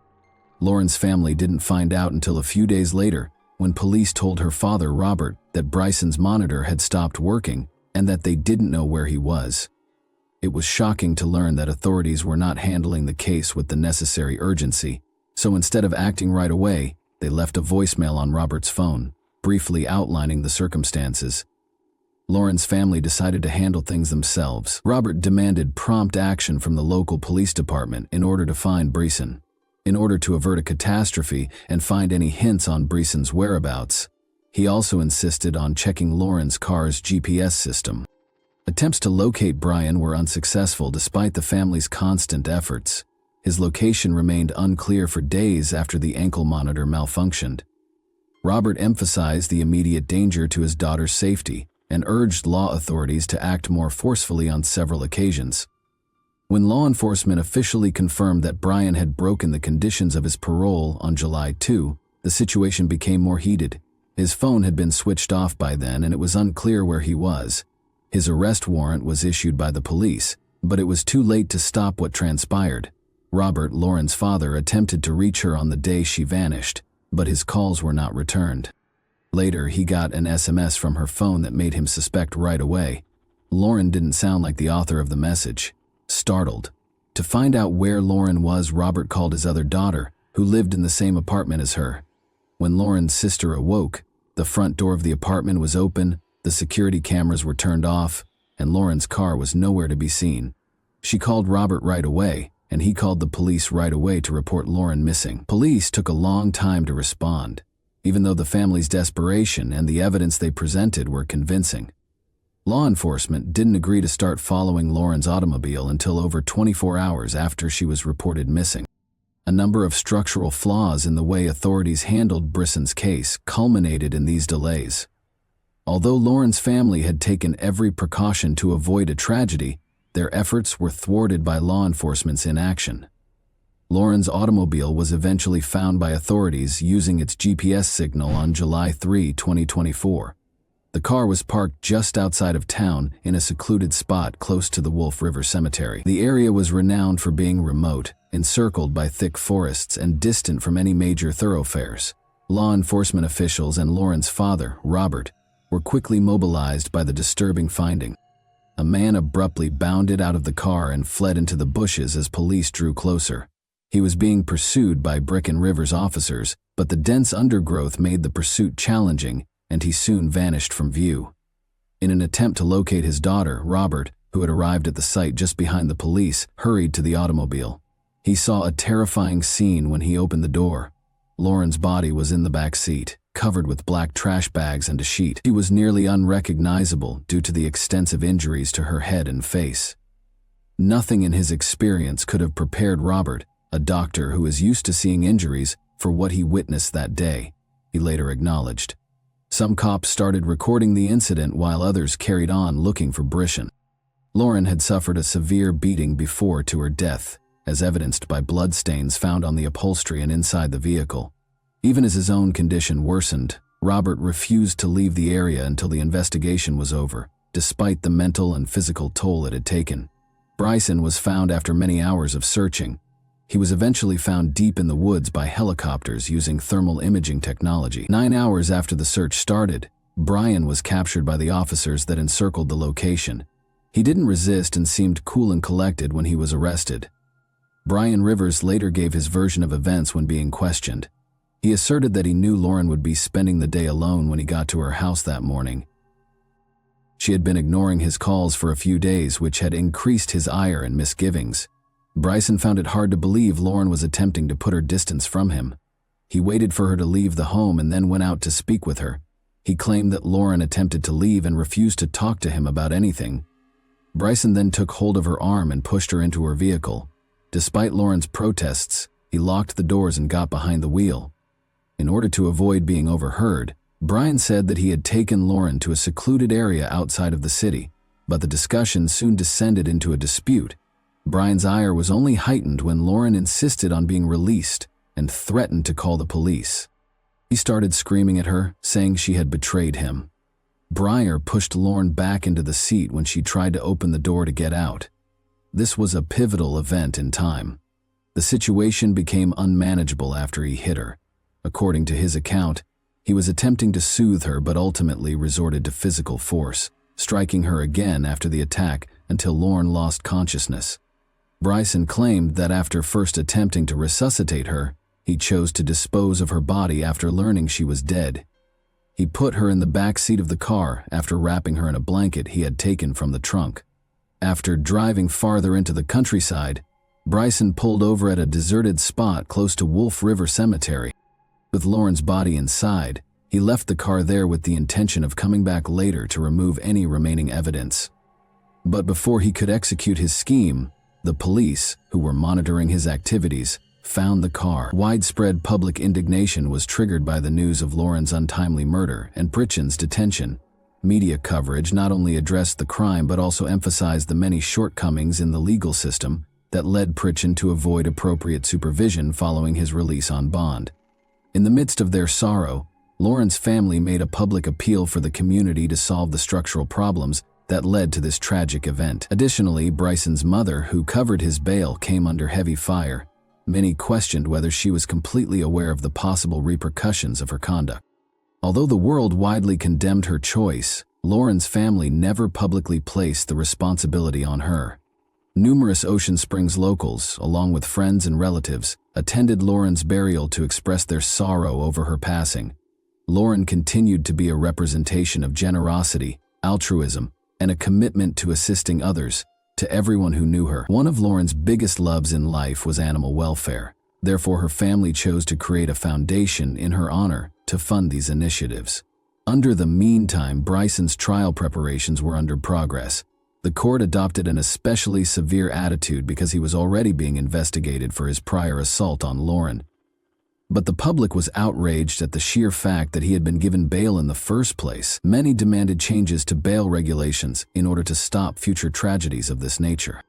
In December 2024, Bryson Rivers was put on trial. He was charged with attempted evidence destruction, first-degree murder, and kidnapping. A verdict has not yet been rendered in the ongoing trial. Lauren's tragedy expanded beyond a single family's tale. It spurred important discussions on the system's response to victims of domestic violence and the significance of addressing early warning indicators. Her experience is a sobering reminder that disregarding the first warning indications of danger can have disastrous results. Despite witness accounts, tangible proof, and audio recordings of the attack, one of the most important concerns is why. Following his initial arrest, Briston was permitted to post bail. Due to a lack of departmental cooperation, this judgment not only damaged public confidence in the legal system, but also allowed the offender to carry on with his activities. Fauci. Lauren's death was the result of a series of mistakes, including a failure to enforce bail conditions and a delayed response to Bryson's GPS monitor breakdown. The accused people's monitoring mechanism has also drawn criticism. The shortcomings in current procedures were brought to light by Bryson's GPS device's incorrect configuration, the disregard for low battery warnings, and the delay in acting upon his disappearance. This tragedy could have been avoided if authorities had acted quickly after the equipment malfunctioned. Thanks for watching, everyone. Your support means a lot to me, and you can help my channel grow by hitting that like button, dropping a comment, and sharing this video. Your engagement really makes a difference. See you soon.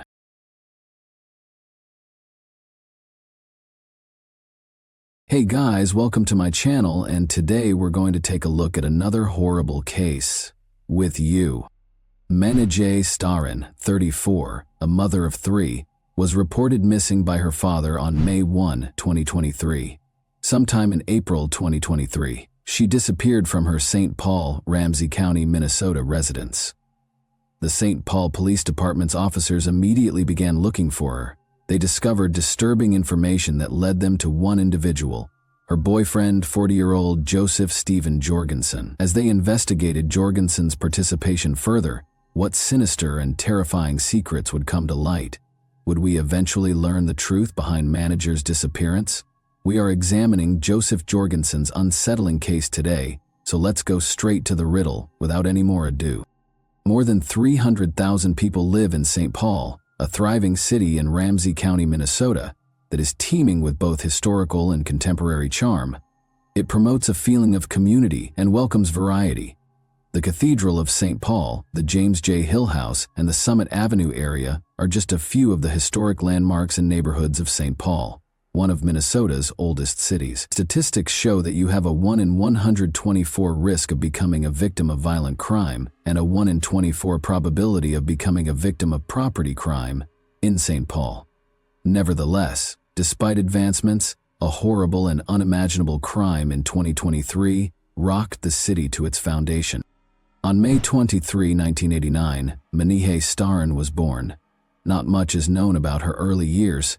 It is uncertain if she had any further siblings, however records show that she had a brother named Nora Starin. Menajay was 34 years old and a single mother of 3 kids by 2023. She lived in a little apartment in St. Paul, Ramsey County, Minnesota, at 1428 7th Street. Whether she had ever been married is still unknown. Reports from people who knew Menajay at the time portrayed him as a likable person. People who knew her talked about how she was kind, patient, and positive with everyone she met, no matter what their background. Nevertheless, despite these admirable traits, Menajay battled personal issues. She struggled with mental health problems and drug addiction. Her family was aware of these difficulties, which contributed to her children not living with her, since she was having difficulty overcoming her own challenges. Menajay was undoubtedly unable to give her kids a secure upbringing because of the circumstances surrounding her addiction and mental health issues. For Menajay, life went on in spite of the difficulties. Then an unforeseen event occurred.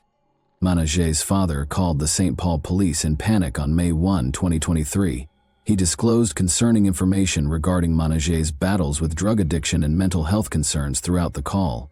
He said that she had intended to check herself into a drug rehab facility but never did. His last communication with Menajay took place on April 18, 2023. She had looked scared and suspicious. It worried her father that she was afraid of a boyfriend. As soon as the call was over, the police got to work. They went to Menajay's place to find her. Regretfully, she could not be located. The investigators were looking for answers when they came across and spoke with a man who was only recognized as the father of one of Menajay's children. The man broke with her typical pattern by admitting that he had not heard from Menajay either. Because they shared responsibility for their son, she would typically check in on him on a frequent basis. He expressed his worry, pointing out that it was quite uncommon for Menajay to neglect to check on their child's welfare for over 8 hours. The man also revealed that Menajay had previously contacted him using a variety of different phone numbers. However, April 21, 2023 was the last time they spoke. During their discussions, the detectives also located Menajay's neighbor. An unsettling observation was relayed by the neighbor. The neighbor claims that she once saw Menajay with red marks on her neck and a black eye.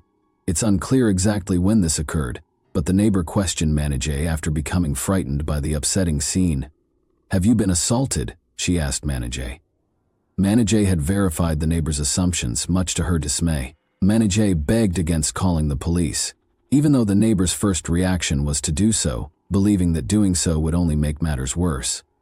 The inquiry became more complicated as a result of this discovery, and the cops were left to deal with the unsettling truth that had pervaded Menajay's life. The detectives continued their inquiry by talking to the residential complex manager of Menajay. He gave them some insightful information. They discovered that, although not mentioned in the lease, Menajay had a lover named Joe who frequently visited her residence. The manager then gave a phone number linked to Joe to the detectives. After obtaining the phone number, the investigators carried out their investigations and verified that it belonged to Joseph Steve Jorgensen, a 40-year-old man. They showed the manager Jorgensen's photo to get confirmation, and the manager recognized him as the person he knew to be Managie's lover. The investigation underwent a sea change after this discovery, which paved the way for a disturbing and strange chain of events. One of the most important pieces of evidence was now an apartment security camera that was located close to Managie's home. The apartment manager notified investigators on May 24, 2023, that the security footage had been discovered to document a concerning event that occurred on April 21, 2023.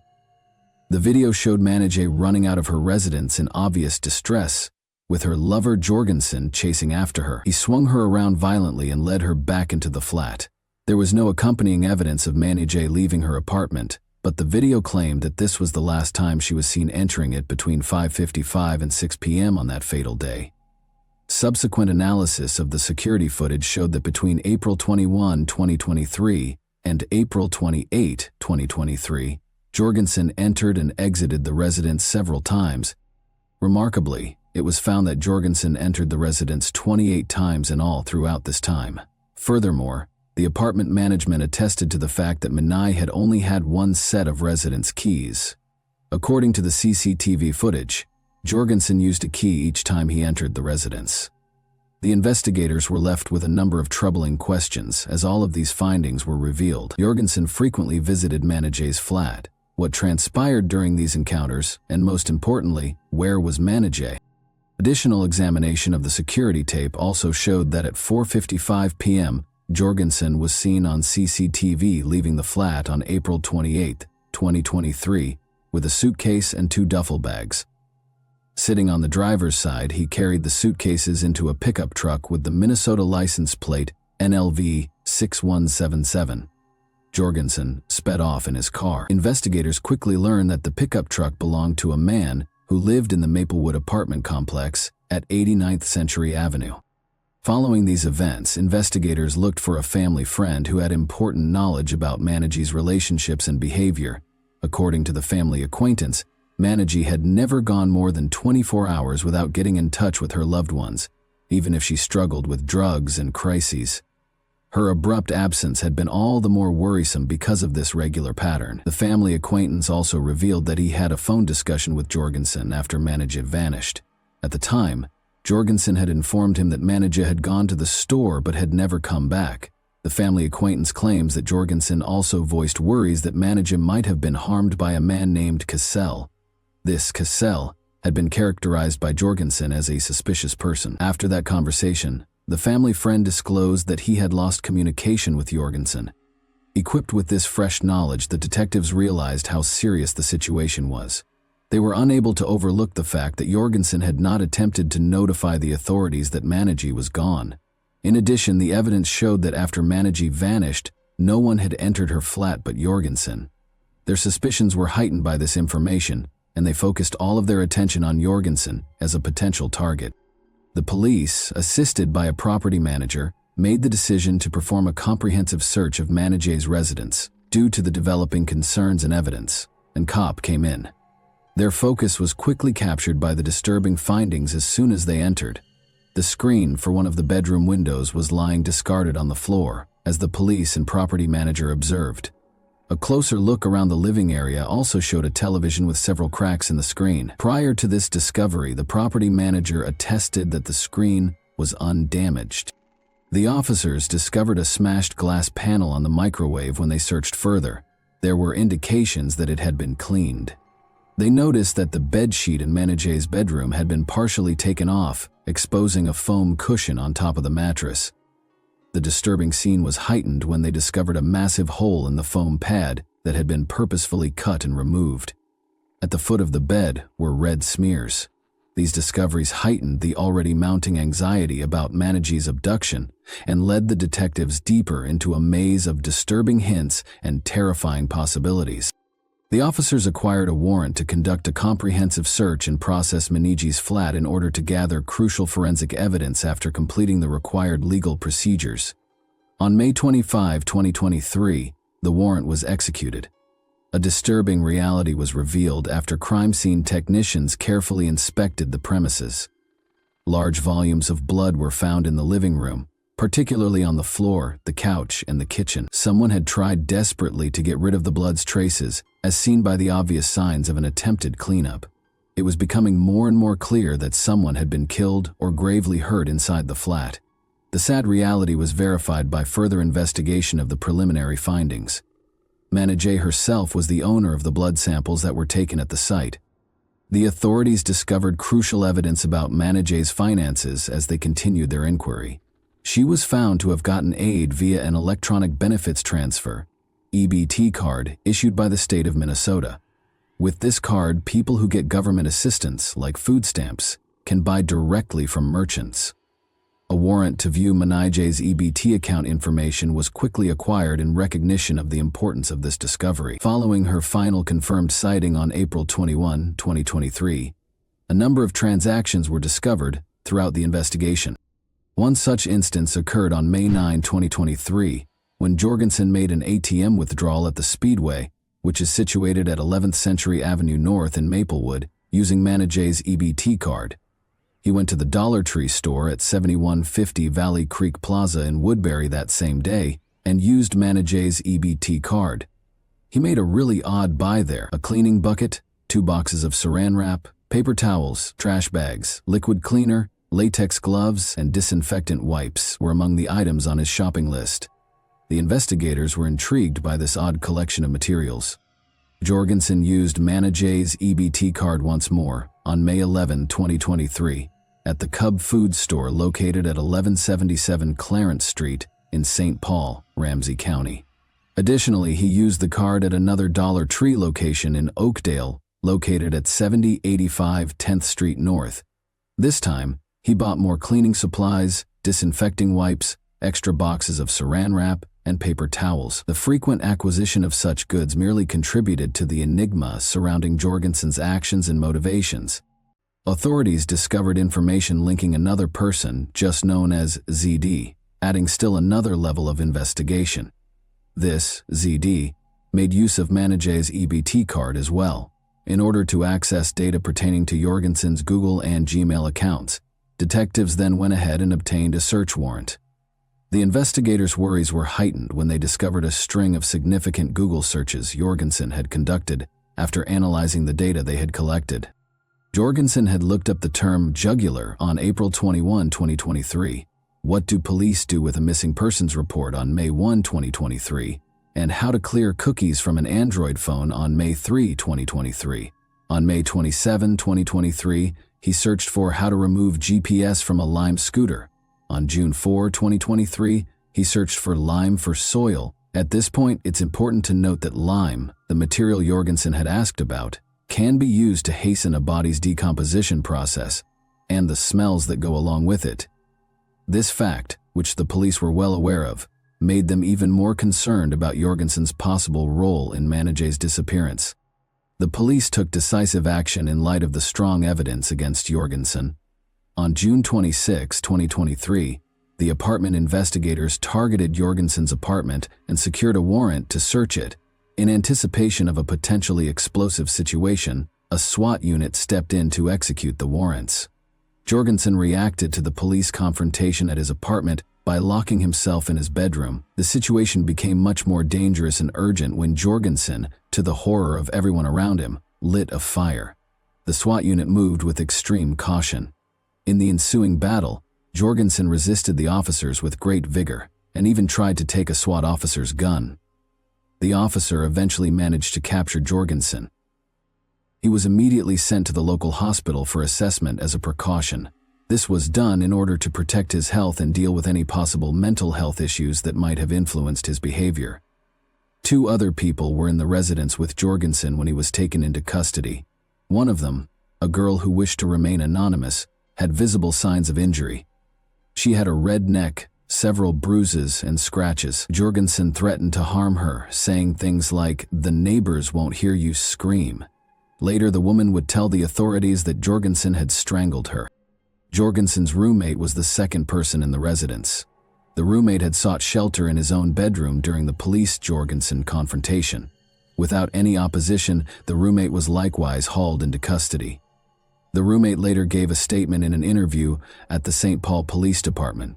He revealed that his sense of smell had been lost as a result of a catastrophic brain injury. He also disclosed a long-standing relationship with Jorgensen. Interestingly, the roommate explained, he didn't spend much time with Jorgensen or the women Jorgensen brought to the flat because he worked Monday through Friday. Officers spoke with Jorgensen's friend, ZD, after these incidents. The other man who had been seen using Manijay's EBT card was this one. It's still unknown when the interview with ZD will take place. ZD made it clear during the conversation that he did not have a close relationship with Manijay, revealing that he had only met her once or twice. ZD claims that Jorgensen told him that Manijay had been admitted to a mental health hospital when he asked about her. ZD further revealed that he assumed Jorgensen had authorization to use Manijay's EBT card because Jorgensen gave him both the card and its associated PIN. Officers also spoke with the apartment management in charge of Jorgensen's home. The manager revealed that there had been several complaints about a foul smell emanating from Jorgensen's apartment around May 15 or 16, 2023. The entire building was filled with the stench. The manager said it looked like the smell of a dead animal. The management provided further context by disclosing that on May 18, 2023, he and a maintenance worker tried to enter the flat to conduct an inspection. But in response, Jorgensen became hostile, both verbally and physically, barring them from a certain bedroom that seemed to be the source of the smell. Unfazed, the manager told Jorgensen and his roommate that they had a week to clean the apartment, and they did just that. The manager then revealed that he and the maintenance worker had seen Jorgensen pull and carry big black duffel bags out of the apartment not long after. Astonished by the scene, they had discussed the likelihood that Jorgensen was carrying a corpse. The St. Paul Police Department's Forensic Services Unit meticulously examined Jorgensen's flat in light of these discoveries. According to their report, a sizable pool of blood was found in the front closet, which was also the spot where the unpleasant smell had been detected. In addition to the blood that had soaked through the carpet and carpet pad, the scene was made even more unsettling by the presence of additional biological material and recent maggot activity. In the closet where Jorgensen had tried to ignite the fire, blood was also discovered. Officers also found 2 padlock keys in Jorgensen's residence after his detention as part of the investigation. After looking through Jorgensen's phone logs, it was found that on May 18, 2023, his phone had pinged near a storage facility located at 8881 Weird Drive in Woodbury. On May 5, 2023, someone started renting a storage space at the facility under the name of Jorgensen's roommate. Interestingly, the unit's access code was used to enter the building just as Jorgensen's phone rang in the same vicinity. On June 28, 2023, detectives quickly secured a warrant to search the storage facility after realizing the importance of this material. Investigators visited the assigned storage container 2 days after Jorgensen was taken into custody. They were welcomed by a strong and awful smell that was typical of decaying flesh as they got closer to the area. One of the padlocks seemed to suit one of the keys that were taken from Jorgensen's flat, but in order to get in, the investigators finally had to cut both padlocks. They found a number of things inside, including a small carry-on luggage, a blue duffel bag, and a huge cooler that was carefully wrapped in plastic. It is noteworthy that one of these bags was the same one Jorgensen was seen taking out of Manijay's flat in the video.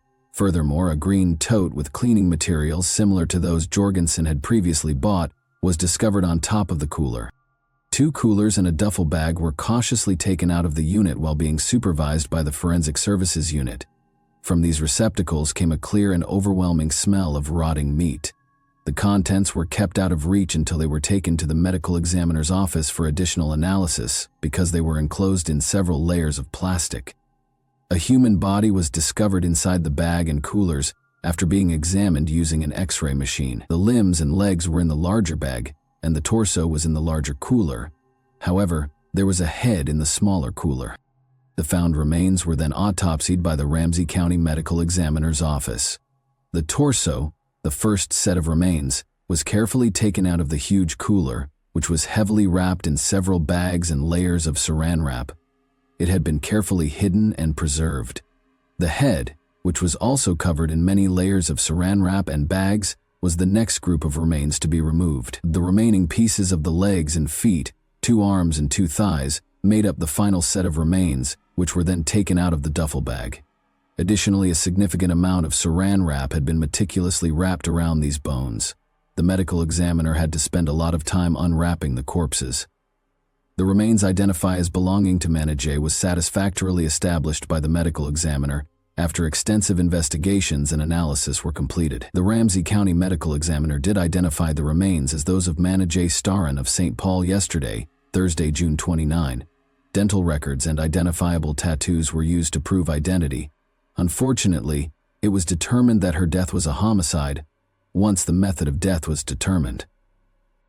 After this, investigators returned to the CCTV footage taken from Manajay's apartment, paying close attention to the luggage Jorgensen had taken from the building. Upon closer inspection, it became more and more clear that Jorgensen had mutilated Manajay in her own apartment, carefully separating her remains and packing them in different bags he carried.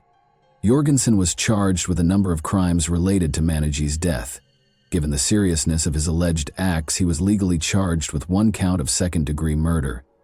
Jorgensen was also charged with arson for purposefully starting a fire in his residence while he was arguing with the SWAT squad members. The accusations were expanded to cover actions including disarming an officer and making violent threats. Jorgensen made a brief court appearance on the afternoon of June 30, 2023, to answer to the murder charge. He moved his head back and forth during the hearing in response to Assistant Ramsey County Attorney Eastwood's presentation of the complaint's specifics. Eastwood also asked that $5 million, 0 cents, be established as bail, and Judge Timothy Carey granted this request. Jorgensen simply gave his name when asked, remaining largely mute throughout the court hearing. To indicate that a thorough defense plan was being developed, the defense lawyer chose to postpone any discussions about bail until later. On the same day that Jorgensen appeared in court, St. Paul Police Sergeant Mike Ernster announced a major revelation that came to light during their ongoing investigation at a press conference. Fanta Giovan, a 33-year-old woman who was Jorgensen's previous girlfriend, was also reported missing. The last recorded sighting of Giovan was in July 2021, and Jorgensen was the only person present. Interestingly, no one had previously reported her absence, thus the police recently opened a missing person investigation. Tragically, police said at a press conference on July 7 that they had located the remains of 33-year-old Fanta Giovan in a different storage facility in Coon Rapids, which is 30 miles from the property where Staran's body was recovered and north of Minneapolis. Although more information about this second victim has not yet been made public, it is generally assumed that Jorgensen is also accountable for her murder. In light of these continuing events, Manajay's family thanked the police for following up on every lead in their unrelenting pursuit of the truth. Jorgensen faces a potential sentence of 40 years in jail on the charge of second-degree murder should he be proved guilty. August 21, 2023 is when Jorgensen is expected to appear in court again. Justice is currently being sought in the wake of this horrific tragedy, which has revealed the truth about Manajay's premature death. We now have a better grasp of the unfortunate events that transpired thanks to the work of law enforcement. A disturbing thought emerges as we consider the horrifying specifics of Jorgensen's actions. Are we about to discover a possible serial killer? And that wraps up today's chilling story. If you enjoyed this video, don't forget to like and subscribe so you never miss a new upload. Also, let me know in the comments, what part of this story shocked you the most? Thank you for watching, and I'll see you in the next video.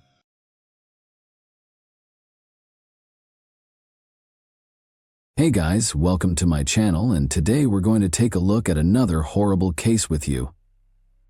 Consider your knowledge of violent relationships, particularly if you were raised in a loving household where your parents never yelled at you. It's likely that what you comprehend is based on what you've read online or heard from friends or colleagues. Abuse, however, is far more than you may imagine. It all comes down to limiting and controlling someone else. The limitation of human freedom is one of the most heinous forms of aggression, and we will return to it repeatedly throughout this debate. Abusive individuals frequently believe they have the right to dictate every element of their partner's life, including who they speak to, who their friends are, where they go, what they wear, and when they return home. It sounds terrible, doesn't it? Even terrible, though, is that these individuals believe they are being giving. By letting their partner do things that wouldn't even be debatable in a healthy relationship, they are granting their partner independence. Our heroine lost her life as a result of her refusal to follow the restrictions that were imposed upon her. Let's begin the investigation to determine whether the public merely sought to portray the husband as an abuser in order to hold him responsible for the murder of his wife, or whether there was actual abuse in this household. For a peaceful family life, Cary, North Carolina is the ideal town. People quit securing their cars, or even their front doors, after years of living there since it's so safe. Great schools, open highways, amiable, smiling neighbors, and little racial friction or crime are all present. The Coopers decided to establish a happy life and create a family in this town. Outside of their house, Brad and Nancy Cooper appeared to lead the ideal life. Brad was a successful and intelligent IT engineer. Nancy was the best mother to their 2 young kids and was athletic, attractive, and entertaining. They lived in peace and quiet. Nancy looked after the girls in the house, while Brad worked. As a former competitive runner, Nancy took good care of herself and made sure she kept in condition. July 12, 2008 began as any other day would. Nancy never returned after going for her morning run. The events that followed are complex and unsettling, leaving you to question what actually transpired.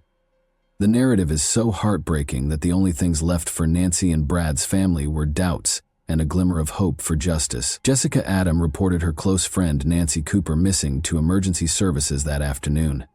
Jessica told the dispatcher, her voice trembling, that Nancy had left for a run at 7 a.m. but had not come home. Nancy never showed up for the planned meeting between the 2 pals.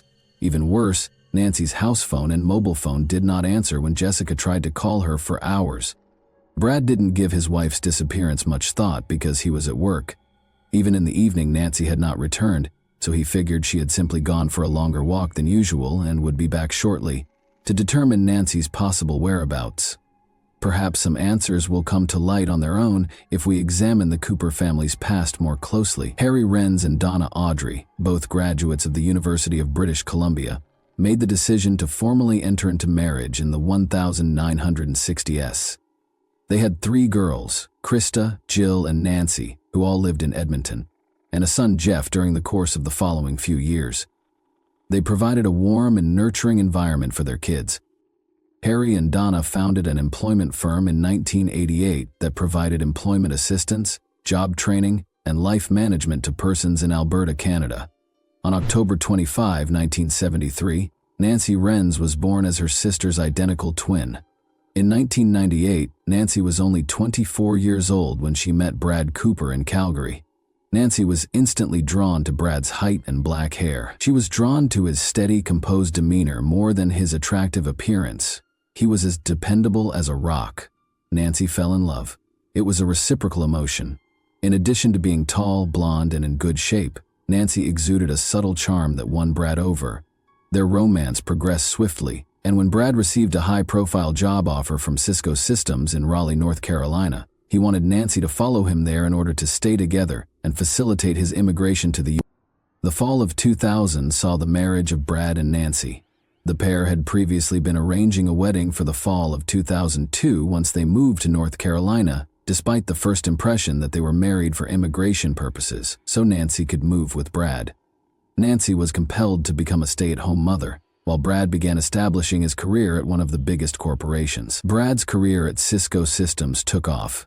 As a VoIP engineer and architect, he specialized in fusing phones with internet technology.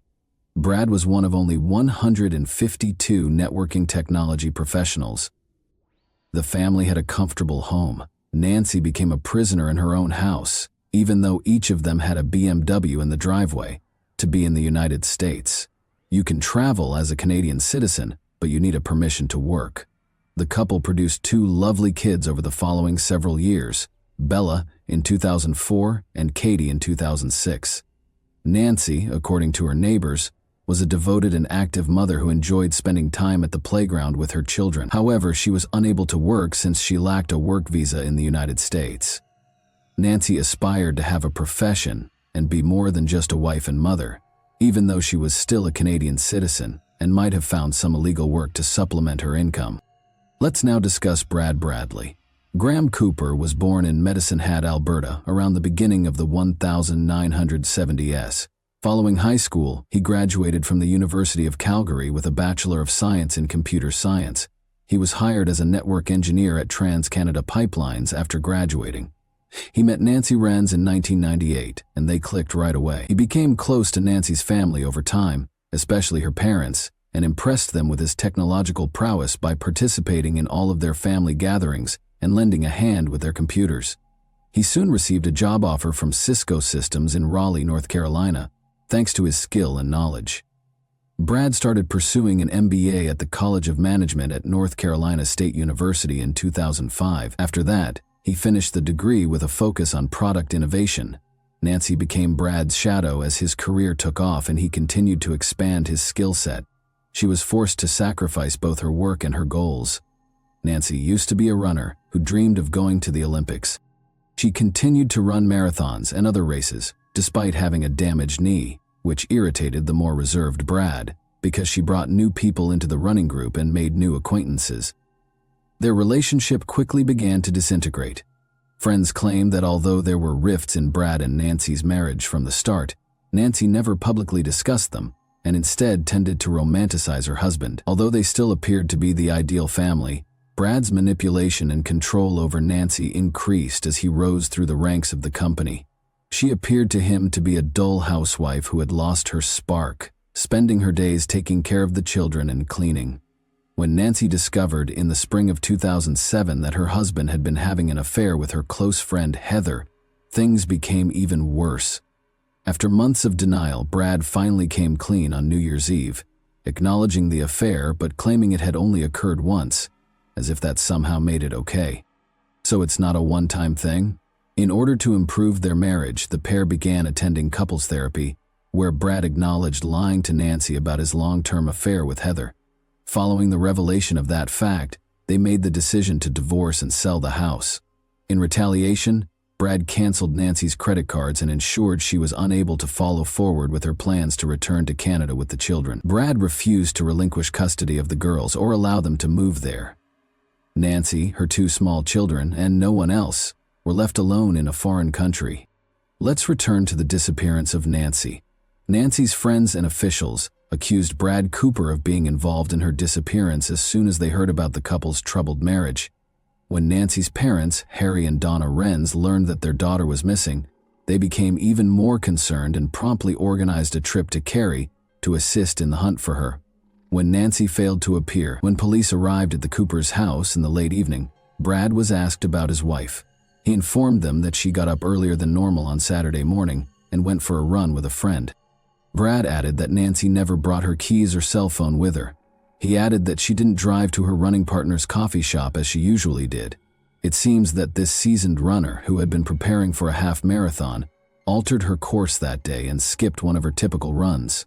When the police heard Brad's account, they were obviously taken aback, because Brad was the only one who had seen Nancy that day. Brad said that she left the house at 7 a.m., but the police needed concrete evidence to support this claim.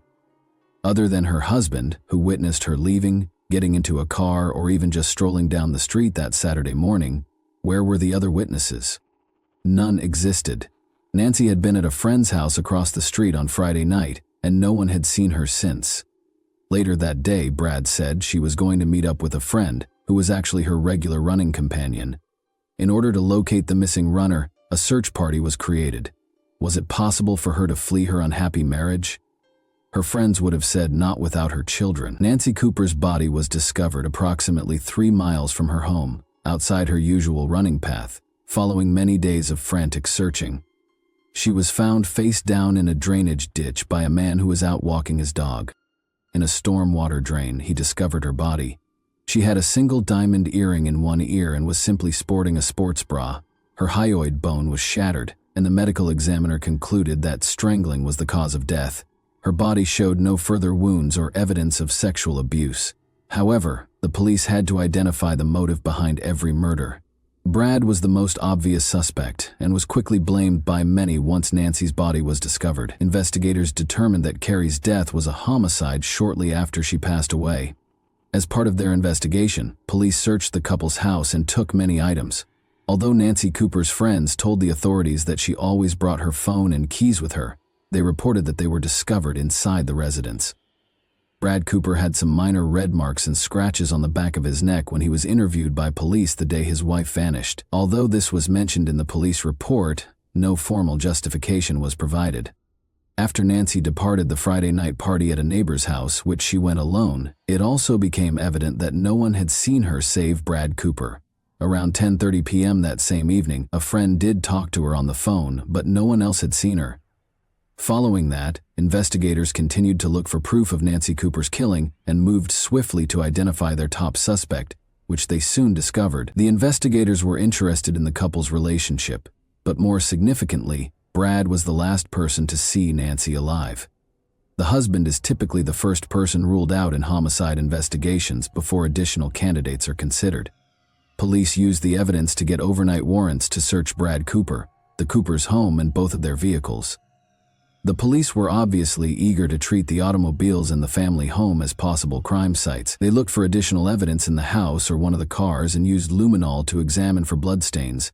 Brad's hair, fingerprints, and DNA were also gathered so they could compare them to whatever evidence they might uncover at the crime scene or the body's whereabouts. Additionally, they intended to examine Brad's hands and torso for any cuts, scratches, or other markings and take pictures of them. Any physical evidence linked to the crime would first need to be explained in terms of typical family life because the Coopers were married, shared a home, and frequently drove a car together. And strange information did surface. Investigators discovered that Brad had spent the morning vacuuming, mopping the floors, and doing laundry on the day Nancy vanished. The police thought it odd that he was thoroughly cleaning the house the morning his wife vanished, even though he acknowledged that he had purchased bleach and other cleaning goods the day before. Naturally, we don't know if Brad Cooper had any evil intentions when he purchased the bleach. The Cooper residence did yield a number of boxes and bags of possible evidence, all of which had to be examined to see whether they were related to Nancy's passing. According to the police's written evidence, what we learned from interviews with people who knew Brad and Nancy during their marriage doesn't match up with the information Brad Cooper provided about the extensive cleaning of the residence. Additionally, according to the authorities, Brad had cleaned his wife's car's trunk but not the inside. Although Brad claimed to have spilled gasoline in the trunk, neither the gas nor the cleaning fluid smell was detected by the police.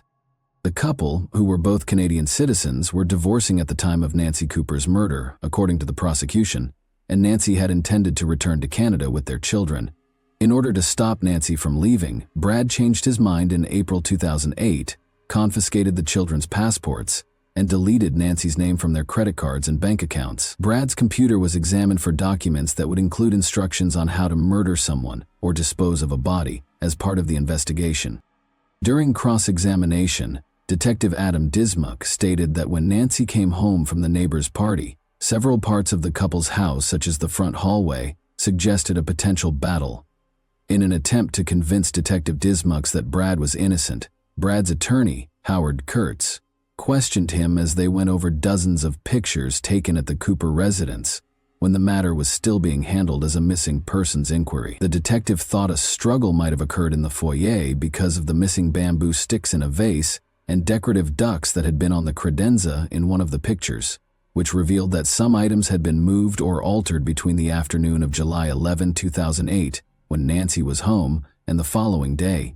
However, Howard Kurtz maintained that a light and other objects in the hallway were unaffected.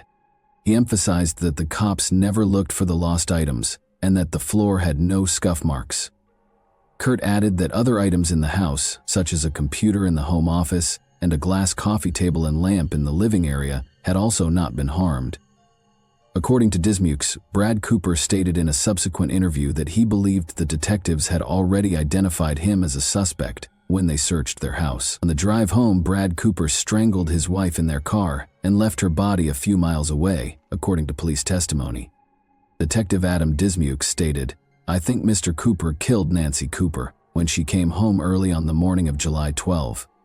More than 3 months after his wife, Nancy Cooper, was discovered dead 3 miles from their Cary home, Brad Cooper, 37, was taken into custody in October 2008 after sufficient evidence was gathered.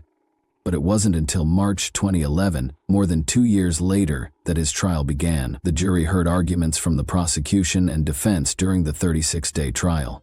Brad was given a life term in jail after the jury judged him guilty of first-degree murder, despite his insistence that he was innocent. According to the evidence used in court, Brad had been having an affair and was acting more and more violently and controllingly toward his wife. According to the prosecution, he killed Nancy in order to get rid of her and carry on with his affair. After a while, Brad disconnected Nancy from their joint bank accounts, and she had expressed her desire to move back to Canada with their 2 children. Andy Gilbert, the jury foreman, claims that the jurors entered the trial with an open mind. Until he was proven guilty, Brad Cooper was innocent. 2 FBI agents specifically testified that Brad's laptop had internet searches on it, including maps of the area where Nancy's body was discovered. According to Andy Gilbert, the case's conclusion was impacted by the evidence that Special Agents Chris Chappell and Gregory Johnson provided. It gave much of the other circumstantial evidence greater weight and legitimacy. Brad first consented to the divorce and the division of their assets, but he later had second thoughts after learning how costly it would be. The defense attorneys contended that the prosecutors had bribed the couple to keep the couple from going bankrupt because they were having financial difficulties. They also said he had reconsidered his decision to go to Canada after realizing he wouldn't be able to spend as much time with his children as he would have liked. Brad entered a not guilty plea in 2011, but when the jury considered the evidence, he was found guilty. On May 5, the jury, which consisted of 2 males and 10 women, took almost 10 hours over 3 days to render a decision. After Wake County's longest non-death penalty murder trial, he was given a life sentence without the possibility of parole. Over the course of 36 days, nearly 100 witnesses gave testimony as prosecutors attempted to establish that Brad Cooper, who was fed up with his wife, planned and executed her murder in the early hours of July 12, 2008. Nancy's parents petitioned the court after the verdict. They claimed that Brad had verbally attacked Nancy, yelled at her, and had been engaging in an affair. Additionally, they asserted that Brad was dangerous to the children and emotionally disturbed. Brad had made several attempts at suicide as a youngster and more recently the previous winter, according to court filings. He filed an appeal in 2013 to have his conviction reversed, and a retrial was considered. He entered a guilty plea to second-degree murder while awaiting trial and was sentenced to 12 to 15 years in prison, including time already served. Brad, meanwhile, persisted in battling Nancy's family for custody of their 2 daughters. Nevertheless, his guilty plea resulted in the forfeiture of his rights, so granting custody to Nancy's twin sister. Since the jury was never given access to the evidence indicating Brad's laptop had been tampered with, defense attorneys think they have a good chance of appealing the conviction. Additionally, they said that the police only looked into their assumption that Brad was the murderer of Nancy, ignoring evidence that would have pointed to the real murderer or murderers. Theory: who is Brad Cooper then? A ruthless despot or a victim of the circumstances? Although Brad Cooper's youthful suicide attempt and winter 2008 threat are well known, suicidal thoughts and behaviors frequently indicate manipulative motivations, a means of proving something to someone when disagreements and the will to fight are gone. Throughout the trial, Bradley insisted he was innocent, but in 2015 he admitted to killing Nancy, saying he strangled her during a fight and disposed of her body in a drainage ditch. In Wake County Superior Court, Brad Cooper, then 40, entered a guilty plea to the murder of his wife, Nancy. He was first found guilty of first-degree murder in 2008, but the North Carolina Court of Appeals reversed that decision in 2011. Cooper was subsequently given credit for the 5 years he had already spent when Judge Paul Gessner sentenced him to 12 years in jail. After successfully appealing the first-degree murder conviction in 2011, Brad Cooper pled guilty to second-degree murder and stayed in the Wake County Justice Center under an agreement that reduced his life term without parole. He was given a minimum 12-year sentence instead. Only a few years after disposing of his wife's body in a drainage ditch while only wearing a bra and reported her missing following a run, did the unfaithful husband admit to killing her. When the judge questioned Brad about whether he had murdered Nancy, the mother of their 2 children, and concealed her body at a building site in Cary, North Carolina in 2008, Brad replied in the affirmative. He has never before confessed to the crime in court. As part of the agreement, Brad, who is now in his 50s, had affairs with other women including a neighbor, while his wife attempted to dissolve the marriage and return to Canada, according to the prosecution. Cooper also relinquished his parental rights to their children, Bella, now 10, and Katie, now 8, so that Nancy's twin sister, Crystal Lister, may adopt them. When we started this process many years ago, I said I wanted the person responsible for this crime to come forward, admit guilt, and acknowledge their actions. Harry Renz, Nancy's father, said following the hearing. That has finally occurred. Nancy was a 34-year-old mother of 2 little kids and an athlete. She had begged her husband to move out and allow her to leave their home because she was in a bad marriage, but he refused and handled the situation his own way.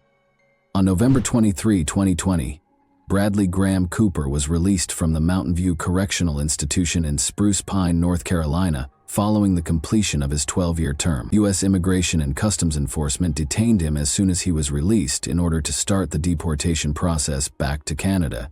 According to reports, he currently resides in Canada but is not authorized to speak with either of his daughters. It appears that he would rather remain anonymous and out of the spotlight these days. Individuals in Brad Cooper's shoes must discover how to satisfy their wants in interpersonal connections. To be honest, kids need to learn how to listen, communicate, and compromise, as well as how to create relationships where they feel heard and understood. Although it's more difficult than using manipulation to acquire what you want, it's much more fruitful and presents a genuine opportunity for intimacy, self-awareness, and release from the crippling burden of loneliness. I strongly advise anyone in a challenging relationship at the moment to take the appropriate precautions to protect themselves, as Nancy's murder is an example of domestic abuse at its worst. And that wraps up today's chilling story. If you enjoyed this video, don't forget to like and subscribe so you never miss a new upload. Also, let me know in the comments what part of this story shocked you the most. Thank you for watching, and I'll see you in the next video.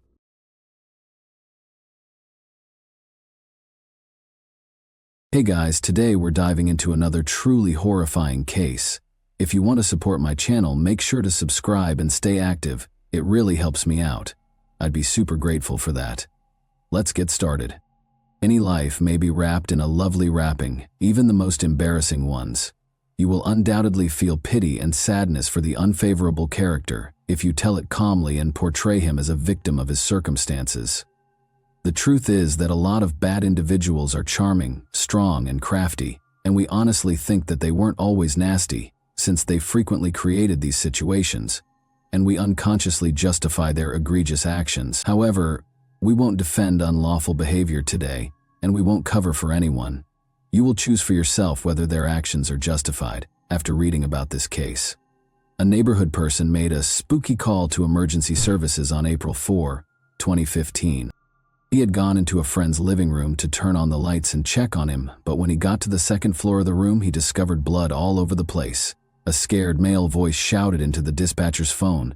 According to the victim's acquaintance, the injured man was not breathing and everything was soaked in blood. Charles Taylor, 59, was brutally murdered in Montgomery County's unincorporated village of Owlette after police arrived, shocking the population. The crime scene resembled the set of a horror film and appeared to be the source of nightmares. The couch where the slain guy was found was fully covered in blood, and there was blood all over the carpet and paintings. It appeared to be a grudge drama due to the savagery of the act. After all, the assailant undoubtedly intended for Charles to suffer from excruciating anguish in addition to his death, repeatedly stabbing him with a sharp knife. The fact that Charles's bloody body was found upstairs in his room and that the house search revealed no obvious evidence of forced entry indicated that the criminal was familiar with the residence and had taken decisive action. Charles Taylor died as a result of 31 stab wounds and blunt force trauma to the back of his skull, according to the results of the forensic medical investigation. Charles Taylor was regarded as a generous and compassionate man. He had a wonderful relationship with his adult son. He loved Amanda, his daughter-in-law, and his 2 grandkids. People see this aspect of life and make judgments regarding the health of the family. How rich, how evil. They describe the family as a healthy family. But did the Taylor family actually live like this? Let's investigate this unpleasant family situation. Because there were few leads available to the authorities, the initial inquiry proceeded somewhat slowly. They began searching for Charles's associates, but they were unable to locate anyone with the intention or motivation to hurt him. They quickly discovered the attackers' identity after the theory that it was a member of Charles Taylor's family emerged. That's actually when investigators were fortunate enough to be contacted by a crime blogger who had pictures of Amanda Taylor taking selfies next to Charles's dead body. The wanted list now includes her. On March 27, 1991, Amanda Barbara Nicole Taylor was born in Christiansburg, Virginia. Not much is known about Amanda's early years. The only reason it was challenging is that both of her parents served time in prison.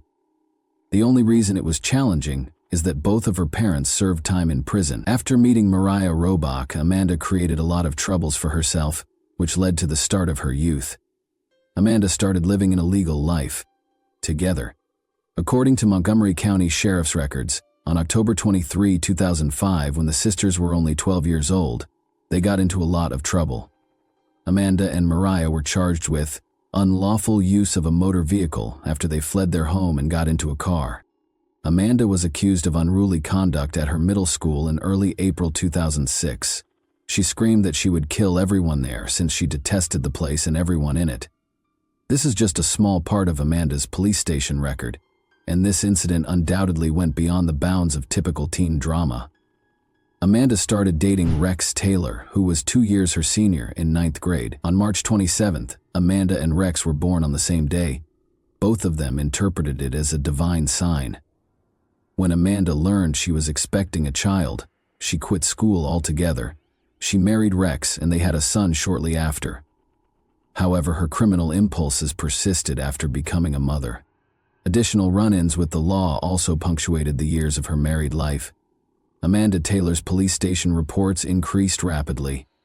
So had a criminal record for possession of a controlled substance, a conviction for alcohol possession, multiple domestic disputes, and another attempt to flee after stealing a car. Rex Taylor, her spouse, was not from a perfect home either, and Rex battled addictions and the depression they brought around despite their love for one another. The young man developed an addiction to illegal narcotics at the age of 15. The couple eventually had a baby, and at first it appeared that Amanda was still in control and had become a perfect wife and mother. However, she was a little different from other American women in their 20s who have tattoos, piercings, and undoubtedly post daily selfies on social media, as well as the family. Amanda and Rex's relationship was everything but typical. The pair addressed letters to well-known serial killers while they were inside and studied their biographies obsessively. Amanda started to fantasize of turning into a criminal herself, but tragedy befell the family before Amanda could fulfill her dreadful ambition. Amanda's fears about her husband's infidelity overshadowed the couple's complex relationship. The pair finally parted ways in April 2014 when their paths diverged. After moving back in with the family, Rex started using illegal drugs once more.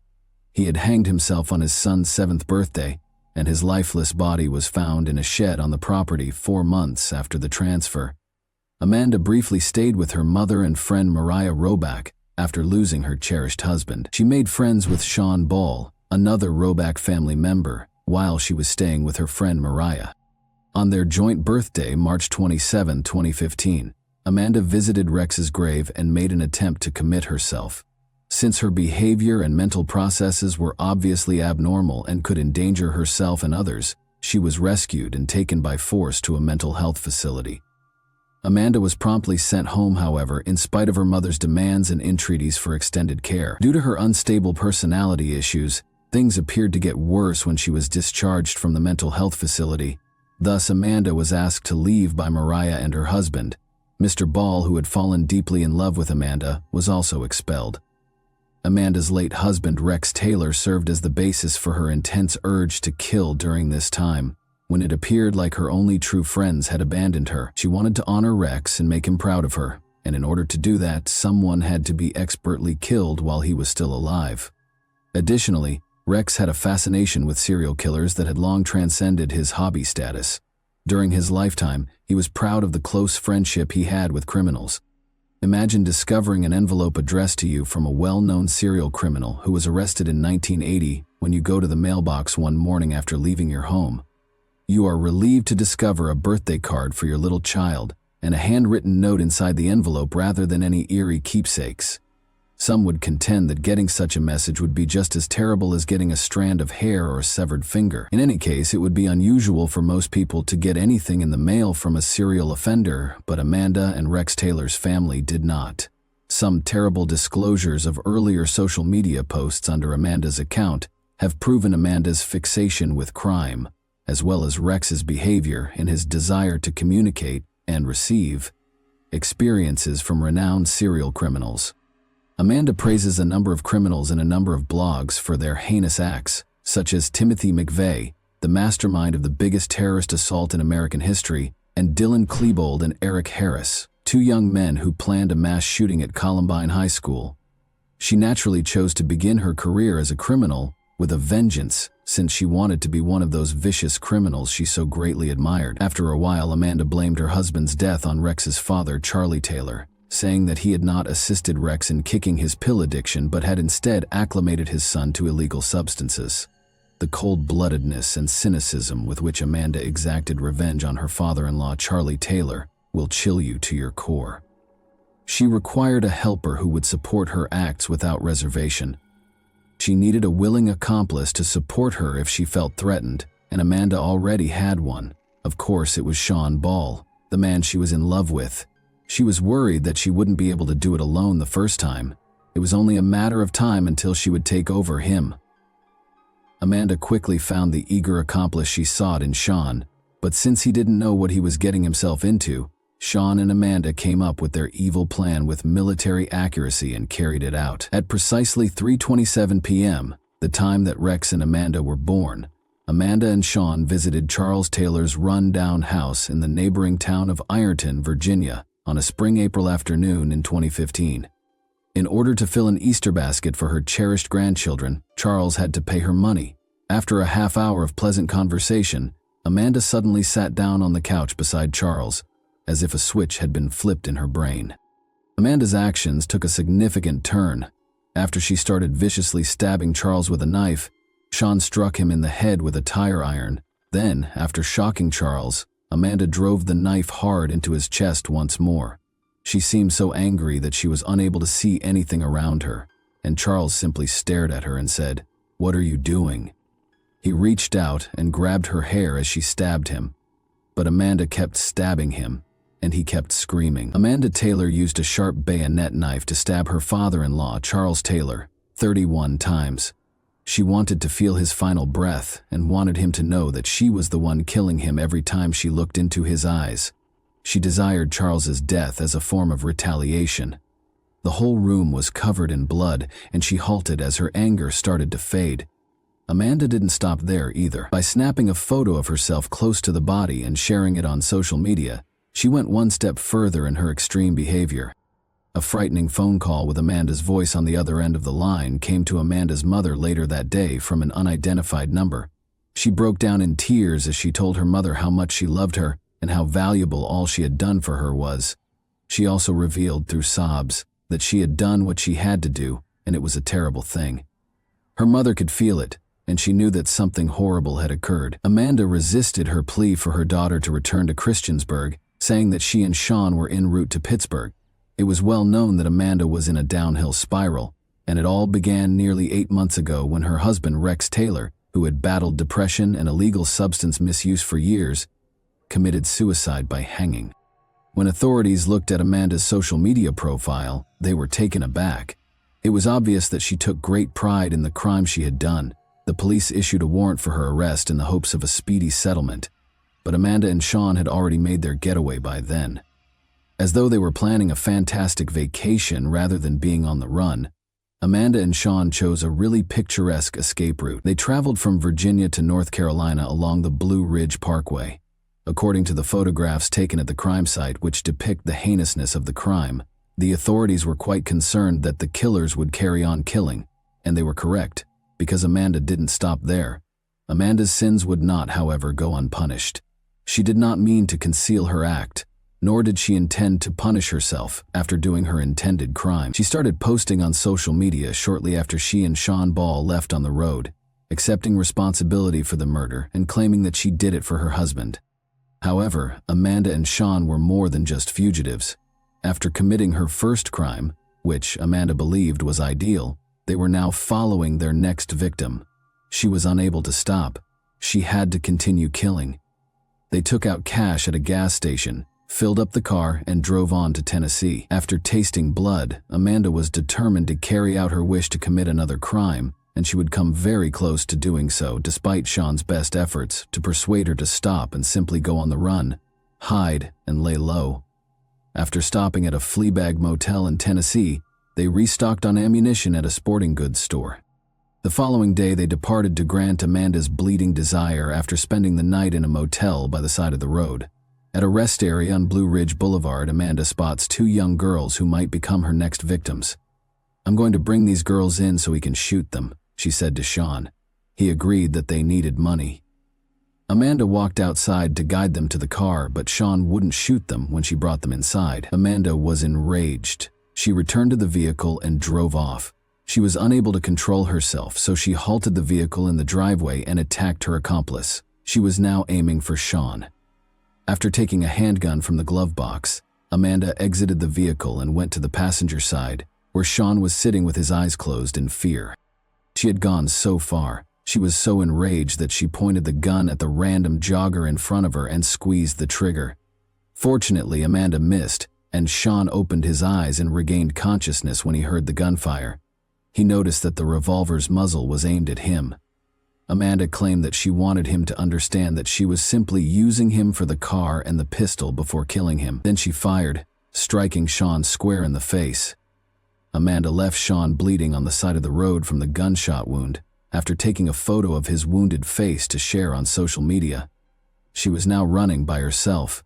They possessed firearms. They had already purchased magazines and ammunition for the identical weapon and had taken them from a relative's home. The police captain was aware that they appeared to agree on the course of events, which would begin with Charles Taylor's murder. Amanda kept posting notes while the police pursued her. She disclosed that she killed Sean in a field during a traffic check in her subsequent social media post. Amanda shared a photo of a silver revolver in her lap along with a comment on Instagram. It resembled a suicide note more than anything else. "All right, that moment is coming up.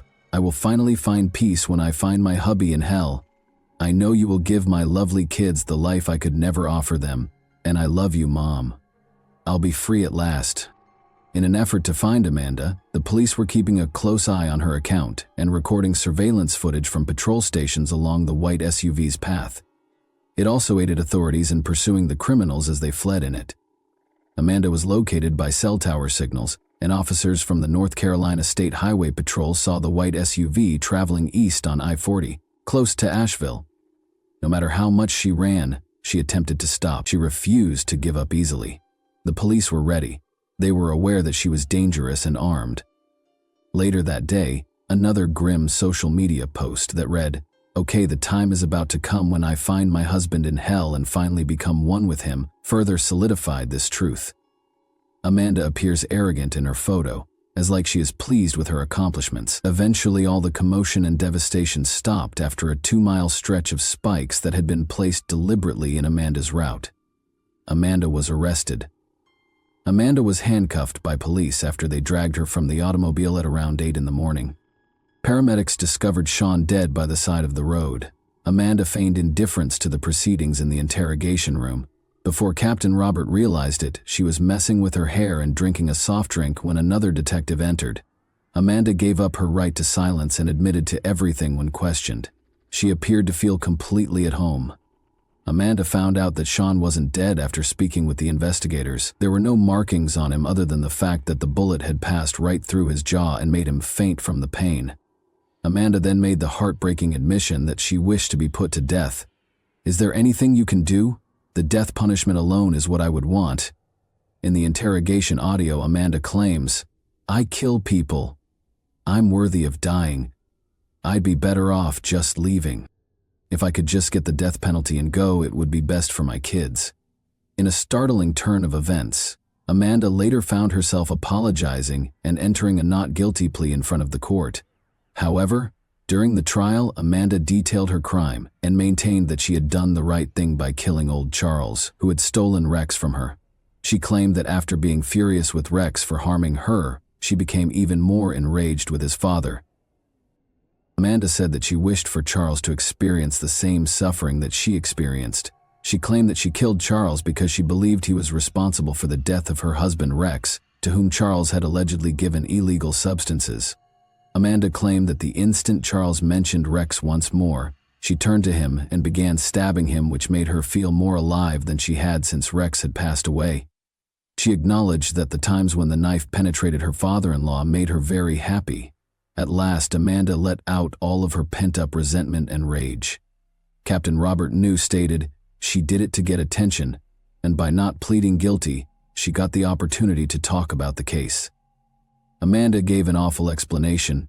She does, after all, liken the sensation of the crime to a pleasant recollection. The jury heard testimony during the November 2015 trial about Amanda's 31 stabbings of Charles and her intended targets, chest and face. The jury found Amanda Taylor guilty of first-degree murder in under 30 minutes. She received a life sentence. She was described as the height of depravity by the judge. Sean Ball accepted a suspended 60-year sentence as part of the plea agreement. After serving 41 years in jail, Sean acknowledged that he is not deserving of pity and that he is deeply sorry for his actions, but he still has to live with the shame of his actions every day and wonders why this happened in his life. As part of a plea deal, Sean Ball admitted to second-degree murder and was sentenced to 41 years in prison. The 60-year term was suspended, but Ball was required to serve 41 years and 1 month. Amanda recently lost her appeal of her conviction. She stated that if necessary, she intends to appeal her conviction to the Supreme Court. Amanda became famous as a killer selfie taker, but she obviously did not turn into a serial criminal. In a phone interview from prison for a popular show, Amanda Taylor made a devastating admission. She responded, "I was just really excited and thought I wanted to take a picture so I could post it and show everyone it made me really happy," when asked why she shot body selfies. Lastly, she stated that she did precisely what she wanted to do and that she has no regrets whatsoever for what she did to Charles Taylor. In an incredible phone interview with a local reporter at this period, she likened the experience of getting stabbed to going on a roller coaster. She compared the nerves and the sense of freedom to my first roller coaster ride, and that's exactly how I felt. I had no intention of doing it. You don't see it in the movies. It is truly an animal phenomenon. Amanda Taylor wants more after committing a horrible crime. From an early age, Amanda Taylor was regarded by many who knew her as a very evil and gloomy woman who was obsessed with crime, murder, and serial killers. Pictures of strange death scenes were all over her social media accounts. Amanda Taylor is one of the few women who has ever gone insane, and it frequently wasn't meant to be. Her loved ones made every effort to keep her from going insane, but those who she turned to for support chose to ignore her. Amanda is now being held accountable for all of the devastation that inspired her. Amanda Taylor's desire of becoming a well-known serial killer came to an end in this way. Admit it, when we look at horrible heroes and learn about their past, we unintentionally attempt it on ourselves. We all go through different stages in life, each with its own traumas and experiences. Have you ever had the urge to murder your neighbor because he parks in your space or plays loud music at night? However, they advise rethinking the narrative and simply shouting in the woods or by the lake. It restores moral equilibrium and soothes. Thanks for watching, everyone. Your support means a lot to me, and you can help my channel grow by hitting that like button, dropping a comment, and sharing this video. Your engagement really makes a difference. See you soon. You.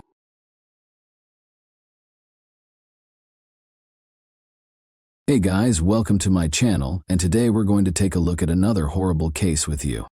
The date was March 24, 1961. It was cold in Keystone Islands, North Miami. Frances DeMari, 32, called the Miami-Dade police just after 3 in the morning. She said that 2 unidentified attackers had murdered her husband, 52-year-old Joseph DeMari. Who were the attackers who murdered Joseph? Was this a random act of violence, or was it part of a planned hit? Today, we're examining Joseph DeMari's complex cold case, which was finally solved in 2023 and dates back 62 years. So, let's go straight to the riddle without any more ado. Northeast Miami-Dade County, Florida, is home to the city and suburb of North Miami. There are a little over 60,000 people living there.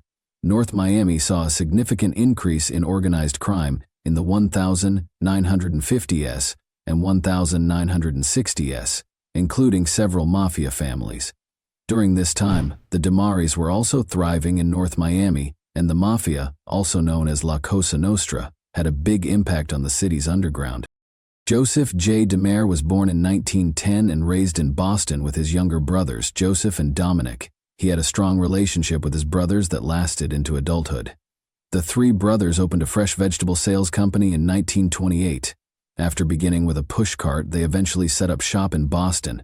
As a result of their increasing sales, they relocated to Quincy Market in 1930. By 1939, their company had grown all over the country.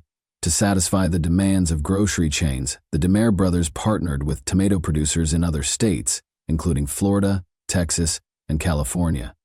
In order to guarantee a year-round supply for their clients, they were also the first in New England to import tomatoes straight from Cuba.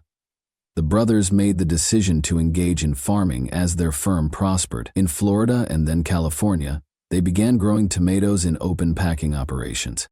They spread to other places, such as South Carolina. Joseph married Josephine, who was only 2 years his junior, in 1937. Joseph, Josephine, and their three children, Richard, James, and Joseph Jr., migrated from Boston to North Miami in the early 1940s. Joseph and his brothers had established a living selling fresh produce there. Before relocating to Keystone Island in North Miami in 1953, Joseph DeMare resided in Miami Beach. Linda, Joseph's only child, was born. Sadly, his cherished wife Josephine died shortly after, in 1956, from breast cancer. Joseph DeMare married Frances, a woman who was 20 years his junior, 3 years later in 1959.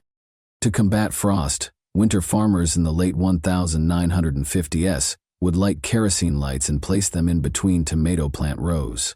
To make sure their crops didn't freeze, Richard recalled his father awakening them and then guiding them to the fields.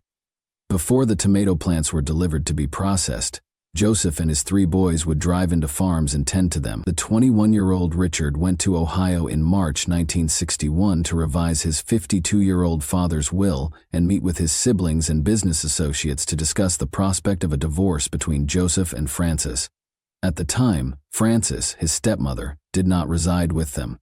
Joseph DeMare frequently traveled throughout the United States and Latin America while managing several facets of the company from Miami. His kids lived on the family's Bradenton farm, while he and his new wife Frances and Joseph's daughter resided at the Keystone Point House in 1961. However, none of them could have ever anticipated what was going to happen. On March 24, 1961, a chilly winter night in Bradenton, Richard and his two brothers were sound asleep on their father's farm around 3 in the morning. At the same moment, however, Frances DeMare called the police in a panic and told them a terrifying story. She reported that she had left her home in Keystone Point to go out to dinner with Joseph. As they headed out for dinner, Joseph sat beside Frances, who had taken the wheel of their Cadillac Fleetwood. They came to a stop at a junction slightly west of the Broad Causeway, close to Keystone Point's south exit. Anarchy ensued as two men abruptly leapt into their vehicle. Frances was forced to drive to an empty lot in Sans Souci Estates when one of the men firmly placed a gun against the back of her head. When Joseph turned to look, the pistol slammed into his face. Frances yelled and was struck as well. Frances was struck by the rifle and rendered unconscious. Joseph was dead in the seat next to her when she woke up, and the murderers had left. In a hurry, she dashed to a Phillips 66 service station nearby, racing through the shrubs and brambles. She called the police from that location. The first officer on the scene was Patrolman Van Scola of the North Miami Police Department. At the petrol station, he watched Frances, and she didn't look too hurt. She had scratches on her face and her dress had some bloodstains on it. She appeared to have scratched her face with her hands, as if she did it herself. Frances told him she couldn't see the shooting because she was knocked out or rendered unconscious. Shell casings were found in the Cadillac's rear seat during the investigation. Upon closer inspection of the photos, it was discovered that the rear seat also had at least 2 unused rounds. Police records show that Norman Logan, a gas station employee, claimed that Frances never spoke of her husband being shot until the police arrived. According to 2 local fishermen, they heard nothing during the incident. Frances told the police that the attackers stole $400.00 in cash from her husband and $5.00 worth of jewelry from her. A day after the murder and heist, however, a gold ring and diamond cufflinks were still discovered on her husband's body. Frances claimed that the gunman had taken her valuables with force, according to the Miami Herald. She disregarded the bandits' orders not to look back, and one of them hit her with his revolver, knocking her out. She did, however, tell the police that her spouse had turned around earlier. According to the article, when Frances regained consciousness a few minutes later, she found her husband slumped against the car door, blood streaming from his head, and the attackers had run away. Panicked, she hurried to a neighboring Phillips 66 fuel station, where she contacted the police for help, navigating the brambles, thorns, and jagged pebbles. In a follow-up interview with the Miami Herald following the killing, Frances said that the attacker called her husband Frank rather than Joe. She guessed that they might have thought Joe was someone else for some reason. Additionally, when the police spoke with her about the murder, she did not provide them with this information. According to other news accounts from the time, Frances described how the shooter tried to grab her jewels, and when she became emotional, he hit her brutally with the revolver. She lost consciousness as a result, and when she regained consciousness, she found her husband shot.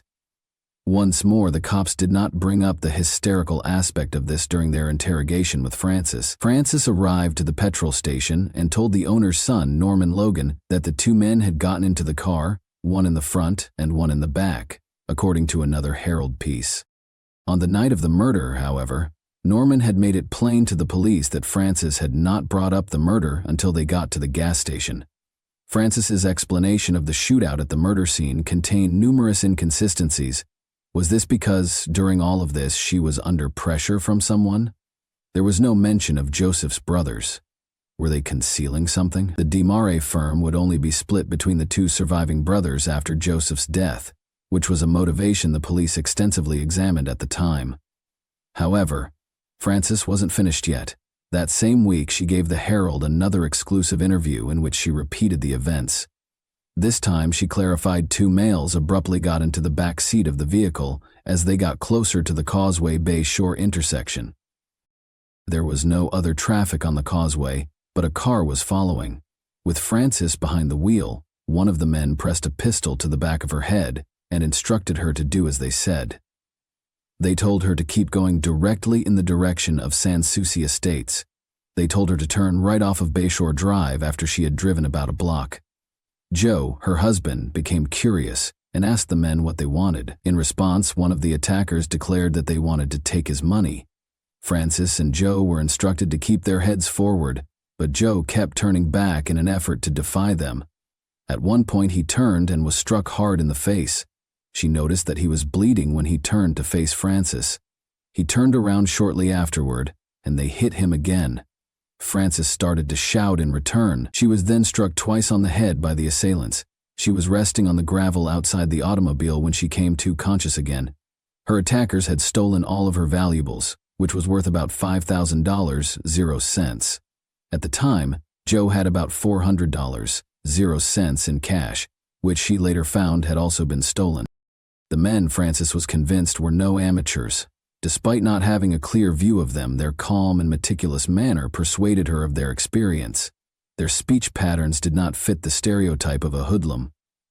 The fact that the men called her husband Frank rather than Joe left Frances with the unshakable impression that a grave error had been committed. She claimed that she thought they had misidentified Joe for someone else, or that maybe robbery was their main motivation for some reason.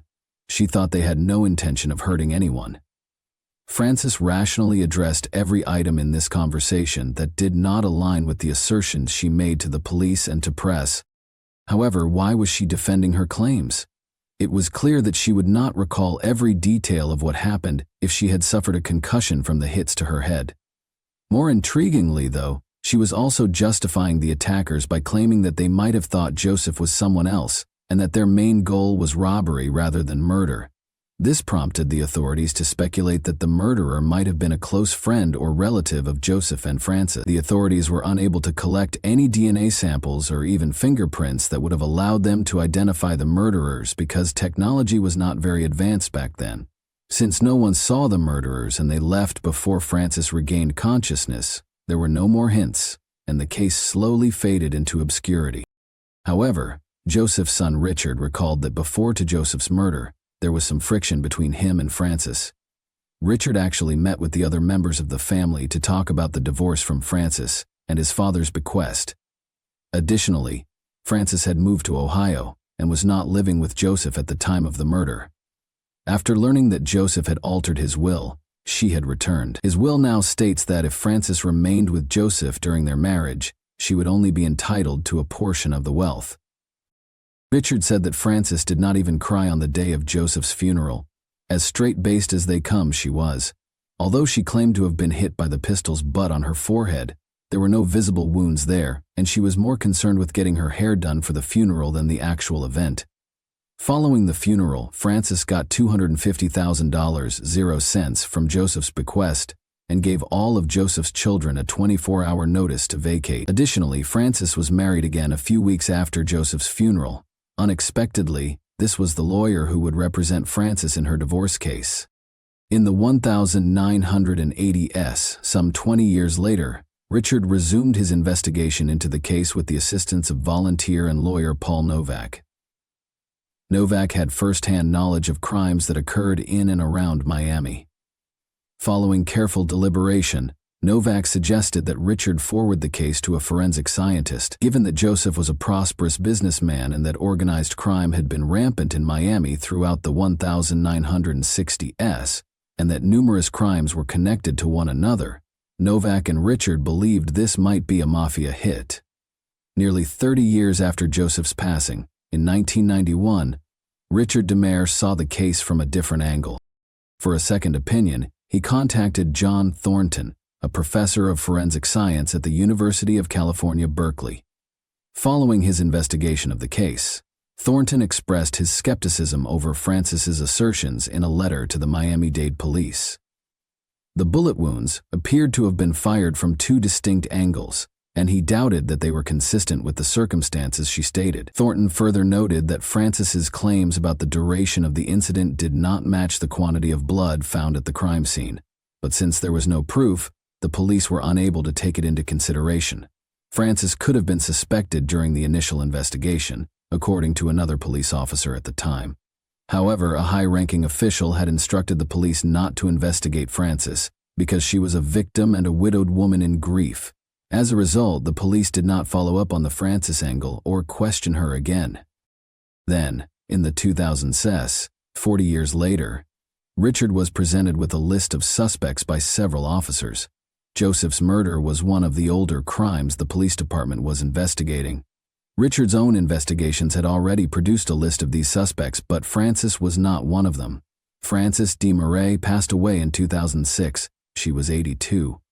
Including her marriage to Joseph DeMare, she had 4 previous marriages. Around 2019, Paul Novak and the homicide team at the Miami-Dade Police Department's Cold Case Squad began going over the Joseph DeMare cold case file once more, nearly 60 years after the murder and 20 years after Frances's passing.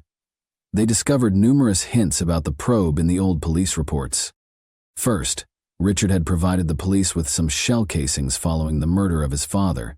These round casings were from an Italian auto pistol, a .25 caliber SATA, which Joseph possessed but was constantly with Frances. Richard had recovered the ammunition casings after firing a few bullets into the swimming pool at their property. Richard gave the police these casings, but why? Because the shot casings discovered in Joseph's car's back seat at the time of his murder resembled these casings. The police inquiry revealed that 2 empty bullets were still laying there when the deceased was discovered. Joseph was wounded by 4 gunshots. 2 bullets went straight into his mouth from the front. The 2 additional shots struck the region in front of and behind his left ear from the left side. Because these shots were fired so close together, there were gunpowder remnants near the wounds. This indicated that the person who killed Joseph was really close to him in terms of closeness. Since the wounds were on his mouth and around his left ear, it was also evident that the person who shot him did so from Joseph's left side before also shooting through his mouth to confirm that he had died. This indicated that the attackers were not seated in the back seat. Joseph had 9 cuts or bruises on his skull in addition to the gunshot wounds. Additionally, Joseph exhibited injuries on his right index finger and left arm, indicating that he was either dragged after being shot or that he struggled before to being shot.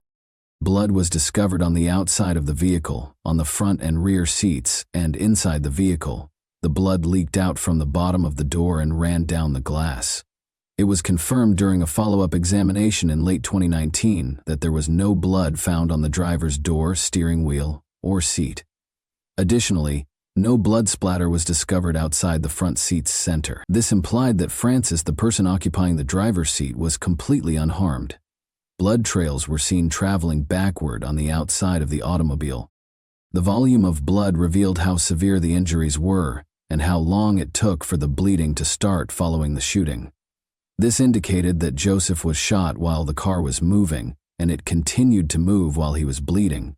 This, too, went against Francis's statement. The automobile could not have continued to move after she passed out, as she had claimed to have done while behind the wheel. Joseph's jaw was somewhat red, but there was no blood found in his lungs. According to medical professionals, these results might indicate that Joseph's airway was blocked when he was shot, because someone had their arm around his neck. On the other hand, it can indicate that the lethal bullet instantly stopped breathing. Francis said it was a heist, but when Joseph was found in the car, his diamond cufflinks and gold ring were still on him. There were no gunshots, indications of a struggle, or even a bullet being fired, according to two men fishing nearby. Francis's feet were uncut, and her shoes were discovered next to the car in a way that indicated they had been placed there on purpose rather than strewn about. A female officer suffered many cuts and bruises to her feet as she walked the same route Francis claimed to have gone, barefoot, from the automobile to the gas station. Norman Logan, the first person Francis spoke to at the petrol station, said she never brought up her husband's shooting. However, when the police and Novak conducted ballistic tests, the greatest hits were still to come. They discovered that only if the bullet was shot from the driver's end could the trajectory of the bullets at the crime scene be satisfied. It did not follow the path of the bullets Francis had described in her initial remarks. Furthermore, it was established that the round casings Richard provided to the police matched the shells of the bullets that killed Joseph, indicating that a .25 caliber SAIT also killed Joseph. The day Joseph walked out for the final time with Francis, the identical gun had vanished from the DeMare home. The most shocking aspect of the case files, however, was the discovery of a blood trail from Joseph's garage that led to the location of his Cadillac. This made it quite evident that Joseph had actually been shot in his garage while he and Francis were at home before they even left for supper. The homicide squad investigators and Novak were aware that Francis could only inherit Joseph's debt if she remained with him during their marriage, and that is exactly what transpired. Francis received the $250,000 0 cents because she remained with Joseph till his death. The authorities came to the conclusion that Francis killed Joseph in order to obtain the money from him because of the divorce angle and Joseph's alteration of the will. The police concluded that Francis DeMare was the only individual who would carry out all of this, based on this and all the other clear indicators. The Miami-Dade Homicide and Cold Case Squad conducted a press conference on May 10, 2023, nearly 3 years after the Joseph DeMare cold case was reopened. They declared that they had sufficient grounds to suspect Francis DeMare of Joseph DeMare's murder. The upcoming divorce and Joseph's alteration of the will served as the motivation for her murder. In order to do this, she shot Joseph in the garage of their home, drove the car 3 or 4 miles away, went barefoot to the gas station, and called the police while leaving Joseph's body in the car. The murder weapon was never located because the police thought Francis had thrown the .25 caliber STA pistol beneath an underbridge. Richard, aged 82, expressed relief after this announcement, although he was not pleased at all. He was aware that the murderer was his stepmother. Richard further disclosed that he had instructed the police to look into Francis and her murder in 1961, but they had refused. Since Francis died in 2006, she was unable to face consequences for her crime. She had never been held responsible for her acts in her entire life. According to Novak, this case exemplifies how politics can trump justice. It is still unclear whose senior official gave the order for the police to leave Francis alone. Since then, the DeMare business has expanded greatly, going global. They state on their websites that the DeMare firm still adhered to the principles of excellence, honesty, and hard work that the brothers created. They think that the next generation of the Demare family and their hard-working staff will carry on their tenacity and resolve. Even though his stepmother would never receive justice, Richard, who was also affected by same ideals, might find some comfort in the knowledge that she pursued justice for his father. Why, in your opinion, wasn't Francis given more attention during the preliminary inquiries? Do you believe that a more extensive plot was concealed? And that wraps up today's chilling story. If you enjoyed this video, don't forget to like and subscribe so you never miss a new upload. Also, let me know in the comments, what part of this story shocked you the most? Thank you for watching, and I'll see you in the next video.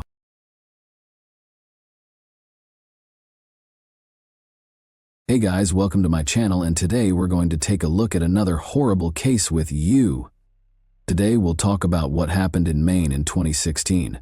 While her husband Luke was shopping at Walmart, Valerie Tiemann, 34, vanished from the parking lot. There was no sign of Valerie when he got back in the car. The police opened an investigation as soon as they heard about Valerie's disappearance, but it soon took a surprising turn. Sarah Jean Sampsarmanen and Jean Allharman welcomed Valerie Jo Harmanen into the world on December 3, 1981, in Salem, Virginia. Valerie attended Hampton Park Christian School and graduated in 2000. She was born and raised in Greenville, South Carolina. She graduated from Bob Jones University with a degree in cosmetology. She was well known for her gregarious demeanor and warm smile. Valerie was well known for her passion for speech and theater. She played the flute and piano and loved music. Valerie worked in pageants, spas, and salons using her cosmetology skills. She helped people look and feel their best in order to support them. Valerie had been seeing a man named Matt Guccio. When Valerie was around 22, they met through a mutual friend. In many ways, they were too dissimilar. Matt was more reserved, but Valerie was gregarious and happy. However, they did not find this difference problematic. Valerie and Matt were married in 2004. They moved into Matt's tiny house after the honeymoon, and while everything was great at first, Valerie's parents started to notice behavioral changes over time. Matt was very frugal with his money. To have some personal savings, Valerie had to open a different bank account. Matt's behavior changed more and more over time. He attempted to exert total control over Valerie's life and held her responsible for all of his and their family's issues. She endured a great deal of emotional suffering and a lot of things, but patience has its limits. Matt and Valerie got divorced 10 years later. Valerie wanted a new chapter in her life, and Luke Tiemann opened it. He helped Valerie move past her past issues. Luke spent 10 years in the army. Valerie saw him as a trustworthy man who cared for her family while he was in Iraq and Afghanistan. Valerie was starting to look happy again. Valerie was once again smiling and full of joy as she had been 10 years before. Luke and Valerie entered into marriage on June 6, 2014. They relocated to the Fairfield home of Luke's parents. Luke was living in Maine at the time, and Valerie's parents were in South Carolina. After visiting Valerie's family in South Carolina, Luke and Valerie returned to Maine in August 2016. The final text message exchange between Valerie's mother, Sarah Jean Harman, and her daughter took place on August 18, 2016. Luke was spotted with a woman he had begun chatting with on Facebook a week prior, on August 24, 2016. This woman and Luke Tiemann had sex on the evening of August 24, 2016, and it appears that Valerie learned of it that evening. In 5 hours, Valerie called Luke 31 times. A mutual friend of Luke and Valerie reached out to the latter through Messenger on August 26, 2016. Valerie was told by a friend that Luke was getting sucked into other women and claiming that they were no longer together. Valerie replied in multiple messages that, although it was heartbreaking, everything would work out because God has a timing and he would never find a better woman than her. She also said that he had lost her the following month in 2016. Luke Tiemann moved into the home of a woman with whom he was having an affair and told Valerie, his wife, that Valerie had fled with another man. Every week, Valerie would call her parents in South Carolina, but now they were unable to get in touch with their daughter for over a week. They couldn't get in touch with their daughter because she didn't answer their calls or texts. Luke was decided by Alan Harman and Sarah Harman. Speak with Luke. They texted him to inquire about his and Luke's well-being. The following day, Luke replied, We are good. Thank you, love her so much. Another 13 days have passed, but Valerie's parents still can't contact he Luso. They call Luke's father. They were shocked by the man's response. Valerie had been missing for approximately 2 weeks, according to Luke's father. In addition, he consulted Valerie's parents about what to do with her belongings. After that, Luke Tiemann was questioned about why he hadn't informed them about their daughter. I was waiting for her to get in touch with you because, Tiemann said, I never speak poorly of her. I still adore each of you. Luke said Valerie had run off with another man, and he thought she would tell her parents that they had broken up. Sarah Jean and Alan knew it wasn't true. It was a far cry from their daughter's behavior. Valerie couldn't have done that, they were certain. They also thought she would have called them, since she was aware of their concerns. Alan reported a missing person to the Fairfield Police Department the following day, September 9, 2016. Investigators began by visiting Valerie's parents, who were the residents of Luco Tiemann. They spoke with Laurel Tiemann, who told them she didn't know where they were. Since Valerie was, the detectives left without finding out where Laurel Tiemann's were. Because of Laurel Tiemann's domineering behavior, Valerie's parents felt it was difficult for their daughter to share a home with her. Laurel packed everything she owned in trash bags after Valerie was gone for 2 weeks. It was a clear representation of Laurel's daughter-in-law. She wasn't worried about Valerie at all. All she wanted to do was get rid of her things so they wouldn't occupy space in the house. The police meant to find Luke Tiemann and ask him a few questions, but they couldn't locate him. He didn't show up at his home, and his parents said they didn't know where their son might be. However, 5 days after Valerie's disappearance, Luke took the initiative to call the police himself. He claimed to have heard that the detectives were interested in speaking with him. When and under what circumstances he had last seen Valerie was one of the questions the detectives asked him. About 2 weeks ago, he and Valerie went to the local Walmart to buy some food, and he said that the response was really strange. While he went shopping, Valerie remained in the car in the parking lot. He finished his shopping and went back to the car, but Valerie was gone. According to Luke, he tried to find Valerie and promised to take her back by calling and texting her after leaving the store and realizing she wasn't there. Luke also disclosed that Valerie and he were approaching the end of their marriage. He claims that Valerie once brought up another man in a conversation, and he thought she was having an affair with him. Luke didn't know the man's name or where he lived. He believed Valerie had fled with him. The police appealed to the public through the media because Valerie's family was not aware of Luco Tiemann's existence. They asked anyone who has seen Valerie in the past few weeks to report it to detectives by posting a picture of her. From Valerie's disappearance from the Walmart parking lot to the disposal of her possessions in garbage bags, the whole story seems strange. The fact that Luke Tiemann did nothing to find his wife was another intriguing element of the narrative. He might have been too preoccupied with another woman. On the day that Valerie vanished, investigators visited Luke Walmart, where Luke and Valerie were. There were surveillance cameras inside the building as well as outside. Consequently, it was simple to verify Luke's story.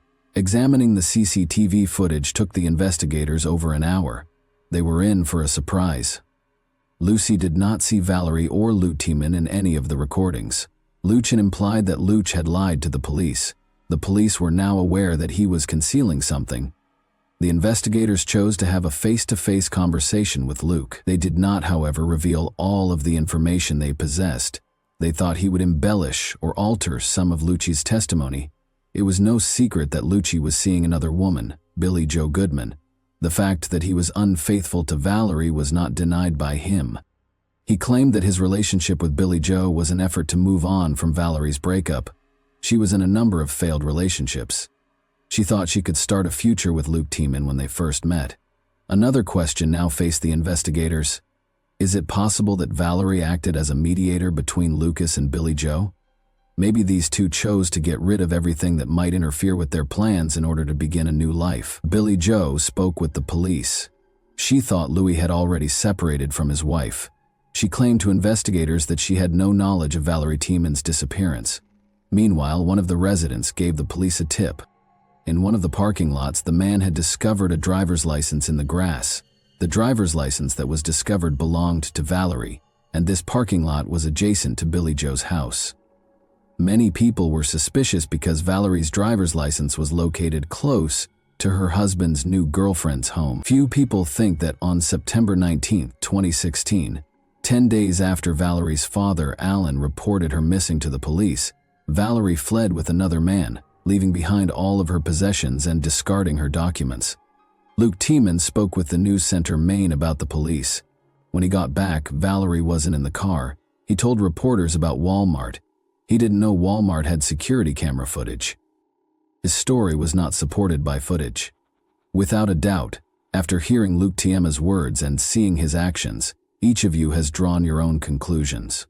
On September 20, 2016, the following day, this case took a surprising turn.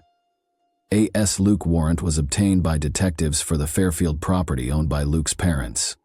This was, after all, Valerie's last known residence. During the search, police dogs that are trained to detect human remains participated. His stream, and the land lot were to be checked. After searching the woods behind the house for about 5 minutes, a police dog discovered something. As the officer dug through the dirt with his hand, he noticed a shoe protruding from the ground. He was joined by other officers, who also began digging while wearing gloves. They discovered the body of a woman, wrapped in a blanket, and buried it with a number of odd items. These items included a package of sweet tarts, a bag of potato chips, a bottle of Gucci perfume, a flannel shirt, a handwritten note, a Mason note, and a wedding ring, an item that was not found until the evidence was being packaged for trial.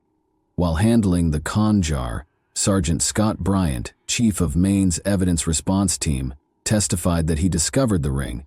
There were twigs and flower stems made of dirt in the mason jar. I knew there was something heavy in the envelope when I heard a thud.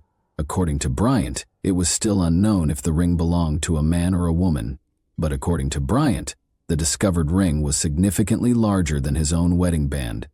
For my sole happiness, the police read, the soiled handwritten note that was discovered with Valerie's body. Joy, you will always bloom. I love you, Valerie, the note read. May you rest in peace with Jesus in my heart, Joy. I am looking forward to seeing you again. T. Lucio Bear, signed Lucy Bear. Tiemann Lucy Bear Sirs claimed in a police recording that he gave himself the nickname Lucy Bear and used it to sign a number of other notes discovered in Valerie's purse throughout the course of the investigation.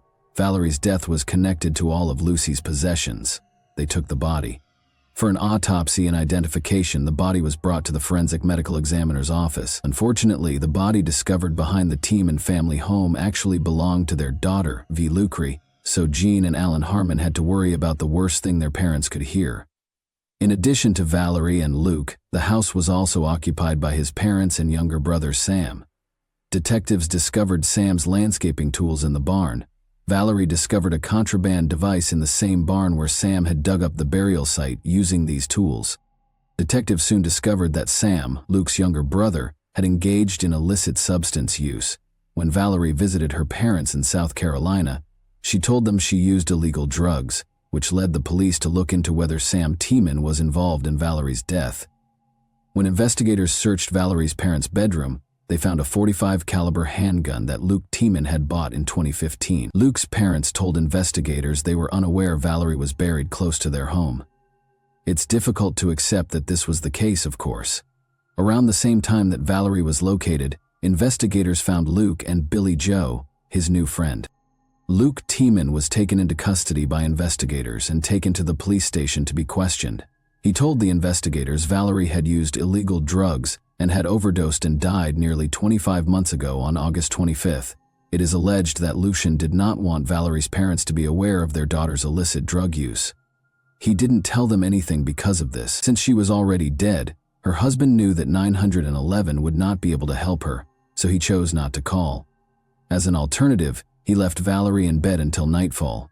When it grew dark, he wrapped her in a blanket, left a note outside, and led her to the house in the woods. After that, Luke Clary was buried in a hole that Luke and his brother Sam had dug. Valerie had no physical wounds prior to her passing, according to Luke.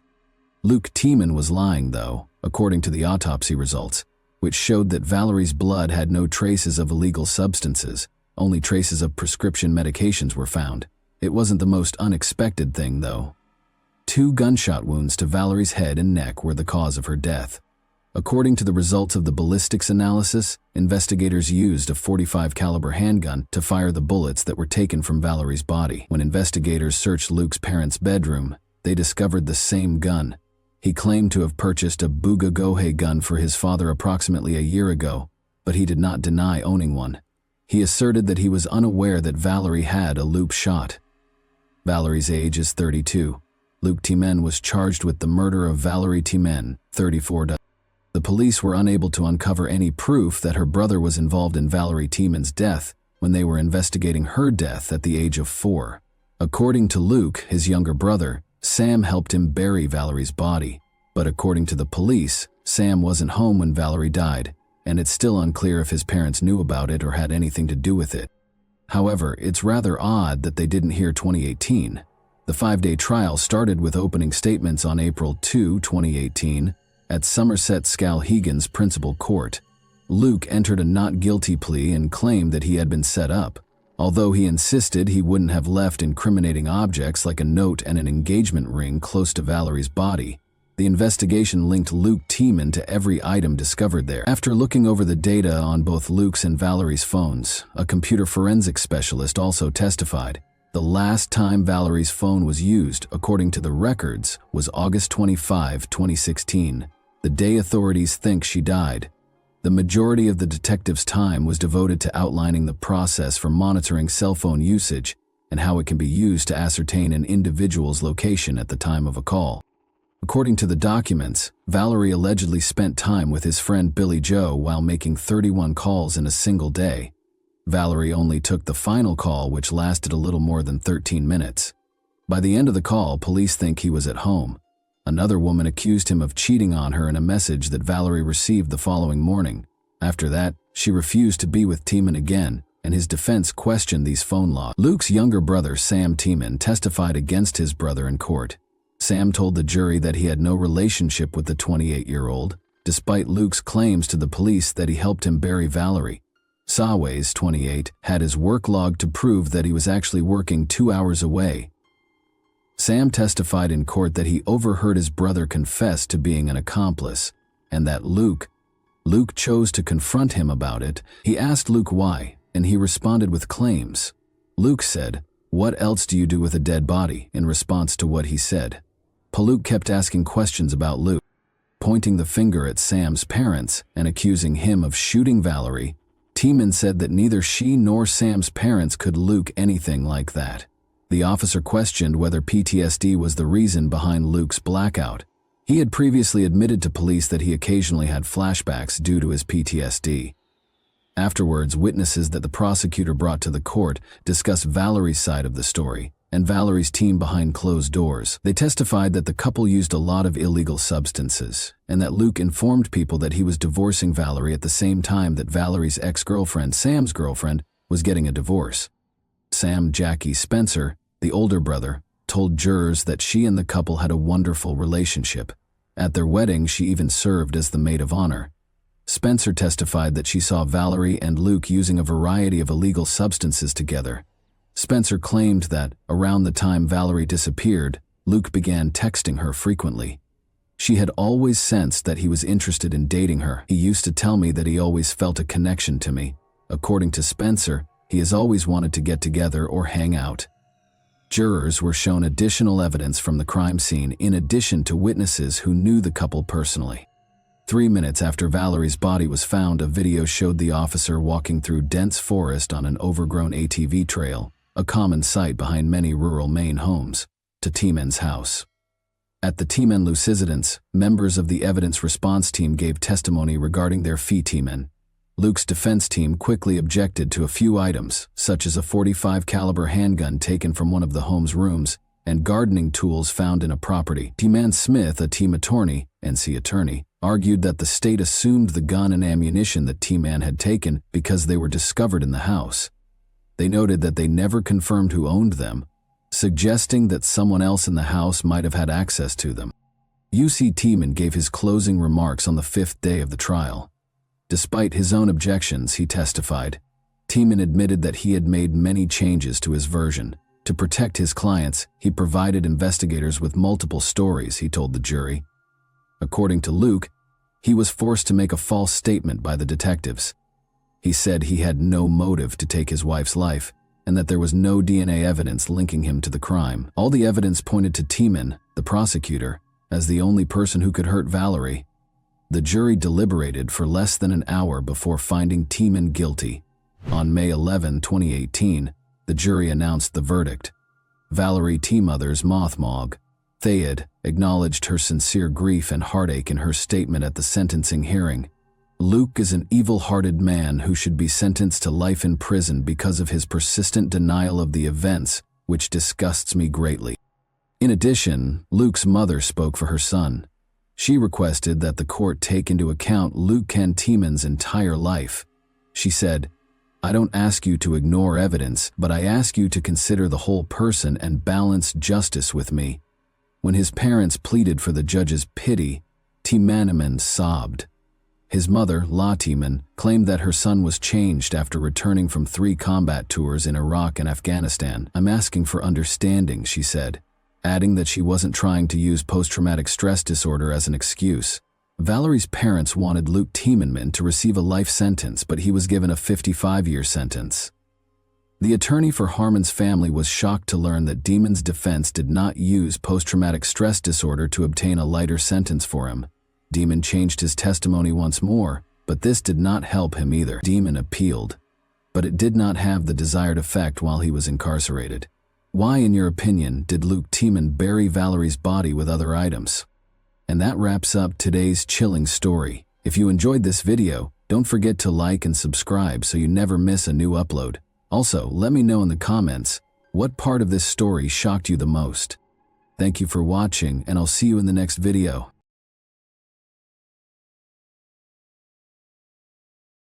Hey guys, welcome to my channel, and today we're going to take a look at another horrible case with you. Have you ever pondered how one choice, one accident, and all you knew and loved can suddenly turn life into a nightmare? I'll tell you about a day that began normally but ended in a way that nobody could have foreseen. Consider this. At 3 in the morning, the doorbell rings. You expect to see a neighbor or perhaps a courier who has the wrong address, but instead you see the man you believed was forever gone from your life. The air in the room is suddenly heavy, his hands are clenched into fists, and his eyes are filled with anger. What are you doing? Will you freeze, knowing that this is your final error? Or will you scream and flee? Alina Shiket's journey started when she came to the conclusion that love shouldn't be painful. She moved on from everything, but when he returned, everyone who knew her was shocked by what transpired. In 1997, Alina Shiket was born in Russia. When she was 7 years old, she and her family relocated to Pennsylvania in the United States. She was a lively and curious youngster from birth. She picked up English fast and developed an interest in science and the arts in school. She was regarded as a gifted and driven young woman who consistently pursued her objectives. Her responsiveness and friendliness were her defining traits. She frequently assisted her peers and took part in charitable activities. Alina enrolled in the University of Pittsburgh to study biology after graduating from high school. She was motivated to work hard and study because she wanted to become a doctor. Alina was well liked by her classmates and numerous friends, who characterized her as a cheerful individual who was always willing to offer guidance and support. She stood out from her friends because of her kindness and quest for fairness. Alina's pride and support came from her family, particularly from her parents, Ian and Ellie. She was the focal point of their lives as an only child. They had a close relationship and frequently spent time together, traveling and helping her with everything. The Shikets had never experienced such worry as they did in October 2017. 20-year-old Alina's parents, Ian and Ellie, had become used to her incessant texts and phone calls. Their kid was always in contact, particularly when they shared plans. However, the quiet that's surrounding their house on this particular day took on a new, ominous color. Even the morning before they were to be brought together for a significant occasion, the annual charity marathon in which they took part, Alina had just vanished from view. They were passionate about the breast cancer campaign, and Alina was constantly at the center of these gatherings. She had a genuine and profound compassion for people. She seemed to find power in helping others, as though she were attempting to shield her family from the dangers of the outside world. But she didn't arrive that morning. There were no missed calls or messages. Every minute seemed like an unending torment. Unable to control the mounting worry that was coursing through her body, Ellie was always scrolling through her phone. The automobile seemed to be moving at a snail's pace, and Jan, who was seated behind the wheel, tried to maintain composure, but his quivering hands and fixated gaze revealed his growing concern. They were on their way to Alina's apartment rental on the University of Pittsburgh campus. Long hours of waiting for something unthinkably awful grew out of what should have been a 30-minute drive. Without even looking back at her husband and their dog, who were silently staying in the car, Ellie hurried to the home. As though it were trying to escape, her heart thumped in her chest. She pressed the doorbell quickly, her hands shaking. The few seconds of waiting seemed to drag on forever. The house was so quiet that it seemed as though the walls were closing in on you. When Ellie and Jan arrived at their daughter's house, the usual warmth and noises of life were vanished, leaving behind the icy silence of unsolved problems. Even the air seemed to have become heavier, as if the whole world had frozen in expectation of something terrible. To make one final call to Alina, Ellie took out her phone once more. The lengthy rings rang in her heart, each one piercing it more deeply like shattered strands of hope. Nobody could have predicted that a seemingly normal morning would become the Chiquette family's greatest nightmare. Ellie had been frantically attempting to contact her daughter just 30 minutes prior. She was now standing in front of Alina's locked door. The dull sound of her fists hitting the wood echoed throughout the house, but there was only quiet in answer. Her voice wavered and erupted into a cry as she called her daughter's name once more, but she received no answer at that very moment. Something inside her broke. Realizing that things had gotten out of hand, they panicked. Ellie called out for Jan. Fear gave him the strength to act, and he rushed into the house.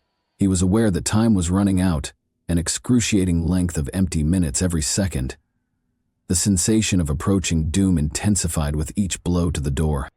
The door finally gave way, opening with a jarring noise that allowed them to enter a scene they were neither ready for. Alina's neighbor, Zach, had been observing from the stairwell. All of a sudden, he felt alienated from this tragedy that was developing.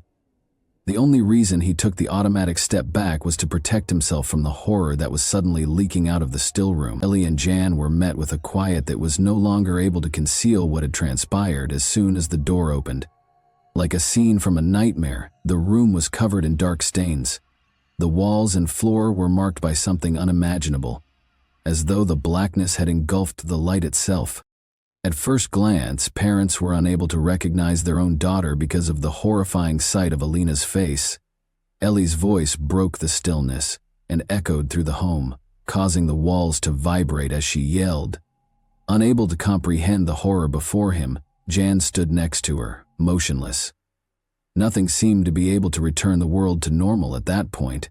It looked to have stopped. The dog added to the pandemonium that had taken over the house by barking hysterically when it sensed its owner's worry. It was as if an unbreakable darkness had engulfed the entire area. Jan eventually moved forward, but his legs were trembling as Ellie continued to scream. He was at a loss for what to do. The terror that had infiltrated their home left no one knowing how to handle it. When Zach heard the cries, he summoned up the bravery to go into the room. He hesitated to go through the doorway, knowing that what had transpired would permanently alter the course of this family's life. Alina lay on the floor in front of him. Her body was stretched out as though she had struggled for her life and defended herself until the end. As like something or someone had stolen not just her life but also her identity, half of her face was utterly deformed. With a start, Zach reached for his phone and dialed 911. His fingers were shaking as though the air had grown heavy and thick. The silence of the Saturday morning was soon broken by the sound of sirens. The fictitious quiet of the neighborhood was broken by the sound of sirens that were getting louder in the distance and filling the now empty streets. The paramedics, solemn and determined, hurried to the door as the ambulance screamed to a stop in front of the house. Every second felt hostile as their footsteps reverberated through the strange and chilly house. Ellie, who was still motionless at the entrance, welcomed the paramedics with a face that immediately made them realize that this woman would never be the same. She could hardly guide her trembling hands toward the room. As they passed the paramedics entering the darkened room, Jan, still mute and overcome, watched from the door. The gloomy scene is made even more intense by the draperies, which hardly let any light in.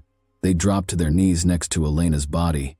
Everything moved swiftly, almost robotically, as they looked at each other and checked for a pulse. Time seemed to slow down for Jan and Ellie, even if it only took a few seconds. Their entire world fell apart as one of the paramedics shook his head. Ellie lost it, as though attempting to go back in time and bring her daughter back. She collapsed to her knees and let out a scream. Shock nearly paralyzed Jan. He did what he could. Even though he no longer felt like he had a firm foundation beneath him, he tried to keep his wife on the ground by embracing her. For a little while longer, the paramedics stayed in the room, getting ready to declare the death formally.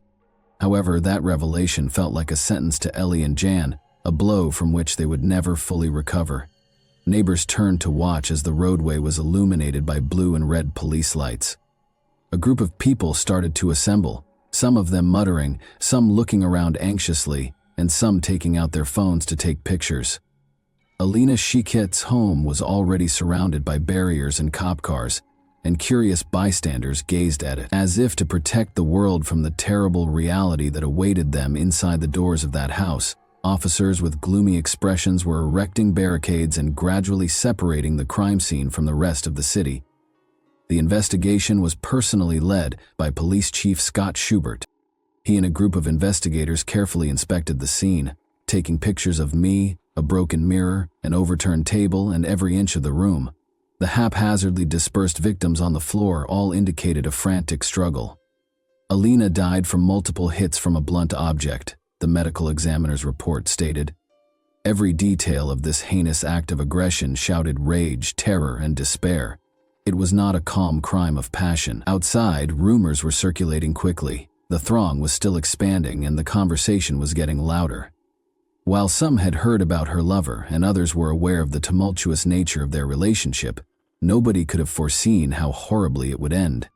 A crime that would soon dominate conversations around the area had upended the customary tranquility of this suburban neighborhood. Matthew Darby, a young and talented basketball player and Alina's ex-boyfriend, was already a prime suspect in the police's eyes. Matthew's attractiveness with women was as well known as his performances on the collegiate court. He was always surrounded by prosperous, self-assured, and charming people, but beyond that polished facade, particularly with regard to Alina, were deeper, harmful impulses. Beginning at a Greensburg University, their friendship swiftly developed into a passionate romance, but jealousy and control gradually replaced the pleasure. After she moved to a different university, things began to shift. Alina made an effort to put her education first, make a fresh start, and break free from the toxic attachment. She ended the relationship, but Matthew was unable to cope. When Alina was gone from his life, his confidence collapsed, and his fury became overwhelming. On September 20, 2017, he began calling her non-stop and finally went too far. Hands shaking, Alina reported it to the police. Like a scene from a horror film, Matthew had climbed through a second-story window to break into her house. Even in her worst dreams, she couldn't have guessed that it was him. Yet she had heard someone scaling the drain pipe. With rage in his eyes, he stormed into her room and accused her of betraying him, ignoring his calls and leaving him. Roughly pushing her into the bed, his hands clamped down on her shoulders and squeezed her wrists until the bruises lasted for days. Feeling both relieved and afraid, she submitted the report, thinking she could finally stop him and that justice was on her side. She went to court with Jan and Ellie. Although the restraining order against Matthew seemed like a positive move, the courtroom tranquility was all too short. As the judge ordered his arrest, Jan and Ellie clutched her hands tightly. Alina's family believed that the horror that had plagued their daughter in recent months would come to an end when he was arrested for unlawful entry, but their dreams were quickly dashed. Alina was forced to confront her anxieties alone after Darby was released on $10,000 0 bail, a negligible amount in the legal system.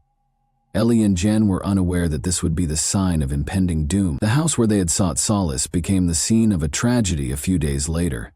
The oppressive feeling of dread that had pervaded the atmosphere for so long came to pass in the most terrible manner. Every action the detectives performed that day was tinged with the knowledge that crucial opportunities had been lost and that Alina had not received the proper protection. Ellie had stopped crying as she stood behind the police tape. A mask of shock and disbelief froze her face. Jan held her hand as he stood by her. Alina's world never really left Matthew Darby. Every step she took was obscured by his shadow, which seemed to follow her. Zach, Alina's neighbor, subsequently acknowledged that he frequently witnessed Darby loitering outside her home. He felt like he belonged there. Zach recalled that he had been watching the catastrophe unfold without comprehending it, but he realized it too late. As if stalking Alina, he had witnessed Darby lurking in the shadows for hours on end, silently observing through the windows, never letting her leave his gaze.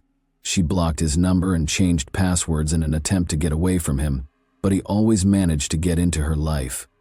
Once more, Matthew's jealousy was unquenchable, tearing apart anything that didn't comply with his demands like a ferocious animal. Zach once saw Darby yelling at Alina outside her windows in the middle of the night. There was mad jealousy and anger in his words. Every altercation seemed planned, and he became more vicious with each blow. Darby had taken over Alina's virtual world a month before to the catastrophe, hacking her accounts and removing likes she had given to other guys. The virtual world had to be exclusively his. Alina made an effort to establish limits with Virtue, but it wasn't enough, Matthew. Nobody was aware of what was going on behind closed doors on the evening of September 20. A weird sound, as if something had snapped, reached Zach's ears. He didn't give it much thought. In old houses, things break all the time. But then, there was a scream and a smashing bang. It was a terrified, despairing cry that broke through the night's silence. Zach was unsure of what to do. Hoping for a response, he posted a message to the house's group chat, but nothing came up. It felt as though time had stopped. Zach wouldn't find out until much later that Matthew Darby had already broken into the house and started attacking Alina while the neighbors were asleep. Alina's phone records, which had vanished from her residence following the crime, were being examined by police. The data showed that she had been frantically attempting to save herself by phoning for assistance between 4:15 and 4:55 a.m. Alina's phone was traced to Route 76 close to the village of Irwin, and the most recent contact was placed from Darby's number. It was an unanswered last call for assistance. Police received a statement from a cab driver who became involved in this gruesome case. Around 4:21 a.m., he claimed to have driven Darby to Oakland's Seal Street and Ward Street crossroads. Darby begged him to wait for a few minutes, but that quickly increased to 10, and then 10 more. The driver started to feel nervous, and he continued to experience fear. He eventually departed without his travel companion. Something was horribly off. The police kept reviewing the security footage in the meantime. They discovered video from a camera close to Alina's house that showed a man who looked like Matthew Darby strolling down the street while toting big black suitcases. Like a predator, he looked around warily, looking for a place to cover his tracks. The moment he came to a stop at a manhole cover was caught on camera. As though attempting to get rid of not only the evidence but also a piece of himself, his harshness and guilt, Darby carefully lowered the bags inside after lifting the lid. The case's main detective, Edward Fair, sent his team to the scene right away.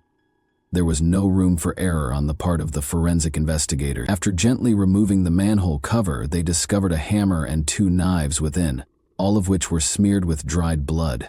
There were fragments of skin and hair on the hammer. Everyone working on the investigation was profoundly impacted by this revelation, which served as a silent testimonial to the ruthless and untamed aggression.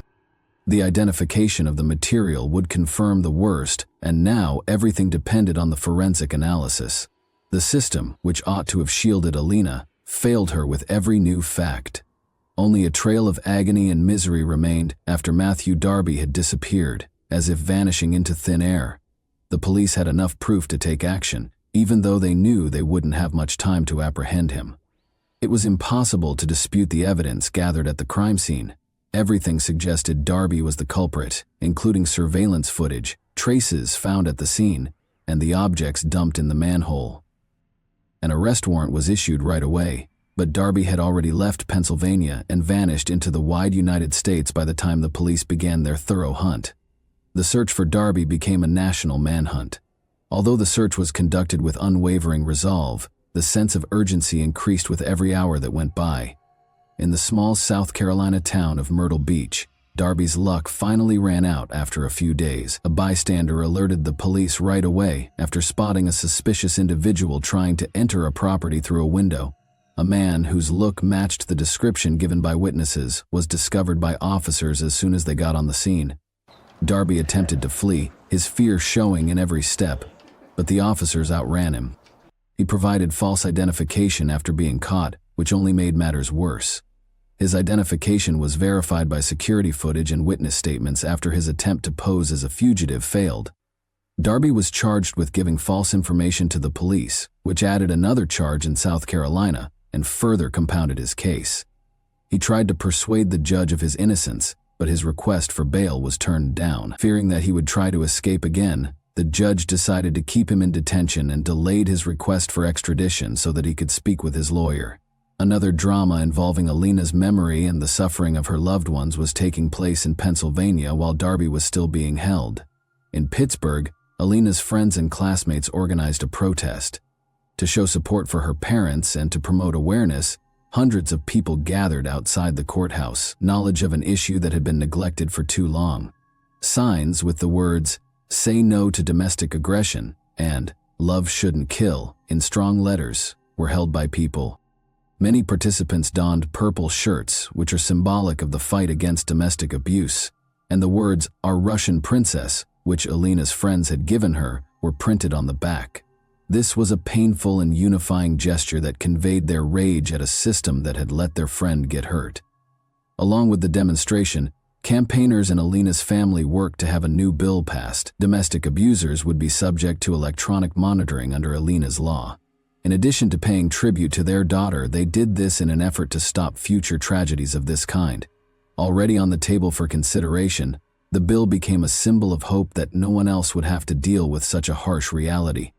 Prosecutors were now providing more thorough evidence in the courtroom, all of which pointed to Darby's deliberate acts.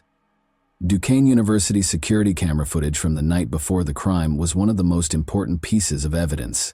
It was evident from the video that Darby was trembling as he walked across campus and looked over his shoulder. According to a policeman on patrol that evening, Darby appeared anxious, probably even a little drunk. Using the excuse that he needed to charge his phone, he tried to enter the student union building. However, there was something concerning about his actions. The officer had a strong suspicion that Darby was hiding something, since he kept looking around as though he was frightened someone was following him.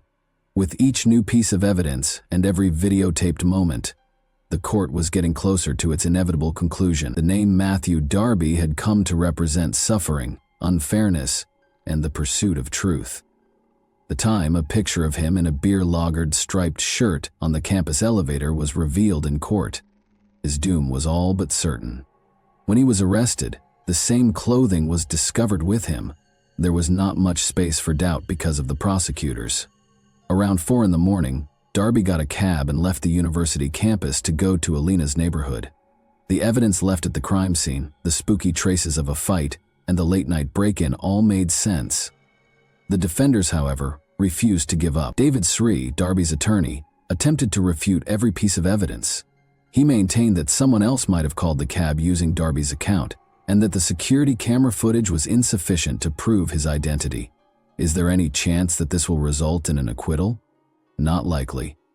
Soon after, Darby was apprehended while trying to break into a house near Myrtle Beach, South Carolina. His use of phony identification simply served to bolster the evidence against him and further expose his flight. Darby decided to continue fighting in spite of everything. He went back to court with a new attorney, Joseph Haddock, a year after the conviction. Darby claimed that at his prior trial he had not been given adequate legal representation. According to Haddock, Darby was not completely aware of the trial's possible hazards and consequences.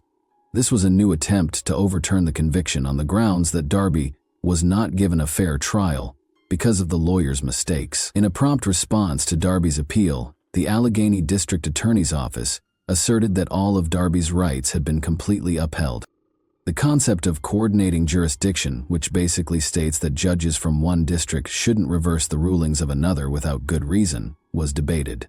Nevertheless, the matter might still be reopened for a new hearing in the courtroom. The process might be slowed down but not completely stopped by this procedure. Despite the fact that his life sentence already appeared certain, Darby persisted in fighting for his freedom. His attorney put forth a lot of effort, gathering fresh information and looking for any way to overturn the verdict. Like a dying man clutching at straws, Darby clung to each attempt as if it were another lifeline.